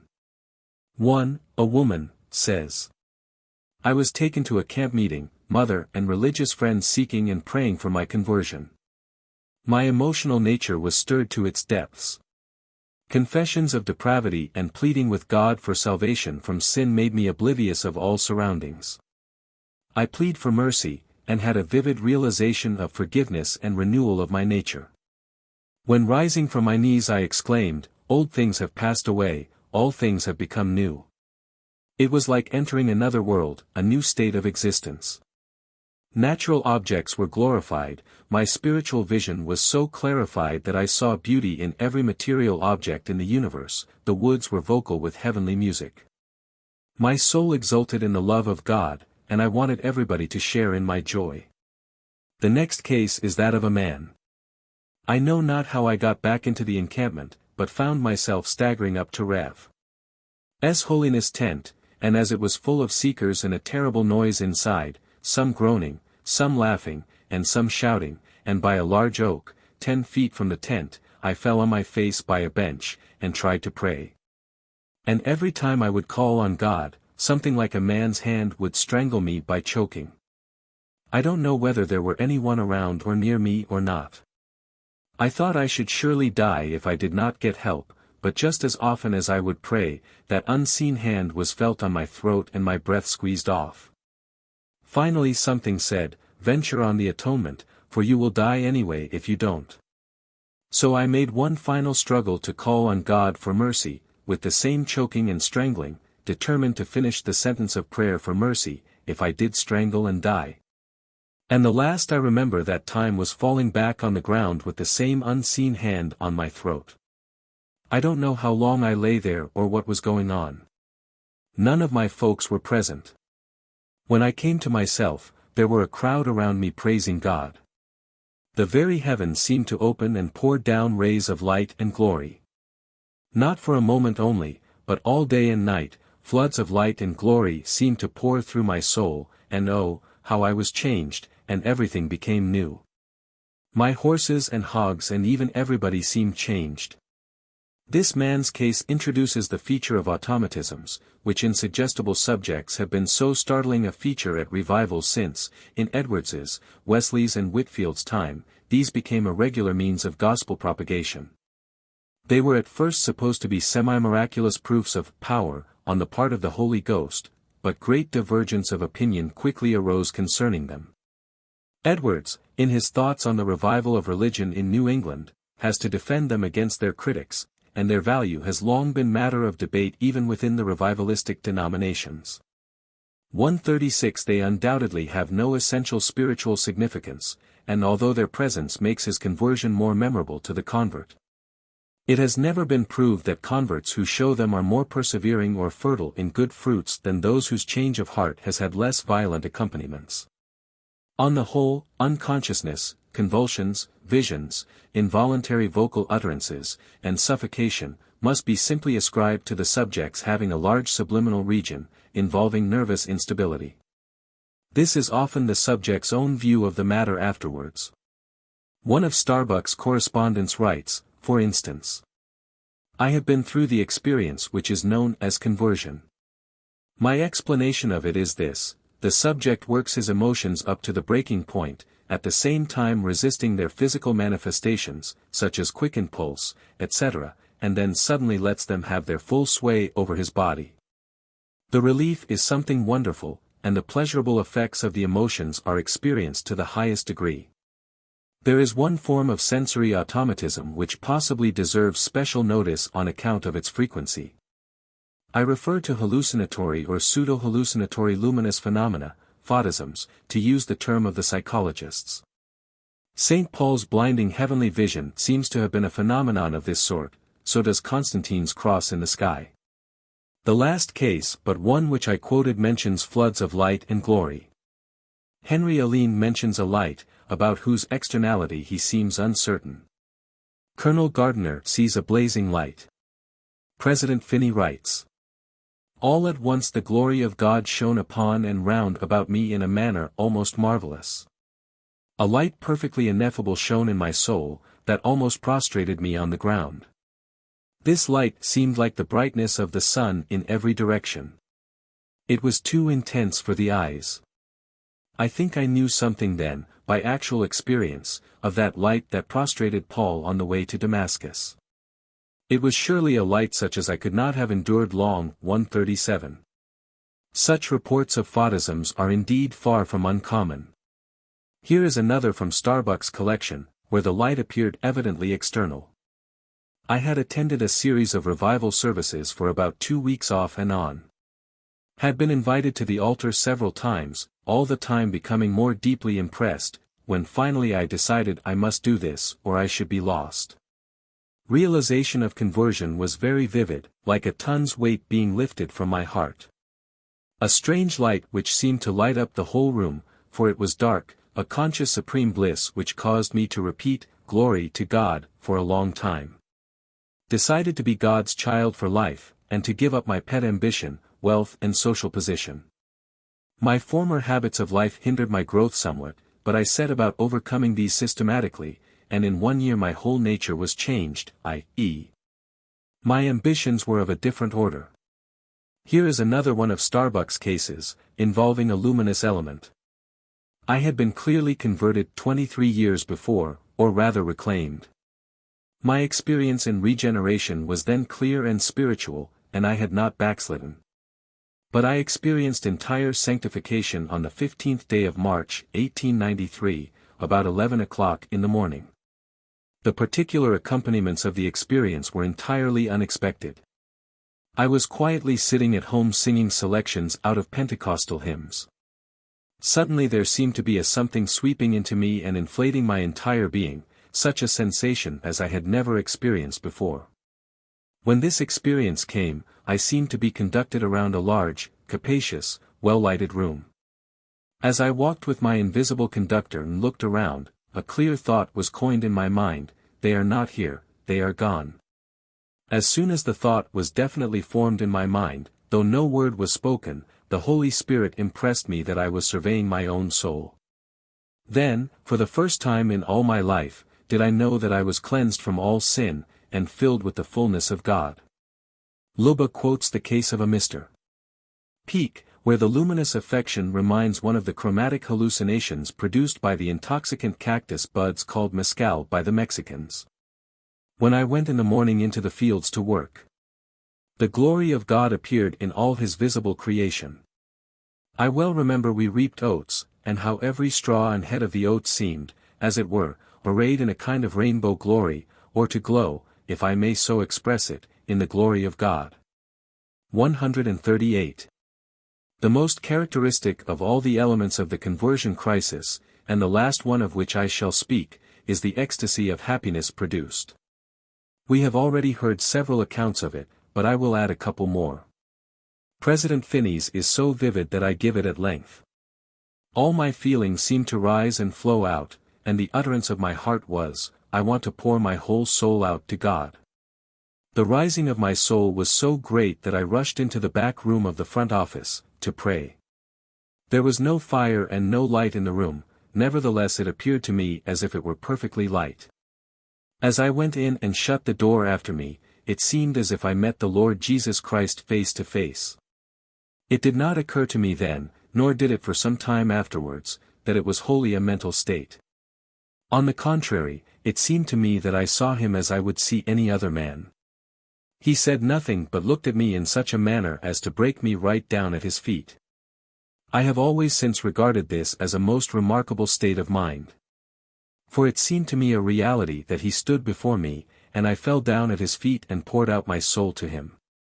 I wept aloud like a child, and made such confessions as I could with my choked utterance.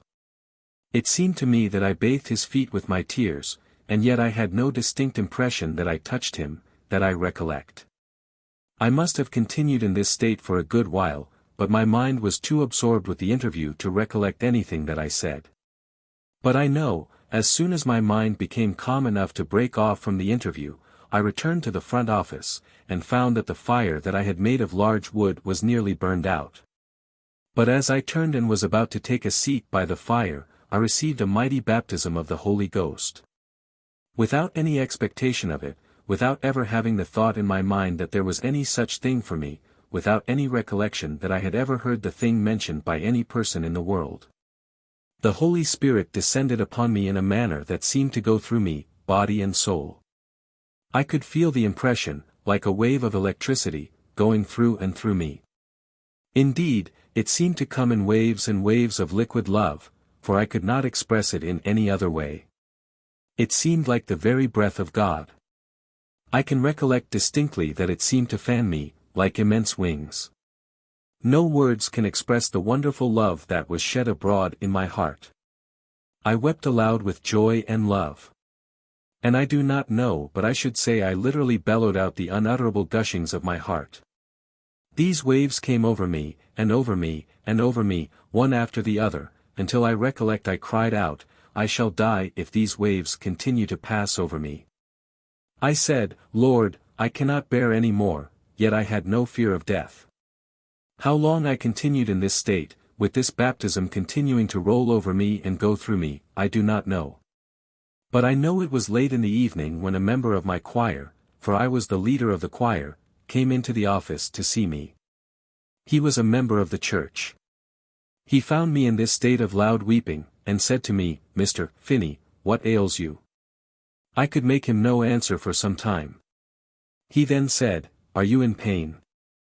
I gathered myself up as best I could, and replied, "No, but so happy that I cannot live." I just now quoted Billy Bray. I cannot do better than give his own brief account of his post-conversion feelings. I can't help praising the Lord.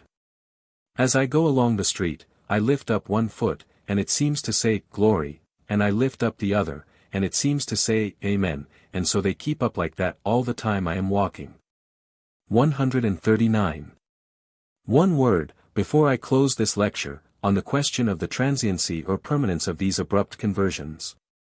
Some of you, I feel sure, knowing that numerous backslidings and relapses take place, make of these their apperceiving mass for interpreting the whole subject, and dismiss it with a pitying smile at so much hysterics. Psychologically, as well as religiously, however, this is shallow. It misses the point of serious interest, which is not so much the duration as the nature and quality of these shiftings of character to higher levels. Men lapse from every level, we need no statistics to tell us that. Love is, for instance, well known not to be irrevocable, yet, constant or inconstant, it reveals new flights and reaches of ideality while it lasts. These revelations form its significance to men and women, whatever be its duration. So with the conversion experience, that it should for even a short time show a human being what the high water mark of his spiritual capacity is, this is what constitutes its importance, an importance which backsliding cannot diminish, although persistence might increase it. As a matter of fact, all the more striking instances of conversion, all those, for instance, which I have quoted, have been permanent. The case of which there might be most doubt, on account of its suggesting so strongly an epileptoid seizure, was the case of M. Ratisbonne. Yet I am informed that Ratisbonne's whole future was shaped by those few minutes. He gave up his project of marriage, became a priest, founded at Jerusalem, where he went to dwell, a mission of nuns for the conversion of the Jews. Showed no tendency to use for egotistic purposes the notoriety given him by the peculiar circumstances of his conversion, which, for the rest, he could seldom refer to without tears, and in short remained an exemplary son of the Church until he died. Late in the 80s, if I remember rightly. The only statistics I know of, on the subject of the duration of conversions, are those collected for Professor Starbuck by Miss Johnston. They embrace only 100 persons, evangelical church members, more than half being Methodists. According to the statement of the subjects themselves, there had been backsliding of some sort in nearly all the cases, 93% of the women, 77% of the men. Discussing the returns more minutely, Starbuck finds that only 6% are relapses from the religious faith which the conversion confirmed, and that the backsliding complained of is in most only a fluctuation in the ardor of sentiment.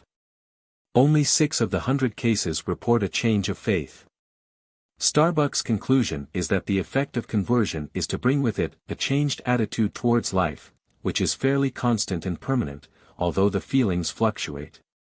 In other words, the persons who have passed through conversion, having once taken a stand for the religious life, tend to feel themselves identified with it, no matter how much their religious enthusiasm declines. 140. Lectures 11, 12 and 13, Saintliness. The last lecture left us in a state of expectancy. What may the practical fruits for life have been, of such movingly happy conversions as those we heard of? With this question the really important part of our task opens, for you remember that we began all this empirical inquiry not merely to open a curious chapter in the natural history of human consciousness, but rather to attain a spiritual judgment as to the total value and positive meaning of all the religious trouble and happiness which we have seen. We must, therefore, first describe the fruits of the religious life, and then we must judge them. This divides our inquiry into 2 distinct parts. Let us without further preamble proceed to the descriptive task. It ought to be the pleasantest portion of our business in these lectures. Some small pieces of it, it is true, may be painful, or may show human nature in a pathetic light, but it will be mainly pleasant, because the best fruits of religious experience are the best things that history has to show. They have always been esteemed so, here if anywhere is the genuinely strenuous life. And to call to mind a succession of such examples as I have lately had to wander through, though it has been only in the reading of them, is to feel encouraged and uplifted and washed in better moral air. The highest flights of charity, devotion, trust, patience, bravery to which the wings of human nature have spread themselves have been flown for religious ideals. I can do no better than quote, as to this, some remarks which St. Beuve in his History of Port Royal makes on the results of conversion or the state of grace. Even from the purely human point of view, St. Beuve says, the phenomenon of grace must still appear sufficiently extraordinary, eminent, and rare, both in its nature and in its effects, to deserve a closer study. For the soul arrives thereby at a certain fixed and invincible state, a state which is genuinely heroic, and from out of which the greatest deeds which it ever performs are executed. Through all the different forms of communion, and all the diversity of the means which help to produce this state, whether it be reached by a jubilee, by a general confession, by a solitary prayer and effusion. Whatever in short to be the place and the occasion, it is easy to recognize that it is fundamentally one state in spirit and fruits. Penetrate a little beneath the diversity of circumstances, and it becomes evident that in Christians of different epochs it is always one and the same modification by which they are affected. There is veritably a single fundamental and identical spirit of piety and charity, common to those who have received grace. An inner state which before all things is one of love and humility, of infinite confidence in God, and of severity for oneself, accompanied with tenderness for others. The fruits peculiar to this condition of the soul have the same savor in all, under distant suns and in different surroundings, in Saint Teresa of Avila just as in any Moravian brother of Herrnhut. 141. Saint Beuve has here only the more eminent instances of regeneration in mind, and these are of course the instructive ones for us also to consider. These devotees have often laid their course so differently from other men that, judging them by worldly law, we might be tempted to call them monstrous aberrations from the path of nature. I begin therefore by asking a general psychological question as to what the inner conditions are which may make one human character differ so extremely from another. I reply at once that where the character, as something distinguished from the intellect, is concerned, the causes of human diversity lie chiefly in our differing susceptibilities of emotional excitement, and in the different impulses and inhibitions which these bring in their train.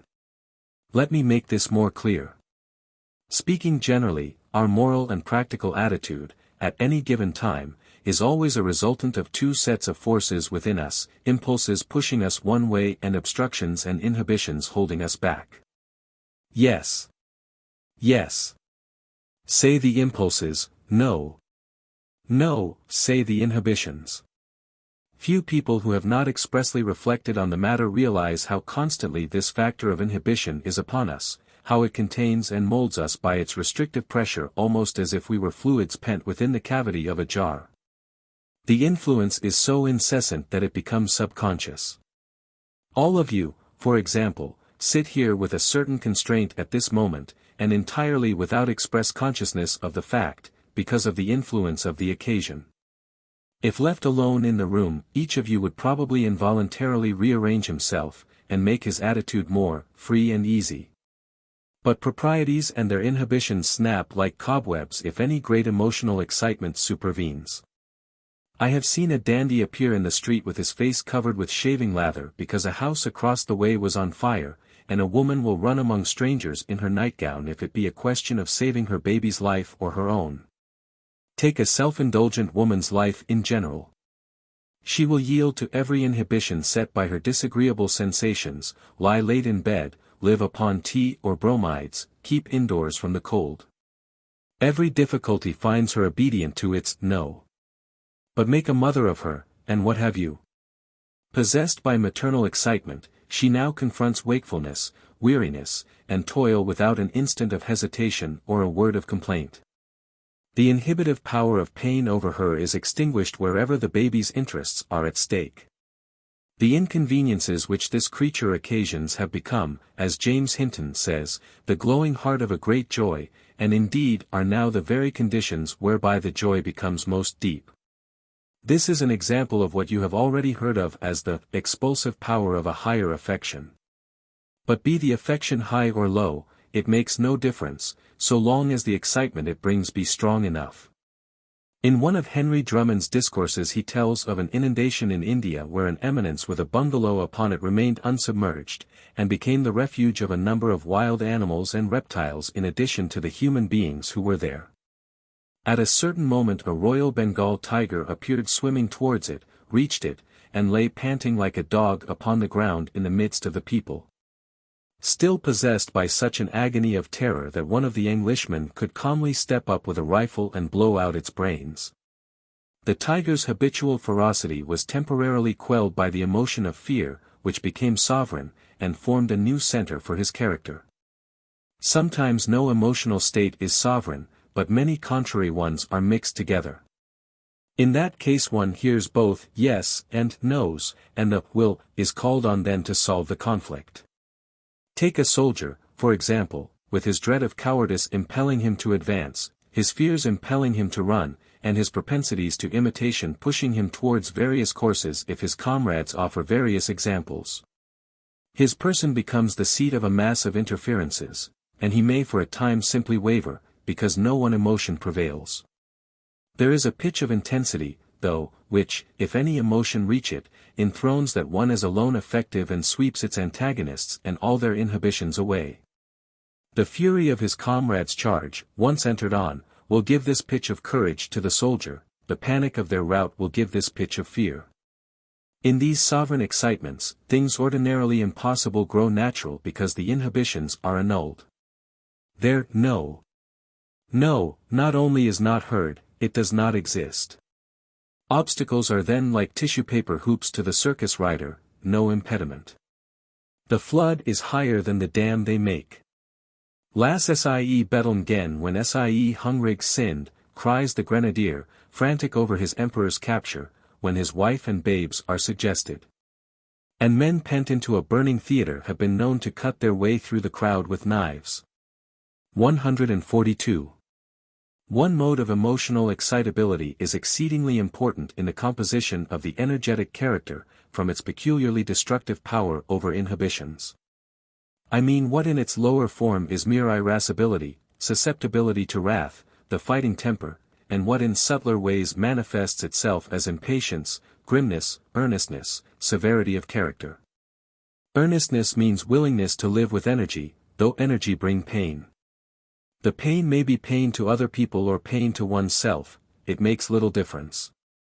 For when the strenuous mood is on one, the aim is to break something, no matter whose or what. Nothing annihilates an inhibition as irresistibly as anger does it, for, as Moltke says of war, destruction pure and simple is its essence. This is what makes it so invaluable an ally of every other passion. The sweetest delights are trampled on with a ferocious pleasure the moment they offer themselves as checks to a cause by which our higher indignations are elicited. It costs then nothing to drop friendships, to renounce long-rooted privileges and possessions, to break with social ties. Rather do we take a stern joy in the astringency and desolation. And what is called weakness of character seems in most cases to consist in the inaptitude for these sacrificial moods, of which one's own inferior self and its pet softnesses must often be the targets and the victims. 143. So far I have spoken of temporary alterations produced by shifting excitements in the same person. But the relatively fixed differences of character of different persons are explained in a precisely similar way. In a man with a liability to a special sort of emotion, whole ranges of inhibition habitually vanish, which in other men remain effective, and other sorts of inhibition take their place. When a person has an inborn genius for certain emotions, his life differs strangely from that of ordinary people, for none of their usual deterrents check him. Your mere aspirant to a type of character, on the contrary, only shows, when your natural lover, fighter, or reformer, with whom the passion is a gift of nature, comes along, the hopeless inferiority of voluntary to instinctive action. He has deliberately to overcome his inhibitions. The genius with the inborn passion seems not to feel them at all. He is free of all that inner friction and nervous waste. To a Fox, a Garibaldi, a General Booth, a John Brown, a Louise Michel, a Bradlaugh, the obstacles omnipotent over those around them are as if non-existent. Should the rest of us so disregard them, there might be many such heroes, for many have the wish to live for similar ideals, and only the adequate degree of inhibition-quenching fury is lacking. 144. The difference between willing and merely wishing, between having ideals that are creative and ideals that are but pinings and regrets. Thus depends solely either on the amount of steam pressure chronically driving the character in the ideal direction, or on the amount of ideal excitement transiently acquired. Given a certain amount of love, indignation, generosity, magnanimity, admiration, loyalty, or enthusiasm of self-surrender, the result is always the same. That whole raft of cowardly obstructions, which in tame persons and dull moods are sovereign impediments to action, sinks away at once. Our conventionality 145 our shyness, laziness, and stinginess, our demands for precedent and permission, for guarantee and surety, our small suspicions, timidities, despairs, where are they now? Severed like cobwebs, broken like bubbles in the sun. Was sind die Sorg nun und nach die Michigan nach gestern Walt erschlafen? Ich scham Michigan des im Morgenroth. The flood we are born on rolls them so lightly under that their very contact is unfelt. Set free of them, we float and soar and sing. This auroral openness and uplift gives to all creative ideal levels a bright and caroling quality, which is nowhere more marked than where the controlling emotion is religious. The true monk, writes an Italian mystic, takes nothing with him but his lyre. We may now turn from these psychological generalities to those fruits of the religious state which form the special subject of our present lecture. The man who lives in his religious center of personal energy, and is actuated by spiritual enthusiasms, differs from his previous carnal self in perfectly definite ways. The new ardor which burns in his breast consumes in its glow the lower nose, which formerly beset him, and keeps him immune against infection from the entire groveling portion of his nature. Magnanimities once impossible are now easy. Paltry conventionalities and mean incentives once tyrannical hold no sway. The stone wall inside of him has fallen, the hardness in his heart has broken down. The rest of us can, I think, imagine this by recalling our state of feeling in those temporary, melting moods, into which either the trials of real life, or the theater, or a novel sometimes throws us. Especially if we weep. For it is then as if our tears broke through an inveterate inner dam, and let all sorts of ancient peccancies and moral stagnancies drain away, leaving us now washed and soft of heart and open to every nobler leading. With most of us the customary hardness quickly returns, but not so with saintly persons. Many saints, even as energetic ones as Teresa and Loyola, have possessed what the Church traditionally reveres as a special grace, the so-called gift of tears. In these persons the melting mood seems to have held almost uninterrupted control. And as it is with tears and melting moods, so it is with other exalted affections. Their reign may come by gradual growth or by a crisis. But in either case it may have come to stay. At the end of the last lecture we saw this permanence to be true of the general paramountcy of the higher insight, even though in the ebbs of emotional excitement meaner motives might temporarily prevail and backsliding might occur. But that lower temptations may remain completely annulled, apart from transient emotion and as if by alteration of the man's habitual nature, is also proved by documentary evidence in certain cases. Before embarking on the general natural history of the regenerate character, let me convince you of this curious fact by one or two examples. The most numerous are those of reformed drunkards. You recollect the case of Mr. Hadley in the last lecture. The Jerry Macaulay Water Street Mission abounds in similar instances. 146 You also remember the graduate of Oxford, converted at 3 in the afternoon, and getting drunk in the hayfield the next day, but after that permanently cured of his appetite. From that hour drink has had no terrors for me, I never touch it, never want it. The same thing occurred with my pipe. The desire for it went at once and has never returned. So with every known sin, the deliverance in each case being permanent and complete. I have had no temptations since conversion. Here is an analogous case from Starbuck's manuscript collection. I went into the old Adelphi Theatre, where there was a holiness meeting, and I began saying, Lord, Lord, I must have this blessing. Then what was to me an audible voice said, Are you willing to give up everything to the Lord? And question after question kept coming up, to all of which I said, Yes, Lord, until this came, Why do you not accept it now? And I said, I do, Lord. I felt no particular joy, only a trust. Just then the meeting closed, and, as I went out on the street, I met a gentleman smoking a fine cigar, and a cloud of smoke came into my face, and I took a long, deep breath of it, and praised the Lord, all my appetite for it was gone. Then as I walked along the street, passing saloons where the fumes of liquor came out, I found that all my taste and longing for that accursed stuff was gone. Glory to God! But, for 10 or 11 long years, after that, I was in the wilderness with its ups and downs. My appetite for liquor never came back. The classic case of Colonel Gardiner is that of a man cured of sexual temptation in a single hour. To Mr. Spears the Colonel said, I was effectually cured of all inclination to that sin. I was so strongly addicted to that I thought nothing but shooting me through the head could have cured me of it. And all desire and inclination to it was removed, as entirely as if I had been a sucking child, nor did the temptation return to this day. Mr. Webster's words on the same subject are these, One thing I have heard the Colonel frequently say, that he was much addicted to impurity before his acquaintance with religion. But that, so soon as he was enlightened from above, he felt the power of the Holy Ghost changing his nature so wonderfully that his sanctification in this respect seemed more remarkable than in any other.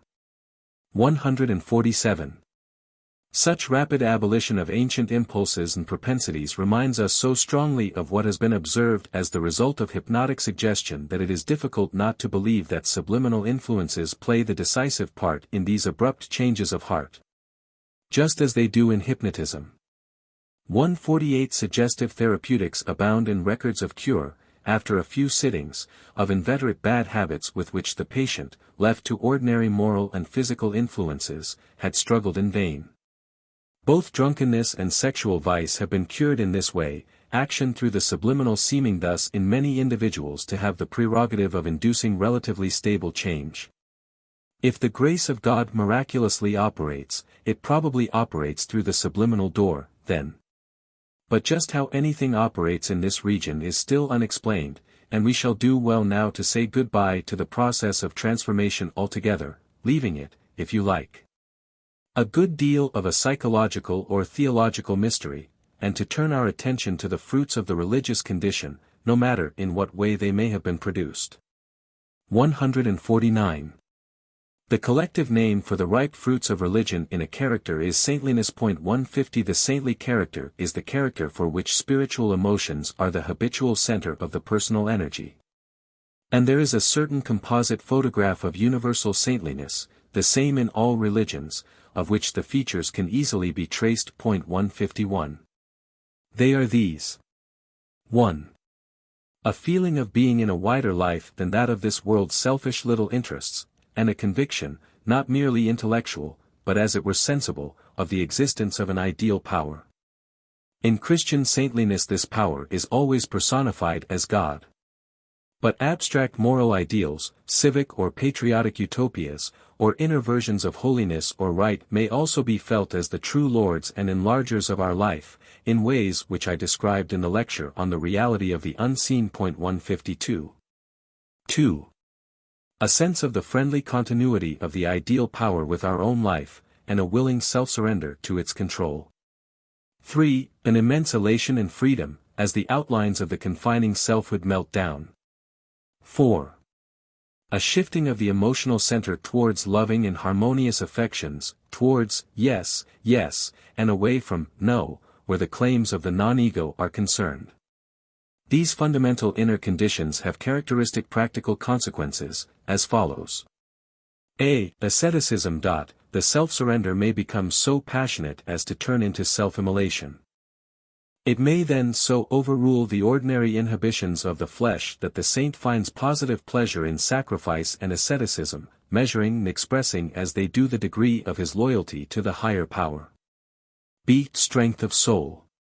The sense of enlargement of life may be so uplifting that personal motives and inhibitions, commonly omnipotent, become too insignificant for notice, and new reaches of patience and fortitude open out. Fears and anxieties go, and blissful equanimity takes their place. Come heaven, come hell, it makes no difference now. We forbid ourselves all seeking after popularity, all ambition to appear important. We pledge ourselves to abstain from falsehood, in all its degrees. We promise not to create or encourage illusions as to what is possible, by what we say or write. We promise to one another active sincerity, which strives to see truth clearly, and which never fears to declare what it sees.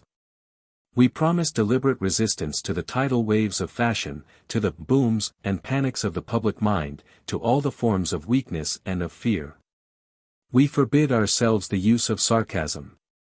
Of serious things we will speak seriously and unsmilingly, without banter and without the appearance of banter, and even so of all things, for there are serious ways of being light of heart. We will put ourselves forward always for what we are, simply and without false humility, as well as without pedantry, affectation, or pride. C. Purity. The shifting of the emotional center brings with it, first, increase of purity. The sensitiveness to spiritual discords is enhanced, and the cleansing of existence from brutal and sensual elements becomes imperative. Occasions of contact with such elements are avoided. The saintly life must deepen its spiritual consistency and keep unspotted from the world. In some temperaments this need of purity of spirit takes an ascetic turn, and weaknesses of the flesh are treated with relentless severity. D. Charity.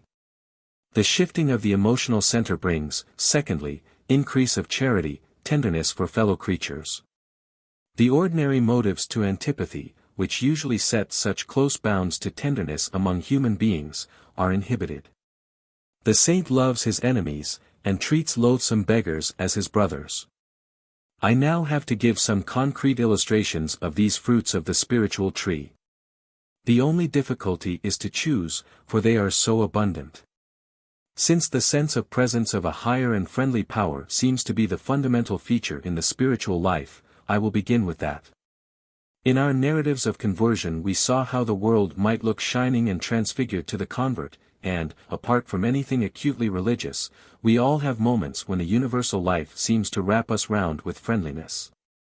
In youth and health, in summer, in the woods or on the mountains, there come days when the weather seems all whispering with peace, hours when the goodness and beauty of existence enfold us like a dry warm climate, or chime through us as if our inner ears were subtly ringing with the world's security. Thoreau writes, "Once, a few weeks after I came to the woods, for an hour I doubted whether the near neighborhood of man was not essential to a serene and healthy life. To be alone was somewhat unpleasant. But, in the midst of a gentle rain, while these thoughts prevailed, I was suddenly sensible of such sweet and beneficent society in nature, in the very pattering of the drops, and in every sight and sound around my house. An infinite and unaccountable friendliness all at once, like an atmosphere, sustaining me, as made the fancied advantages of human neighborhood insignificant, and I have never thought of them since. Every little pine needle expanded and swelled with sympathy and befriended me. I was so distinctly made aware of the presence of something kindred to me, that I thought no place could ever be strange to me again." 153. In the Christian consciousness this sense of the enveloping friendliness becomes most personal and definite. The compensation, writes a German author, for the loss of that sense of personal independence which man so unwillingly gives up, is the disappearance of all fear from one's life. The quite indescribable and inexplicable feeling of an inner security, which one can only experience, but which, once it has been experienced, one can never forget. 154. I find an excellent description of this state of mind in a sermon by Mr. Voysey. It is the experience of myriads of trustful souls, that this sense of God's unfailing presence with them in their going out and in their coming in, and by night and day, is a source of absolute repose and confident calmness. It drives away all fear of what may befall them. That nearness of God is a constant security against terror and anxiety. It is not that they are at all assured of physical safety, or deem themselves protected by a love which is denied to others, but that they are in a state of mind equally ready to be safe or to meet with injury. If injury befall them, they will be content to bear it because the Lord is their keeper, and nothing can befall them without His will. If it be His will, then injury is for them a blessing and no calamity at all. Thus and thus only is the trustful man protected and shielded from harm. And I for one, by no means a thick-skinned or hard-nerved man, am absolutely satisfied with this arrangement, and do not wish for any other kind of immunity from danger and catastrophe.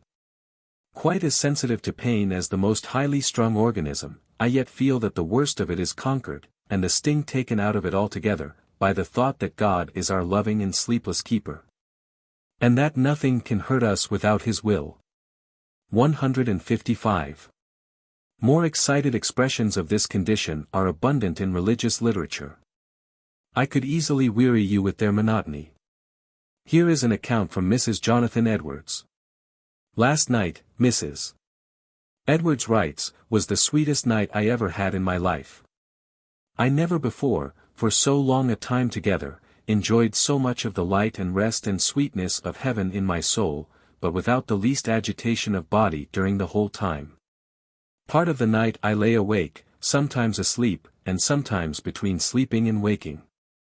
But all night I continued in a constant, clear, and lively sense of the heavenly sweetness of Christ's excellent love, of His nearness to me, and of my dearness to Him, with an inexpressibly sweet calmness of soul in an entire rest in Him. I seemed to myself to perceive a glow of divine love come down from the heart of Christ in heaven into my heart in a constant stream, like a stream or pencil of sweet light. At the same time my heart and soul all flowed out in love to Christ, so that there seemed to be a constant flowing and reflowing of heavenly love, and I appeared to myself to float or swim, in these bright, sweet beams. Like the motes swimming in the beams of the sun, or the streams of His light which come in at the window. I think that what I felt each minute was worth more than all the outward comfort and pleasure which I had enjoyed in my whole life put together. It was pleasure, without the least sting, or any interruption. It was a sweetness which my soul was lost in, it seemed to be all that my feeble frame could sustain. There was but little difference, whether I was asleep or awake, but if there was any difference, the sweetness was greatest while I was asleep. 156. As I awoke early the next morning, it seemed to me that I had entirely done with myself. I felt that the opinions of the world concerning me were nothing, and that I had no more to do with any outward interest of my own than with that of a person whom I never saw. The glory of God seemed to swallow up every wish and desire of my heart. After retiring to rest and sleeping a little while, I awoke, and was led to reflect on God's mercy to me, in giving me, for many years, a willingness to die. And after that, in making me willing to live, that I might do and suffer whatever He called me to hear. I also thought how God had graciously given me an entire resignation to His will, with respect to the kind and manner of death that I should die. Having been made willing to die on the rack, or at the stake, and if it were God's will, to die in darkness. But now it occurred to me, I used to think of living no longer than to the ordinary age of man. Upon this I was led to ask myself, whether I was not willing to be kept out of heaven even longer. And my whole heart seemed immediately to reply, yes, 1,000 years, and 1,000 in horror, if it be most for the honor of God, the torment of my body being so great, awful, and overwhelming that none could bear to live in the country where the spectacle was seen, and the torment of my mind being vastly greater.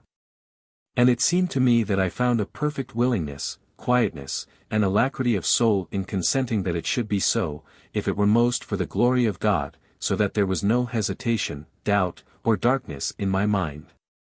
The glory of God seemed to overcome me and swallow me up, and every conceivable suffering, and everything that was terrible to my nature, seemed to shrink to nothing before it. This resignation continued in its clearness and brightness the rest of the night, and all the next day, and the night following, and on Monday in the forenoon, without interruption or abatement. 157. The annals of Catholic saintship abound in records as ecstatic or more ecstatic than this. Often the assaults of the divine love, it is said of the Sister Seraphique de la Martiniere, reduced her almost to the point of death. She used tenderly to complain of this to God. "I cannot support it," she used to say. "Bear gently with my weakness, or I shall expire under the violence of your love." 158. Let me pass next to the charity and brotherly love which are a usual fruit of saintliness, and have always been reckoned essential theological virtues, however limited may have been the kinds of service which the particular theology enjoined. Brotherly love would follow logically from the assurance of God's friendly presence, the notion of our brotherhood as men being an immediate inference from that of God's fatherhood of us all. When Christ utters the precepts, "Love your enemies, bless them that curse you, do good to them that hate you, and pray for them which despitefully use you, and persecute you," he gives for a reason, "that ye may be the children of your Father which is in heaven, for he maketh his sun to rise on the evil and on the good, and sendeth rain on the just and on the unjust." One might therefore be tempted to explain both the humility as to one's self and the charity towards others which characterize spiritual excitement, as results of the all-leveling character of theistic belief. But these affections are certainly not mere derivatives of theism. We find them in Stoicism, in Hinduism, and in Buddhism in the highest possible degree. They harmonize with paternal theism beautifully. But they harmonize with all reflection whatever upon the dependence of mankind on general causes, and we must, I think, consider them not subordinate but coordinate parts of that great complex excitement in the study of which we are engaged. Religious rapture, moral enthusiasm, ontological wonder, cosmic emotion, are all unifying states of mind, in which the sand and grit of the selfhood incline to disappear, and tenderness to rule. The best thing is to describe the condition integrally as a characteristic affection to which our nature is liable, a region in which we find ourselves at home, a sea in which we swim. But not to pretend to explain its parts by deriving them too cleverly from one another. Like love or fear, the faith state is a natural psychic complex, and carries charity with it by organic consequence. Jubilation is an expansive affection, and all expansive affections are self-forgetful and kindly so long as they endure.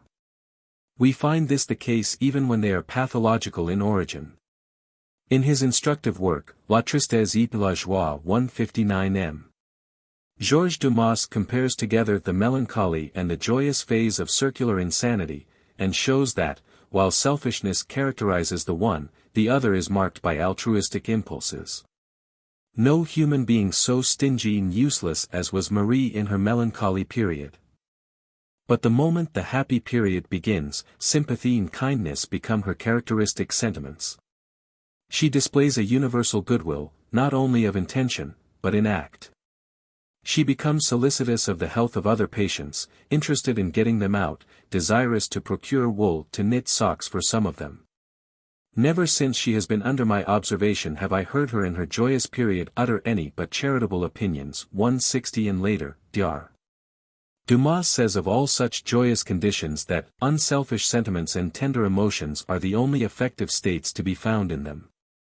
The subject's mind is closed against envy, hatred, and vindictiveness, and wholly transformed into benevolence, indulgence, and mercy. 161. There is thus an organic affinity between joyousness and tenderness, and their companionship in the saintly life need in no way occasion surprise. Along with the happiness, this increase of tenderness is often noted in narratives of conversion. I began to work for others, I had more tender feeling for my family and friends, I spoke at once to a person with whom I had been angry, I felt for every one, and loved my friends better, I felt every one to be my friend. These are so many expressions from the records collected by Professor Starbuck. 162. When, says Mrs. Edwards, continuing the narrative from which I made quotation a moment ago, I arose on the morning of the Sabbath, I felt a love to all mankind, wholly peculiar in its strength and sweetness, far beyond all that I had ever felt before. The power of that love seemed inexpressible. I thought, if I were surrounded by enemies, who were venting their malice and cruelty upon me, in tormenting me, it would still be impossible that I should cherish any feelings towards them but those of love, and pity, and ardent desires for their happiness. I never before felt so far from a disposition to judge and censure others, as I did that morning.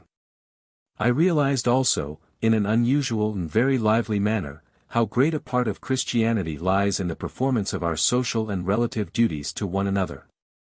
The same joyful sense continued throughout the day, a sweet love to God and all mankind.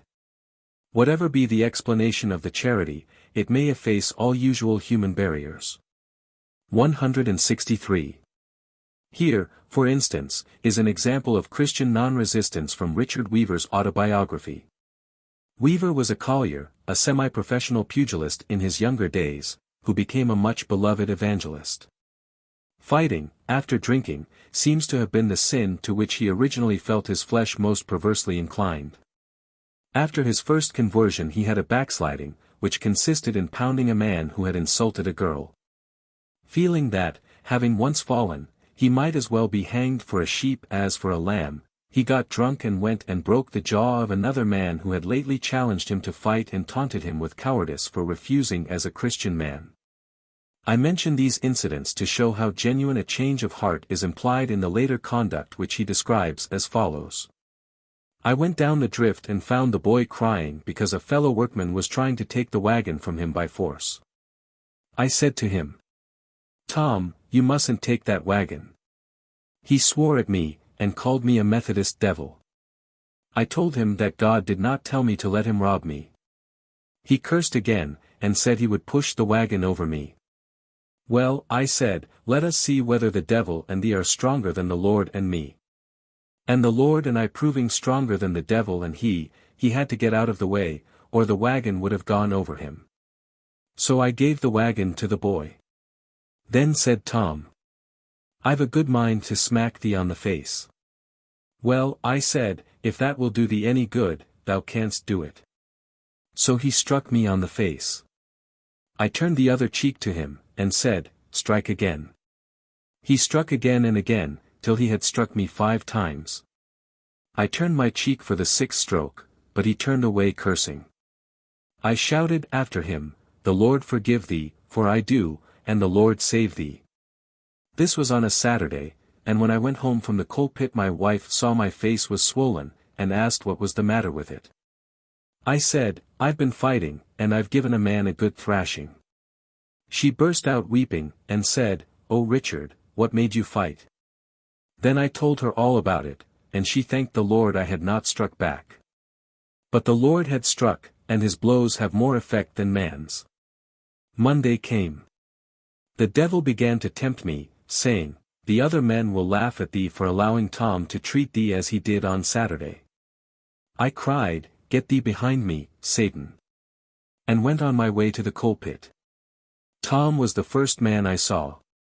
I said, "Good morning," but got no reply. He went down first. When I got down, I was surprised to see him sitting on the wagon road waiting for me. When I came to him he burst into tears and said, "Richard, will you forgive me for striking you?" "I have forgiven thee," said I, "ask God to forgive thee." "The Lord bless thee." I gave him my hand, and we went each to his work. 164. Love your enemies. Mark you, not simply those who happen not to be your friends, but your enemies, your positive and active enemies. Either this is a mere Oriental hyperbole, a bit of verbal extravagance, meaning only that we should, as far as we can, abate our animosities, or else it is sincere and literal. Outside of certain cases of intimate individual relation, it seldom has been taken literally. Yet it makes one ask the question, can there in general be a level of emotion so unifying, so obliterative of differences between man and man, that even enmity may come to be an irrelevant circumstance and fail to inhibit the friendlier interests aroused?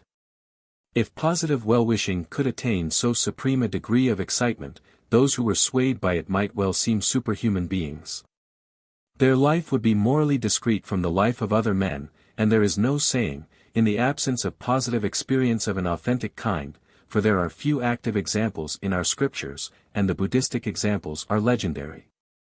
165. What the effects might be, they might conceivably transform the world. Psychologically and in principle, the precept, "Love your enemies," is not self-contradictory. It is merely the extreme limit of a kind of magnanimity with which, in the shape of pitying tolerance of our oppressors, we are fairly familiar. Yet if radically followed, it would involve such a breach with our instinctive springs of action as a whole, and with the present world's arrangements, that a critical point would practically be passed. And we should be born into another kingdom of being. Religious emotion makes us feel that other kingdom to be close at hand, within our reach. The inhibition of instinctive repugnance is proved not only by the showing of love to enemies, but by the showing of it to anyone who is personally loathsome. In the annals of saintliness we find a curious mixture of motives impelling in this direction. Asceticism plays its part. And along with charity pure and simple, we find humility or the desire to disclaim distinction and to grovel on the common level before God. Certainly all three principles were at work when Francis of Assisi and Ignatius Loyola exchanged their garments with those of filthy beggars. All three are at work when religious persons consecrate their lives to the care of leprosy or other peculiarly unpleasant diseases. The nursing of the sick is a function to which the religious seem strongly drawn, even apart from the fact that church traditions set that way. But in the annals of this sort of charity we find fantastic excesses of devotion recorded which are only explicable by the frenzy of self-immolation simultaneously aroused. Francis of Assisi kisses his lepers. Margaret Mary Alacoque, Francis Xavier, St. John of God, and others are said to have cleansed the sores and ulcers of their patients with their respective tongues. And the lives of such saints as Elizabeth of Hungary and Madame de Chantal are full of a sort of reveling in hospital purulence, disagreeable to read of, and which makes us admire and shudder at the same time. So much for the human love aroused by the faith state. Let me next speak of the equanimity, resignation, fortitude, and patience which it brings. A paradise of inward tranquility seems to be faith's usual result. And it is easy, even without being religious oneself, to understand this. A moment back, in treating of the sense of God's presence, I spoke of the unaccountable feeling of safety which one may then have. And, indeed, how can it possibly fail to steady the nerves, to cool the fever, and appease the fret, if one be sensibly conscious that, no matter what one's difficulties for the moment may appear to be, one's life as a whole is in the keeping of a power whom one can absolutely trust? In deeply religious men the abandonment of self to this power is passionate. Whoever not only says, but feels, God's will be done, is mailed against every weakness. And the whole historic array of martyrs, missionaries, and religious reformers is there to prove the tranquil mindedness, under naturally agitating or distressing circumstances, which self-surrender brings. The temper of the tranquil mindedness differs, of course, according as the person is of a constitutionally somber or of a constitutionally cheerful cast of mind. In the somber it partakes more of resignation and submission. In the cheerful it is a joyous consent. As an example of the former temper, I quote part of a letter from Professor Lagneau, a venerated teacher of philosophy who lately died, a great invalid, at Paris. My life, for the success of which you send good wishes, will be what it is able to be. I ask nothing from it, I expect nothing from it. For long years now I exist, think, and act, and am worth what I am worth, only through the despair which is my sole strength and my sole foundation. May it preserve for me, even in these last trials to which I am coming, the courage to do without the desire of deliverance. I ask nothing more from the source whence all strength cometh, and if that is granted, your wishes will have been accomplished. 166. There is something pathetic and fatalistic about this, but the power of such a tone as a protection against outward shocks is manifest. Pascal is another Frenchman of pessimistic natural temperament. He expresses still more amply the temper of self-surrendering submissiveness. Deliver me, Lord, he writes in his prayers, from the sadness at my proper suffering which self-love might give, but put into me a sadness like your own. Let my sufferings appease your choler. Make them an occasion for my conversion and salvation. I ask you neither for health nor for sickness, for life nor for death. But that you may dispose of my health and my sickness, my life and my death, for your glory, for my salvation, and for the use of the church and of your saints, of whom I would by your grace be one. You alone know what is expedient for me. You are the sovereign master, do with me according to your will. Give to me, or take away from me, only conform my will to yours. I know but one thing, Lord, that it is good to follow you, and bad to offend you. Apart from that, I know not what is good or bad in anything. I know not which is most profitable to me, health or sickness, wealth or poverty, nor anything else in the world. That discernment is beyond the power of men or angels, and is hidden among the secrets of your providence, which I adore, but do not seek to fathom. 167. When we reach more optimistic temperaments, the resignation grows less passive. Examples are sown so broadcast throughout history that I might well pass on without citation. As it is, I snatch at the first that occurs to my mind.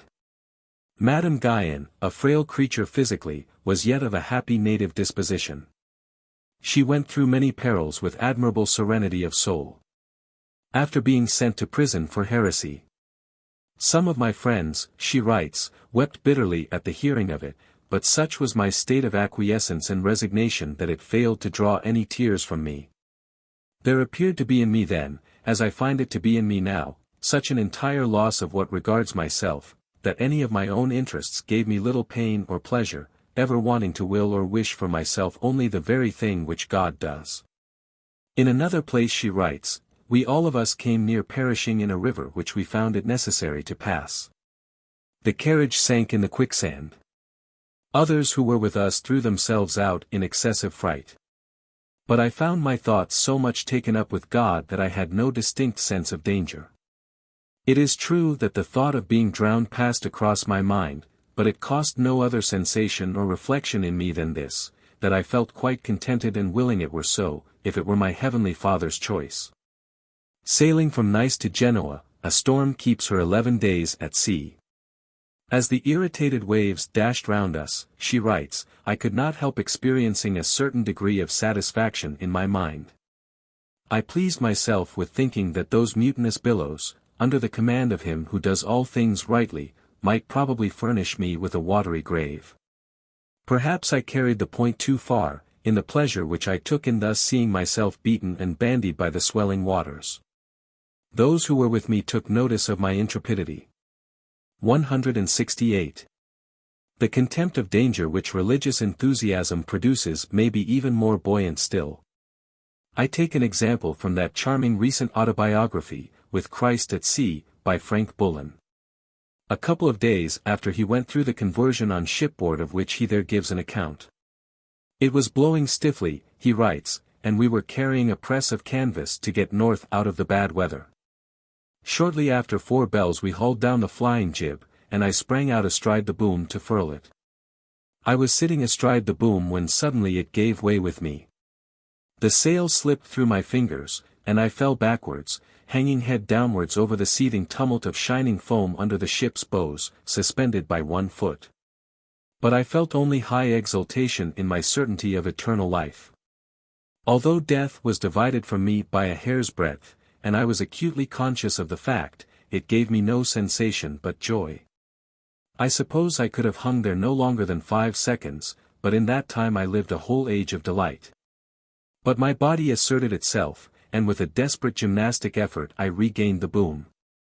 How I furled the sail I don't know, but I sang at the utmost pitch of my voice praises to God that went pealing out over the dark waste of waters. 169. The annals of martyrdom are of course the signal field of triumph for religious imperturbability. Let me cite as an example the statement of a humble sufferer, persecuted as a Huguenot under Louis XIV.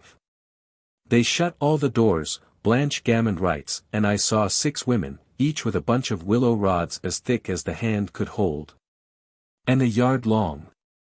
He gave me the order, undress yourself, which I did. He said, you are leaving on your shift, you must take it off. They had so little patience that they took it off themselves, and I was naked from the waist up. They brought a cord with which they tied me to a beam in the kitchen. They drew the cord tight with all their strength and asked me, does it hurt you? And then they discharged their fury upon me, exclaiming as they struck me, pray now to your God. It was the roulette woman who held this language.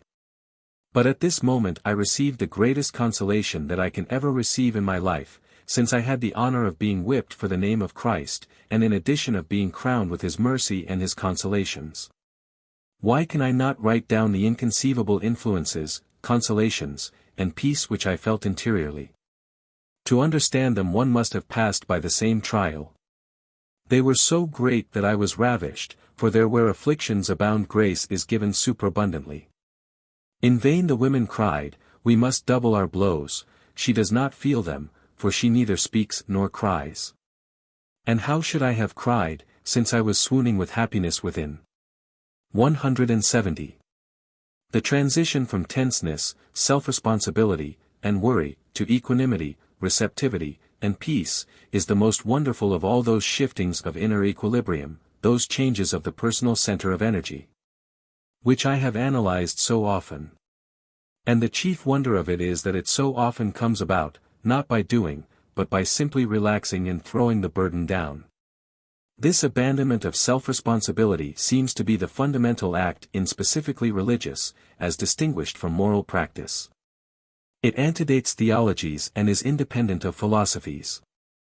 Mind cure, theosophy, Stoicism, ordinary neurological hygiene, insist on it as emphatically as Christianity does, and it is capable of entering into closest marriage with every speculative creed. 171 Christians who have it strongly live in what is called recollection, and are never anxious about the future, nor worry over the outcome of the day. Of Saint Catherine of Genoa it is said that she took cognizance of things, only as they were presented to her in succession, moment by moment. To her holy soul, the divine moment was the present moment, and when the present moment was estimated in itself and in its relations, and when the duty that was involved in it was accomplished, it was permitted to pass away as if it had never been, and to give way to the facts and duties of the moment which came after. 172 Hinduism, mind cure, and theosophy all lay great emphasis upon this concentration of the consciousness upon the moment at hand. The next religious symptom which I will note is what have called purity of life. The saintly person becomes exceedingly sensitive to inner inconsistency or discord, and mixture and confusion grow intolerable. All the mind's objects and occupations must be ordered with reference to the special spiritual excitement which is now its keynote. Whatever is unspiritual taints the pure water of the soul and is repugnant. Mixed with this exaltation of the moral sensibilities there is also an ardor of sacrifice, for the beloved deity's sake, of everything unworthy of him. Sometimes the spiritual ardor is so sovereign that purity is achieved at a stroke, we have seen examples. Usually it is a more gradual conquest. Billy Bray's account of his abandonment of tobacco is a good example of the latter form of achievement. I had been a smoker as well as a drunkard, and I used to love my tobacco as much as I loved my meat, and I would rather go down into the mine without my dinner than without my pipe. In the days of old, the Lord spoke by the mouths of his servants, the prophets, now he speaks to us by the Spirit of his Son. I had not only the feeling part of religion, but I could hear the small, still voice within speaking to me. When I took the pipe to smoke, it would be applied within, it is an idol, a lust, worship the Lord with clean lips. So, I felt it was not right to smoke. The Lord also sent a woman to convince me. I was one day in a house, and I took out my pipe to light it at the fire, and Mary Hawke, for that was the woman's name, said, "Do you not feel it is wrong to smoke?" I said that I felt something inside telling me that it was an idol, a lust, and she said that was the Lord. Then I said, "Now, I must give it up, for the Lord is telling me of it inside, and the woman outside, so the tobacco must go, love it as I may." There and then I took the tobacco out of my pocket, and threw it into the fire, and put the pipe under my foot, ashes to ashes, dust to dust. And I have not smoked since. I found it hard to break off old habits, but I cried to the Lord for help, and he gave me strength, for he has said, "Call upon me in the day of trouble, and I will deliver thee." The day after I gave up smoking I had the toothache so bad that I did not know what to do. I thought this was owing to giving up the pipe, but I said I would never smoke again, if I lost every tooth in my head. I said, "Lord, thou hast told us my yoke is easy and my burden is light," and when I said that, all the pain left me. Sometimes the thought of the pipe would come back to me very strong. But the Lord strengthened me against the habit, and, bless his name, I have not smoked since. Bray's biographer writes that after he had given up smoking, he thought that he would chew a little, but he conquered this dirty habit, too. On one occasion, Bray said, when at a prayer meeting at Hicks Mill, I heard the Lord say to me, "Worship me with clean lips." So, when we got up from our knees, I took the quid out of my mouth and whipped and threw it under the form. But, when we got on our knees again, I put another quid into my mouth. Then the Lord said to me again, "Worship me with clean lips." So I took the quid out of my mouth, and whipped and under the form again, and said, "Yes, Lord, I will." From that time I gave up chewing as well as smoking, and have been a free man. The ascetic forms which the impulse for veracity and purity of life may take are often pathetic enough. The early Quakers, for example, had hard battles to wage against the worldliness and insincerity of the ecclesiastical Christianity of their time. Yet the battle that cost them most wounds was probably that which they fought in defense of their own right to social veracity and sincerity in their thing and thou ing, in not doffing the hat or giving titles of respect. It was laid on George Fox that these conventional customs were a lie and a sham, and the whole body of his followers thereupon renounced them, as a sacrifice to truth, and so that their acts and the spirit they professed might be more in accord. "When the Lord sent me into the world," says Fox in his journal, "he forbade me to put off my hat to any, high or low, and I was required to thee and thou all men and women, without any respect to rich or poor, great or small. And as I travelled up and down, I was not to bid people good morning or good evening, neither might I bow or scrape with my leg to any one." This made the sects and professions rage. Oh! The rage that was in the priests, magistrates, professors, and people of all sorts, and especially in priests and professors, for though thou to a single person was according to their accidents and grammar rules, and according to the Bible. Yet they could not bear to hear it, and because I could not put off my hat to them, it set them all into a rage. Oh! The scorn, heat, and fury that arose. Oh! The blows, punchings, beatings, and imprisonments that we underwent for not putting off our hats to men. Some had their hats violently plucked off and thrown away, so that they quite lost them. The bad language and evil usage we received on this account is hard to be expressed, besides the danger we were sometimes in of losing our lives for this matter, and that by the great professors of Christianity, who thereby discovered they were not true believers. And though it was but a small thing in the eye of man, yet a wonderful confusion it brought among all professors and priests, but, blessed be the Lord, many came to see the vanity of that custom of putting off hats to men, and felt the weight of truth's testimony against it. In the autobiography of Thomas Elwood, an early Quaker, who at one time was secretary to John Milton, we find an exquisitely quaint and candid account of the trials he underwent both at home and abroad, in following Fox's canons of sincerity. The anecdotes are too lengthy for citation. But Elwood sets down his manner of feeling about these things in a shorter passage, which I will quote as a characteristic utterance of spiritual sensibility. "By this divine light, then," says Elwood, "I saw that though I had not the evil of the common uncleanliness, debauchery, profaneness, and pollutions of the world to put away, because I had, through the great goodness of God and a civil education, been preserved out of those grosser evils. Yet I had many other evils to put away and to cease from. Some of which were not by the world, which lies in wickedness, 1 John v. 19, accounted evils, but by the light of Christ were made manifest to me to be evils, and as such condemned in me. as particularly those fruits and effects of pride that discover themselves in the vanity and superfluity of apparel, which I took too much delight in. This evil of my doings I was required to put away and cease from. And judgment lay upon me till I did so. I took off from my apparel those unnecessary trimmings of lace, ribbons, and useless buttons, which had no real service, but were set on only for that which was by mistake called ornament.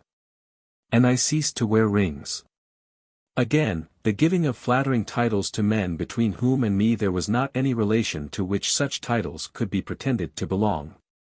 This was an evil I had been much addicted to, and was accounted a ready artist in, therefore this evil also was I required to put away and cease from. So that thenceforward I durst not say, Sir, Master, my Lord, Madam, or my Dame. Or say your servant to any one to whom I did not stand in the real relation of a servant, which I had never done to any. Again, respect of persons, in uncovering the head and bowing the knee or body in salutation, was a practice I had been much in the use of. And this, being one of the vain customs of the world, introduced by the spirit of the world, instead of the true honor which this is a false representation of, and used in deceit as a token of respect by persons one to another, who bear no real respect one to another.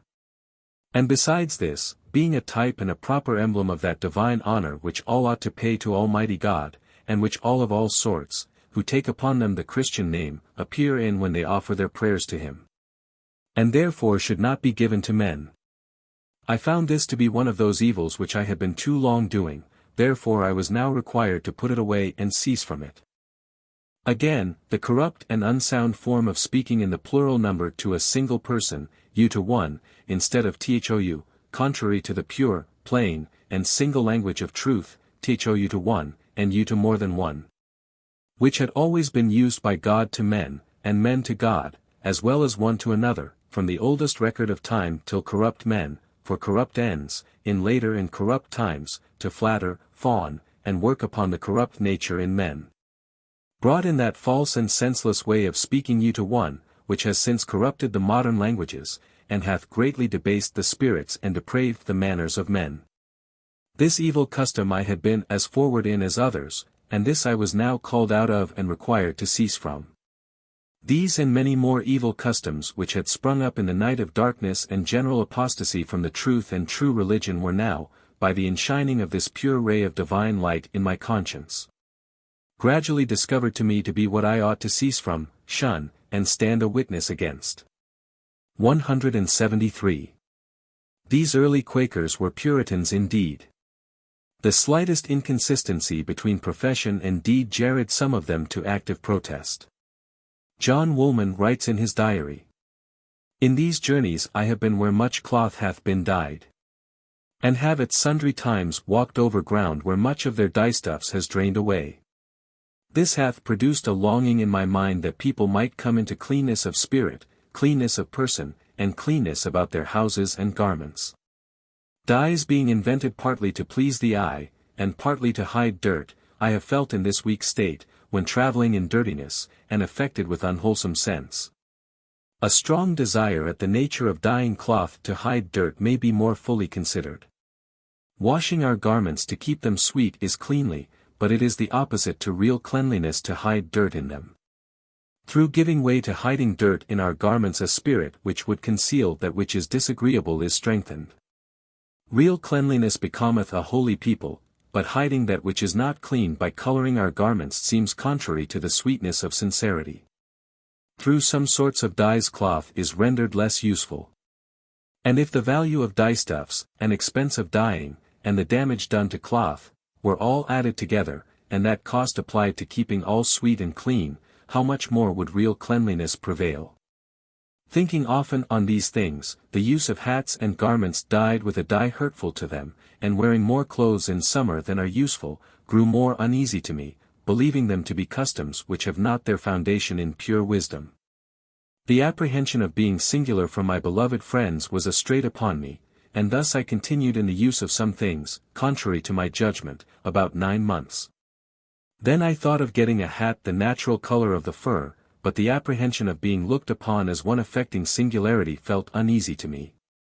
On this account I was under close exercise of mind in the time of our general spring meeting in 1762, greatly desiring to be rightly directed. When, being deeply bowed in spirit before the Lord, I was made willing to submit to what I apprehended was required of me, and when I returned home, got a hat of the natural color of the fur.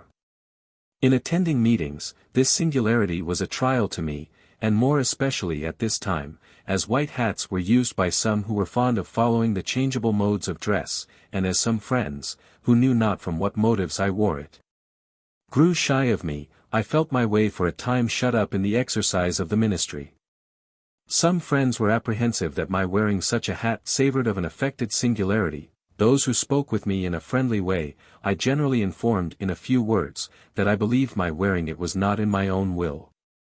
When the craving for moral consistency and purity is developed to this degree, the subject may well find the outer world too full of shocks to dwell in, and can unify his life and keep his soul unspotted only by withdrawing from it.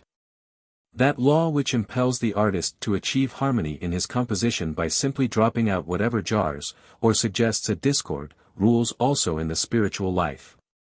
To omit, says Stevenson, is the one art in literature. If I knew how to omit, I should ask no other knowledge. And life, when full of disorder and slackness and vague superfluity, can no more have what we call character than literature can have it under similar conditions. So monasteries and communities of sympathetic devotees open their doors, and in their changeless order, characterized by omissions quite as much as constituted of actions. The holy-minded person finds that inner smoothness and cleanness which it is torture to him to feel violated at every turn by the discordancy and brutality of secular existence. That the scrupulosity of purity may be carried to a fantastic extreme must be admitted. In this it resembles asceticism, to which further symptom of saintliness we had better turn next.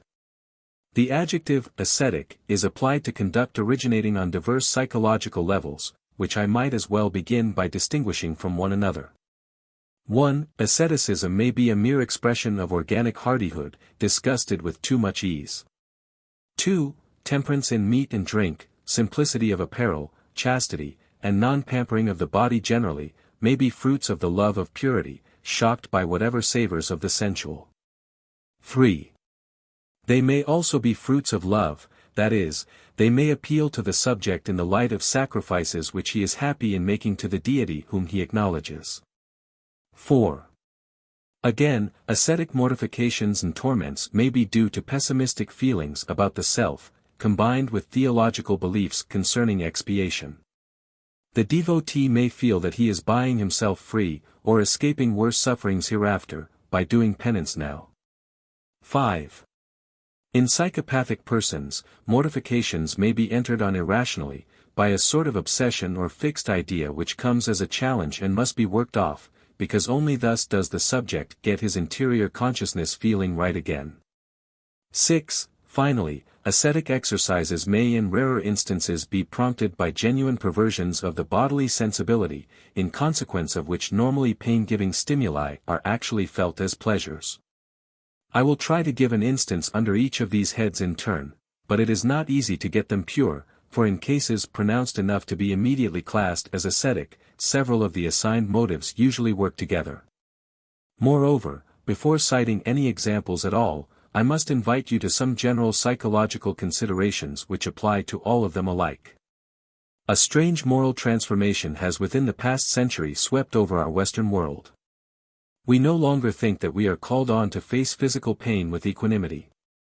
It is not expected of a man that he should either endure it or inflict much of it, and to listen to the recital of cases of it makes our flesh creep morally as well as physically. The way in which our ancestors looked upon pain as an eternal ingredient of the world's order, and both caused and suffered it as a matter of course portion of their day's work, fills us with amazement. We wonder that any human beings could have been so callous. The result of this historic alteration is that even in the Mother Church herself, where ascetic discipline has such a fixed traditional prestige as a factor of merit, it has largely come into desuetude, if not discredit. A believer who flagellates or macerates himself today arouses more wonder and fear than emulation. Many Catholic writers who admit that the times have changed in this respect do so resignedly. And even add that perhaps it is as well not to waste feelings in regretting the matter, for to return to the heroic corporeal discipline of ancient days might be an extravagance. Where to seek the easy and the pleasant seems instinctive, and instinctive it appears to be in man, any deliberate tendency to pursue the hard and painful as such and for their own sakes might well strike one as purely abnormal. Nevertheless, in moderate degrees it is natural and even usual to human nature to court the arduous. It is only the extreme manifestations of the tendency that can be regarded as a paradox. The psychological reasons for this lie near the surface. When we drop abstractions and take what we call our will in the act, we see that it is a very complex function. It involves both stimulations and inhibitions, it follows generalized habits, it is escorted by reflective criticisms. And it leaves a good or a bad taste of itself behind, according to the manner of the performance. The result is that, quite apart from the immediate pleasure which any sensible experience may give us, our own general moral attitude in procuring or undergoing the experience brings with it a secondary satisfaction or distaste. Some men and women, indeed, there are who can live on smiles and the word yes forever.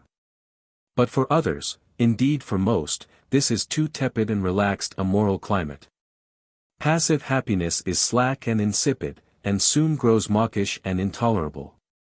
Some austerity and wintry negativity, some roughness, danger, stringency, and effort, some no, must be mixed in, to produce the sense of an existence with character and texture and power. The range of individual differences in this respect is enormous, but whatever the mixture of yes and no's may be, the person is infallibly aware when he has struck it in the right proportion for him. This, he feels, is my proper vocation, this is the optimum, the law, the life for me to live. Here I find the degree of equilibrium, safety, calm, and leisure which I need, or here I find the challenge, passion, fight, and hardship without which my soul's energy expires. Every individual soul, in short, like every individual machine or organism, has its own best conditions of efficiency. A given machine will run best under a certain steam pressure, a certain amperage. An organism under a certain diet, weight, or exercise. You seem to do best, I heard a doctor say to a patient, at about 140 millimeters of arterial tension. And it is just so with our sundry souls, some are happiest in calm weather. Some need the sense of tension, of strong volition, to make them feel alive and well. For these latter souls, whatever is gained from day to day must be paid for by sacrifice and inhibition, or else it comes too cheap and has no zest. Now when characters of this latter sort become religious, they are apt to turn the edge of their need of effort and negativity against their natural self, and the ascetic life gets evolved as a consequence. When Professor Tyndall in one of his lectures tells us that Thomas Carlyle put him into his bathtub every morning of a freezing Berlin winter, he proclaimed one of the lowest grades of asceticism. Even without Carlyle, most of us find it necessary to our soul's health to start the day with a rather cool immersion. A little farther along the scale we get such statements as this, from one of my correspondents, an agnostic. Often at night in my warm bed I would feel ashamed to depend so on the warmth. And whenever the thought would come over me I would have to get up, no matter what time of night it was, and stand for a minute in the cold, just so as to prove my manhood. Such cases as these belong simply to our head 1. In the next case we probably have a mixture of heads 2 and 3, the asceticism becomes far more systematic and pronounced. The writer is a Protestant, whose sense of moral energy could doubtless be gratified on no lower terms, and I take his case from Starbuck's manuscript collection. I practiced fasting and mortification of the flesh. I secretly made burlap shirts, and put the burrs next the skin, and wore pebbles in my shoes. I would spend nights flat on my back on the floor without any covering. The Roman Church has organized and codified all this sort of thing, and given it a market value in the shape of merit. But we see the cultivation of hardship cropping out under every sky and in every faith, as a spontaneous need of character. Thus we read of Channing, when first settled as a Unitarian minister, that he was now more simple than ever, and seemed to have become incapable of any form of self-indulgence. He took the smallest room in the house for his study, though he might easily have commanded one more light, airy, and in every way more suitable, and chose for his sleeping chamber an attic which he shared with a younger brother. The furniture of the latter might have answered for the cell of an anchorite, and consisted of a hard mattress on a cot bedstead, plain wooden chairs and table, with matting on the floor. It was without fire, and to cold he was throughout life extremely sensitive, but he never complained or appeared in any way to be conscious of inconvenience. I recollect, says his brother, after one most severe night, that in the morning he sportively thus alluded to his suffering: "If my bed were my country, I should be somewhat like Bonaparte. I have no control except over the part which I occupy. The instant I move, frost takes possession." In sickness only would he change for the time his apartment and accept a few comforts. The dress too that he habitually adopted was of most inferior quality. And garments were constantly worn which the world would call mean, though an almost feminine neatness preserved him from the least appearance of neglect. 174.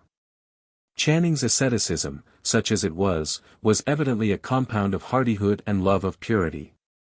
The democracy, which is an offshoot of the enthusiasm of humanity, and of which I will speak later under the head of the cult of poverty, doubtless bore also a share. Certainly there was no pessimistic element in his case. In the next case we have a strongly pessimistic element, so that it belongs under head 4. John Cennick was Methodism's first lay preacher. In 1735 he was convicted of sin, while walking in Cheapside, and at once left off singing, card-playing, and attending theatres. Sometimes he wished to go to a popish monastery, to spend his life in devout retirement. At other times he longed to live in a cave, sleeping on fallen leaves, and feeding on forest fruits. He fasted long and often, and prayed 9 times a day. Fancying dry bread too great an indulgence for so great a sinner as himself, he began to feed on potatoes, acorns, crabs, and grass, and often wished that he could live on roots and herbs. At length, in 1737, he found peace with God, and went on his way rejoicing. 175. In this poor man we have morbid melancholy and fear, and the sacrifices made are to purge out sin, and to buy safety. The hopelessness of Christian theology in respect of the flesh and the natural man generally has, in systematizing fear, made of it one tremendous incentive to self-mortification. It would be quite unfair, however, in spite of the fact that this incentive has often been worked in a mercenary way for hortatory purposes, to call it a mercenary incentive. The impulse to expiate and do penance is, in its first intention, far too immediate and spontaneous an expression of self-despair and anxiety to be obnoxious to any such reproach. In the form of loving sacrifice, of spending all we have to show our devotion, ascetic discipline of the severest sort may be the fruit of highly optimistic religious feeling. M. Vianney, the cure of Ars, was a French country priest, whose holiness was exemplary. We read in his life the following account of his inner need of sacrifice. On this path, M. Vianney said, it is only the first step that costs. There is in mortification a balm and a savour without which one cannot live when once one has made their acquaintance. There is but one way in which to give one's self to God, that is, to give one's self entirely, and to keep nothing for one's self. The little that one keeps is only good to trouble one and make one suffer. Accordingly he imposed it on himself that he should never smell a flower, never drink when parched with thirst, never drive away a fly, never show disgust before a repugnant object. Never complain of anything that had to do with his personal comfort, never sit down, never lean upon his elbows when he was kneeling. The cure of Ars was very sensitive to cold, but he would never take means to protect himself against it. During a very severe winter, one of his missionaries contrived a false floor to his confessional and placed a metal case of hot water beneath. The trick succeeded, and the saint was deceived. God is very good, he said with emotion. This year, through all the cold, my feet have always been warm. 176. In this case the spontaneous impulse to make sacrifices for the pure love of God was probably the uppermost conscious motive. We may class it, then, under our head 3. Some authors think that the impulse to sacrifice is the main religious phenomenon. It is a prominent, a universal phenomenon certainly, and lies deeper than any special creed. Here, for instance, is what seems to be a spontaneous example of it, simply expressing what seemed right at the time between the individual and his Maker. Cotton Mather, the New England Puritan divine, is generally reputed a rather grotesque pedant. Yet what is more touchingly simple than his relation of what happened when his wife came to die? When I saw to what a point of resignation I was now called of the Lord, he says, I resolved, with his help, therein to glorify him. So, 2 hours before my lovely consort expired, I kneeled by her bedside, and I took into my 2 hands a dear hand, the dearest in the world. With her thus in my hands, I solemnly and sincerely gave her up unto the Lord, and in token of my real resignation, I gently put her out of my hands, and laid away a most lovely hand, resolving that I would never touch it more. This was the hardest, and perhaps the bravest action that ever I did. She told me that she signed and sealed my act of resignation. And though before that she called for me continually, she after this never asked for me any more. 177. Father Vianney's asceticism taken in its totality was simply the result of a permanent flood of high spiritual enthusiasm, longing to make proof of itself. The Roman Church has, in its incomparable fashion, collected all the motives towards asceticism together, and so codified them that any one wishing to pursue Christian perfection may find a practical system mapped out for him in any one of a number of ready-made manuals.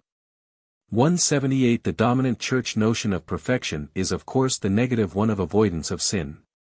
Sin proceeds from concupiscence, and concupiscence from our carnal passions and temptations, chief of which are pride, sensuality in all its forms, and the loves of worldly excitement and possession. All these sources of sin must be resisted. And discipline and austerities are a most efficacious mode of meeting them. Hence there are always in these books chapters on self-mortification. But whenever a procedure is codified, the more delicate spirit of it evaporates, and if we wish the undiluted ascetic spirit, the passion of self-contempt wreaking itself on the poor flesh. The divine irrationality of devotion making a sacrificial gift of all it has, its sensibilities, namely, to the object of its adoration, we must go to autobiographies, or other individual documents. Saint John of the Cross, a Spanish mystic who flourished, or rather who existed, for there was little that suggested flourishing about him, in the 16th century, will supply a passage suitable for our purpose. First of all, carefully excite in yourself an habitual affectionate will in all things to imitate Jesus Christ.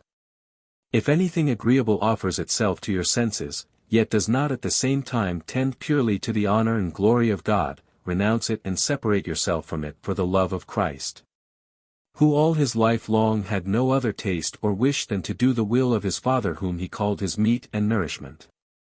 For example, you take satisfaction in hearing of things in which the glory of God bears no part.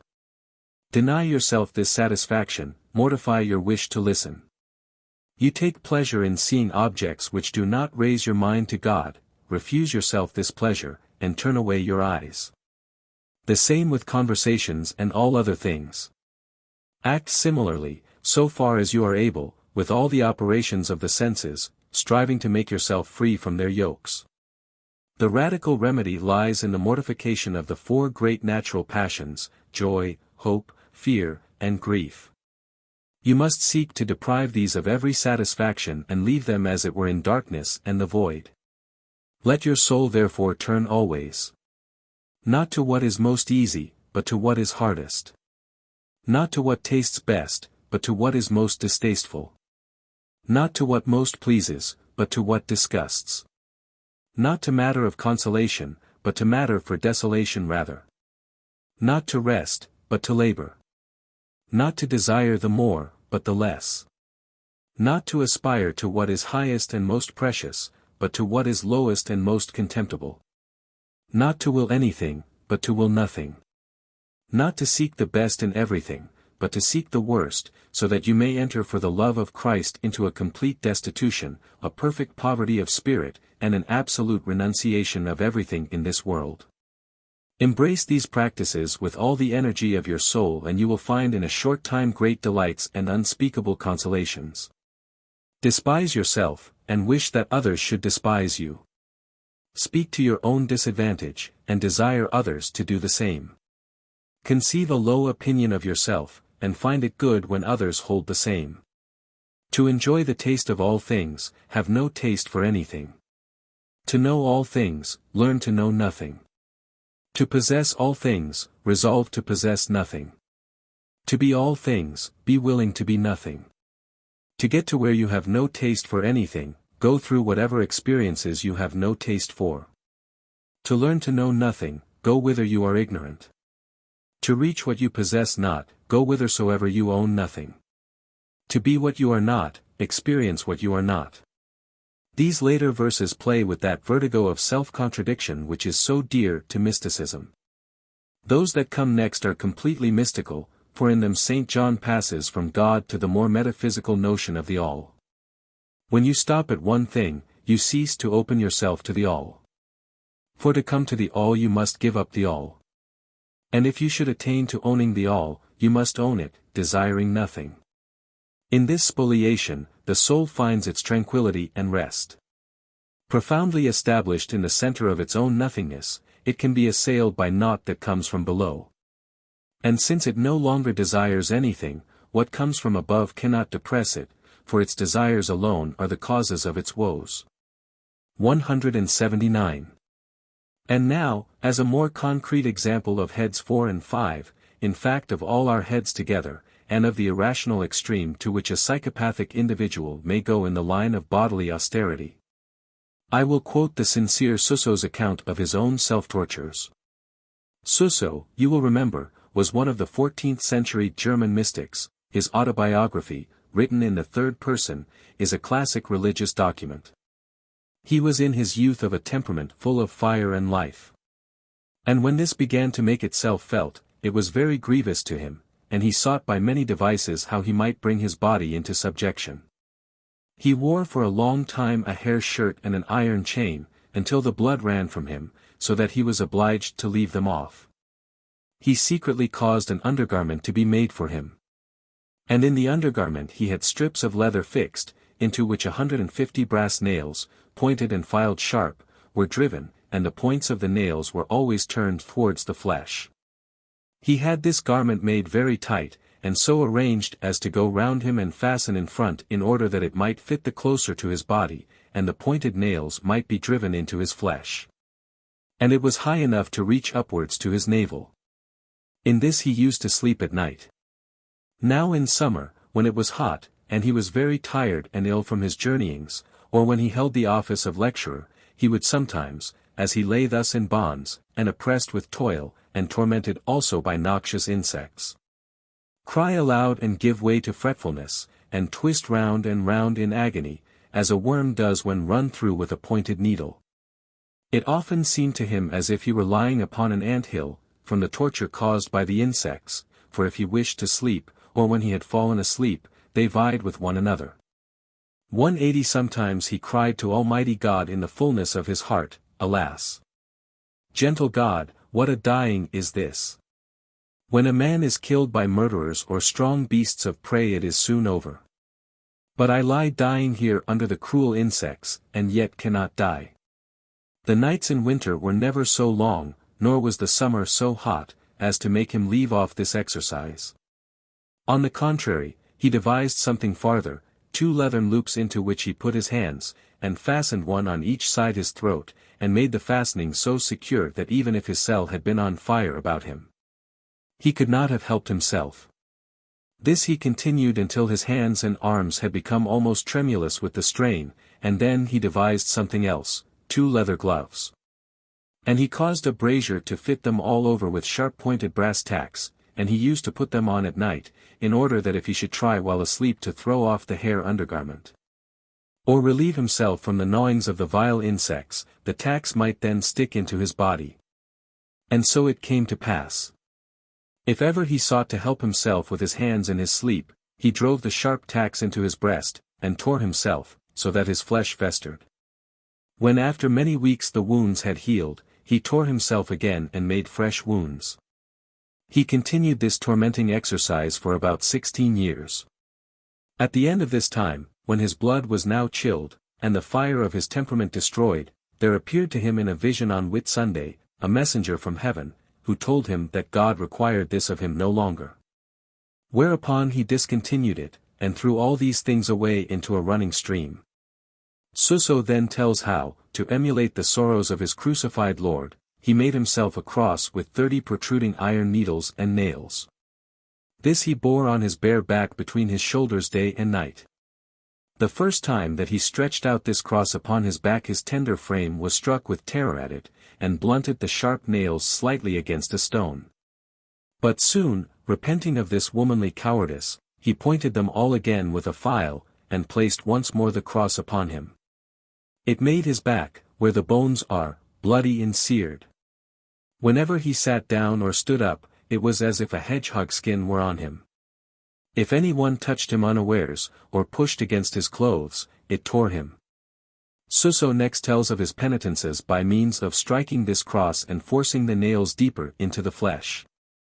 And likewise of his self-scourgings, a dreadful story, and then goes on as follows. At this same period the servitor procured an old castaway door, and he used to lie upon it at night without any bedclothes to make him comfortable. Except that he took off his shoes and wrapped a thick cloak round him. He thus secured for himself a most miserable bed. For hard pea stalks lay in humps under his head, the cross with the sharp nails stuck into his back, his arms were locked fast in bonds, the horsehair undergarment was round his loins, and the cloak too was heavy and the door hard. Thus he lay in wretchedness, afraid to stir, just like a log, and he would send up many a sigh to God. In winter he suffered very much from the frost. If he stretched out his feet they lay bare on the floor and froze, if he gathered them up the blood became all on fire in his legs, and this was great pain. His feet were full of sores, his legs dropsical, his knees bloody and seared, his loins covered with scars from the horsehair, his body wasted, his mouth parched with intense thirst, and his hands tremulous from weakness. Amid these torments he spent his nights and days, and he endured them all out of the greatness of the love which he bore in his heart to the divine and eternal wisdom, our Lord Jesus Christ, whose agonizing sufferings he sought to imitate. After a time he gave up this penitential exercise of the door, and instead of it he took up his abode in a very small cell, and used the bench, which was so narrow and short that he could not stretch himself upon it, as his bed. In this hole, or upon the door, he lay at night in his usual bonds, for about 8 years. It was also his custom, during the space of 25 years, provided he was staying in the convent, never to go after Compline in winter into any warm room, or to the convent stove to warm himself, no matter how cold it might be. Unless he was obliged to do so for other reasons. Throughout all these years he never took a bath, either a water or a sweating bath, and this he did in order to mortify his comfort-seeking body. He practiced during a long time such rigid poverty that he would neither receive nor touch a penny, either with leave or without it. For a considerable time he strove to attain such a high degree of purity that he would neither scratch nor touch any part of his body, save only his hands and feet. 181. I spare you the recital of poor Suso's self-inflicted tortures from thirst. It is pleasant to know that after his 40th year, God showed him by a series of visions that he had sufficiently broken down the natural man, and that he might leave these exercises off. His case is distinctly pathological, but he does not seem to have had the alleviation, which some ascetics have enjoyed, of an alteration of sensibility capable of actually turning torment into a perverse kind of pleasure. Of the founder of the Sacred Heart Order, for example, we read that her love of pain and suffering was insatiable. She said that she could cheerfully live till the day of judgment, provided she might always have matter for suffering for God. But that to live a single day without suffering would be intolerable. She said again that she was devoured with 2 unassuageable fevers, one for the Holy Communion, the other for suffering, humiliation, and annihilation. Nothing but pain, she continually said in her letters, makes my life supportable. 182. So much for the phenomena to which the ascetic impulse will in certain persons give rise. In the ecclesiastically consecrated character, 3 minor branches of self-mortification have been recognized as indispensable pathways to perfection. I refer to the chastity, obedience, and poverty which the monk vows to observe. And upon the heads of obedience and poverty I will make a few remarks. First, of obedience. The secular life of our 20th century opens with this virtue held in no high esteem. The duty of the individual to determine his own conduct and profit or suffer by the consequences seems, on the contrary, to be one of our best-rooted contemporary Protestant social ideals. So much so that it is difficult even imaginatively to comprehend how men possessed of an inner life of their own could ever have come to think the subjection of its will to that of other finite creatures recommendable. I confess that to myself it seems something of a mystery. Yet it evidently corresponds to a profound interior need of many persons, and we must do our best to understand it. On the lowest possible plane, one sees how the expediency of obedience in a firm ecclesiastical organization must have led to its being viewed as meritorious. Next, experience shows that there are times in everyone's life when one can be better counseled by others than by oneself. Inability to decide is one of the commonest symptoms of fatigued nerves. Friends who see our troubles more broadly, often see them more wisely than we do, so it is frequently an act of excellent virtue to consult and obey a doctor, a partner, or a wife. But, leaving these lower prudential regions, we find, in the nature of some of the spiritual excitements which we have been studying, good reasons for idealizing obedience. Obedience may spring from the general religious phenomenon of inner softening and self-surrender and throwing one's self on higher powers. So saving are these attitudes felt to be that in themselves, apart from utility, they become ideally consecrated. And in obeying a man whose fallibility we see through thoroughly, we, nevertheless, may feel much as we do when we resign our will to that of infinite wisdom.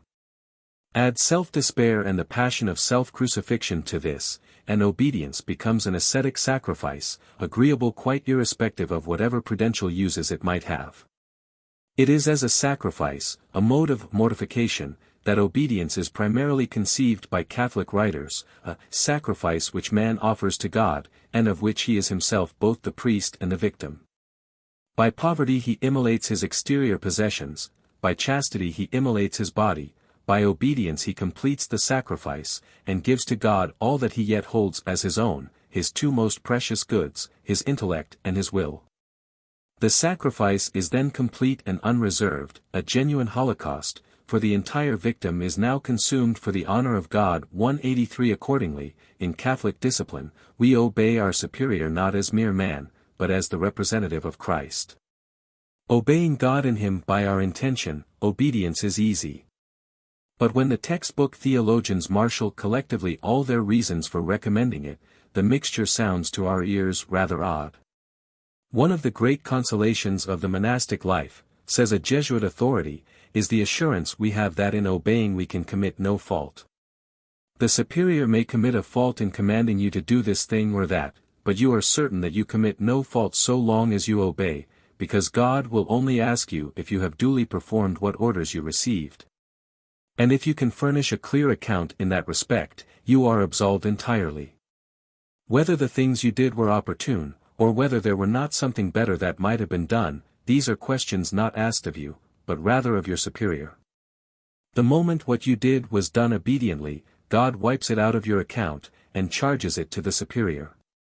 So that Saint Jerome well exclaimed, in celebrating the advantages of obedience, "Oh, sovereign liberty!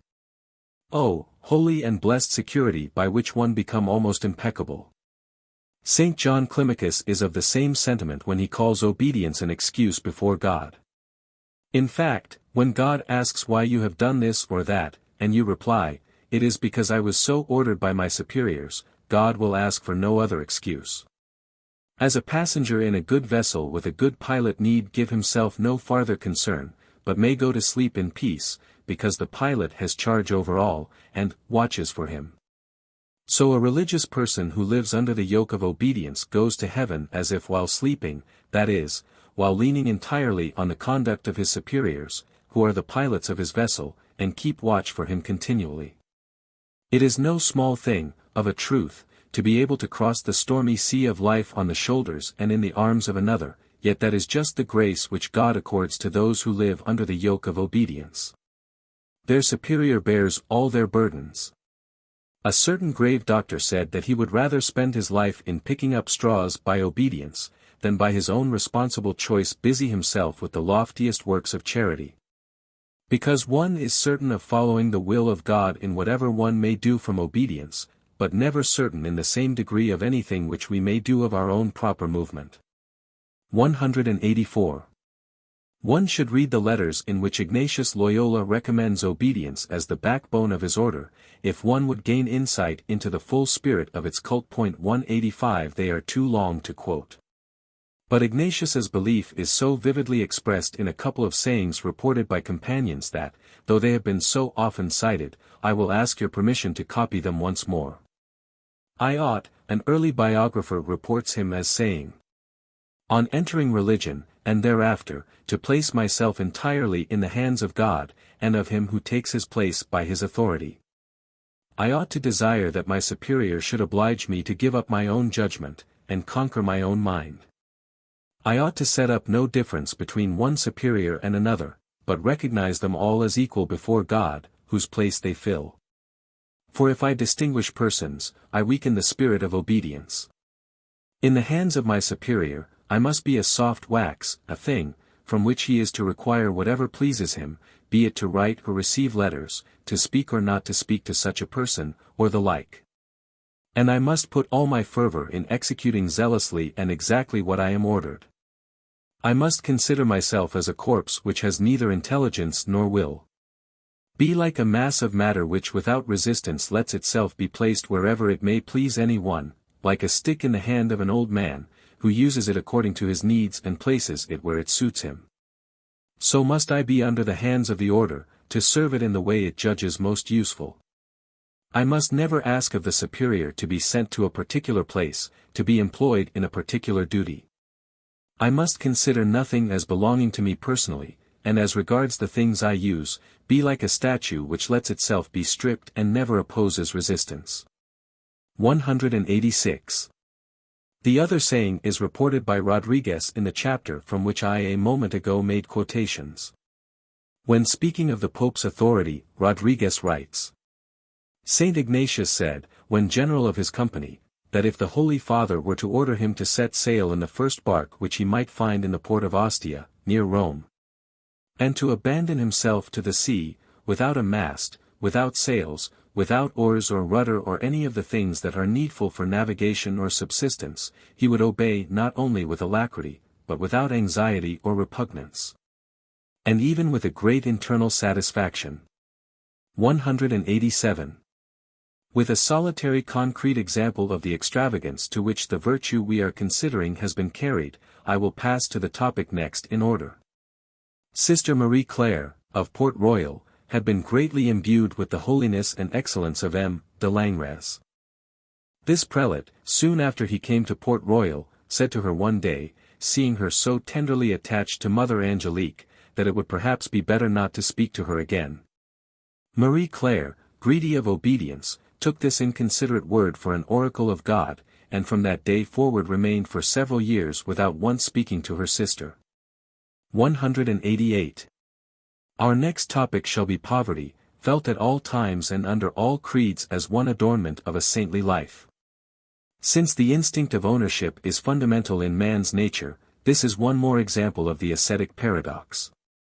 Yet it appears no paradox at all, but perfectly reasonable, the moment one recollects how easily higher excitements hold lower cupidities in check. Having just quoted the Jesuit Rodriguez on the subject of obedience, I will, to give immediately a concrete turn to our discussion of poverty, also read you a page from his chapter on this latter virtue. You must remember that he is writing instructions for monks of his own order, and bases them all on the text, "Blessed are the poor in spirit." If any one of you, he says, will know whether or not he is really poor in spirit, let him consider whether he loves the ordinary consequences and effects of poverty, which are hunger, thirst, cold, fatigue, and the denudation of all conveniences. See if you are glad to wear a worn-out habit full of patches. See if you are glad when something is lacking to your meal, when you are passed by in serving it, when what you receive is distasteful to you, when your cell is out of repair. If you are not glad of these things, if instead of loving them you avoid them, then there is proof that you have not attained the perfection of poverty of spirit. Rodriguez then goes on to describe the practice of poverty in more detail. The first point is that which St. Ignatius proposes in his Constitutions, when he says, "Let no one use anything as if it were his private possession." A religious person, he says, ought in respect to all the things that he uses, to be like a statue which one may drape with clothing, but which feels no grief and makes no resistance when one strips it again. It is in this way that you should feel towards your clothes, your books, your cell, and everything else that you make use of, if ordered to quit them, or to exchange them for others, have no more sorrow than if you were a statue being uncovered. In this way you will avoid using them as if they were your private possession. But if, when you give up your cell, or yield possession of this or that object or exchange it for another, you feel repugnance and are not like a statue, that shows that you view these things as if they were your private property. And this is why our holy founder wished the superiors to test their monks somewhat as God tested Abraham, and to put their poverty and their obedience to trial, that by this means they may become acquainted with the degree of their virtue, and gain a chance to make ever farther progress in perfection, making the one move out of his room when he finds it comfortable and is attached to it, taking away from another a book of which he is fond, or obliging a third to exchange his garment for a worse one. Otherwise we should end by acquiring a species of property in all these several objects, and little by little the wall of poverty that surrounds us and constitutes our principal defense would be thrown down. The ancient fathers of the desert used often thus to treat their companions. Saint Dositheus, being sick nurse, desired a certain knife, and asked Saint Dorotheus for it, not for his private use, but for employment in the infirmary of which he had charge. Whereupon Saint Dorotheus answered him, "Ha! Dositheus, so that knife pleases you so much. Will you be the slave of a knife or the slave of Jesus Christ? Do you not blush with shame at wishing that a knife should be your master? I will not let you touch it." Which reproach and refusal had such an effect upon the holy disciple that since that time he never touched the knife again. Therefore, in our rooms, Father Rodriguez continues, there must be no other furniture than a bed, a table, a bench, and a candlestick, things purely necessary, and nothing more. It is not allowed among us that our cells should be ornamented with pictures or aught else, neither armchairs, carpets, curtains, nor any sort of cabinet or bureau of any elegance. Neither is it allowed us to keep anything to eat, either for ourselves or for those who may come to visit us. We must ask permission to go to the refectory even for a glass of water. And finally we may not keep a book in which we can write a line, or which we may take away with us. One cannot deny that thus we are in great poverty. But this poverty is at the same time a great repose and a great perfection. For it would be inevitable, in case a religious person were allowed to own superfluous possessions, that these things would greatly occupy his mind, be it to acquire them, to preserve them, or to increase them. So that in not permitting us at all to own them, all these inconveniences are remedied. Among the various good reasons why the company forbids secular persons to enter our cells, the principal one is that thus we may the easier be kept in poverty. After all, we are all men, and if we were to receive people of the world into our rooms, we should not have the strength to remain within the bounds prescribed, but should at least wish to adorn them with some books to give the visitors a better opinion of our scholarship. 189. Since Hindu fakirs, Buddhist monks, and Mohammedan dervishes unite with Jesuits and Franciscans in idealizing poverty as the loftiest individual state, it is worthwhile to examine into the spiritual grounds for such a seemingly unnatural opinion. And first, of those which lie closest to common human nature. The opposition between the men who have and the men who are is immemorial. Though the gentleman, in the old-fashioned sense of the man who is well-born, has usually in point of fact been predacious and revelled in lands and goods, yet he has never identified his essence with these possessions, but rather with the personal superiorities, the courage, generosity, and pride supposed to be his birthright. To certain huckstering kinds of consideration he thanked God he was forever inaccessible, and if in life's vicissitudes he should become destitute through their lack. He was glad to think that with his sheer valor he was all the freer to work out his salvation. Wer nur selbst was hat, says Lessing's Tempelherr, in Nathan the Wise, mein Gott, ich have nichts. This ideal of the well-born man without possessions was embodied in knight-errantry and Templerdom. And, hideously corrupted as it has always been, it still dominates sentimentally, if not practically, the military and aristocratic view of life. We glorify the soldier as the man absolutely unencumbered. Owning nothing but his bare life, and willing to toss that up at any moment when the cause commands him, he is the representative of unhampered freedom in ideal directions. The laborer who pays with his person day by day, and has no rights invested in the future, offers also much of this ideal detachment. Like the savage, he may make his bed wherever his right arm can support him, and from his simple and athletic attitude of observation, the property owner seems buried and smothered in ignoble externalities and trammels, wading in straw and rubbish to his knees. The claims which things make are corrupters of manhood, mortgages on the soul, and a drag anchor on our progress towards the empyrean. Everything I meet with, writes Whitefield, seems to carry this voice with it, go thou and preach the gospel. Be a pilgrim on earth, have no party or certain dwelling place. My heart echoes back, Lord Jesus, help me to do or suffer thy will. When thou sayest me in danger of nestling, in pity, in tender pity, put a thorn in my nest to prevent me from it. 190.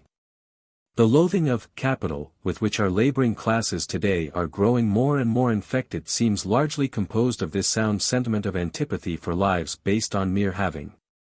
As an anarchist poet writes, not by accumulating riches, but by giving away that which you have, shall you become beautiful.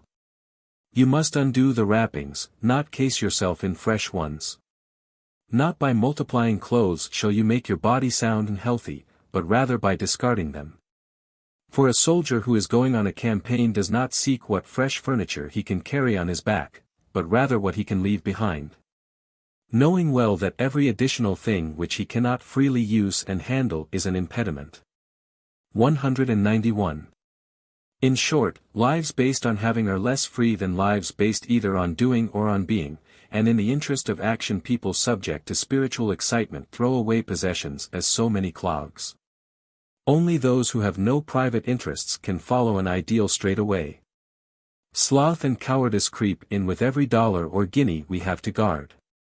When a brother novice came to St. Francis, saying, Father, it would be a great consolation to me to own a psalter, but even supposing that our general should concede to me this indulgence, still I should like also to have your consent. Francis put him off with the examples of Charlemagne, Roland, and Oliver, pursuing the infidels in sweat and labor, and finally dying on the field of battle. So care not, he said, for owning books and knowledge, but care rather for works of goodness.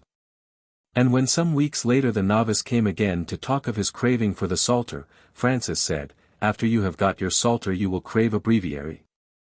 And after you have got your breviary you will sit in your stall like a grand prelate, and will say to your brother, hand me my breviary. And thenceforward he denied all such requests, saying, a man possesses of learning only so much as comes out of him in action, and a monk is a good preacher only so far as his deeds proclaim him such, for every tree is known by its fruits. 192. But beyond this more worthily athletic attitude involved in doing and being, there is, in the desire of not having, something profounder still, something related to that fundamental mystery of religious experience. The satisfaction found in absolute surrender to the larger power. So long as any secular safeguard is retained, so long as any residual prudential guarantee is clung to, so long the surrender is incomplete, the vital crisis is not past, fear still stands sentinel. And mistrust of the divine obtains, we hold by two anchors, looking to God, it is true, after a fashion, but also holding by our proper machinations. In certain medical experiences we have the same critical point to overcome. A drunkard, or a morphine or cocaine maniac, offers himself to be cured. He appeals to the doctor to wean him from his enemy, but he dares not face blank abstinence. The tyrannical drug is still an anchor to windward, he hides supplies of it among his clothing, arranges secretly to have it smuggled in case of need. Even so an incompletely regenerate man still trusts in his own expedients. His money is like the sleeping potion which the chronically wakeful patient keeps beside his bed, he throws himself on God, but if he should need the other help, there it will be also. Every one knows cases of this incomplete and ineffective desire for reformed drunkards whom, with all their self-reproaches and resolves, one perceives to be quite unwilling seriously to contemplate never being drunk again. Really to give up anything on which we have relied, to give it up definitely, for good and all, and forever, signifies one of those radical alterations of character which came under our notice in the lectures on conversion. In it the inner man rolls over into an entirely different position of equilibrium, lives in a new center of energy from this time on.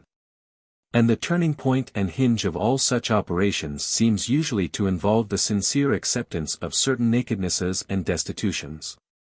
Accordingly, throughout the annals of the saintly life, we find this ever-recurring note: fling yourself upon God's providence without making any reserve whatever, take no thought for the morrow, sell all you have and give it to the poor, only when the sacrifice is ruthless and reckless will the higher safety really arrive.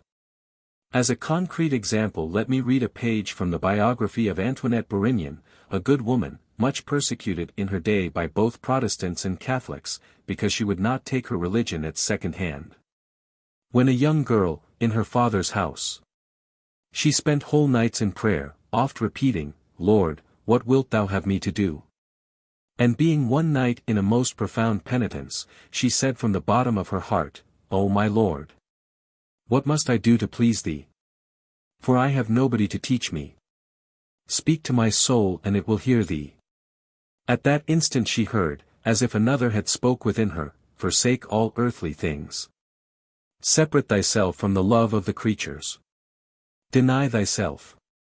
She was quite astonished, not understanding this language, and mused long on these 3 points, thinking how she could fulfill them. She thought she could not live without earthly things, nor without loving the creatures, nor without loving herself. Yet she said, "By thy grace I will do it, Lord." But when she would perform her promise, she knew not where to begin. Having thought on the religious in monasteries, that they forsook all earthly things by being shut up in a cloister, and the love of themselves by subjecting of their wills. She asked leave of her father to enter into a cloister of the barefoot Carmelites, but he would not permit it, saying he would rather see her laid in her grave.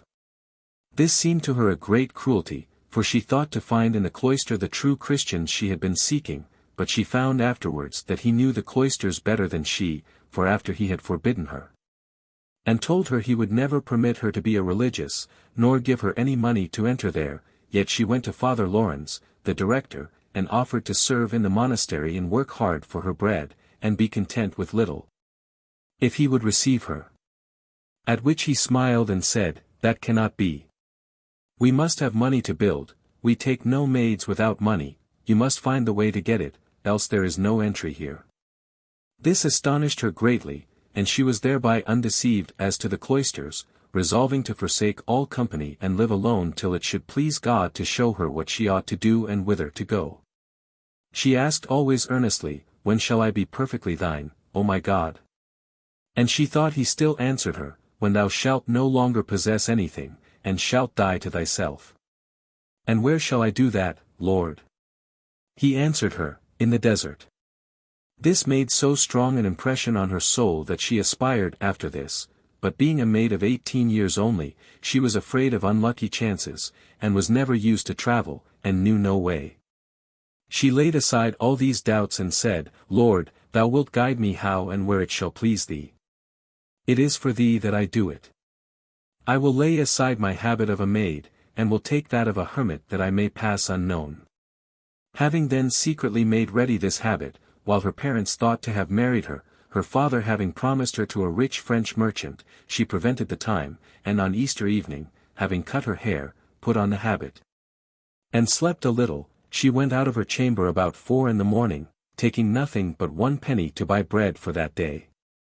And it being said to her in going out, Where is thy faith? In a penny? She threw it away, begging pardon of God for her fault, and saying, No, Lord, my faith is not in a penny, but in thee alone.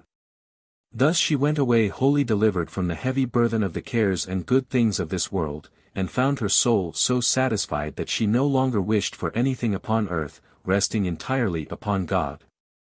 With this only fear lest she should be discovered and be obliged to return home.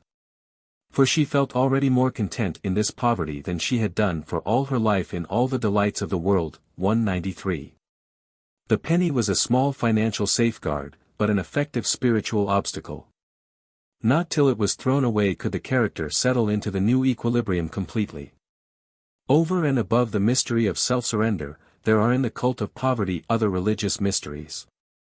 There is the mystery of veracity, naked came I into the world, etc. Whoever first said that, possessed this mystery.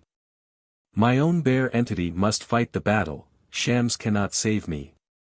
There is also the mystery of democracy, or sentiment of the equality before God of all his creatures. This sentiment, which seems in general to have been more widespread in Mohammedan than in Christian lands, tends to nullify man's usual acquisitiveness. Those who have it spurn dignities and honors, privileges and advantages, preferring, as I said in a former lecture, to grovel on the common level before the face of God. It is not exactly the sentiment of humility, though it comes so close to it in practice. It is humanity, rather, refusing to enjoy anything that others do not share. A profound moralist, writing of Christ's saying, "Sell all thou hast and follow me," proceeds as follows. Christ may have meant, if you love mankind absolutely you will as a result not care for any possessions whatever. And this seems a very likely proposition. But it is one thing to believe that a proposition is probably true, it is another thing to see it as a fact.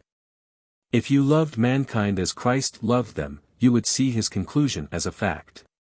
It would be obvious. You would sell your goods, and they would be no loss to you. These truths, while literal to Christ, and to any mind that has Christ's love for mankind, become parables to lesser natures. There are in every generation people who, beginning innocently, with no predetermined intention of becoming saints, find themselves drawn into the vortex by their interest in helping mankind. And by the understanding that comes from actually doing it. The abandonment of their old mode of life is like dust in the balance. It is done gradually, incidentally, imperceptibly. Thus the whole question of the abandonment of luxury is no question at all, but a mere incident to another question, namely, the degree to which we abandon ourselves to the remorseless logic of our love for others. 194. But in all these matters of sentiment one must have been there oneself in order to understand them. No American can ever attain to understanding the loyalty of a Briton towards his king, of a German towards his emperor. Nor can a Briton or German ever understand the peace of heart of an American in having no king, no Kaiser, no spurious nonsense, between him and the common God of all. If sentiments as simple as these are mysteries which one must receive as gifts of birth, how much more is this the case with those subtler religious sentiments which we have been considering? One can never fathom an emotion or divine its dictates by standing outside of it. In the glowing hour of excitement, however, all incomprehensibilities are solved, and what was so enigmatical from without becomes transparently obvious. Each emotion obeys a logic of its own, and makes deductions which no other logic can draw. Piety and charity live in a different universe from worldly lusts and fears, and form another center of energy altogether. As in a supreme sorrow lesser vexations may become a consolation, as a supreme love may turn minor sacrifices into gain. So a supreme trust may render common safeguards odious, and in certain glows of generous excitement it may appear unspeakably mean to retain one's hold of personal possessions. The only sound plan, if we are ourselves outside the pale of such emotions, is to observe as well as we are able those who feel them, and to record faithfully what we observe. And this, I need hardly say, is what I have striven to do in these last two descriptive lectures, which I now hope will have covered the ground sufficiently for our present needs. Lectures 14 and 15, The Value of Saintliness. We have now passed in review the more important of the phenomena which are regarded as fruits of genuine religion and characteristics of men who are devout. Today we have to change our attitude from that of description to that of appreciation. We have to ask whether the fruits in question can help us to judge the absolute value of what religion adds to human life. Were I to parody Kant, I should say that a critique of pure saintliness must be our theme. If, in turning to this theme, we could descend upon our subject from above like Catholic theologians, with our fixed definitions of man and man's perfection and our positive dogmas about God, we should have an easy time of it. Man's perfection would be the fulfillment of his end, and his end would be union with his Maker. That union could be pursued by him along three paths, active, purgative, and contemplative, respectively. And progress along either path would be a simple matter to measure by the application of a limited number of theological and moral conceptions and definitions. The absolute significance and value of any bit of religious experience we might hear of would thus be given almost mathematically into our hands. If convenience were everything, we ought now to grieve at finding ourselves cut off from so admirably convenient a method as this. But we did cut ourselves off from it deliberately in those remarks which you remember we made, in our first lecture, about the empirical method. And it must be confessed that after that act of renunciation we can never hope for clean-cut and scholastic results. We cannot divide man sharply into an animal and a rational part. We cannot distinguish natural from supernatural effects. Nor among the latter know which are favors of God, and which are counterfeit operations of the demon. We have merely to collect things together without any special a priori theological system, and out of an aggregate of piecemeal judgments as to the value of this and that experience, judgments in which are general philosophic prejudices. Our instincts, and our common sense are our only guides, decide that on the whole one type of religion is approved by its fruits, and another type condemned. On the whole, I fear we shall never escape complicity with that qualification, so dear to your practical man, so repugnant to your systematizer. I also fear that as I make this frank confession, I may seem to some of you to throw our compass overboard, and to adopt caprice as our pilot. Skepticism or wayward choice, you may think, can be the only results of such a formless method as I have taken up. A few remarks in deprecation of such an opinion, and in farther explanation of the empiricist principles which I profess, may therefore appear at this point to be in place. Abstractly, it would seem illogical to try to measure the worth of a religion's fruits in merely human terms of value. How can you measure their worth without considering whether the God really exists who is supposed to inspire them? If he really exists, then all the conduct instituted by men to meet his wants must necessarily be a reasonable fruit of his religion. It would be unreasonable only in case he did not exist. If, for instance, you were to condemn a religion of human or animal sacrifices by virtue of your subjective sentiments, and if all the while a deity were really there demanding such sacrifices, you would be making a theoretical mistake by tacitly assuming that the deity must be non-existent.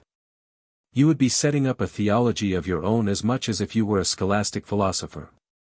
To this extent, to the extent of disbelieving peremptorily in certain types of deity, I frankly confess that we must be theologians. If disbeliefs can be said to constitute a theology, then the prejudices, instincts, and common sense which I chose as our guides make theological partisans of us whenever they make certain beliefs abhorrent. But such common sense prejudices and instincts are themselves the fruit of an empirical evolution. Nothing is more striking than the secular alteration that goes on in the moral and religious tone of men, as their insight into nature and their social arrangements progressively develop. After an interval of a few generations the mental climate proves unfavorable to notions of the deity which at an earlier date were perfectly satisfactory, the older gods have fallen below the common secular level, and can no longer be believed in. Today a deity who should require bleeding sacrifices to placate him would be too sanguinary to be taken seriously. Even if powerful historical credentials were put forward in his favor, we would not look at them. Once, on the contrary, his cruel appetites were of themselves credentials. They positively recommended him to men's imaginations in ages when such coarse signs of power were respected and no others could be understood. Such deities then were worshipped because such fruits were relished. Doubtless historic accidents always played some later part, but the original factor in fixing the figure of the gods must always have been psychological. The deity to whom the prophets, seers, and devotees who founded the particular cult bore witness was worth something to them personally. They could use him. He guided their imagination, warranted their hopes, and controlled their will, or else they required him as a safeguard against the demon and a curber of other people's crimes.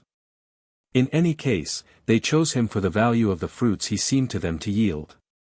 So soon as the fruits began to seem quite worthless, so soon as they conflicted with indispensable human ideals, or thwarted too extensively other values, so soon as they appeared childish, contemptible, or immoral when reflected on, the deity grew discredited, and was ere long neglected and forgotten.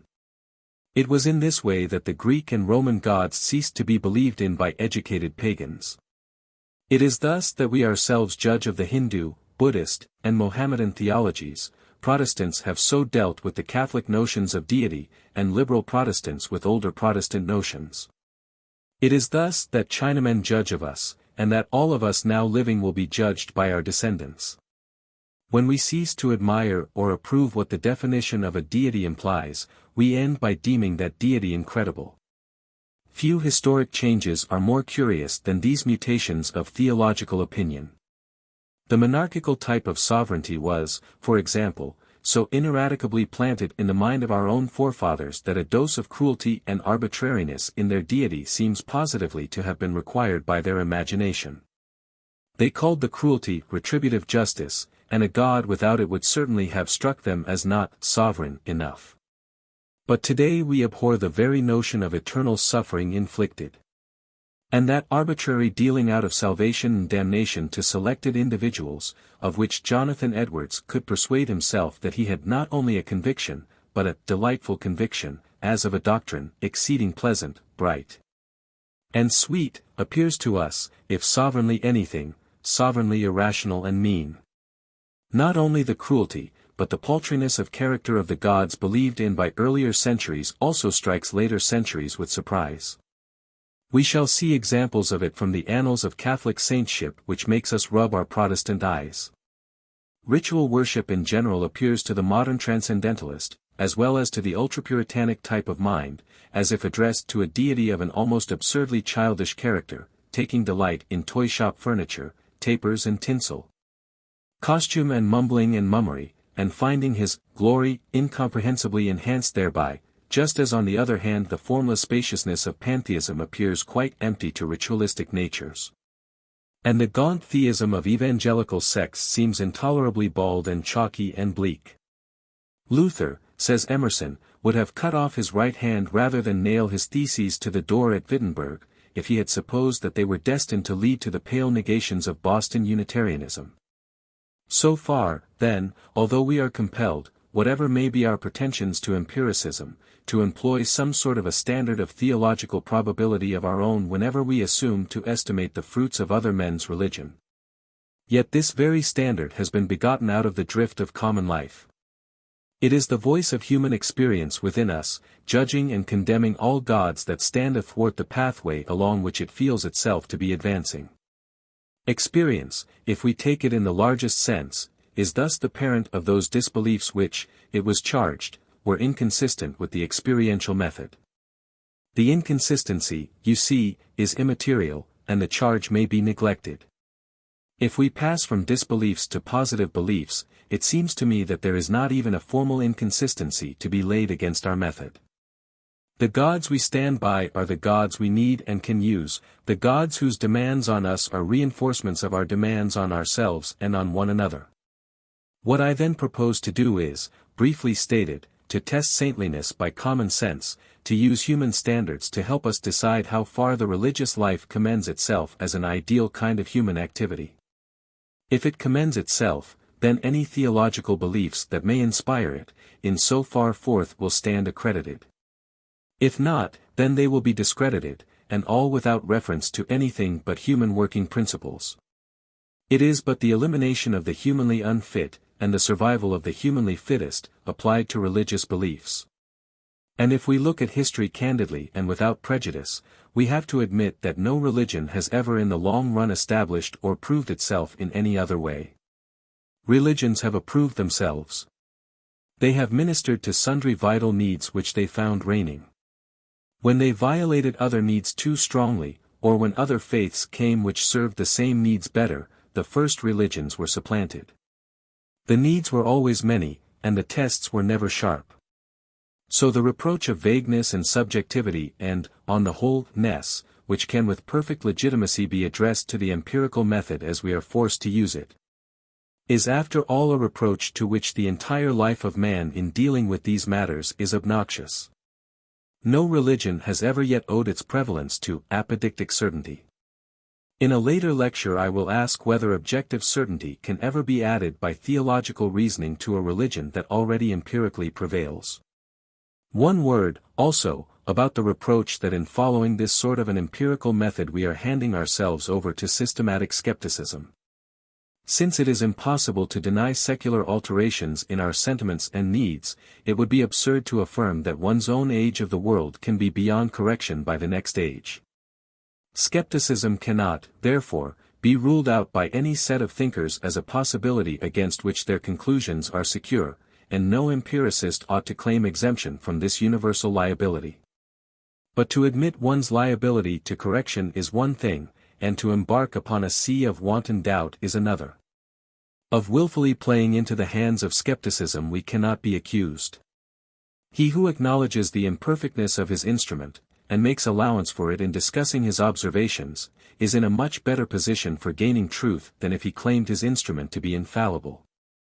Or is dogmatic or scholastic theology less doubted in point of fact for claiming, as it does, to be in point of right undoubtable?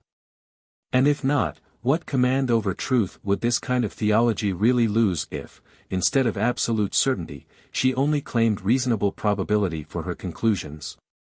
If we claim only reasonable probability, it will be as much as men who love the truth can ever at any given moment hope to have within their grasp. Pretty surely it will be more than we could have had, if we were unconscious of our liability to err. Nevertheless, dogmatism will doubtless continue to condemn us for this confession.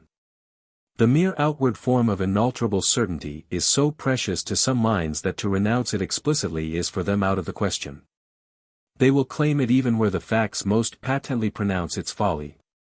But the safe thing is surely to recognize that all the insights of creatures of a day like ourselves must be provisional. The wisest of critics is an altering being, subject to the better insight of the morrow, and right at any moment, only up to date and, on the whole. When larger ranges of truth open, it is surely best to be able to open ourselves to their reception, unfettered by our previous pretensions. Heartily no, when half gods go, the gods arrive. The fact of diverse judgments about religious phenomena is therefore entirely unescapable, whatever may be one's own desire to attain the irreversible.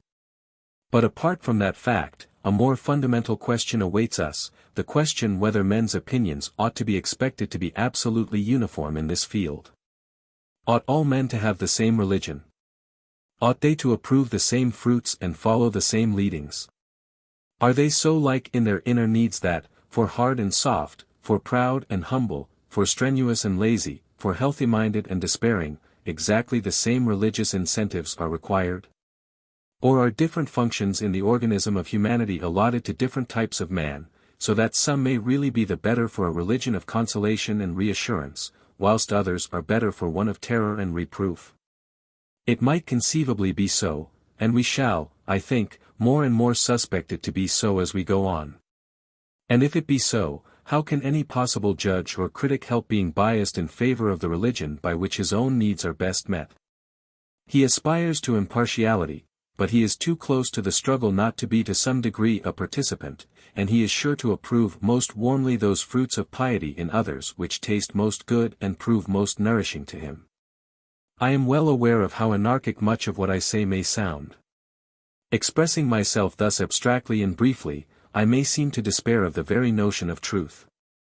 But I beseech you to reserve your judgment until we see it applied to the details which lie before us. I do indeed disbelieve that we or any other mortal men can attain on a given day to absolutely incorrigible and unimprovable truth about such matters of fact as those with which religions deal. But I reject this dogmatic ideal not out of a perverse delight in intellectual instability. I am no lover of disorder and doubt as such. Rather do I fear to lose truth by this pretension to possess it already wholly. That we can gain more and more of it by moving always in the right direction, I believe as much as any one, and I hope to bring you all to my way of thinking before the termination of these lectures. Till then, do not, I pray you, harden your minds irrevocably against the empiricism which I profess. I will waste no more words, then, in abstract justification of my method, but seek immediately to use it upon the facts. In critically judging of the value of religious phenomena, it is very important to insist on the distinction between religion as an individual personal function, and religion as an institutional, corporate, or tribal product. I drew this distinction, you may remember, in my second lecture.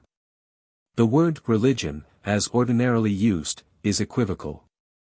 A survey of history shows us that, as a rule, religious geniuses attract disciples, and produce groups of sympathizers. When these groups get strong enough to organize themselves, they become ecclesiastical institutions with corporate ambitions of their own. The spirit of politics and the lust of dogmatic rule are then apt to enter and to contaminate the originally innocent thing, so that when we hear the word religion nowadays, we think inevitably of some church or other. And to some persons the word church suggests so much hypocrisy and tyranny and meanness and tenacity of superstition that in a wholesale undiscerning way they glory in saying that they are down on religion altogether. Even we who belong to churches do not exempt other churches than our own from the general condemnation. But in this course of lectures ecclesiastical institutions hardly concern us at all. The religious experience which we are studying is that which lives itself out within the private breast. First-hand individual experience of this kind has always appeared as a heretical sort of innovation to those who witnessed its birth. Naked comes it into the world and lonely, and it has always, for a time at least, driven him who had it into the wilderness, often into the literal wilderness out of doors, where the Buddha, Jesus, Muhammad, St. Francis, George Fox, and so many others had to go. George Fox expresses well this isolation. And I can do no better at this point than read to you a page from his journal, referring to the period of his youth when religion began to ferment within him seriously. I fasted much, Fox says, walked abroad in solitary places many days, and often took my Bible, and sat in hollow trees and lonesome places until night came on, and frequently in the night walked mournfully about by myself. For I was a man of sorrows in the time of the first workings of the Lord in me. During all this time I was never joined in profession of religion with any, but gave up myself to the Lord, having forsaken all evil company, taking leave of father and mother, and all other relations. And travelled up and down as a stranger on the earth, which way the Lord inclined my heart. Taking a chamber to myself in the town where I came, and tarrying sometimes more, sometimes less in a place, for I durst not stay long in a place, being afraid both of professor and profane, lest, being a tender young man, I should be hurt by conversing much with either. For which reason I kept much as a stranger, seeking heavenly wisdom and getting knowledge from the Lord, and was brought off from outward things, to rely on the Lord alone. As I had forsaken the priests, so I left the separate preachers also, and those called the most experienced people, for I saw there was none among them all that could speak to my condition. And when all my hopes in them and in all men were gone so that I had nothing outwardly to help me, nor could tell what to do, then, oh then, I heard a voice which said, There is one, even Jesus Christ, that can speak to thy condition. When I heard it, my heart did leap for joy. Then the Lord let me see why there was none upon the earth that could speak to my condition. I had not fellowship with any people, priests, nor professors, nor any sort of separated people.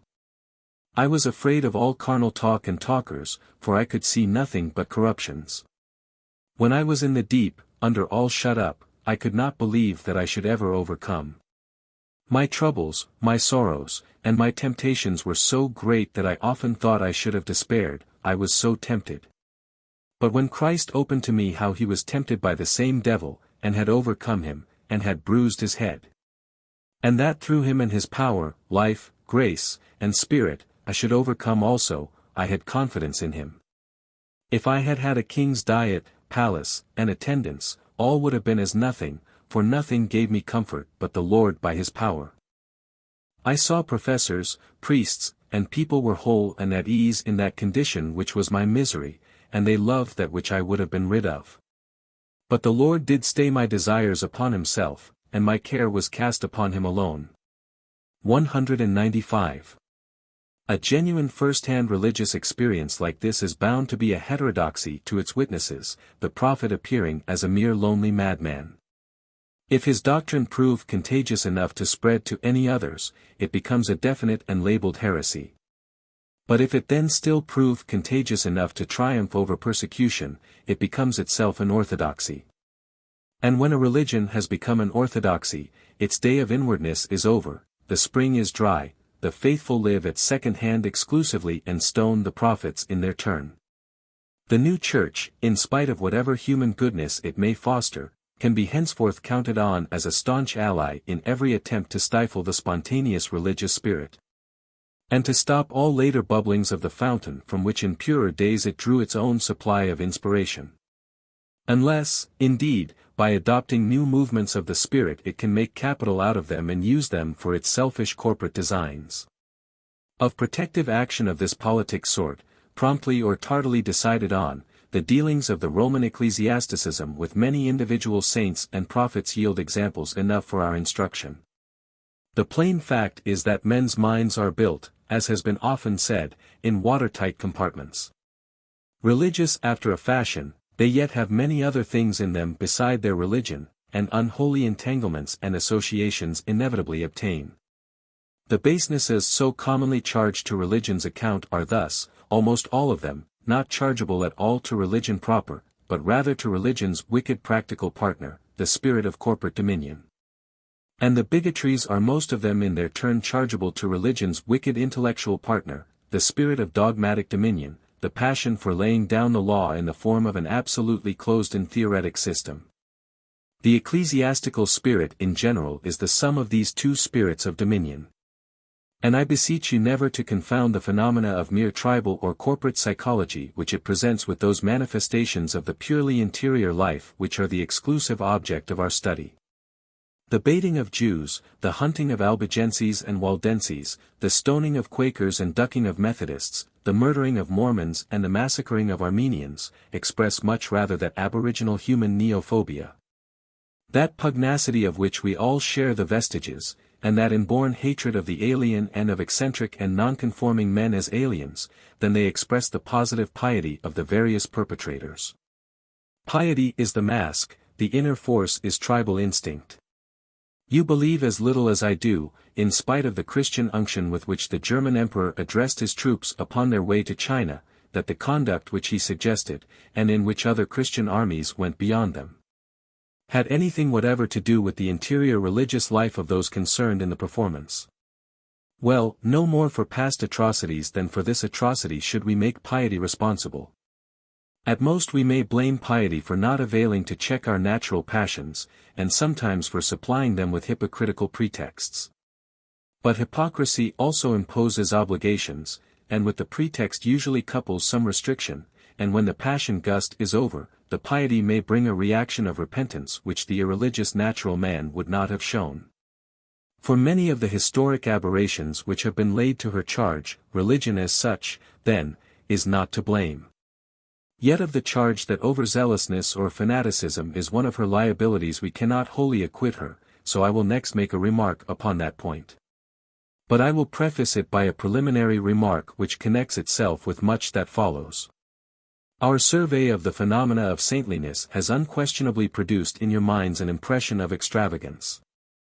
Is it necessary, some of you have asked, as one example after another came before us, to be quite so fantastically good as that? We who have no vocation for the extremer ranges of sanctity will surely be let off at the last day if our humility, asceticism, and devoutness prove of a less convulsive sort. This practically amounts to saying that much that it is legitimate to admire in this field need nevertheless not be imitated, and that religious phenomena, like all other human phenomena, are subject to the law of the golden mean. Political reformers accomplish their successive tasks in the history of nations by being blind for the time to other causes. Great schools of art work out the effects which it is their mission to reveal, at the cost of a one-sidedness for which other schools must make amends. We accept a John Howard, a Mazzini, a Botticelli, a Michelangelo, with a kind of indulgence. We are glad they existed to show us that way, but we are glad there are also other ways of seeing and taking life. So of many of the saints whom we have looked at.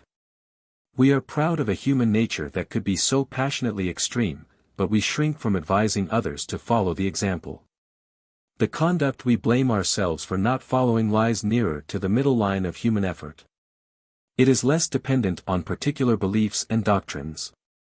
It is such as wears well in different ages, such as under different skies all judges are able to commend.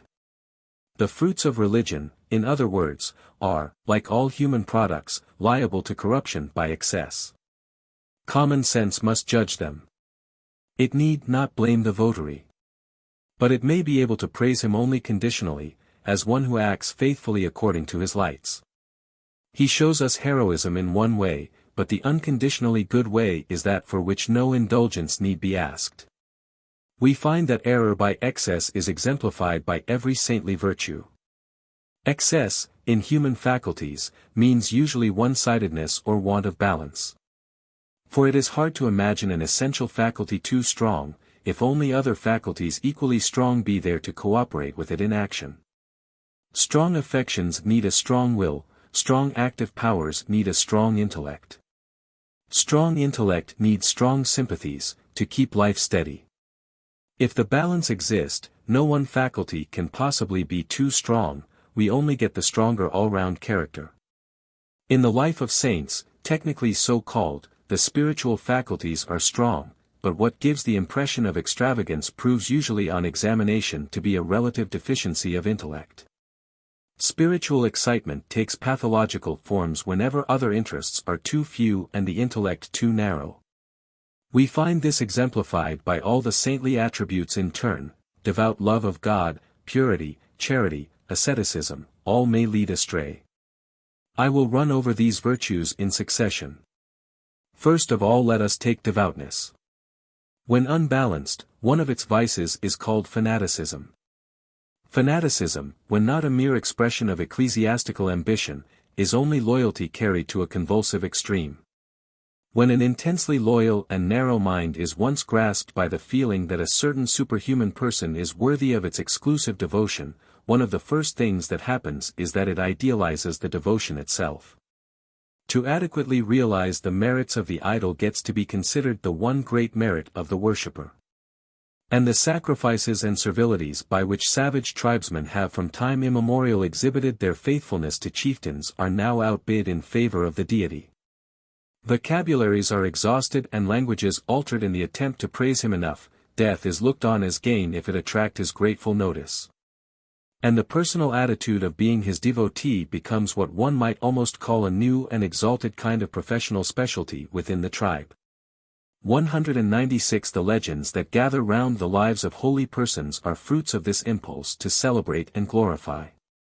The Buddha 197 and Muhammad 198 and their companions and many Christian saints are encrusted with a heavy jewelry of anecdotes which are meant to be honorific, but are simply abjeshmacked and silly, and form a touching expression of man's misguided propensity to praise. An immediate consequence of this condition of mind is jealousy for the deity's honor. How can the devotee show his loyalty better than by sensitiveness in this regard? The slightest affront or neglect must be resented, the deity's enemies must be put to shame. In exceedingly narrow minds and active wills, such a care may become an engrossing preoccupation. And crusades have been preached and massacres instigated for no other reason than to remove a fancied slight upon the god. Theologies representing the gods as mindful of their glory, and churches with imperialistic policies, have conspired to fan this temper to a glow. So that intolerance and persecution have come to be vices associated by some of us inseparably with the saintly mind. They are unquestionably its besetting sins. The saintly temper is a moral temper, and a moral temper has often to be cruel. It is a partisan temper, and that is cruel. Between his own and Jehovah's enemies a David knows no difference. A Catherine of Siena, panting to stop the warfare among Christians which was the scandal of her epoch, can think of no better method of union among them than a crusade to massacre the Turks. Luther finds no word of protest or regret over the atrocious tortures with which the Anabaptist leaders were put to death, and a Cromwell praises the Lord for delivering his enemies into his hands for execution. Politics come in all such cases. But piety finds the partnership not quite unnatural. So, when freethinkers tell us that religion and fanaticism are twins, we cannot make an unqualified denial of the charge. Fanaticism must then be inscribed on the wrong side of religion's account, so long as the religious person's intellect is on the stage which the despotic kind of God satisfies. But as soon as the God is represented as less intent on his own honor and glory, it ceases to be a danger. Fanaticism is found only where the character is masterful and aggressive. In gentle characters, where devoutness is intense and the intellect feeble, we have an imaginative absorption in the love of God to the exclusion of all practical human interests, which, though innocent enough, is too one-sided to be admirable. A mind too narrow has room but for one kind of affection. When the love of God takes possession of such a mind, it expels all human loves and human uses. There is no English name for such a sweet excess of devotion, so I will refer to it as a theopathic condition. The Blessed Margaret Mary Alacoque may serve as an example. To be loved here upon the earth, her recent biographer exclaims, to be loved by a noble, elevated, distinguished being, to be loved with fidelity, with devotion, what enchantment! But to be loved by God, and loved by him to distraction, aim jusque la folie, Margaret melted away with love at the thought of such a thing. Like Saint Philip of Neri in former times, or like Saint Francis Xavier, she said to God, hold back, O my God, these torrents which overwhelm me, or else enlarge my capacity for their reception. 199. The most signal proofs of God's love which Margaret Mary received were her hallucinations of sight, touch, and hearing, and the most signal in turn of these were the revelations of Christ's Sacred Heart. Surrounded with rays more brilliant than the sun, and transparent like a crystal. The wound which he received on the cross visibly appeared upon it. There was a crown of thorns round about this divine heart, and a cross above it. At the same time Christ's voice told her that, unable longer to contain the flames of his love for mankind, he had chosen her by a miracle to spread the knowledge of them. He thereupon took out her mortal heart, placed it inside of his own and inflamed it, and then replaced it in her breast, adding, hitherto thou hast taken the name of my slave. Hereafter thou shalt be called the well-beloved disciple of my Sacred Heart. In a later vision the Saviour revealed to her in detail the great design, which he wished to establish through her instrumentality. I ask of thee to bring it about that every first Friday after the week of Holy Sacrament shall be made into a special holy day for honoring my heart by a general communion and by services intended to make honorable amends for the indignities which it has received. And I promise thee that my heart will dilate to shed with abundance the influences of its love upon all those who pay to it these honors, or who bring it about that others do the same. This revelation, says Manager Bugod, is unquestionably the most important of all the revelations which have illumined the Church since that of the Incarnation and of the Lord's Supper. After the Eucharist, the supreme effort of the Sacred Heart. 200 Well, what were its good fruits for Margaret Mary's life? Apparently little else but sufferings and prayers and absences of mind and swoons and ecstasies. She became increasingly useless about the convent, her absorption in Christ's love, which grew upon her daily, rendering her more and more incapable of attending to external duties. They tried her in the infirmary, but without much success, although her kindness, zeal, and devotion were without bounds, and her charity rose to acts of such a heroism that our readers would not bear the recital of them. They tried her in the kitchen, but were forced to give it up as hopeless, everything dropped out of her hands. The admirable humility with which she made amends for her clumsiness could not prevent this from being prejudicial to the order and regularity which must always reign in a community. They put her in the school, where the little girls cherished her, and cut pieces out of her clothes, for relics, as if she were already a saint, but where she was too absorbed inwardly to pay the necessary attention. Poor dear sister, even less after her visions than before them was she a denizen of earth, and they had to leave her in her heaven. 201. Poor dear sister, indeed. Amiable and good, but so feeble of intellectual outlook that it would be too much to ask of us, with our Protestant and modern education, to feel anything but indulgent pity for the kind of saintship which she embodies. A lower example still of theopathic saintliness is that of Saint Gertrude, a Benedictine nun of the 13th century, whose Revelations, a well-known mystical authority, consist mainly of proofs of Christ's partiality for her undeserving person. Assurances of his love, intimacies and caresses and compliments of the most absurd and puerile sort, addressed by Christ to Gertrude as an individual, form the tissue of this paltry-minded recital. 202. In reading such a narrative, we realize the gap between the 13th and the 20th century. And we feel that saintliness of character may yield almost absolutely worthless fruits if it be associated with such inferior intellectual sympathies. What with science, idealism, and democracy, our own imagination has grown to need a God of an entirely different temperament from that being interested exclusively in dealing out personal favors, with whom our ancestors were so contented. Smitten as we are with the vision of social righteousness, a God indifferent to everything but adulation, and full of partiality for his individual favorites, lacks an essential element of largeness. And even the best professional sainthood of former centuries, pent in as it is to such a conception, seems to us curiously shallow and unedifying. Take Saint Teresa, for example, one of the ablest women, in many respects, of whose life we have the record. She had a powerful intellect of the practical order. She wrote admirable descriptive psychology, possessed a will equal to any emergency, great talent for politics and business, a buoyant disposition, and a first-rate literary style. She was tenaciously aspiring, and put her whole life at the service of her religious ideals. Yet so paltry were these, according to our present way of thinking, that, although I know that others have been moved differently, I confess that my only feeling in reading her has been pity that so much vitality of soul should have found such poor employment. In spite of the sufferings which she endured, there is a curious flavor of superficiality about her genius. A Birmingham anthropologist, Dr. Jordan, has divided the human race into two types, whom he calls shrews and non-shrews respectively. 203. The shrew type is defined as possessing an active unimpassioned temperament.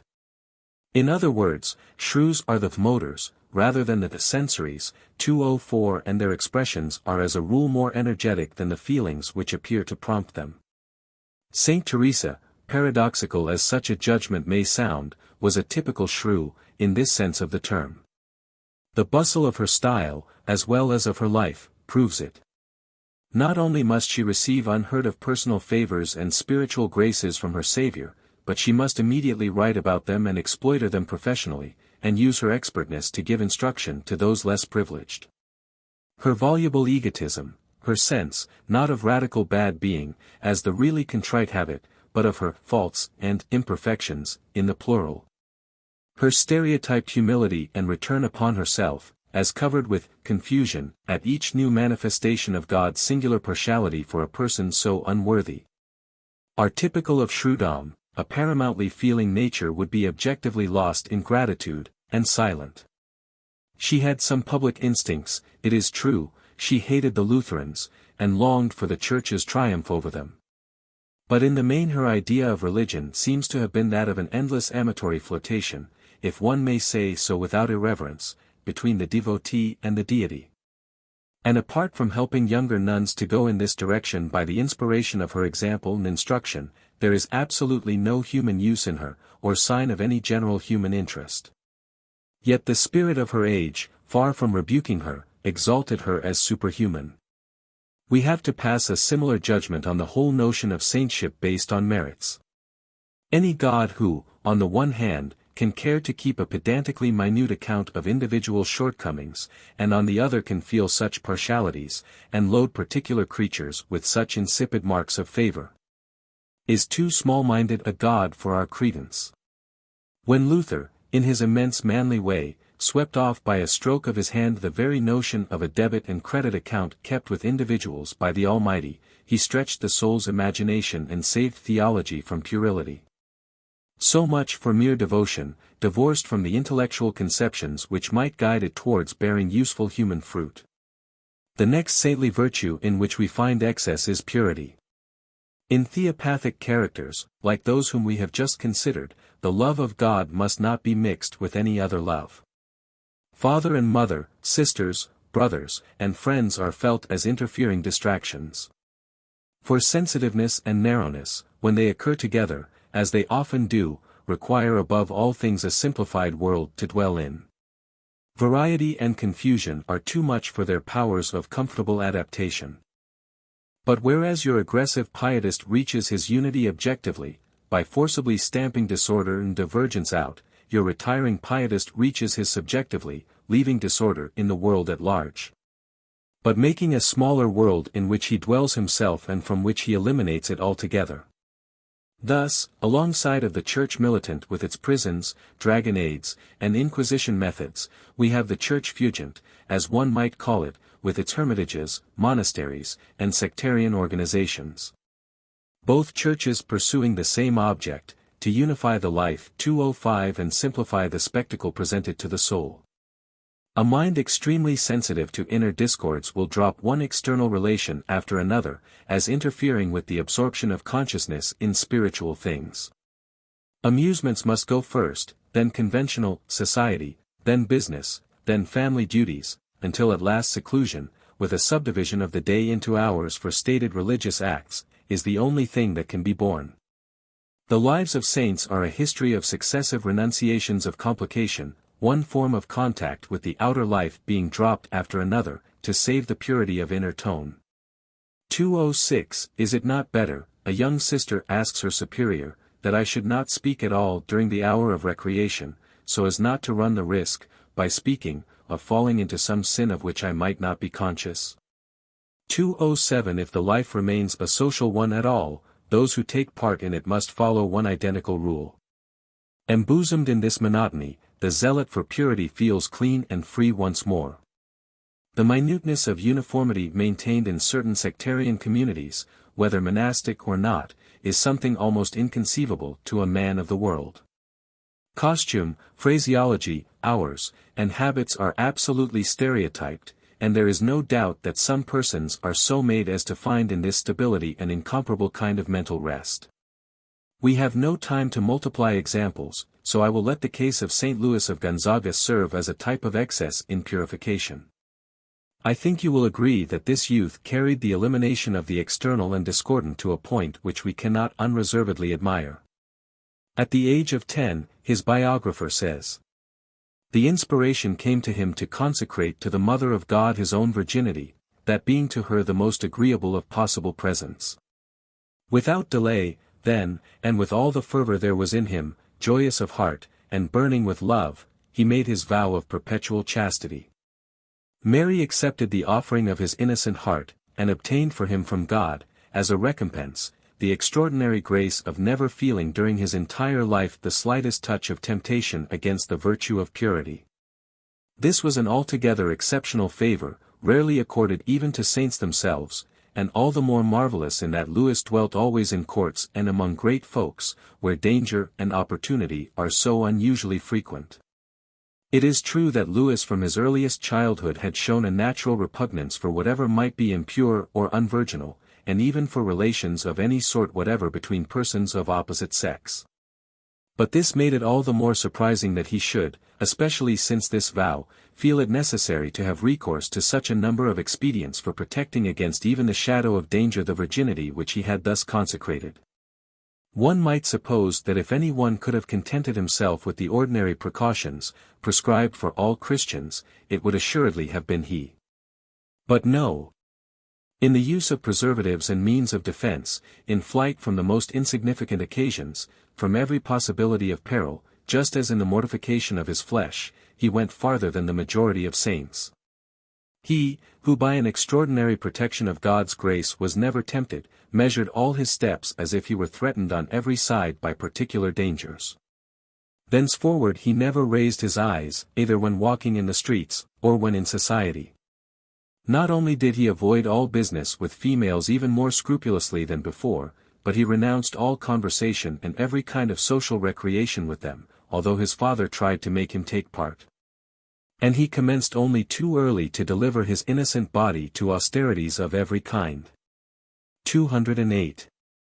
At the age of 12, we read of this young man that, if by chance his mother sent one of her maids of honor to him with a message, he never allowed her to come in, but listened to her through the barely opened door.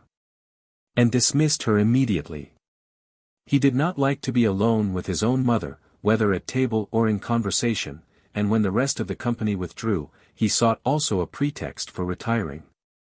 Several great ladies, relatives of his, he avoided learning to know even by sight, and he made a sort of treaty with his father, engaging promptly and readily to accede to all his wishes, if he might only be excused from all visits to ladies. 209. When he was 17 years old, Louis joined the Jesuit order 210 against his father's passionate entreaties, for he was heir of a princely house.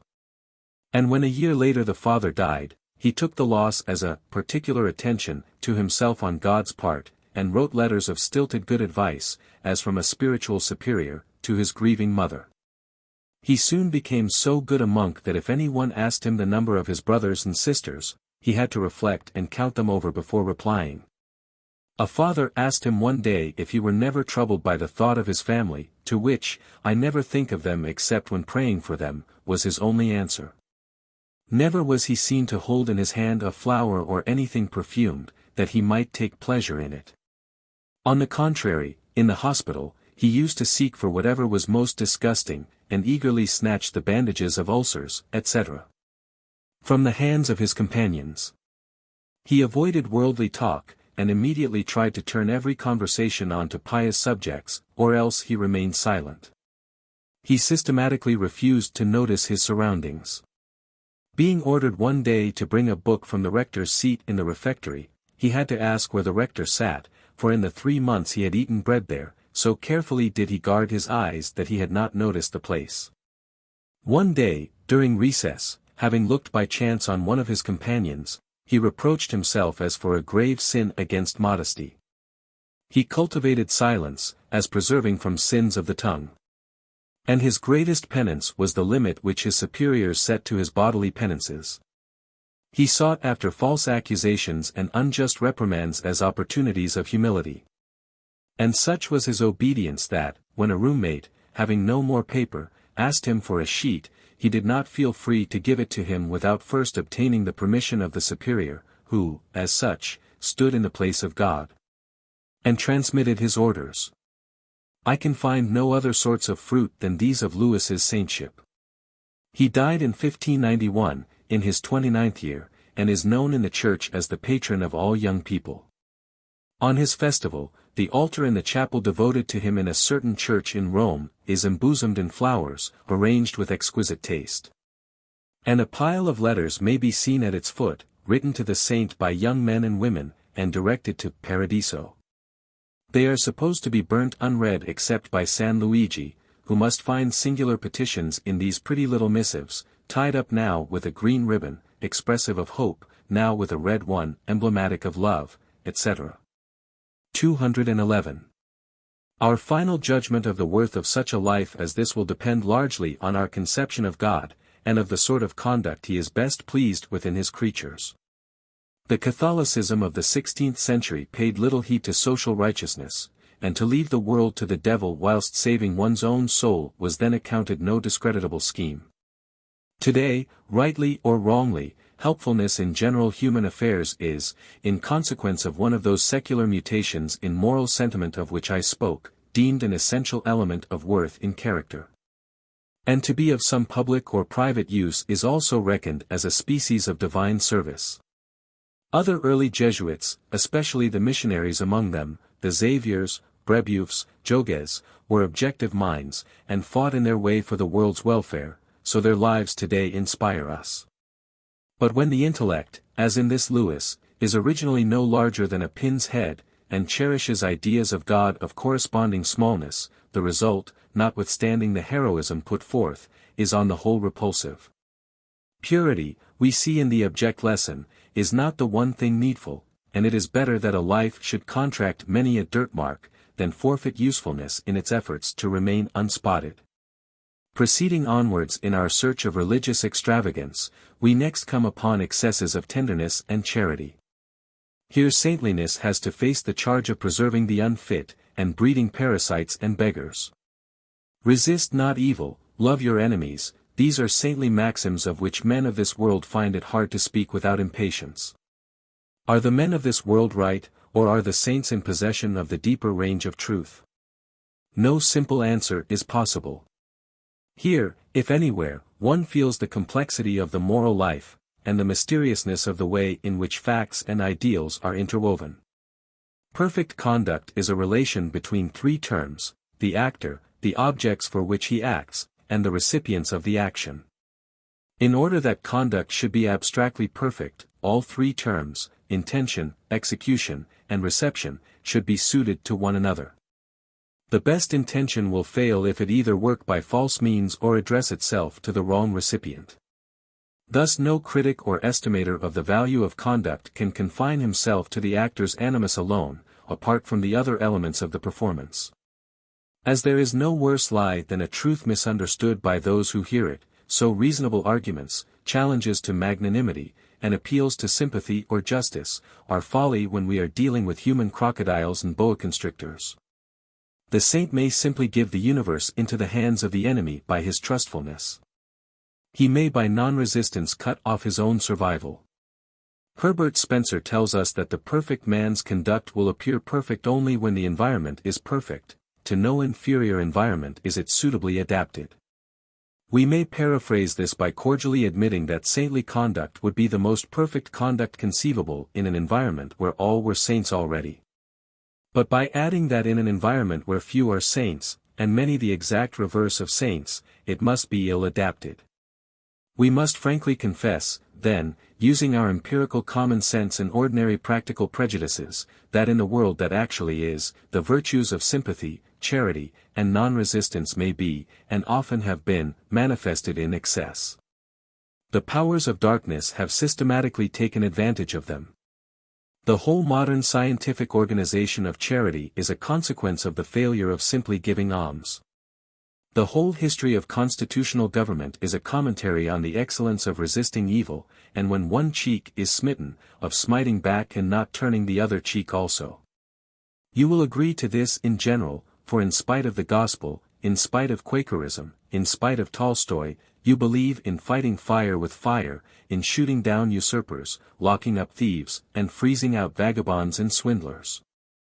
And yet you are sure, as I am sure, that were the world confined to these hard-headed, hard-hearted, and hard-fisted methods exclusively, were there no one prompt to help a brother first, and find out afterwards whether he were worthy. No one willing to drown his private wrongs in pity for the wronger's person, no one ready to be duped many a time rather than live always on suspicion. No one glad to treat individuals passionately and impulsively rather than by general rules of prudence, the world would be an infinitely worse place than it is now to live in.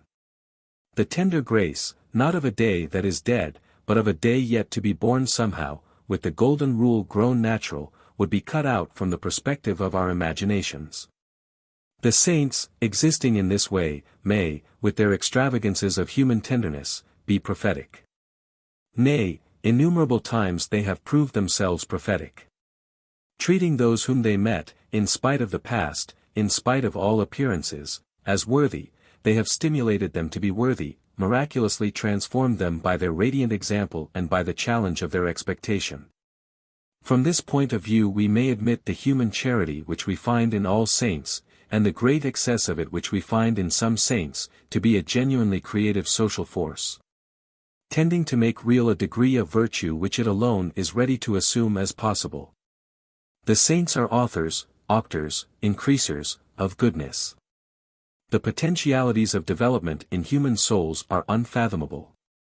So many who seemed irretrievably hardened have in point of fact been softened, converted, regenerated, in ways that amazed the subjects even more than they surprised the spectators. That we never can be sure in advance of any man that his salvation by the way of love is hopeless. We have no right to speak of human crocodiles and boa constrictors as of fixedly incurable beings. We know not the complexities of personality, the smoldering emotional fires, the other facets of the character polyhedron, the resources of the subliminal region. St. Paul long ago made our ancestors familiar with the idea that every soul is virtually sacred. Since Christ died for us all without exception, St. Paul said, we must despair of no one. This belief in the essential sacredness of every one expresses itself today in all sorts of humane customs and reformatory institutions, and in a growing aversion to the death penalty and to brutality in punishment. The saints, with their extravagance of human tenderness, are the great torchbearers of this belief, the tip of the wedge, the clearest of the darkness. Like the single drops which sparkle in the sun as they are flung far ahead of the advancing edge of a wave crest or of a flood, they show the way and are forerunners. The world is not yet with them, so they often seem in the midst of the world's affairs to be preposterous. Yet they are impregnators of the world, vivifiers and animators of potentialities of goodness which but for them would lie forever dormant. It is not possible to be quite as mean as we naturally are, when they have passed before us. One fire kindles another, and without that overtrust in human worth which they show, the rest of us would lie in spiritual stagnancy. Momentarily considered, then, the saint may waste his tenderness and be the dupe and victim of his charitable fever, but the general function of his charity in social evolution is vital and essential. If things are ever to move upward, someone must be ready to take the first step, and assume the risk of it. No one who is not willing to try charity, to try non-resistance as the saint is always willing, can tell whether these methods will or will not succeed. When they do succeed, they are far more powerfully successful than force or worldly prudence. Force destroys enemies, and the best that can be said of prudence is that it keeps what we already have in safety. But non-resistance, when successful, turns enemies into friends, and charity regenerates its objects. These saintly methods are, as I said, creative energies. And genuine saints find in the elevated excitement with which their faith endows them an authority and impressiveness which makes them irresistible in situations where men of shallower nature cannot get on at all without the use of worldly prudence. This practical proof that worldly wisdom may be safely transcended is the saint's magic gift to mankind. 212 Not only does his vision of a better world console us for the generally prevailing prose and barrenness, but even when on the whole we have to confess him ill-adapted, he makes some converts, and the environment gets better for his ministry. He is an effective ferment of goodness, a slow transmuter of the earthly into a more heavenly order. In this respect the utopian dreams of social justice in which many contemporary socialists and anarchists indulge are, in spite of their impracticability and non-adaptation to present environmental conditions, analogous to the saints' belief in an existent kingdom of heaven. They help to break the edge of the general reign of hardness and are slow leavens of a better order. The next topic in order is asceticism, which I fancy you are all ready to consider without argument a virtue liable to extravagance and excess. The optimism and refinement of the modern imagination has, as I have already said elsewhere, changed the attitude of the Church towards corporeal mortification. An Asuso or a Saint Peter of Alcantara 2:13 appear to us today rather in the light of tragic mountebanks than of sane men inspiring us with respect. If the inner dispositions are right, we ask, what need of all this torment, this violation of the outer nature? It keeps the outer nature too important. Anyone who is genuinely emancipated from the flesh will look on pleasures and pains, abundance and privation, as alike irrelevant and indifferent. He can engage in actions and experience enjoyments without fear of corruption or enslavement. As the Bhagavad Gita says, only those need renounce worldly actions who are still inwardly attached thereto. If one be really unattached to the fruits of action, one may mix in the world with equanimity. I quoted in a former lecture St. Augustine's antinomian saying, "If you only love God enough, you may safely follow all your inclinations." He needs no devotional practices, is one of Ramankrishna's maxims, whose heart is moved to tears at the mere mention of the name of Hari. 2:14 And the Buddha, in pointing out what he called the middle way to his disciples, told them to abstain from both extremes, excessive mortification being as unreal and unworthy as mere desire and pleasure. The only perfect life, he said, is that of inner wisdom, which makes one thing as indifferent to us as another, and thus leads to rest, to peace, and to nirvana. 215. We find accordingly that as ascetic saints have grown older, and directors of conscience more experienced, they usually have shown a tendency to lay less stress on special bodily mortifications.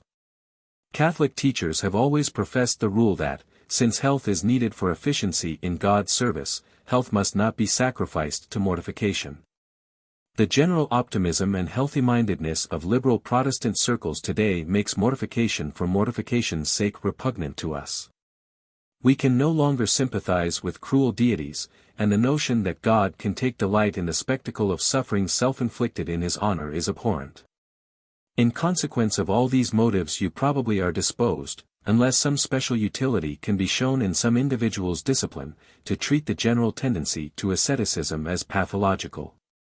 Yet I believe that a more careful consideration of the whole matter, distinguishing between the general good intention of asceticism and the uselessness of some of the particular acts of which it may be guilty, ought to rehabilitate it in our esteem. For in its spiritual meaning asceticism stands for nothing less than for the essence of the twice-born philosophy. It symbolizes, lamely enough no doubt, but sincerely, the belief that there is an element of real wrongness in this world, which is neither to be ignored nor evaded, but which must be squarely met and overcome by an appeal to the soul's heroic resources, and neutralized and cleansed away by suffering. As against this view, the ultra-optimistic form of the once-born philosophy thinks we may treat evil by the method of ignoring. Let a man who, by fortunate health and circumstances, escapes the suffering of any great amount of evil in his own person, also close his eyes to it as it exists in the wider universe outside his private experience, and he will be quit of it altogether, and can sail through life happily on a healthy-minded basis. But we saw in our lectures on melancholy how precarious this attempt necessarily is. Moreover, it is but for the individual, and leaves the evil outside of him, unredeemed and unprovided for in his philosophy. No such attempt can be a general solution of the problem, and to minds of somber tinge, who naturally feel life as a tragic mystery, such optimism is a shallow dodge or mean evasion. It accepts, in lieu of a real deliverance, what is a lucky personal accident merely, a cranny to escape by. It leaves the general world unhelped and still in the clutch of Satan. The real deliverance, the twice-born folk insist, must be of universal application. Pain and wrong and death must be fairly met and overcome in higher excitement, or else their sting remains essentially unbroken. If one has ever taken the fact of the prevalence of tragic death in this world's history fairly into his mind, freezing, drowning entombment alive, wild beasts, worse men, and hideous diseases, he can with difficulty, it seems to me, continue his own career of worldly prosperity without suspecting that he may all the while not be really inside the game, that he may lack the great initiation. Well, this is exactly what asceticism thinks, and it voluntarily takes the initiation. Life is neither farce nor genteel comedy, it says, but something we must sit at in mourning garments, hoping its bitter taste will purge us of our folly. The wild and the heroic are indeed such rooted parts of it that healthy-mindedness pure and simple, with its sentimental optimism, can hardly be regarded by any thinking man as a serious solution. Phrases of neatness, coziness, and comfort can never be an answer to the Sphinx's riddle. In these remarks I am leaning only upon mankind's common instinct for reality, which in point of fact has always held the world to be essentially a theater for heroism. In heroism, we feel, life's supreme mystery is hidden. We tolerate no one who has no capacity whatever for it in any direction. On the other hand, no matter what a man's frailties otherwise may be, if he be willing to risk death, and still more if he suffer it heroically, in the service he has chosen, the fact consecrates him forever. Inferior to ourselves in this or that way, if yet we cling to life, and he is able to fling it away like a flower, as caring nothing for it, we account him in the deepest way our born superior. Each of us in his own person feels that a high-hearted indifference to life would expiate all his shortcomings.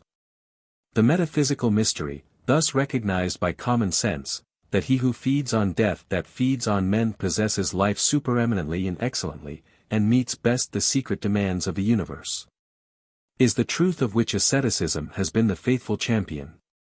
The folly of the cross, so inexplicable by the intellect, has yet its indestructible vital meaning. Representatively, then, and symbolically, and apart from the vagaries into which the unenlightened intellect of former times may have let it wander, asceticism must, I believe, be acknowledged to go with the profounder way of handling the gift of existence. Naturalistic optimism is mere syllabub and flattery and sponge cake in comparison. The practical course of action for us, as religious men, would therefore, it seems to me, not be simply to turn our backs upon the ascetic impulse, as most of us today turn them, but rather to discover some outlet for it of which the fruits in the way of privation and hardship might be objectively useful. The older monastic asceticism occupied itself with pathetic futilities, or terminated in the mere egotism of the individual, increasing his own perfection. 2:16 But is it not possible for us to discard most of these older forms of mortification, and yet find saner channels for the heroism which inspired them? Does not, for example, the worship of material luxury and wealth, which constitutes so large a portion of the spirit of our age, make somewhat for effeminacy in unmanliness? Is not the exclusively sympathetic and facetious way in which most children are brought up today, so different from the education of 100 years ago, especially in evangelical circles, in danger, in spite of its many advantages, of developing a certain trashiness of fiber? Are there not hereabout some points of application for a renovated and revised ascetic discipline? Many of you would recognize such dangers, but would point to athletics, militarism, and individual and national enterprise and adventure as the remedies. These contemporary ideals are quite as remarkable for the energy with which they make for heroic standards of life, as contemporary religion is remarkable for the way in which it neglects them. 2:17 War and adventure assuredly keep all who engage in them from treating themselves too tenderly. They demand such incredible efforts, depth beyond depth of exertion, both in degree and in duration, that the whole scale of motivation alters. Discomfort and annoyance, hunger and wet, pain and cold, squalor and filth, cease to have any deterrent operation whatever.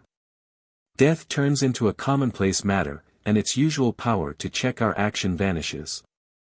With the annulling of these customary inhibitions, ranges of new energy are set free, and life seems cast upon a higher plane of power.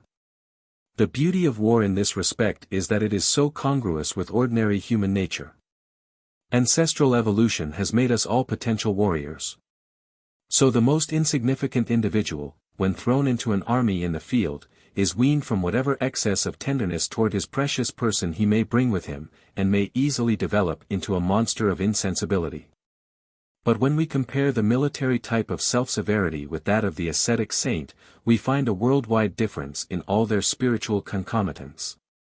"Live and let live," writes a clear-headed Austrian officer, is no device for an army. Contempt for one's own comrades, for the troops of the enemy, and, above all, fierce contempt for one's own person, are what war demands of every one. Far better is it for an army to be too savage, too cruel, too barbarous, than to possess too much sentimentality in human reasonableness. If the soldier is to be good for anything as a soldier, he must be exactly the opposite of a reasoning and thinking man. The measure of goodness in him is his possible use in war. War, and even peace, require of the soldier absolutely peculiar standards of morality. The recruit brings with him common moral notions, of which he must seek immediately to get rid. For him victory, success, must be everything. The most barbaric tendencies in men come to life again in war, and for war's uses they are incommensurably good. 2:18. These words are of course literally true. The immediate aim of the soldier's life is, as Malka said, destruction, and nothing but destruction, and whatever constructions wars result in are remote and non-military. Consequently the soldier cannot train himself to be too feelingless to all those usual sympathies and respects, whether for persons or for things, that make for conservation. Yet the fact remains that war is a school of strenuous life and heroism. And, being in the line of aboriginal instinct, is the only school that as yet is universally available.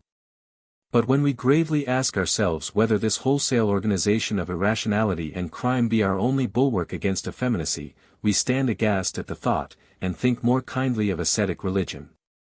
One hears of the mechanical equivalent of heat. What we now need to discover in the social realm is the moral equivalent of war, something heroic that will speak to men as universally as war does. And yet will be as compatible with their spiritual selves as war has proved itself to be incompatible. I have often thought that in the old monkish poverty worship, in spite of the pedantry which infested it, there might be something like that moral equivalent of war which we are seeking. May not voluntarily accepted poverty be the strenuous life, without the need of crushing weaker peoples? Poverty indeed is the strenuous life, without brass bands or uniforms or hysteric popular applause or lies or circumlocutions. And when one sees the way in which wealth-getting enters as an ideal into the very bone and marrow of our generation, one wonders whether a revival of the belief that poverty is a worthy religious vocation may not be the transformation of military courage and the spiritual reform which our time stands most in need of. Among us English-speaking peoples especially do the praises of poverty need once more to be boldly sung. We have grown literally afraid to be poor. We despise anyone who elects to be poor in order to simplify and save his inner life. If he does not join the general scramble and pant with the money-making street, we deem him spiritless and lacking in ambition. We have lost the power even of imagining what the ancient idealization of poverty could have meant, the liberation from material attachments, the unbribed soul, the manlier indifference. The paying our way by what we are or do and not by what we have, the right to fling away our life at any moment irresponsibly, the more athletic trim, in short, the moral fighting shape. When we of the so-called better classes are scared as men were never scared in history at material ugliness and hardship. When we put off marriage until our house can be artistic, and quake at the thought of having a child without a bank account and doomed to manual labor, it is time for thinking men to protest against so unmanly and irreligious a state of opinion. It is true that so far as wealth gives time for ideal ends and exercise to ideal energies, wealth is better than poverty and ought to be chosen. But wealth does this in only a portion of the actual cases. Elsewhere the desire to gain wealth and the fear to lose it are our chief breeders of cowardice and propagators of corruption. There are thousands of conjunctures in which a wealth-bound man must be a slave, whilst a man for whom poverty has no terrors becomes a freeman. Think of the strength which personal indifference to poverty would give us if we were devoted to unpopular causes. We need no longer hold our tongues or fear to vote the revolutionary or reformatory ticket. Our stocks might fall, our hopes of promotion vanish, our salaries stop, our club doors close in our faces, yet, while we lived, we would imperturbably bear witness to the Spirit and our example would help to set free our generation. The cause would need its funds, but we its servants would be potent in proportion as we personally were contented with our poverty. I recommend this matter to your serious pondering, for it is certain that the prevalent fear of poverty among the educated classes is the worst moral disease from which our civilization suffers. I have now said all that I can usefully say about the several fruits of religion as they are manifested in saintly lives, so I will make a brief review and pass to my more general conclusions. Our question, you will remember, is as to whether religion stands approved by its fruits, as these are exhibited in the saintly type of character. Single attributes of saintliness may, it is true, be temperamental endowments, found in non-religious individuals. But the whole group of them forms a combination which, as such, is religious, for it seems to flow from the sense of the divine as from its psychological center. Whoever possesses strongly this sense comes naturally to think that the smallest details of this world derive infinite significance from their relation to an unseen divine order. The thought of this order yields him a superior denomination of happiness, and a steadfastness of soul with which no other can compare. In social relations his serviceability is exemplary, he abounds in impulses to help. His help is inward as well as outward, for his sympathy reaches souls as well as bodies, and kindles unsuspected faculties therein. Instead of placing happiness where common men place it, in comfort, he places it in a higher kind of inner excitement, which converts discomforts into sources of cheer and annuls unhappiness. So he turns his back upon no duty, however thankless. And when we are in need of assistance, we can count upon the saint lending his hand with more certainty than we can count upon any other person. Finally, his humble-mindedness and his ascetic tendencies save him from the petty personal pretensions which so obstruct our ordinary social intercourse, and his purity gives us in him a clean man for a companion. Felicity, purity, charity, patience, self-severity, these are splendid excellencies, and the saint of all men shows them in the completest possible measure. But, as we saw, all these things together do not make saints infallible. When their intellectual outlook is narrow, they fall into all sorts of holy excesses, fanaticism or theopathic absorption, self-torment, prudery, scrupulosity, gullibility, and morbid inability to meet the world.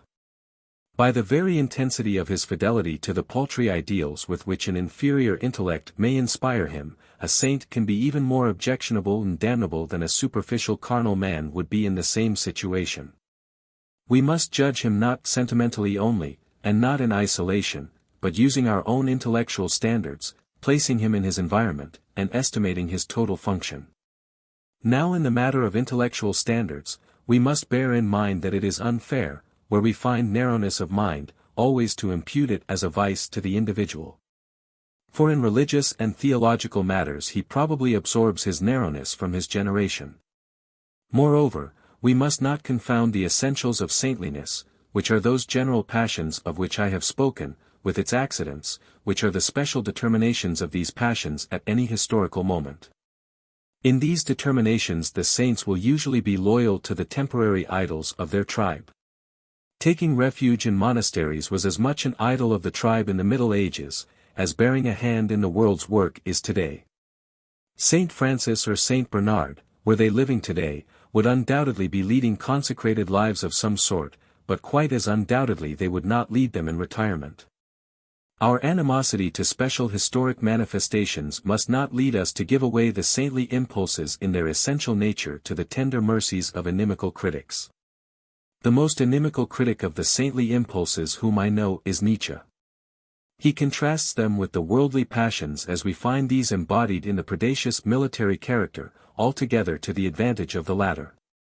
Your born saint, it must be confessed, has something about him which often makes the gorge of a carnal man rise, so it will be worth while to consider the contrast in question more fully.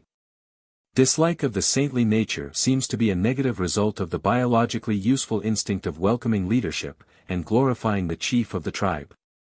The chief is the potential, if not the actual tyrant, the masterful, overpowering man of prey. We confess our inferiority and grovel before him. We quail under his glance, and are at the same time proud of owning so dangerous a lord. Such instinctive and submissive hero worship must have been indispensable in primeval tribal life. In the endless wars of those times, leaders were absolutely needed for the tribe's survival. If there were any tribes who owned no leaders, they can have left no issue to narrate their doom. The leaders always had good consciences, for conscience in them coalesced with will, and those who looked on their face were as much smitten with wonder at their freedom from inner restraint as with awe at the energy of their outward performances. Compared with these beaked and taloned graspers of the world, saints are herbivorous animals, tame and harmless barnyard poultry. There are saints whose beard you may, if you ever care to, pull with impunity. Such a man excites no thrills of wonder veiled in terror. His conscience is full of scruples and returns, he stuns us neither by his inward freedom nor his outward power. And unless he found within us an altogether different faculty of admiration to appeal to, we should pass him by with contempt. In point of fact, he does appeal to a different faculty. Reenacted in human nature is the fable of the wind, the sun, and the traveler. The sexes embody the discrepancy.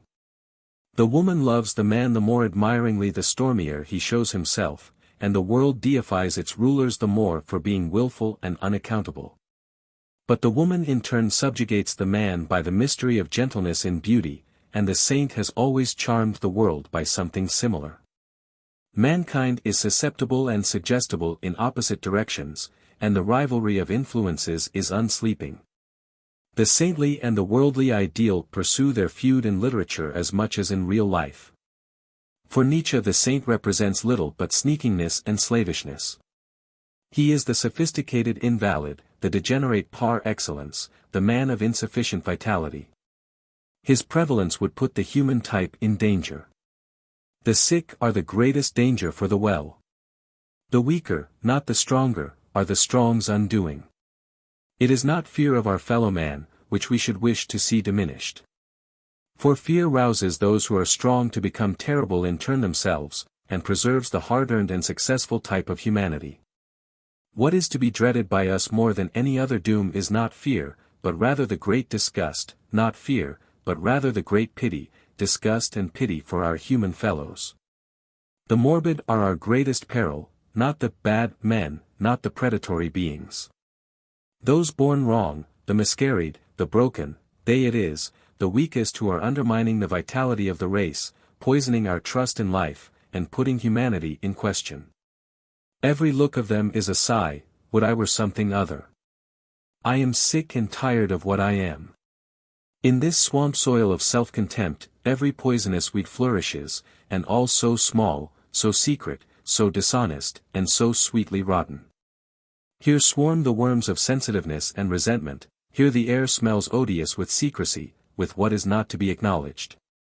Here is woven endlessly the net of the meanest of conspiracies, the conspiracy of those who suffer against those who succeed and are victorious.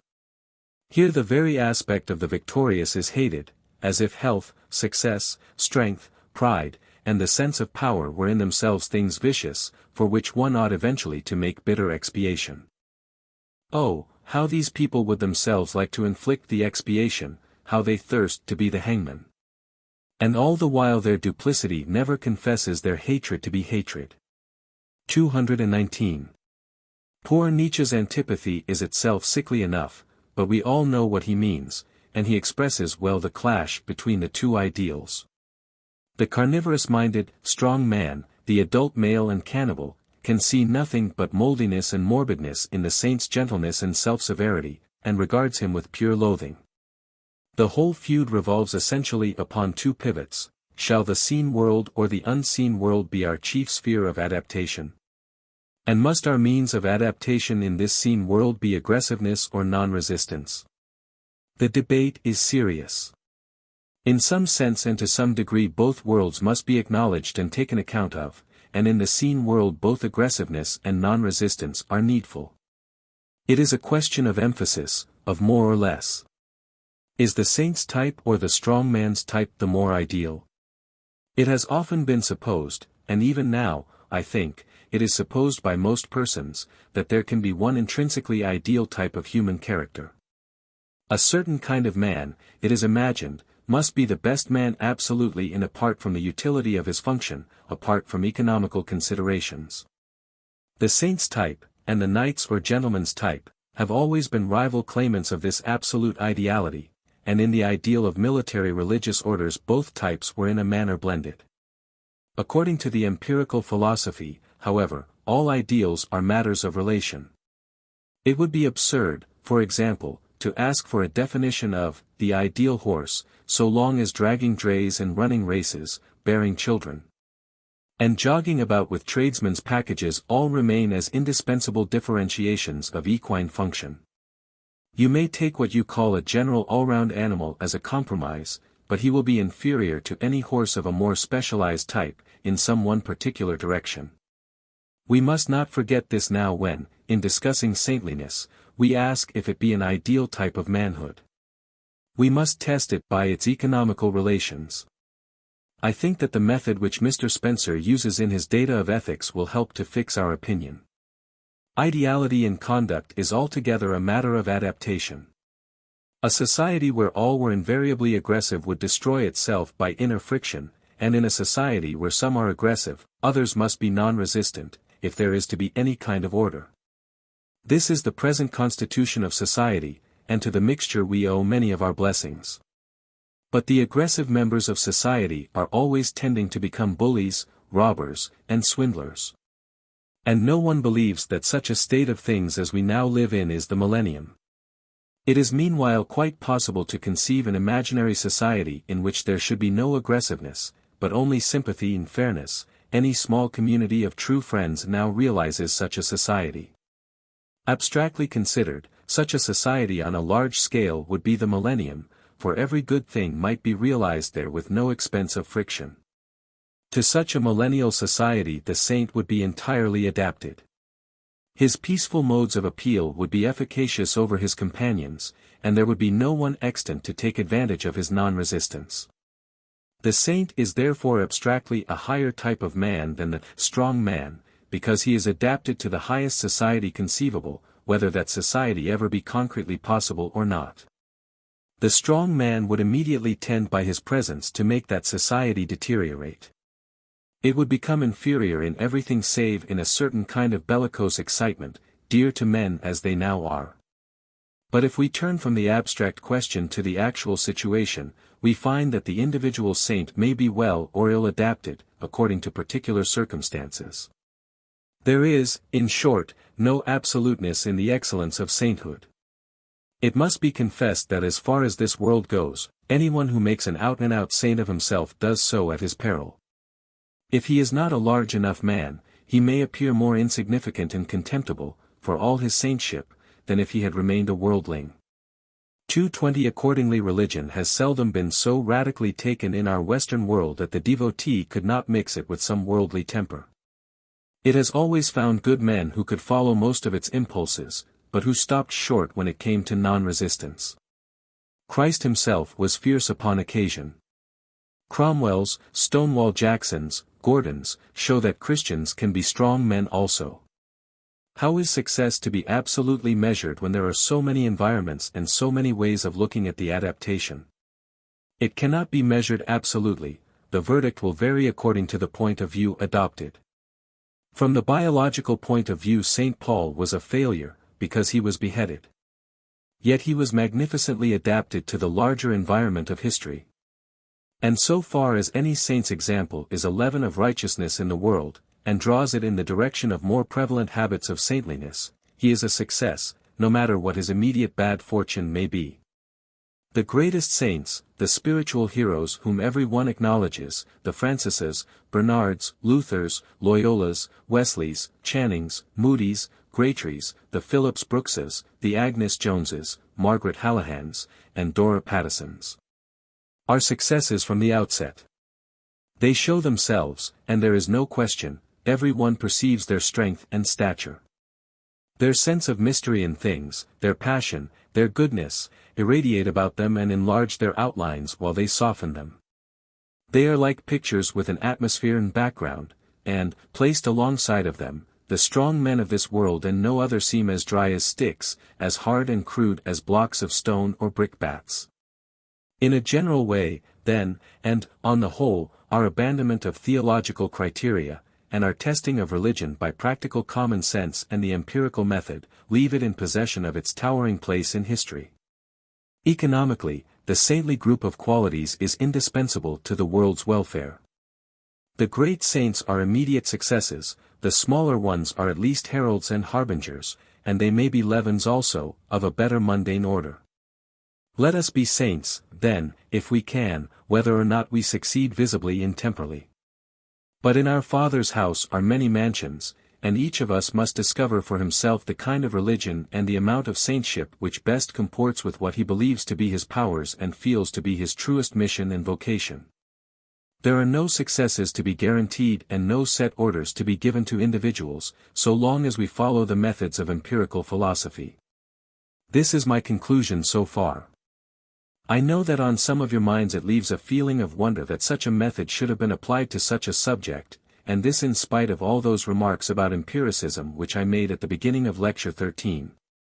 How, you say, can religion, which believes in two worlds and an invisible order, be estimated by the adaptation of its fruits to this world's order alone? It is its truth, not its utility, you insist, upon which our verdict ought to depend. If religion is true, its fruits are good fruits, even though in this world they should prove uniformly ill-adapted and full of naught but pathos. It goes back, then, after all, to the question of the truth of theology.